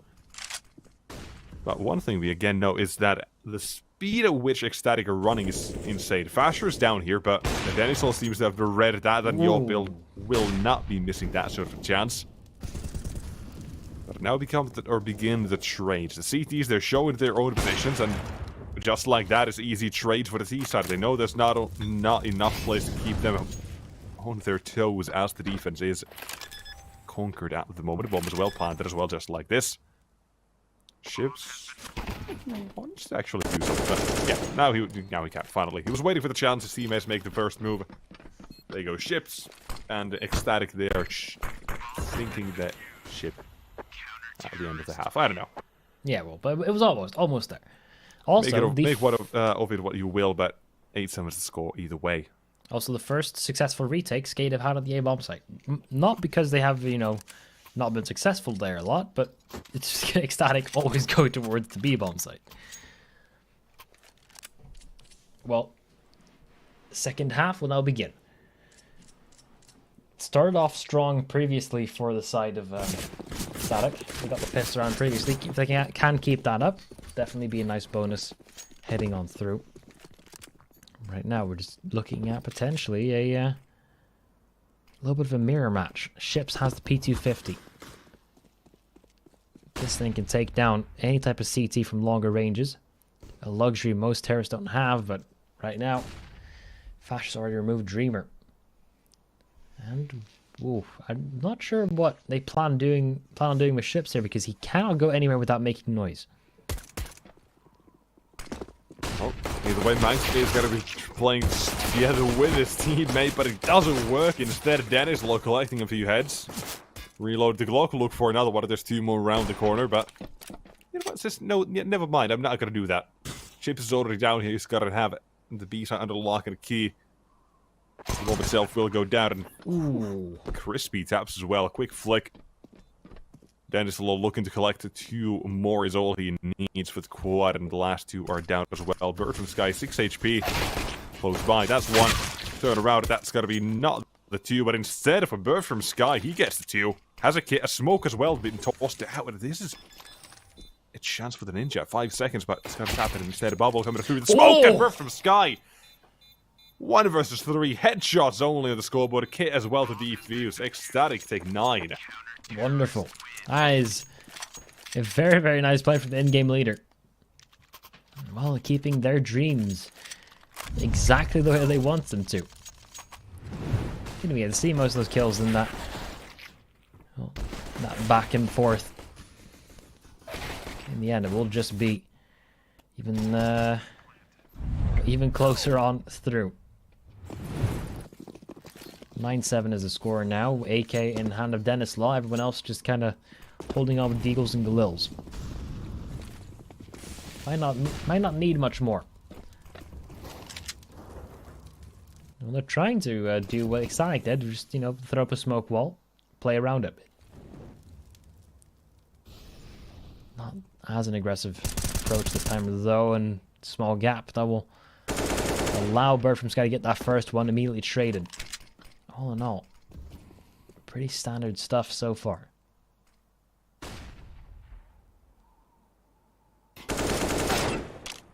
Oof. A dink. If one of the two rifles goes down here, then it would be a big issue for the T side. Dennis Law heard Max. He knows, he's aware. Oh, the timing couldn't be worse, though. Man. Hate to see it. It's kind of just fallen very silent. Everyone just holding that shift key down with all their might. They don't want to give any information towards anyone. Now the slow crawl towards that B-bomb site starts to fall through. Oof. Dink. Not a kill. Definitely still alive, still a threat, and now he starts to swing on through as well. Dreamer has to do a lot right now. He will get the kill, maybe even to get the bomb planted. Well, his teammate has ramp. His teammate's on ramp as well. Yeah, this is going to work out for the bomb plant. The retake's the one thing that really is concerning ECSTATIC. All players from the same size, so for SKADE, this is going to be tough considering they're not watching the same angle. They can turn around fairly quickly, but SKADE, this needs to be perfect here. And Dreamer begins. One. Door open. Here's the second. Can't do much about it. Instead, a messy spray from Rainwaker, not connecting enough. And also the jump. Resulting in 10. Also the jump. It's like a related article on reasons you lost. Reason 1. The immediate gap in the smoke towards outside, which killed ships. Reason number 2. C related, the jump. also the jump. Yeah. Oh, they lose the timeout. Try and talk things through. It's not going the way that they want it to at the beginning, but they still got the bomb plant down and got it fairly close. Yeah. Do you think Bubble buys an AK and drops it to Rainwaker here? Or does he buy a Galil? I feel like... Armor Galil, I think, would make more sense. Yeah, but I feel like the AKs are just that much better than the Galils. That is worth getting the AKs out instead of just dropping it as a Rainwaker. Yeah, also, ooh, by the way, Bubble not really having a great game so far. 4 and 14. Which is another reason why I think he should give the AK to someone else. Right? It's not looking good for him right now. Yeah. Okay. Galil it is then. Well, yeah, at least all 5 players are armored. They're not going to be going down to nades. I mean, you'd hope so.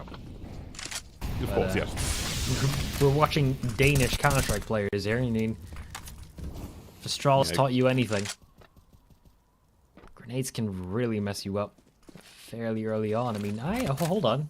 Ships able to push on through towards Secret before ECSTATIC was ready, so he's already a man down there. They haven't been able to put up a response just yet. He's essentially a rat, right, just waiting in the tunnels. What's he got to do? Are they got to try and break the windows at the same time, maybe? Open the doors at the same time? How's he got to get out of there? What's he got to do? Up the vents, maybe? I mean, I would imagine they try to push through ramp and he just holds the vents. There are a few things they can do, but right now, with the fact that they're not showing any of their plan, means that ECSTATIC, they're not making any rotations that they, well, don't need to. Ooh, that Molotov is going to do a lot, though. Oh, I love this fallback position as well, but the flashbang is absolutely on point, but here comes Manx. The molly was good enough as well. Stop the rest of them from approaching, and now running out of ammo as well. Manx, you gotta be a bit careful here. In the meantime, ships did take down 1. Finally activated the trap card as well, and the CTs now they know, and Fasher With him close by, he's got to realize he's not swinging it, but back he goes and ships. Headshots aplenty. Same for Denislaw. SKADE on the board for the second half. Okay, now it's getting to the point where SKADE can very easily tie things back. Money's gone for side of ECSTATIC, and the loss bonus won't really allow them to buy up again. So they have a choice. They can force up here. They will take the time out to think about it, because they were not expecting back-to-back force buys from SKADE, especially not to the caliber that SKADE were able to bring. Constant AKs. And well, you can see the loss bonus for the side of ECSTATIC is $1,900. That's the tier 1. Not tier 0, it's tier 1. And well, that you can do the math yourself. It's about 650 for normal head armor, 2,900 for, you know, a rifle. I don't think that that loss bonus will be enough to really, you know, consider going for it. But then again, you don't really want to go for a double eco either. So either you force an eco, or you go for eco now and a reduced buy in the next round. Maybe a little bit less utility than they might have wanted.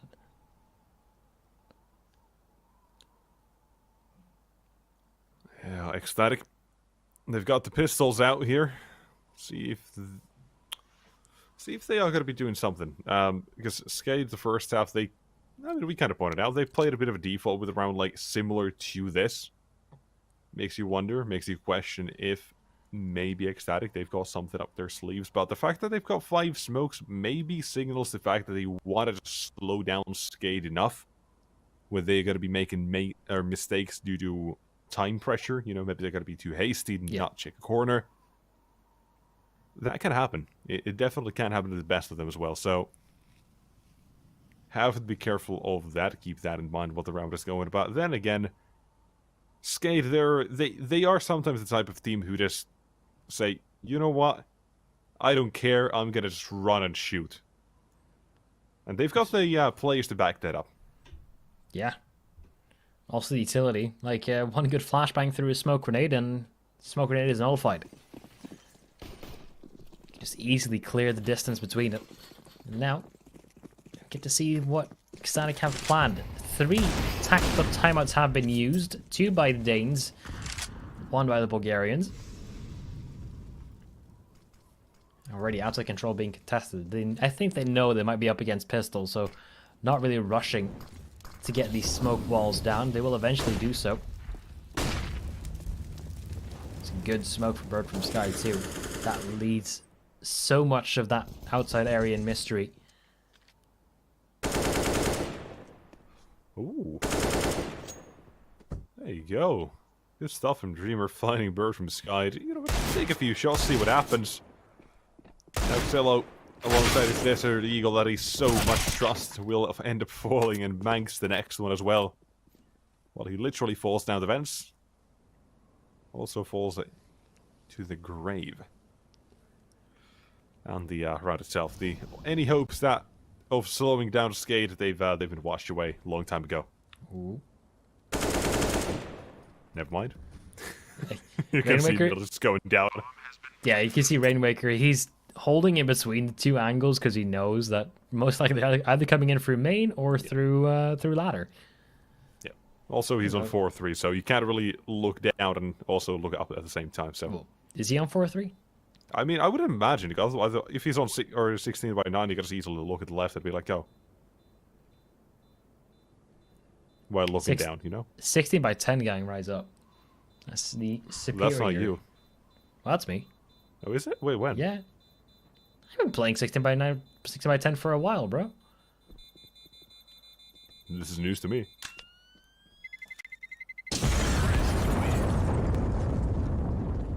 Well, 9 on the scoreboard. ECSTATIC.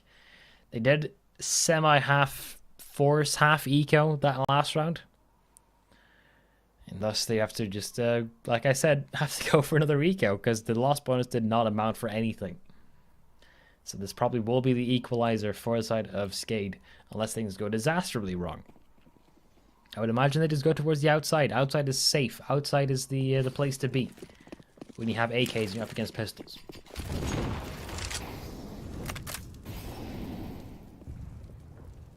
But no, they're playing it slow up against the middle. Towards the lobby.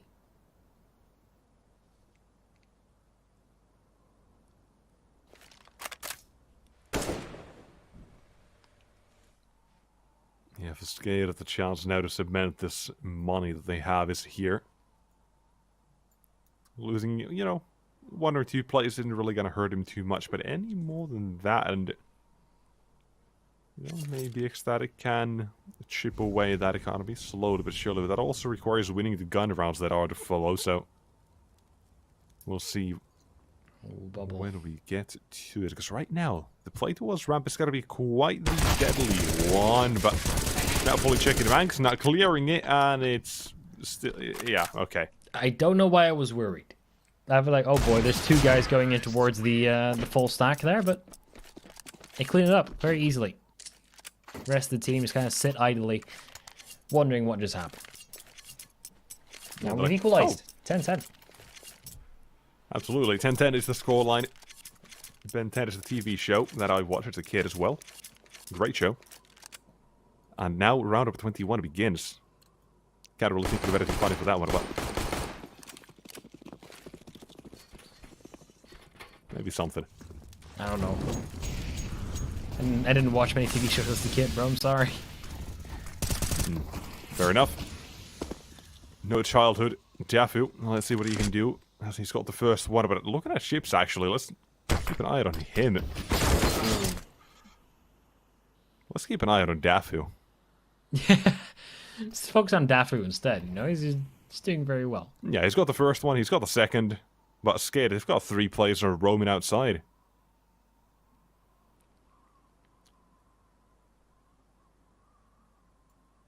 Maxime won't catch the timing just there, but swinging on through yet again. Well, best bubble.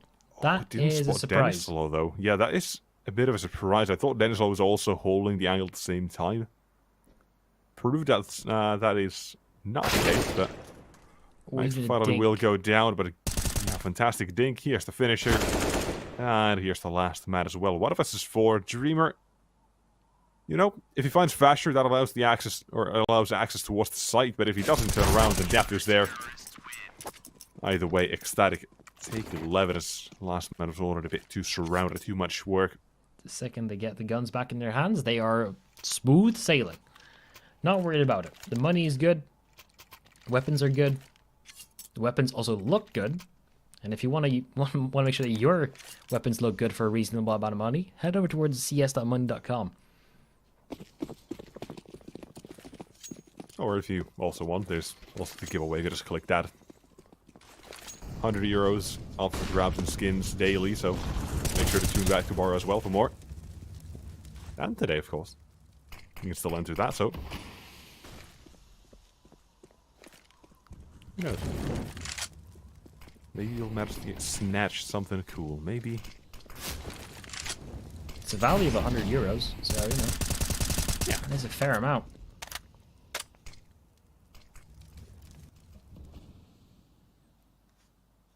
Well, it's a 4-on-5 already, ECSTATIC. Once again, starting off a little bit stronger. Dafu having a fantastic game. And he's got a gun in his hand. Even some off angles, making life hard for ships.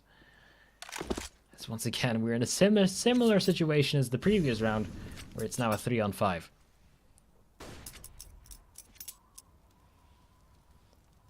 It's always the two best players who get taken out immediately, like Rainwaker and ships again. It's tough. Yeah, at least, yeah, it's the Ope of Dentislaw that's still alive at least, but well, if there were any time for Bubble and Dreamer to wake up, it would be right now. So, maybe there's the first, or maybe Dreamer's the first. Vasher still continues to stand, and Manx helps out as well as Denislaw. Last man standing, playing Survivor, hoping not to be voted off the island at this point. There is not much you can do now. Chase from the outside, he's aware of it, but Yeah, I doubt he's got the immunity totem. It doesn't seem like it now. It's done. Ecstatic 12. And here's my question: have you watched Survivor yourself? I have not. I'm sorry. My childhood is what many would say very boring. I see. It was mostly YouTube Minecraft. That was about where it went. And from YouTube Minecraft it went to Gary's mod. We don't talk about that period of my life. Gary's mod can just stay where it is. It's fine. Fair enough. Ooh. Massive nade into bubble.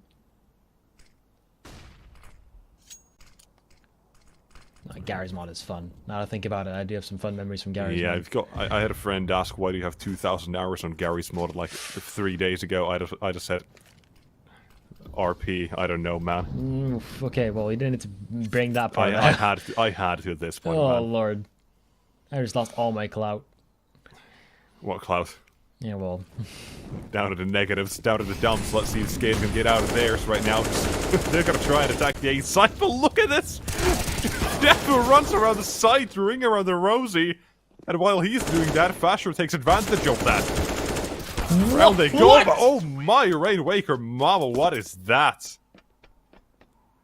Solid 3k straight out of SKADE onto 11. Then it's all to finish it, and that is quite something.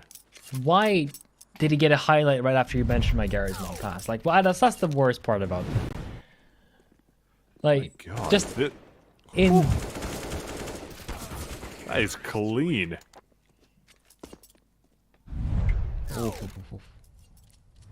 Well. SKADE really being pulled along there as a lifeline being given from Rainwaker. They'll take a timeout just to calm down from that one. That is...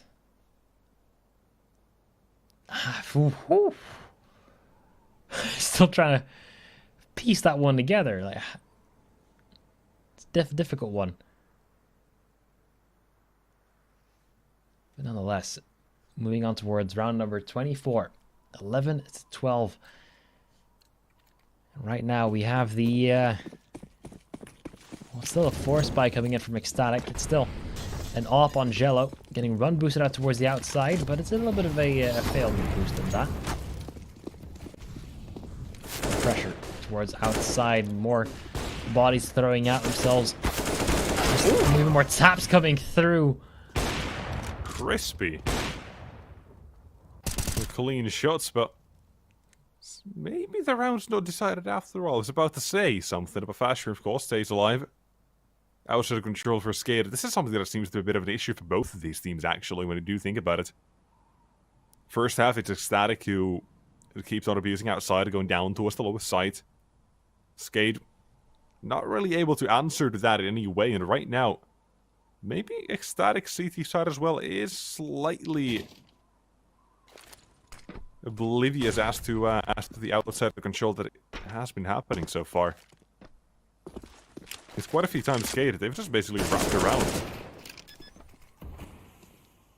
This is looking like a 12-12 scoreline now. Dafu, with him out of 6 HP and Fasher not looking to move around. I think we are staring at a tied game. I think Dafu might be trying to go for some of the guns towards the outside. Will be a risky take though. Dennis Law is here. If he catches the timing though, he will be able to get himself an AK and slink back, but the round isn't over yet. Bubble looking for a fight. Wants to take down Fasher if possible. Oh. Takes Dafu instead. All in all, still worthwhile. 12 to 12, like you said. It seems like SKADE are starting to get into the swing of things now. Outside control more comfortably in their palm than in ECSTATIC's. Took those duels towards the outside, and now ECSTATIC, their money is drained. I think that this is the last of their timeouts, maybe the third. And it's well, not easy. Still just looking for more and more on the side of SKADE.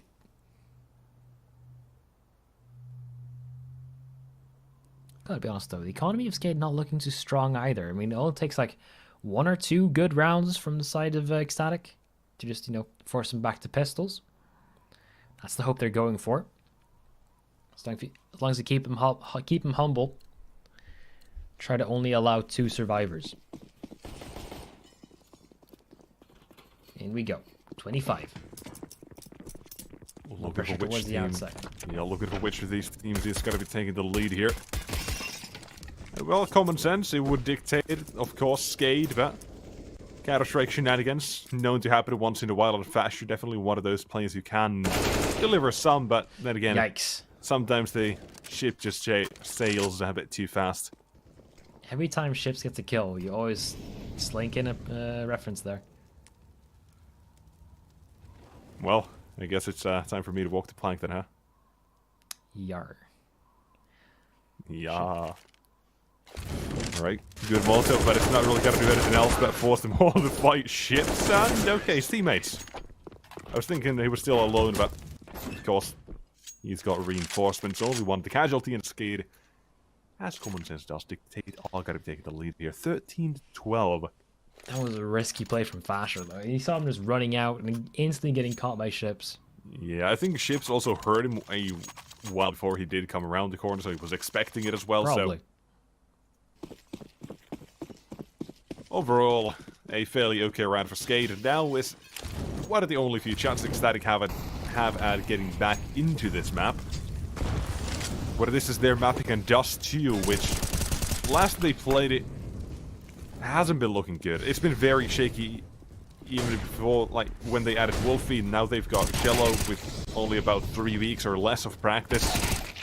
There's a few concerns I have, but we'll see if that does come to pass, if we even have to think of ECSTATIC down the map, because right now Dafu down putting SKADE in 2 versus 5. And I'm extremely worried about this attempted push. This was just a full-on A-take. We saw this from ECSTATIC as well, just, you know, run in, try to get a kill. Or try to bully the CTs out of the site. That's the words I'm looking for, but yeah, no, didn't work out in their favor at all. 2 on 5, a little bit of damage up towards Fasher is all they really can work with. A single flashbang on Rainwaker, and I doubt he wants to go and pop flash in the op somewhere.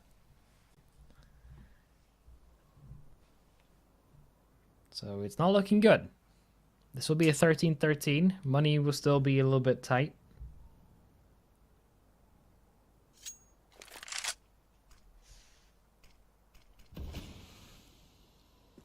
Yeah, SKADE again. I've got to be caught up to. So this one, perhaps like our previous matches, might be going the entire distance, which, well, did take us quite a while. We were put behind schedule every, you know, a few seconds, few minutes.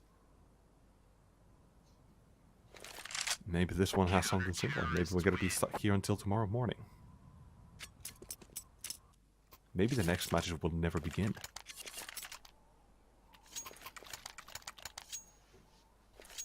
Spiraling out of control here. 13-13, though that's the scoreline. Again, tied up. The odds still favoring ECSTATIC, which I believe at the start they were just barely, but they were a lot more even. Yeah. So it's interesting to see at this point. I might really imagine, you know, one of these teams going on a tear and just wiping the other off the map, but not the case.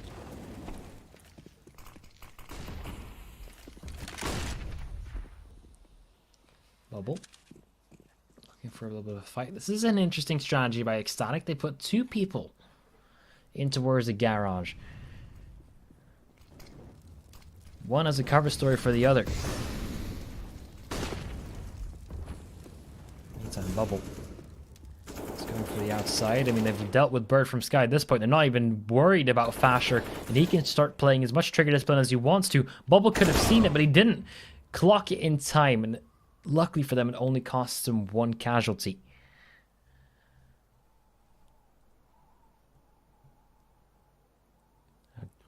Still outside.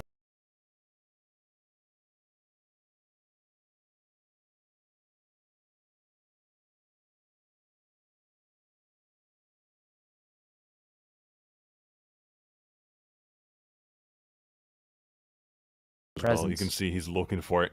He knows there's one somewhere. There it is. Here you go. Head registers finally. Now bubble head empty. Denislaw still alive, and Dafu looking to try to put in a wrench to the plans with the T side again, but with the op around the corner, it's not easy. Manx, though, still alive, but he's all alone. The fact that they know where he's at as well makes things a lot worse, and there's 14 delivered by Rainwaker Express Delivery Service. Oof. Oh, look at the money. Yeah, this is it. This is the end game here. Money is such a big issue. For last round, it was SKADE. Now, they would be in this scenario, but much worse. Looking at their loss bonus, they would have nothing. There's not a had single they not kit. won that last round. It's not a single kit on Ecstatic's CT side. Needs to be a wipeout. Good enough smoke, so there's some utility to try and delay. All in all, though, I am not comfortable with this at all. Let's see if they can make anything with it. Denislaw misses the first shot. There's 3 players from Ecstatic. Once again, they just apply more and more pressure towards the outside.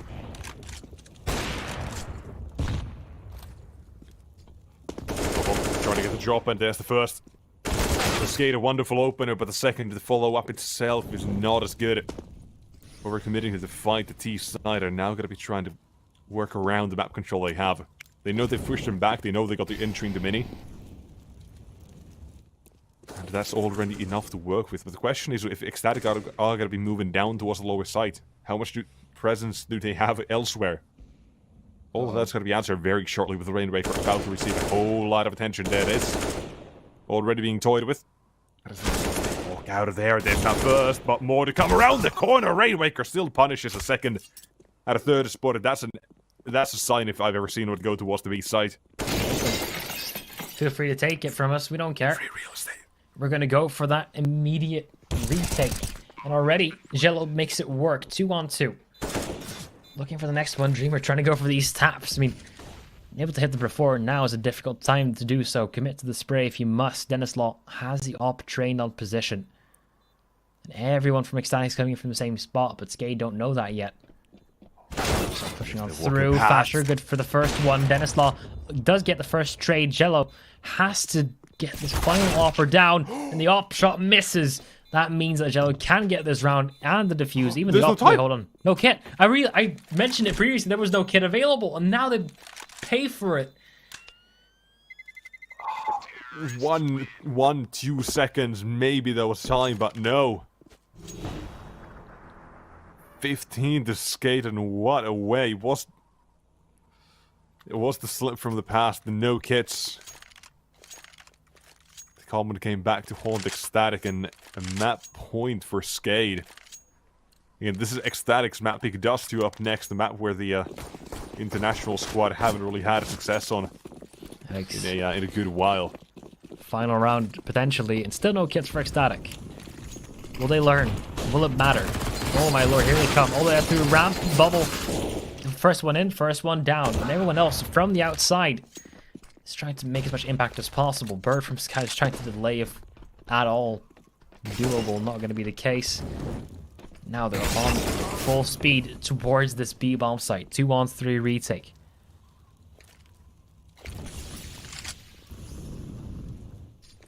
See what they can do here in a 2 versus 3 to close things out.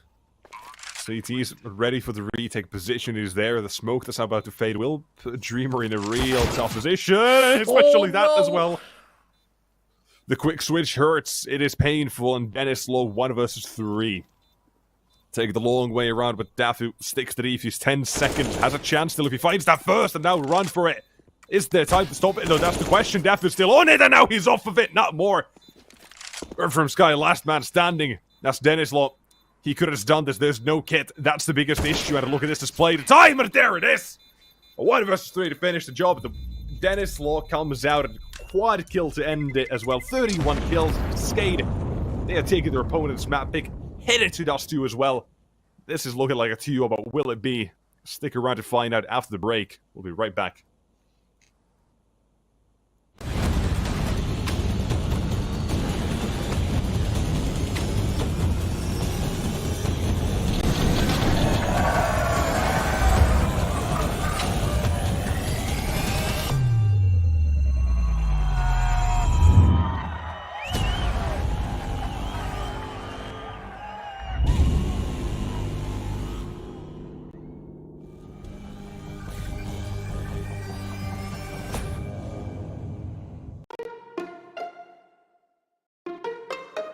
Paying online with AstroPay is really simple.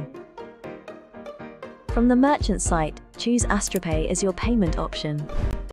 Then, type your mobile number, enter the confirmation code, and select your preferred payment method. If you choose to pay with AstroPay Wallet, good for you, select it and you are ready. If you choose another payment option, follow the steps on screen. Your online payment is completed. Get the app in your favorite store or visit us at www.astropay.com.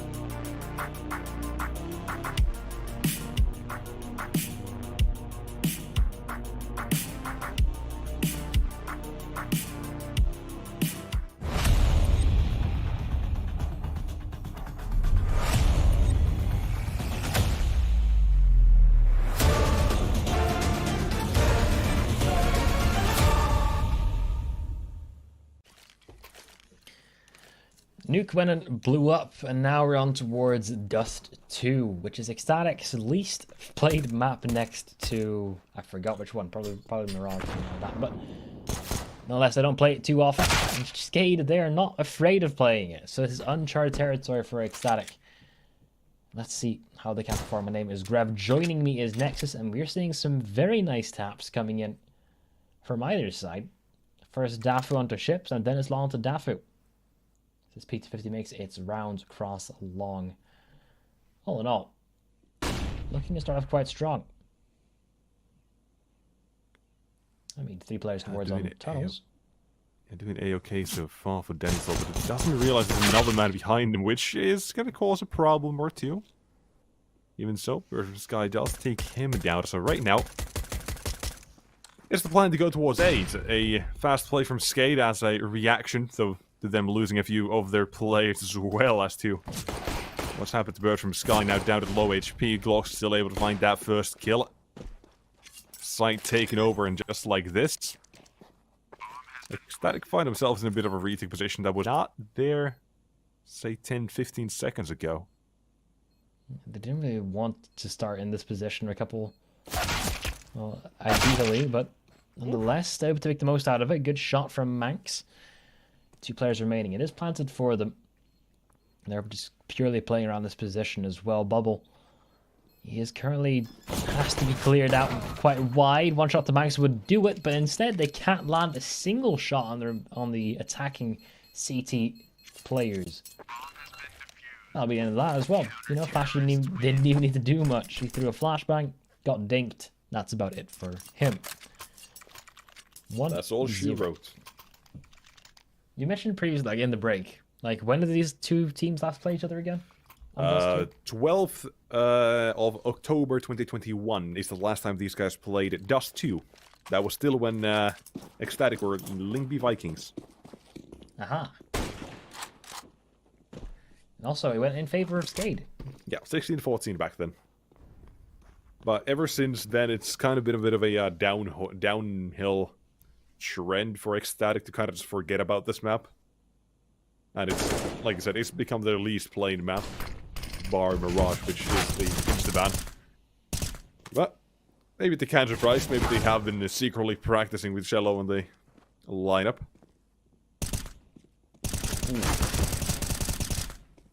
Who knows, but well, what we do know is that this is a round that will be forgotten in history. It's just the second round, basically a normal one. Lightning a triple as well. There you go, just get your confidence up. It's an all-purpose paradise. I think Cell is going to have his test soon enough, at least. We know that much. As round 3 begins, there's got to be nothing but a few pistols, maybe a deagle or 2. No R8s, unfortunately, for you. One day. It will make its return. When it eventually does not take the same slot as the deagle. That's the idea behind it, at least. It should just be a quick cleanup for Ecstatic, considering, you know, they're up against pistols. Not too much to worry about. I think that we're in for a, well, either a very pleasant surprise, considering that Ecstatic are performing quite well, or a domination. In fact, that SKADE, they're on the T side, even though it's not always their strongest side. It's on Dust 2. Meaning that you can very easily just overpower these small individual players on middle, on B, and on A. It's definitely a more aim-focused map than any other map.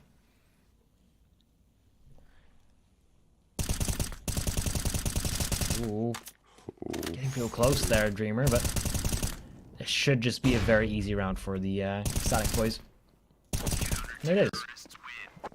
A very easy round, as you put it. 3-0. Here's the guns, here's the rifles coming out, and the AWP as well, already on Dennis Law. CT side, No big green to be seen of. But some, if you've got a bit of green you want to use on the internet, AstroPay is your way to go. Use over on 1,000 websites, you can go ahead and easily cash out your, or use the service for whatever you need, essentially. You can check out more details at their website as well.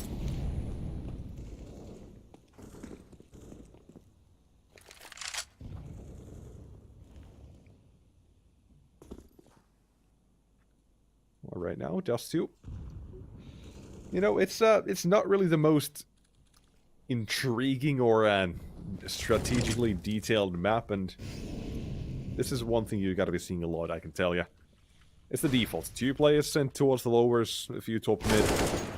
See what things go from there, but right now, reaction, walk up catwalk, run up A. Smokes down, bomb down in a few seconds as well, but Fasher, what a shot. This bubble's jumping. Double dink, casually. He walks away like the Dutch drill. He walks away like he didn't even do it. Like, did I do that? Oh, well, that's an old meme. Very old, before our time. Before my time, even. Well, the retake, it seems like it's no time to go for that either.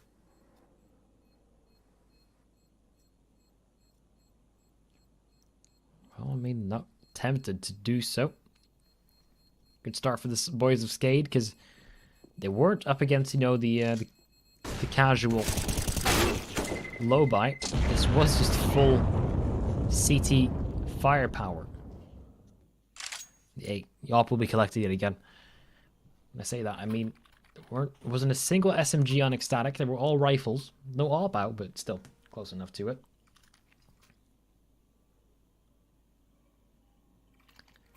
Jello now has got himself the AWP out in play. Dropped from Max. See if they can make it work. This is the brokey boost, as I like to call it.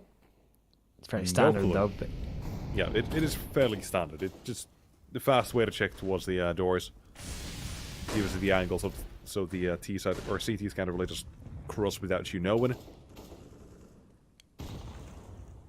Everyone should be aware of this at this point. It's the way to get around this new meta change. Did Dennis see something? I don't know if he did. We saw because we have the X-ray, but that's a small margin. Yeah. I mean, it isn't completely unusual to see an AWP posted on short, but just work with what you can do. Daffy with the first frag, looking for a little bit more though, as the remaining players of SKADE are funneling their way on in. It's going to be a mow down from the 3 CTs that are currently posted here. Is even going to be a single casualty? Well, there's the first 2. But it costs the boys from SKADE almost everything. Yeah, first 2 are there now. Let's see the last 3, and Dennis is up. Maybe he finds something. I honestly doubt he can find anything. He's just looking to save more likely than not. So, just run away, be happy with that.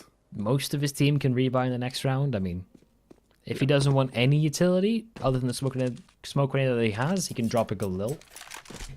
Ooh, no, actually. That's 2,000. He doesn't have the money. No surviving money. He's forgetting. Yeah, I know, but is the Galil not 1,900? Am I losing 2,000, isn't it? Someone in chat. There's no way I've been tripping my entire life. Come on. I mean, they changed the price of it, so I don't know. I would Google it, but you'd hear my keyboard through the roof. We'll see. We'll see if someone does buy a Galil and how much that costs, because I'm pretty sure it's just 2,000. Come on, Dennis. I'll buy a Galil to settle our differences right now. I mean, it wouldn't be smart. The smart thing is to eco here. Oh yeah, absolutely. Rainmaker, I don't know, maybe buys a Scout or drops a few Deagles, I don't know. Yeah, Scout was 1,000. Thinking about it.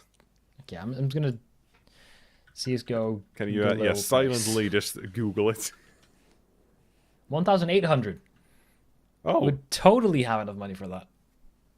The price got reduced like a year ago. I don't know what life I've been living, but I do not remember that. But what we do know is that we're both incorrect.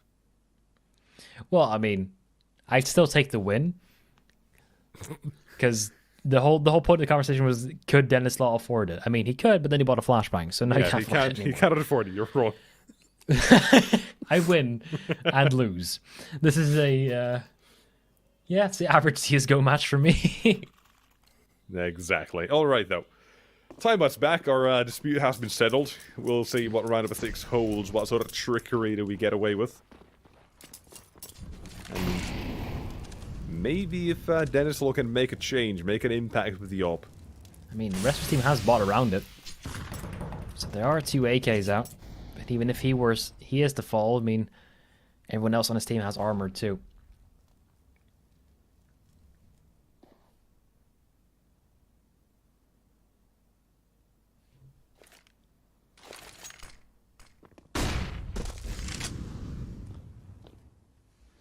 Now, that Joe comes on through. Ooh. Arm was spotted and 40 tagged. seconds he's held that, by the way. Finally something, but now for SKADE again. They've got the tag towards B. That's not really gonna help them too much. Maybe an entry towards A would. Bubble looking for it. Hunting. You can see he's already running out. There's no fear, none at all, and it for good measure as well. Takes the head. There comes the next as well as Rainmaker's around the corner, and just like this. Looking like SKADE turn things around. Yeah, round is done. They'll get their second on the board. That does also mean that ECSTATIC will just have to hold on with what they can, I guess. I mean, it's good enough. They will definitely have enough to buy up in the next round. It won't be that big of an issue. But, you know, they won't be able to, you know, sit calmly, because you saw they had pressure on towards the B bomb site early on, immediately shifted it towards the attack on the A bomb site, even with the delayed lurk on long. It worked out perfectly for the side of SKADE. And now we have the results of that. Daffy was on 12 points of health, so he sure as hell was not wanting to go for a retake in that scenario.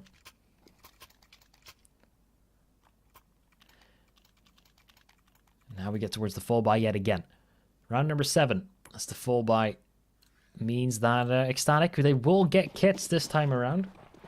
We saw on Nuke that it basically cost them 2 rounds. The final 2 rounds as well. Meaning, one due to the fact that they couldn't defuse on time, and one meaning that they couldn't stick it for long enough to cover. So yeah, it's not a good sign, and hopefully they'll keep getting these defuse kits in the following rounds. I mean, Jello's just aiming on him. It's full on, just crosshair on the outline. What does he know? What does he know? Let's find out. The answer's nothing. Good flashbang. Didn't see the flashbang coming. But now again we go into the next spot of the round with a minute left. The T side are finally making their move, and it's towards the A site. Max is waiting. He's got a Molotov to try and slow down the T side's approach, while Bert and Sky wondering what he wants to do here with that smoke. He's got to just toss that down, and their hope to retake is as easy as it can be. But a 5 versus 5 doesn't happen too often, but here we have one.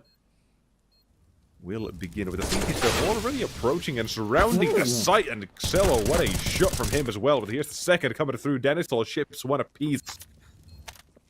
Out of board on that one, and we've got a 3 versus 3 yet again. If not for long, it's now down to 1, but it doesn't stand. As a third for SKADE has been found. Quite a rapid retake there, but when you do play it as fast as you do tend to miss an angle or two. So it's the second time that Rainmaker was just able to just casually walk out towards long and ruin them from the backline. Good timing on him. I mean, he was playing that patiently. SKADE didn't pressure him hard enough to remove him from that angle. It also requires a lot of trust, though. I mean, because you cannot help out your team the way that he's playing. So fully just commit to the fact that they are on their own on short.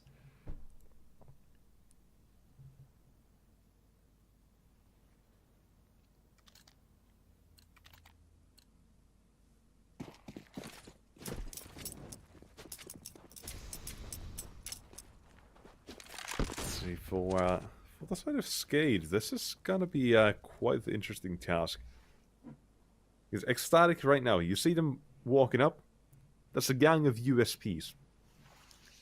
They find one of you strays around the map, absolutely you know what's going to happen. They're not going to really stand much of a chance.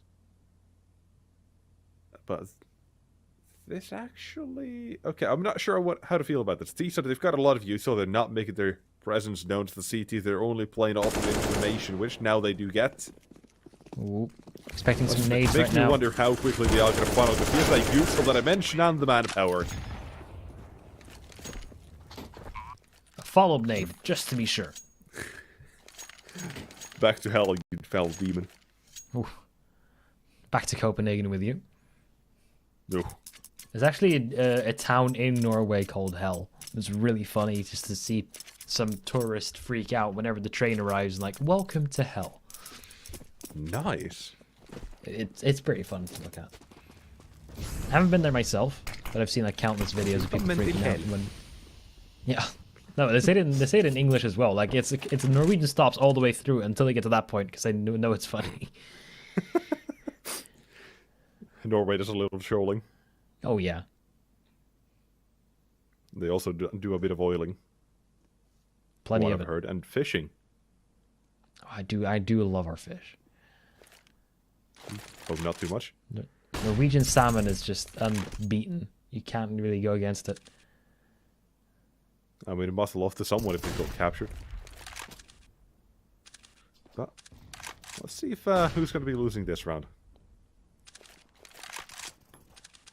Right now, Dennis will basically wide angle. Just hold this in case anyone does decide it might be time to swing around the corner, see what happens. But stay patient enough. The T side will begin to walk up. Currently, those ships is all alone. Yeah, no help.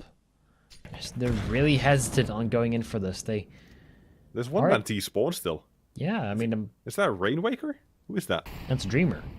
Dreamer. Wow. Okay, so I think he might be dreaming currently. I mean, yeah, he's waiting for a potential flank. They're trying to outplay ECSTATIC, but is waiting for these flanks, but it's not happening. They're all staying patient. And now the attack comes in with 25 seconds remaining. Oh, good Molotov though. Might slow them down so slightly, but in they go though. Maybe a boost or something that could have completely stopped the one plat as well. We'll find out. Jump shots, perhaps? Nope. Not of that today. No shenanigans just yet. But there they go. Bird from the sky. Come on. 1 HP. Bubble's still alive. It finally begins to mayhem as well. 1-for-1 trade. CTs. Close the position. All the utility has been drained except for one Molotov with the T side as well. And Rainwaker still now stay alive, but not for long. The CTs 1, 2, 3. Clean sweep. But Dennis Law, last man. Maybe he can... This is... all the love to you, but that's the first. Defius is already coming through as well. It should be an easy deal, but... Oh! Come on! Kill him! What? Do something! Oh, there it is. It took a really long time. The curse. You're like, come on, just... Bertram's desperately trying to get that bait in. Like, come on, shoot, please, bro. If only Dennis Law knew he could just pull out the USP. Just imagine.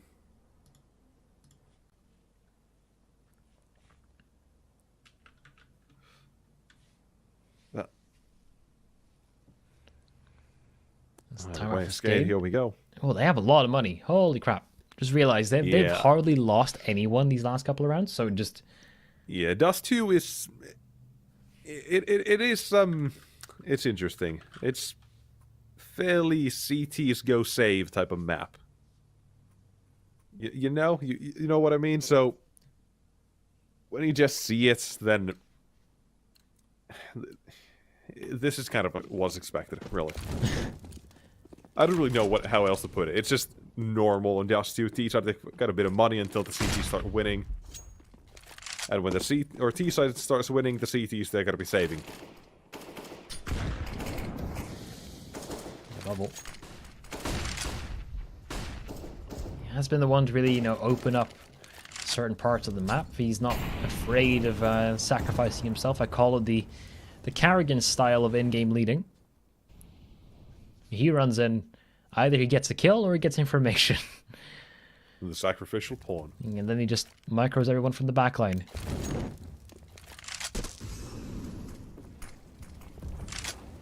Hey, if it works, it works. So far, it's been having mixed results.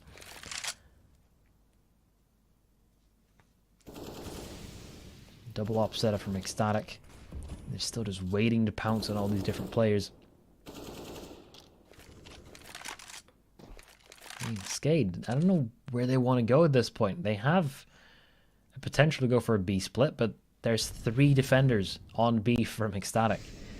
They could pivot towards short, but definitely no presence towards long. With 35 seconds left on the clock, their options are limited.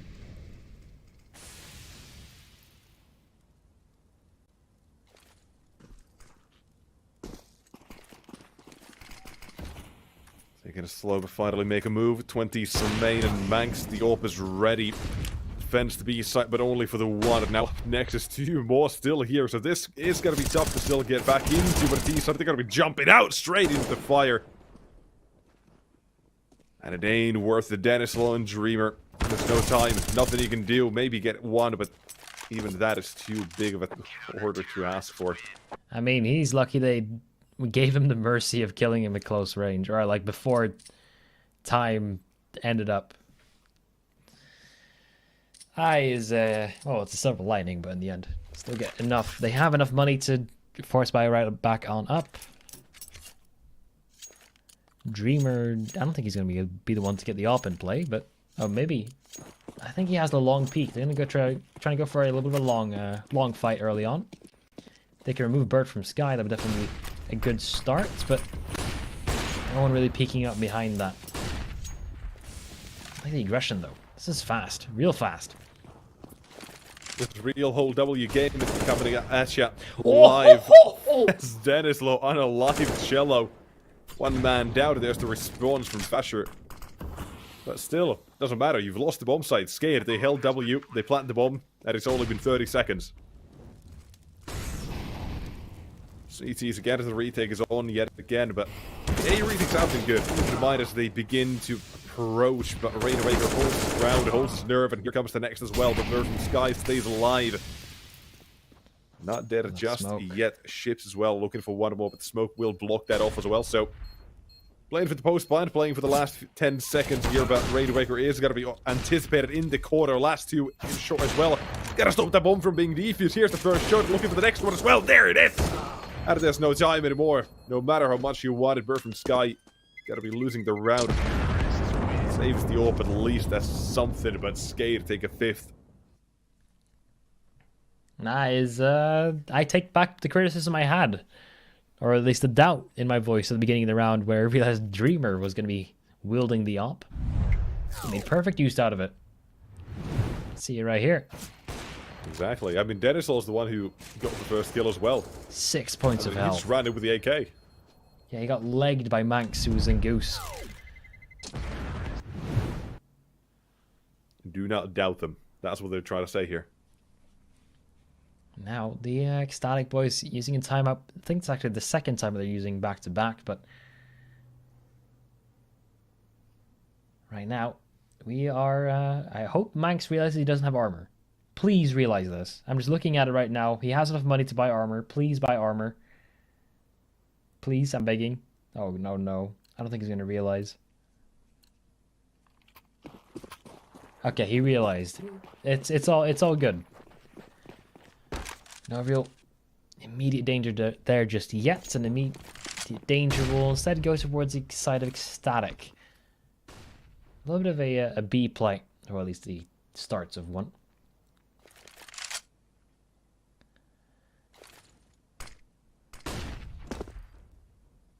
Just a methodical clearing from SKADE, trying their hardest to gain a little bit of ground from the ECSTATIC side. And ECSTATIC, they're playing real slow. They're not worried about that at all.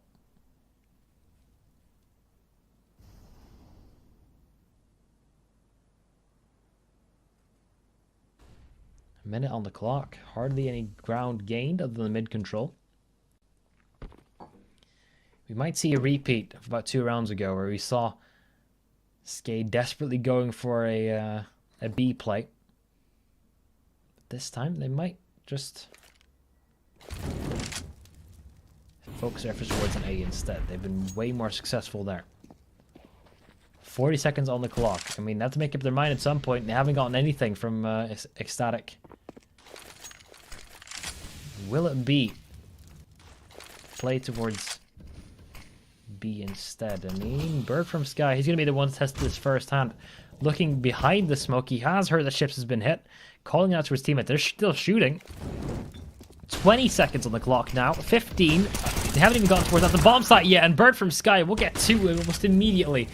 10 seconds. They have to get towards that bomb site. Have to get that bomb down. First spray is a miss. Second player is still on top of Goose, and they can't even get close to the bomb site. Ships. 11 points of health. I mean, I wish they had the time. They thought they did, but not going to be the case. Even dies after time. Ships with $150 to his name on round 13. He went from bad to worse. That is not exactly what you want to get. Quite the opposite from it, honestly. SKADE as well. Why not take a timeout? Right, I mean, now, what is Ships supposed to do?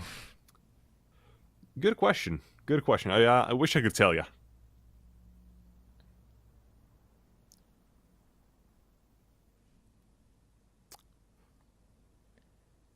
I really wish I could tell you, but either way, I can't. Maybe Ships can tell you. Probably won't, but maybe. There's always a chance. Gonna take a look at the SKADE plays, of course, as well. See how things are looking over at their camp. Who's smiling, who's not. Well, seem to be having a good old time, at least. Fairly happy overall, and well, seems like they are absolutely ready for this next round, even which does include a few pistols, unfortunately for them, but hey. They don't really seem like they're complaining too much. ECSTATIC looking for their 8th round, and we'll find out if they can get that, or maybe, just maybe, the pistols are gonna be enough. Because you never know. Ships has been given a P250 as a treat. Yeah, like here, have fun with that. Yeah, enjoy. You don't have armor, don't have any utility, but you know, you'll get him, champ. I like this though. It's basically trying to make ECSTATIC think that they're playing the default again, but the smokes towards B beg to differ ever so slightly, and now they are absolutely ready for this as well. So Manx, you have to now just Manx. On the B side, it was correct the first time. Ships will be taken down through the smoke good spray as well by Bird from Sky. Now up to the window he goes, but out the round go them both.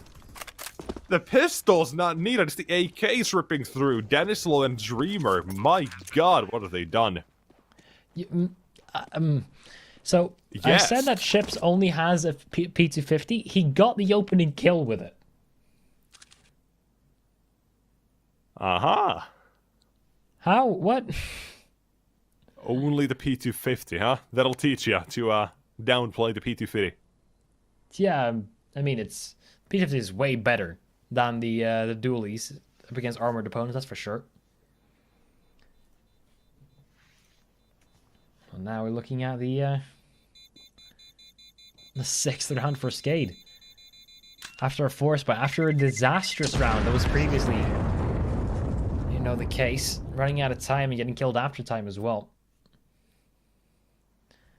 And right now, round number 14, ECSTATIC used another timeout. They have used a lot of these. They really want to get as much out of this CT side as possible.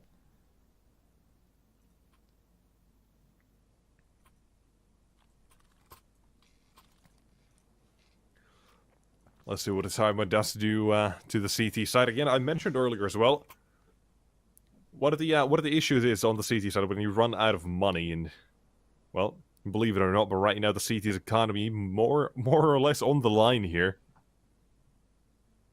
So it is gonna be a must-win sort of round. That camera angle kind of freaked me out for a second. That was compared to every single one of those. That was really up in my face. Right, crisis What's he averted. got? Like a yeah. I'm wondering what does Mank have behind him? Like a half wall type of thing, you know? Like a room divider. Yeah, exactly. That's what I was thinking of. Ooh. Likes a bit of privacy from his computer. Ooh, I like this play from Manx. Pushing afterwards on shorts. Bubble will get taken on down, but deals a lot of damage towards Fasher. But now, they haven't been able to shut down the entirety of the mid area. This is usually where SKADE always go, but now they're forced out towards long. No other options right now.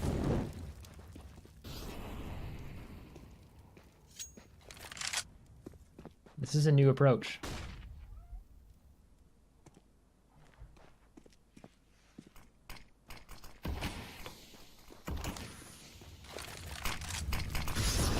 Here to the side, running up towards the site, but Fasher's AW defends from far.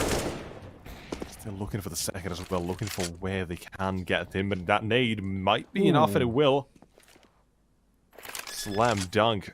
I'll try and fake that. Find out what the CTs are hiding, but now Cello that he's bit into this. Here's the second as well. Not sticking the bomb plant, losing out a bit of money as well. Might actually cost him the last round here as well. Look at them. Ships and Bubble, definitely Rainraker as well. Could have used that money. Yeah, not looking too good.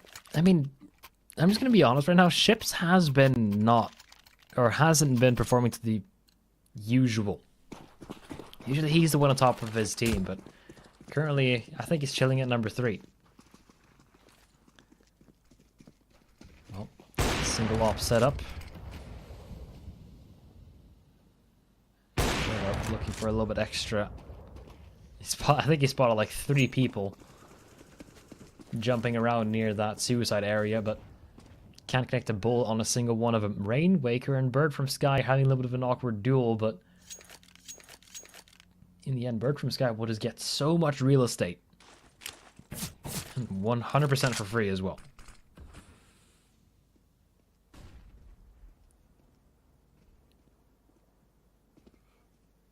Let's give it a few minutes to get out of this one. It's not the first time we saw the same sort of play with 4 towards B. Rain Awaker towards mid as well yet again. This time no smoke for him to really play with, so if he doesn't want to make the jump up towards Catwalk, it will be slightly more dangerous, but maybe not. Let's see though. On the B side, you've got a bit of utility, try to draw out the CT's own stash of utility, and I believe Rainraker as well move right after. 40 seconds. I mean, they have to make a move at B at this point. I don't think they have time for anything else. Maybe a quick pivot towards short. But you're going to get stabbed in the back from Bird from Sky, and here he comes. Top of mid. Probably going to get a lot of impact now. Oh, he's got 1, and he fell back immediately. Leave it on Jello for the rest. Ooh. La, the headshots, man. Got some coming your way, and others the other. And 9-6 the score. Ecstatic. Quick reaction to just run away from B. Fantastic stuff on the defense, and headed to the second half. Now it's going to be interesting, guys. I'm very cautious, very wary of the ecstatic T side, and more hopeful for the CT of SKADE. This is, you know, their better half. They have by a bit. This like 60% win rate on this and 53 on the T side. But overall, I'm just more worried about ecstatic's T side here, and this, of course, being the least played map, and then I'm guessing this would be in the bottom of the barrel for the priority list when practicing.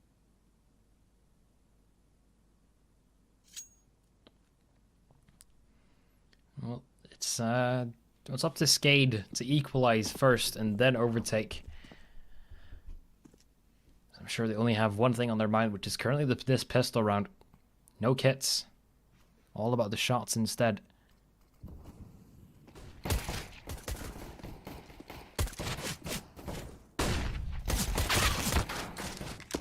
Well, try to run CTs, they are taking a bit of damage, but the kills are coming their way at least. Well, the bomb also gets planted. Now, finally, a bit more damage. Suddenly, he's 4 kills. Jumping, but Basher, he's still getting kills. Look at the ships. He's jumping, he's not a trampoline.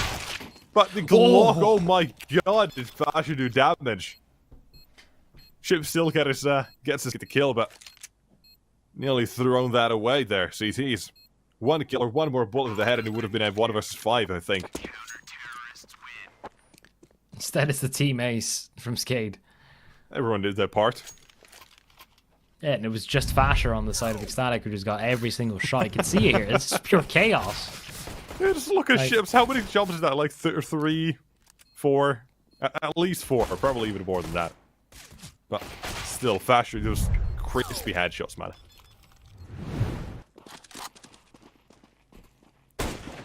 He's the face of Dutch Counter-Strike for a reason.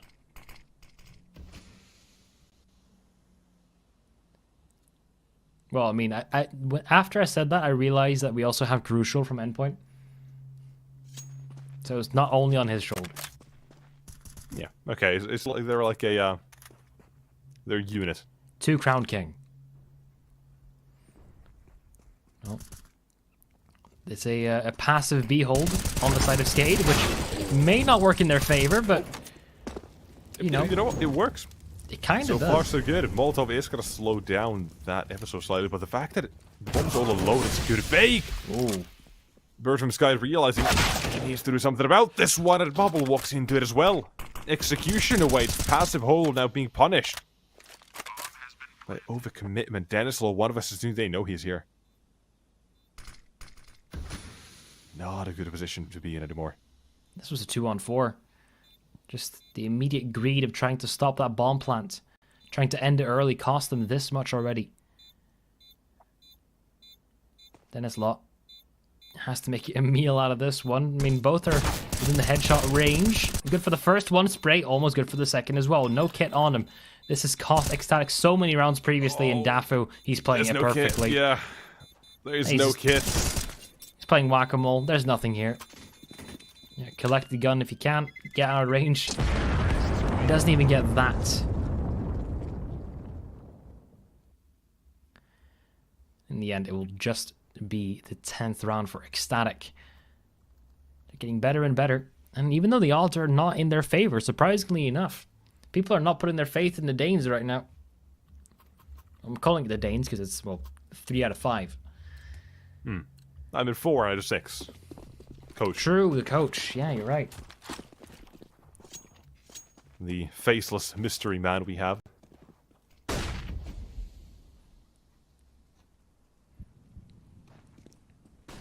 But, okay. Into the game itself here. SKADE, they unfortunately end up losing that last round, which is going to affect things quite a bit. The force buy here, ECSTATIC, if they win this, they're basically guaranteeing 12. Or at least propping themselves up to that.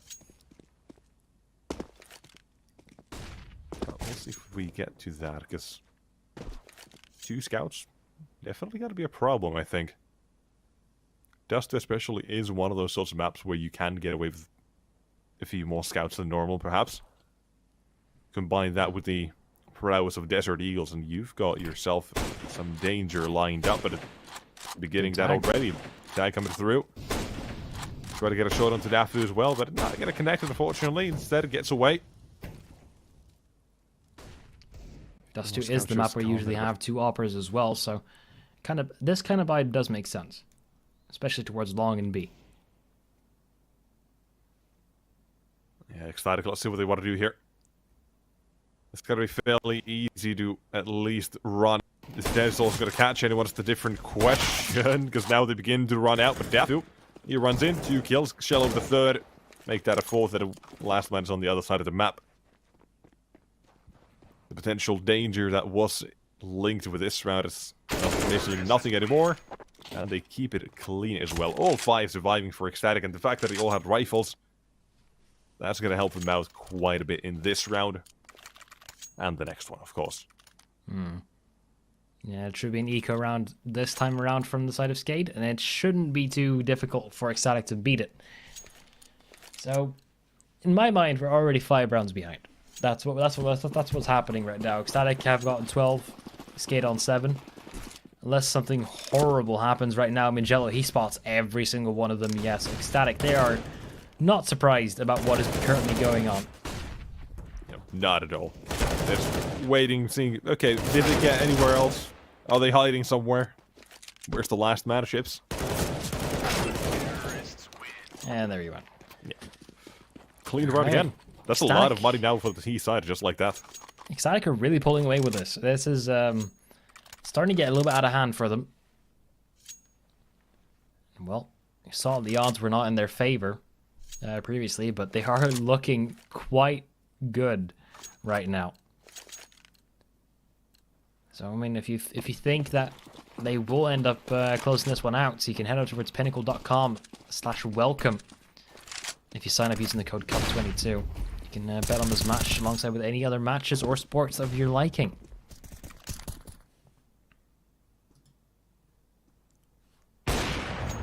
Aye, aye. Close. No, Zigar ships backs up, but they don't realize they've left another rat in the tunnels. See if that even does matter. Because, well, most of the forces for ECSTATIC are headed towards long at the moment, where not a lot of, not a lot is happening. CTs, they've given that up very fast. Very quickly, but now, look at them go. It's 1-2. With Galil. 4 rotate ships might make that 3 as well, but timing of shots, it's not going to work. It's going to be 13 before you even know it. CT's off the save.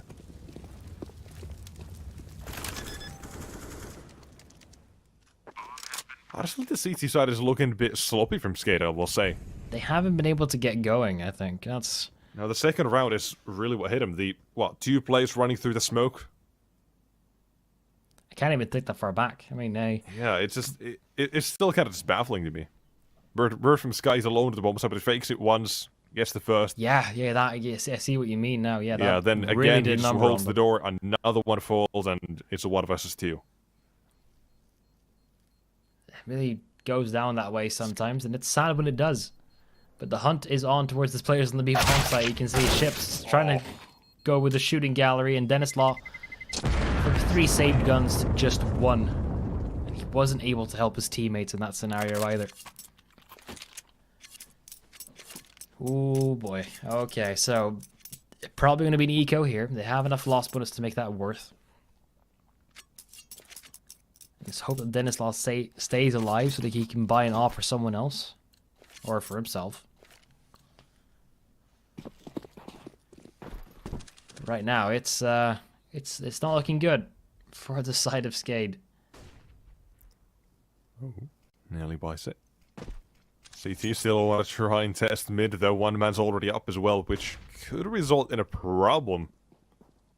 If it goes unchecked, Fasher. There's the flash, look at this, just like that he knows, flash in his hand, easy target.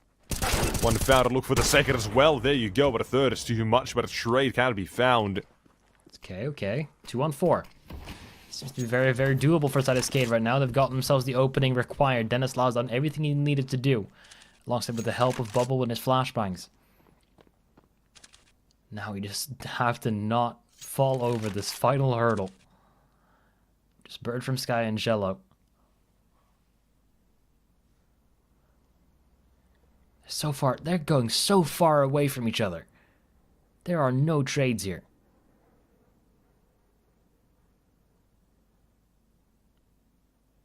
Slowly but surely.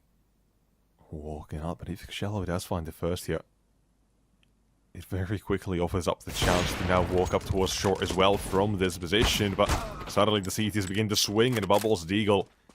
It takes no prisoners, 35 seconds, and last man Bird from Sky just walks on into it as well.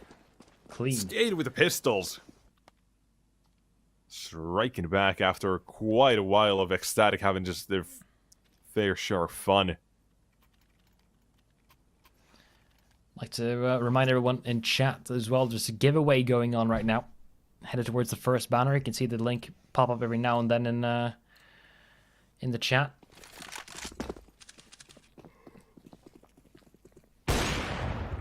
Oh. Not bad. Dennis will tag. That's a big hit for the CTs there. Could be even worse. Now they know they were.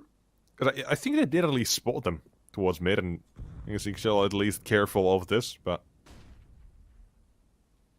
if Ships gets the first kill and tries to run away, would he fall the op? That's the question. Now Daphne does come around, but that's the AK spray loose. Molotov down, but it's east side. That's an easy kill. Play the numbers. There's a nade in return, but get very little in return. Done for the life of one. Yeah, they were not able to help Ships out at all there. No, just lost on an island. He pulled the trigger way too early as well. Here at the moment, mistakes can be made. Let's see if this can be recovered. This bubble at least tries to take map control away. But the fact is, he's also leaving his teammate completely vulnerable on the site at the moment. So they're playing for the retake at this point. Unless bubble can put an end to this before we get started. There it is. Spot swatted. Here it is. Pulls the trigger. That's the second. A Molotov sharp in one shot as well. And around they go. Here begins the game. Just run around towards 8. Flashbang is good, but the kill is even better. Fasher finds it fully blind as well. Bomb does go down. With the CTs now all playing for the retake. 3-on-3 as Raidmaker makes it even. And looking to try to complete the retake as well. He's a flash as well to try to make things a bit easier. He's got to go through with that one as well. Yes, he is, but he's got to go down at the same time. And knowing there's another matter there as well, the Molotov will separate. But 20 seconds on the one with the CTs have a kit on treatment, but the position is not good. It's going to be a no-go for the CTs. As ecstatic. So far, shocking the second half how well they are playing here. And SKADE being left in the dust. We're going to be looking towards that third map sooner or later. Just gotta remember what the third map was. I mean, I didn't expect it to go this far. Exactly, same thing. Ancient. Ancient. Oh. Oof. And once again, a map where SKADE has a lot higher of a win rate. Man, this is incredible from ECSTATIC so far, because the last 2 times we've seen them play with this lineup, I believe this entire lineup. No, we've seen this entire lineup play once, which was 2 days ago. They're up against Team Finest, the Swedish mixed team. They lost 10-16, and now they're pulling this back up against SKADE. And oof. This really is not the best moment we've seen from SKADE right now. It's looking sloppy. It's not looking connected. You saw Ships. He was left on an island. He couldn't get anything from his teammates there.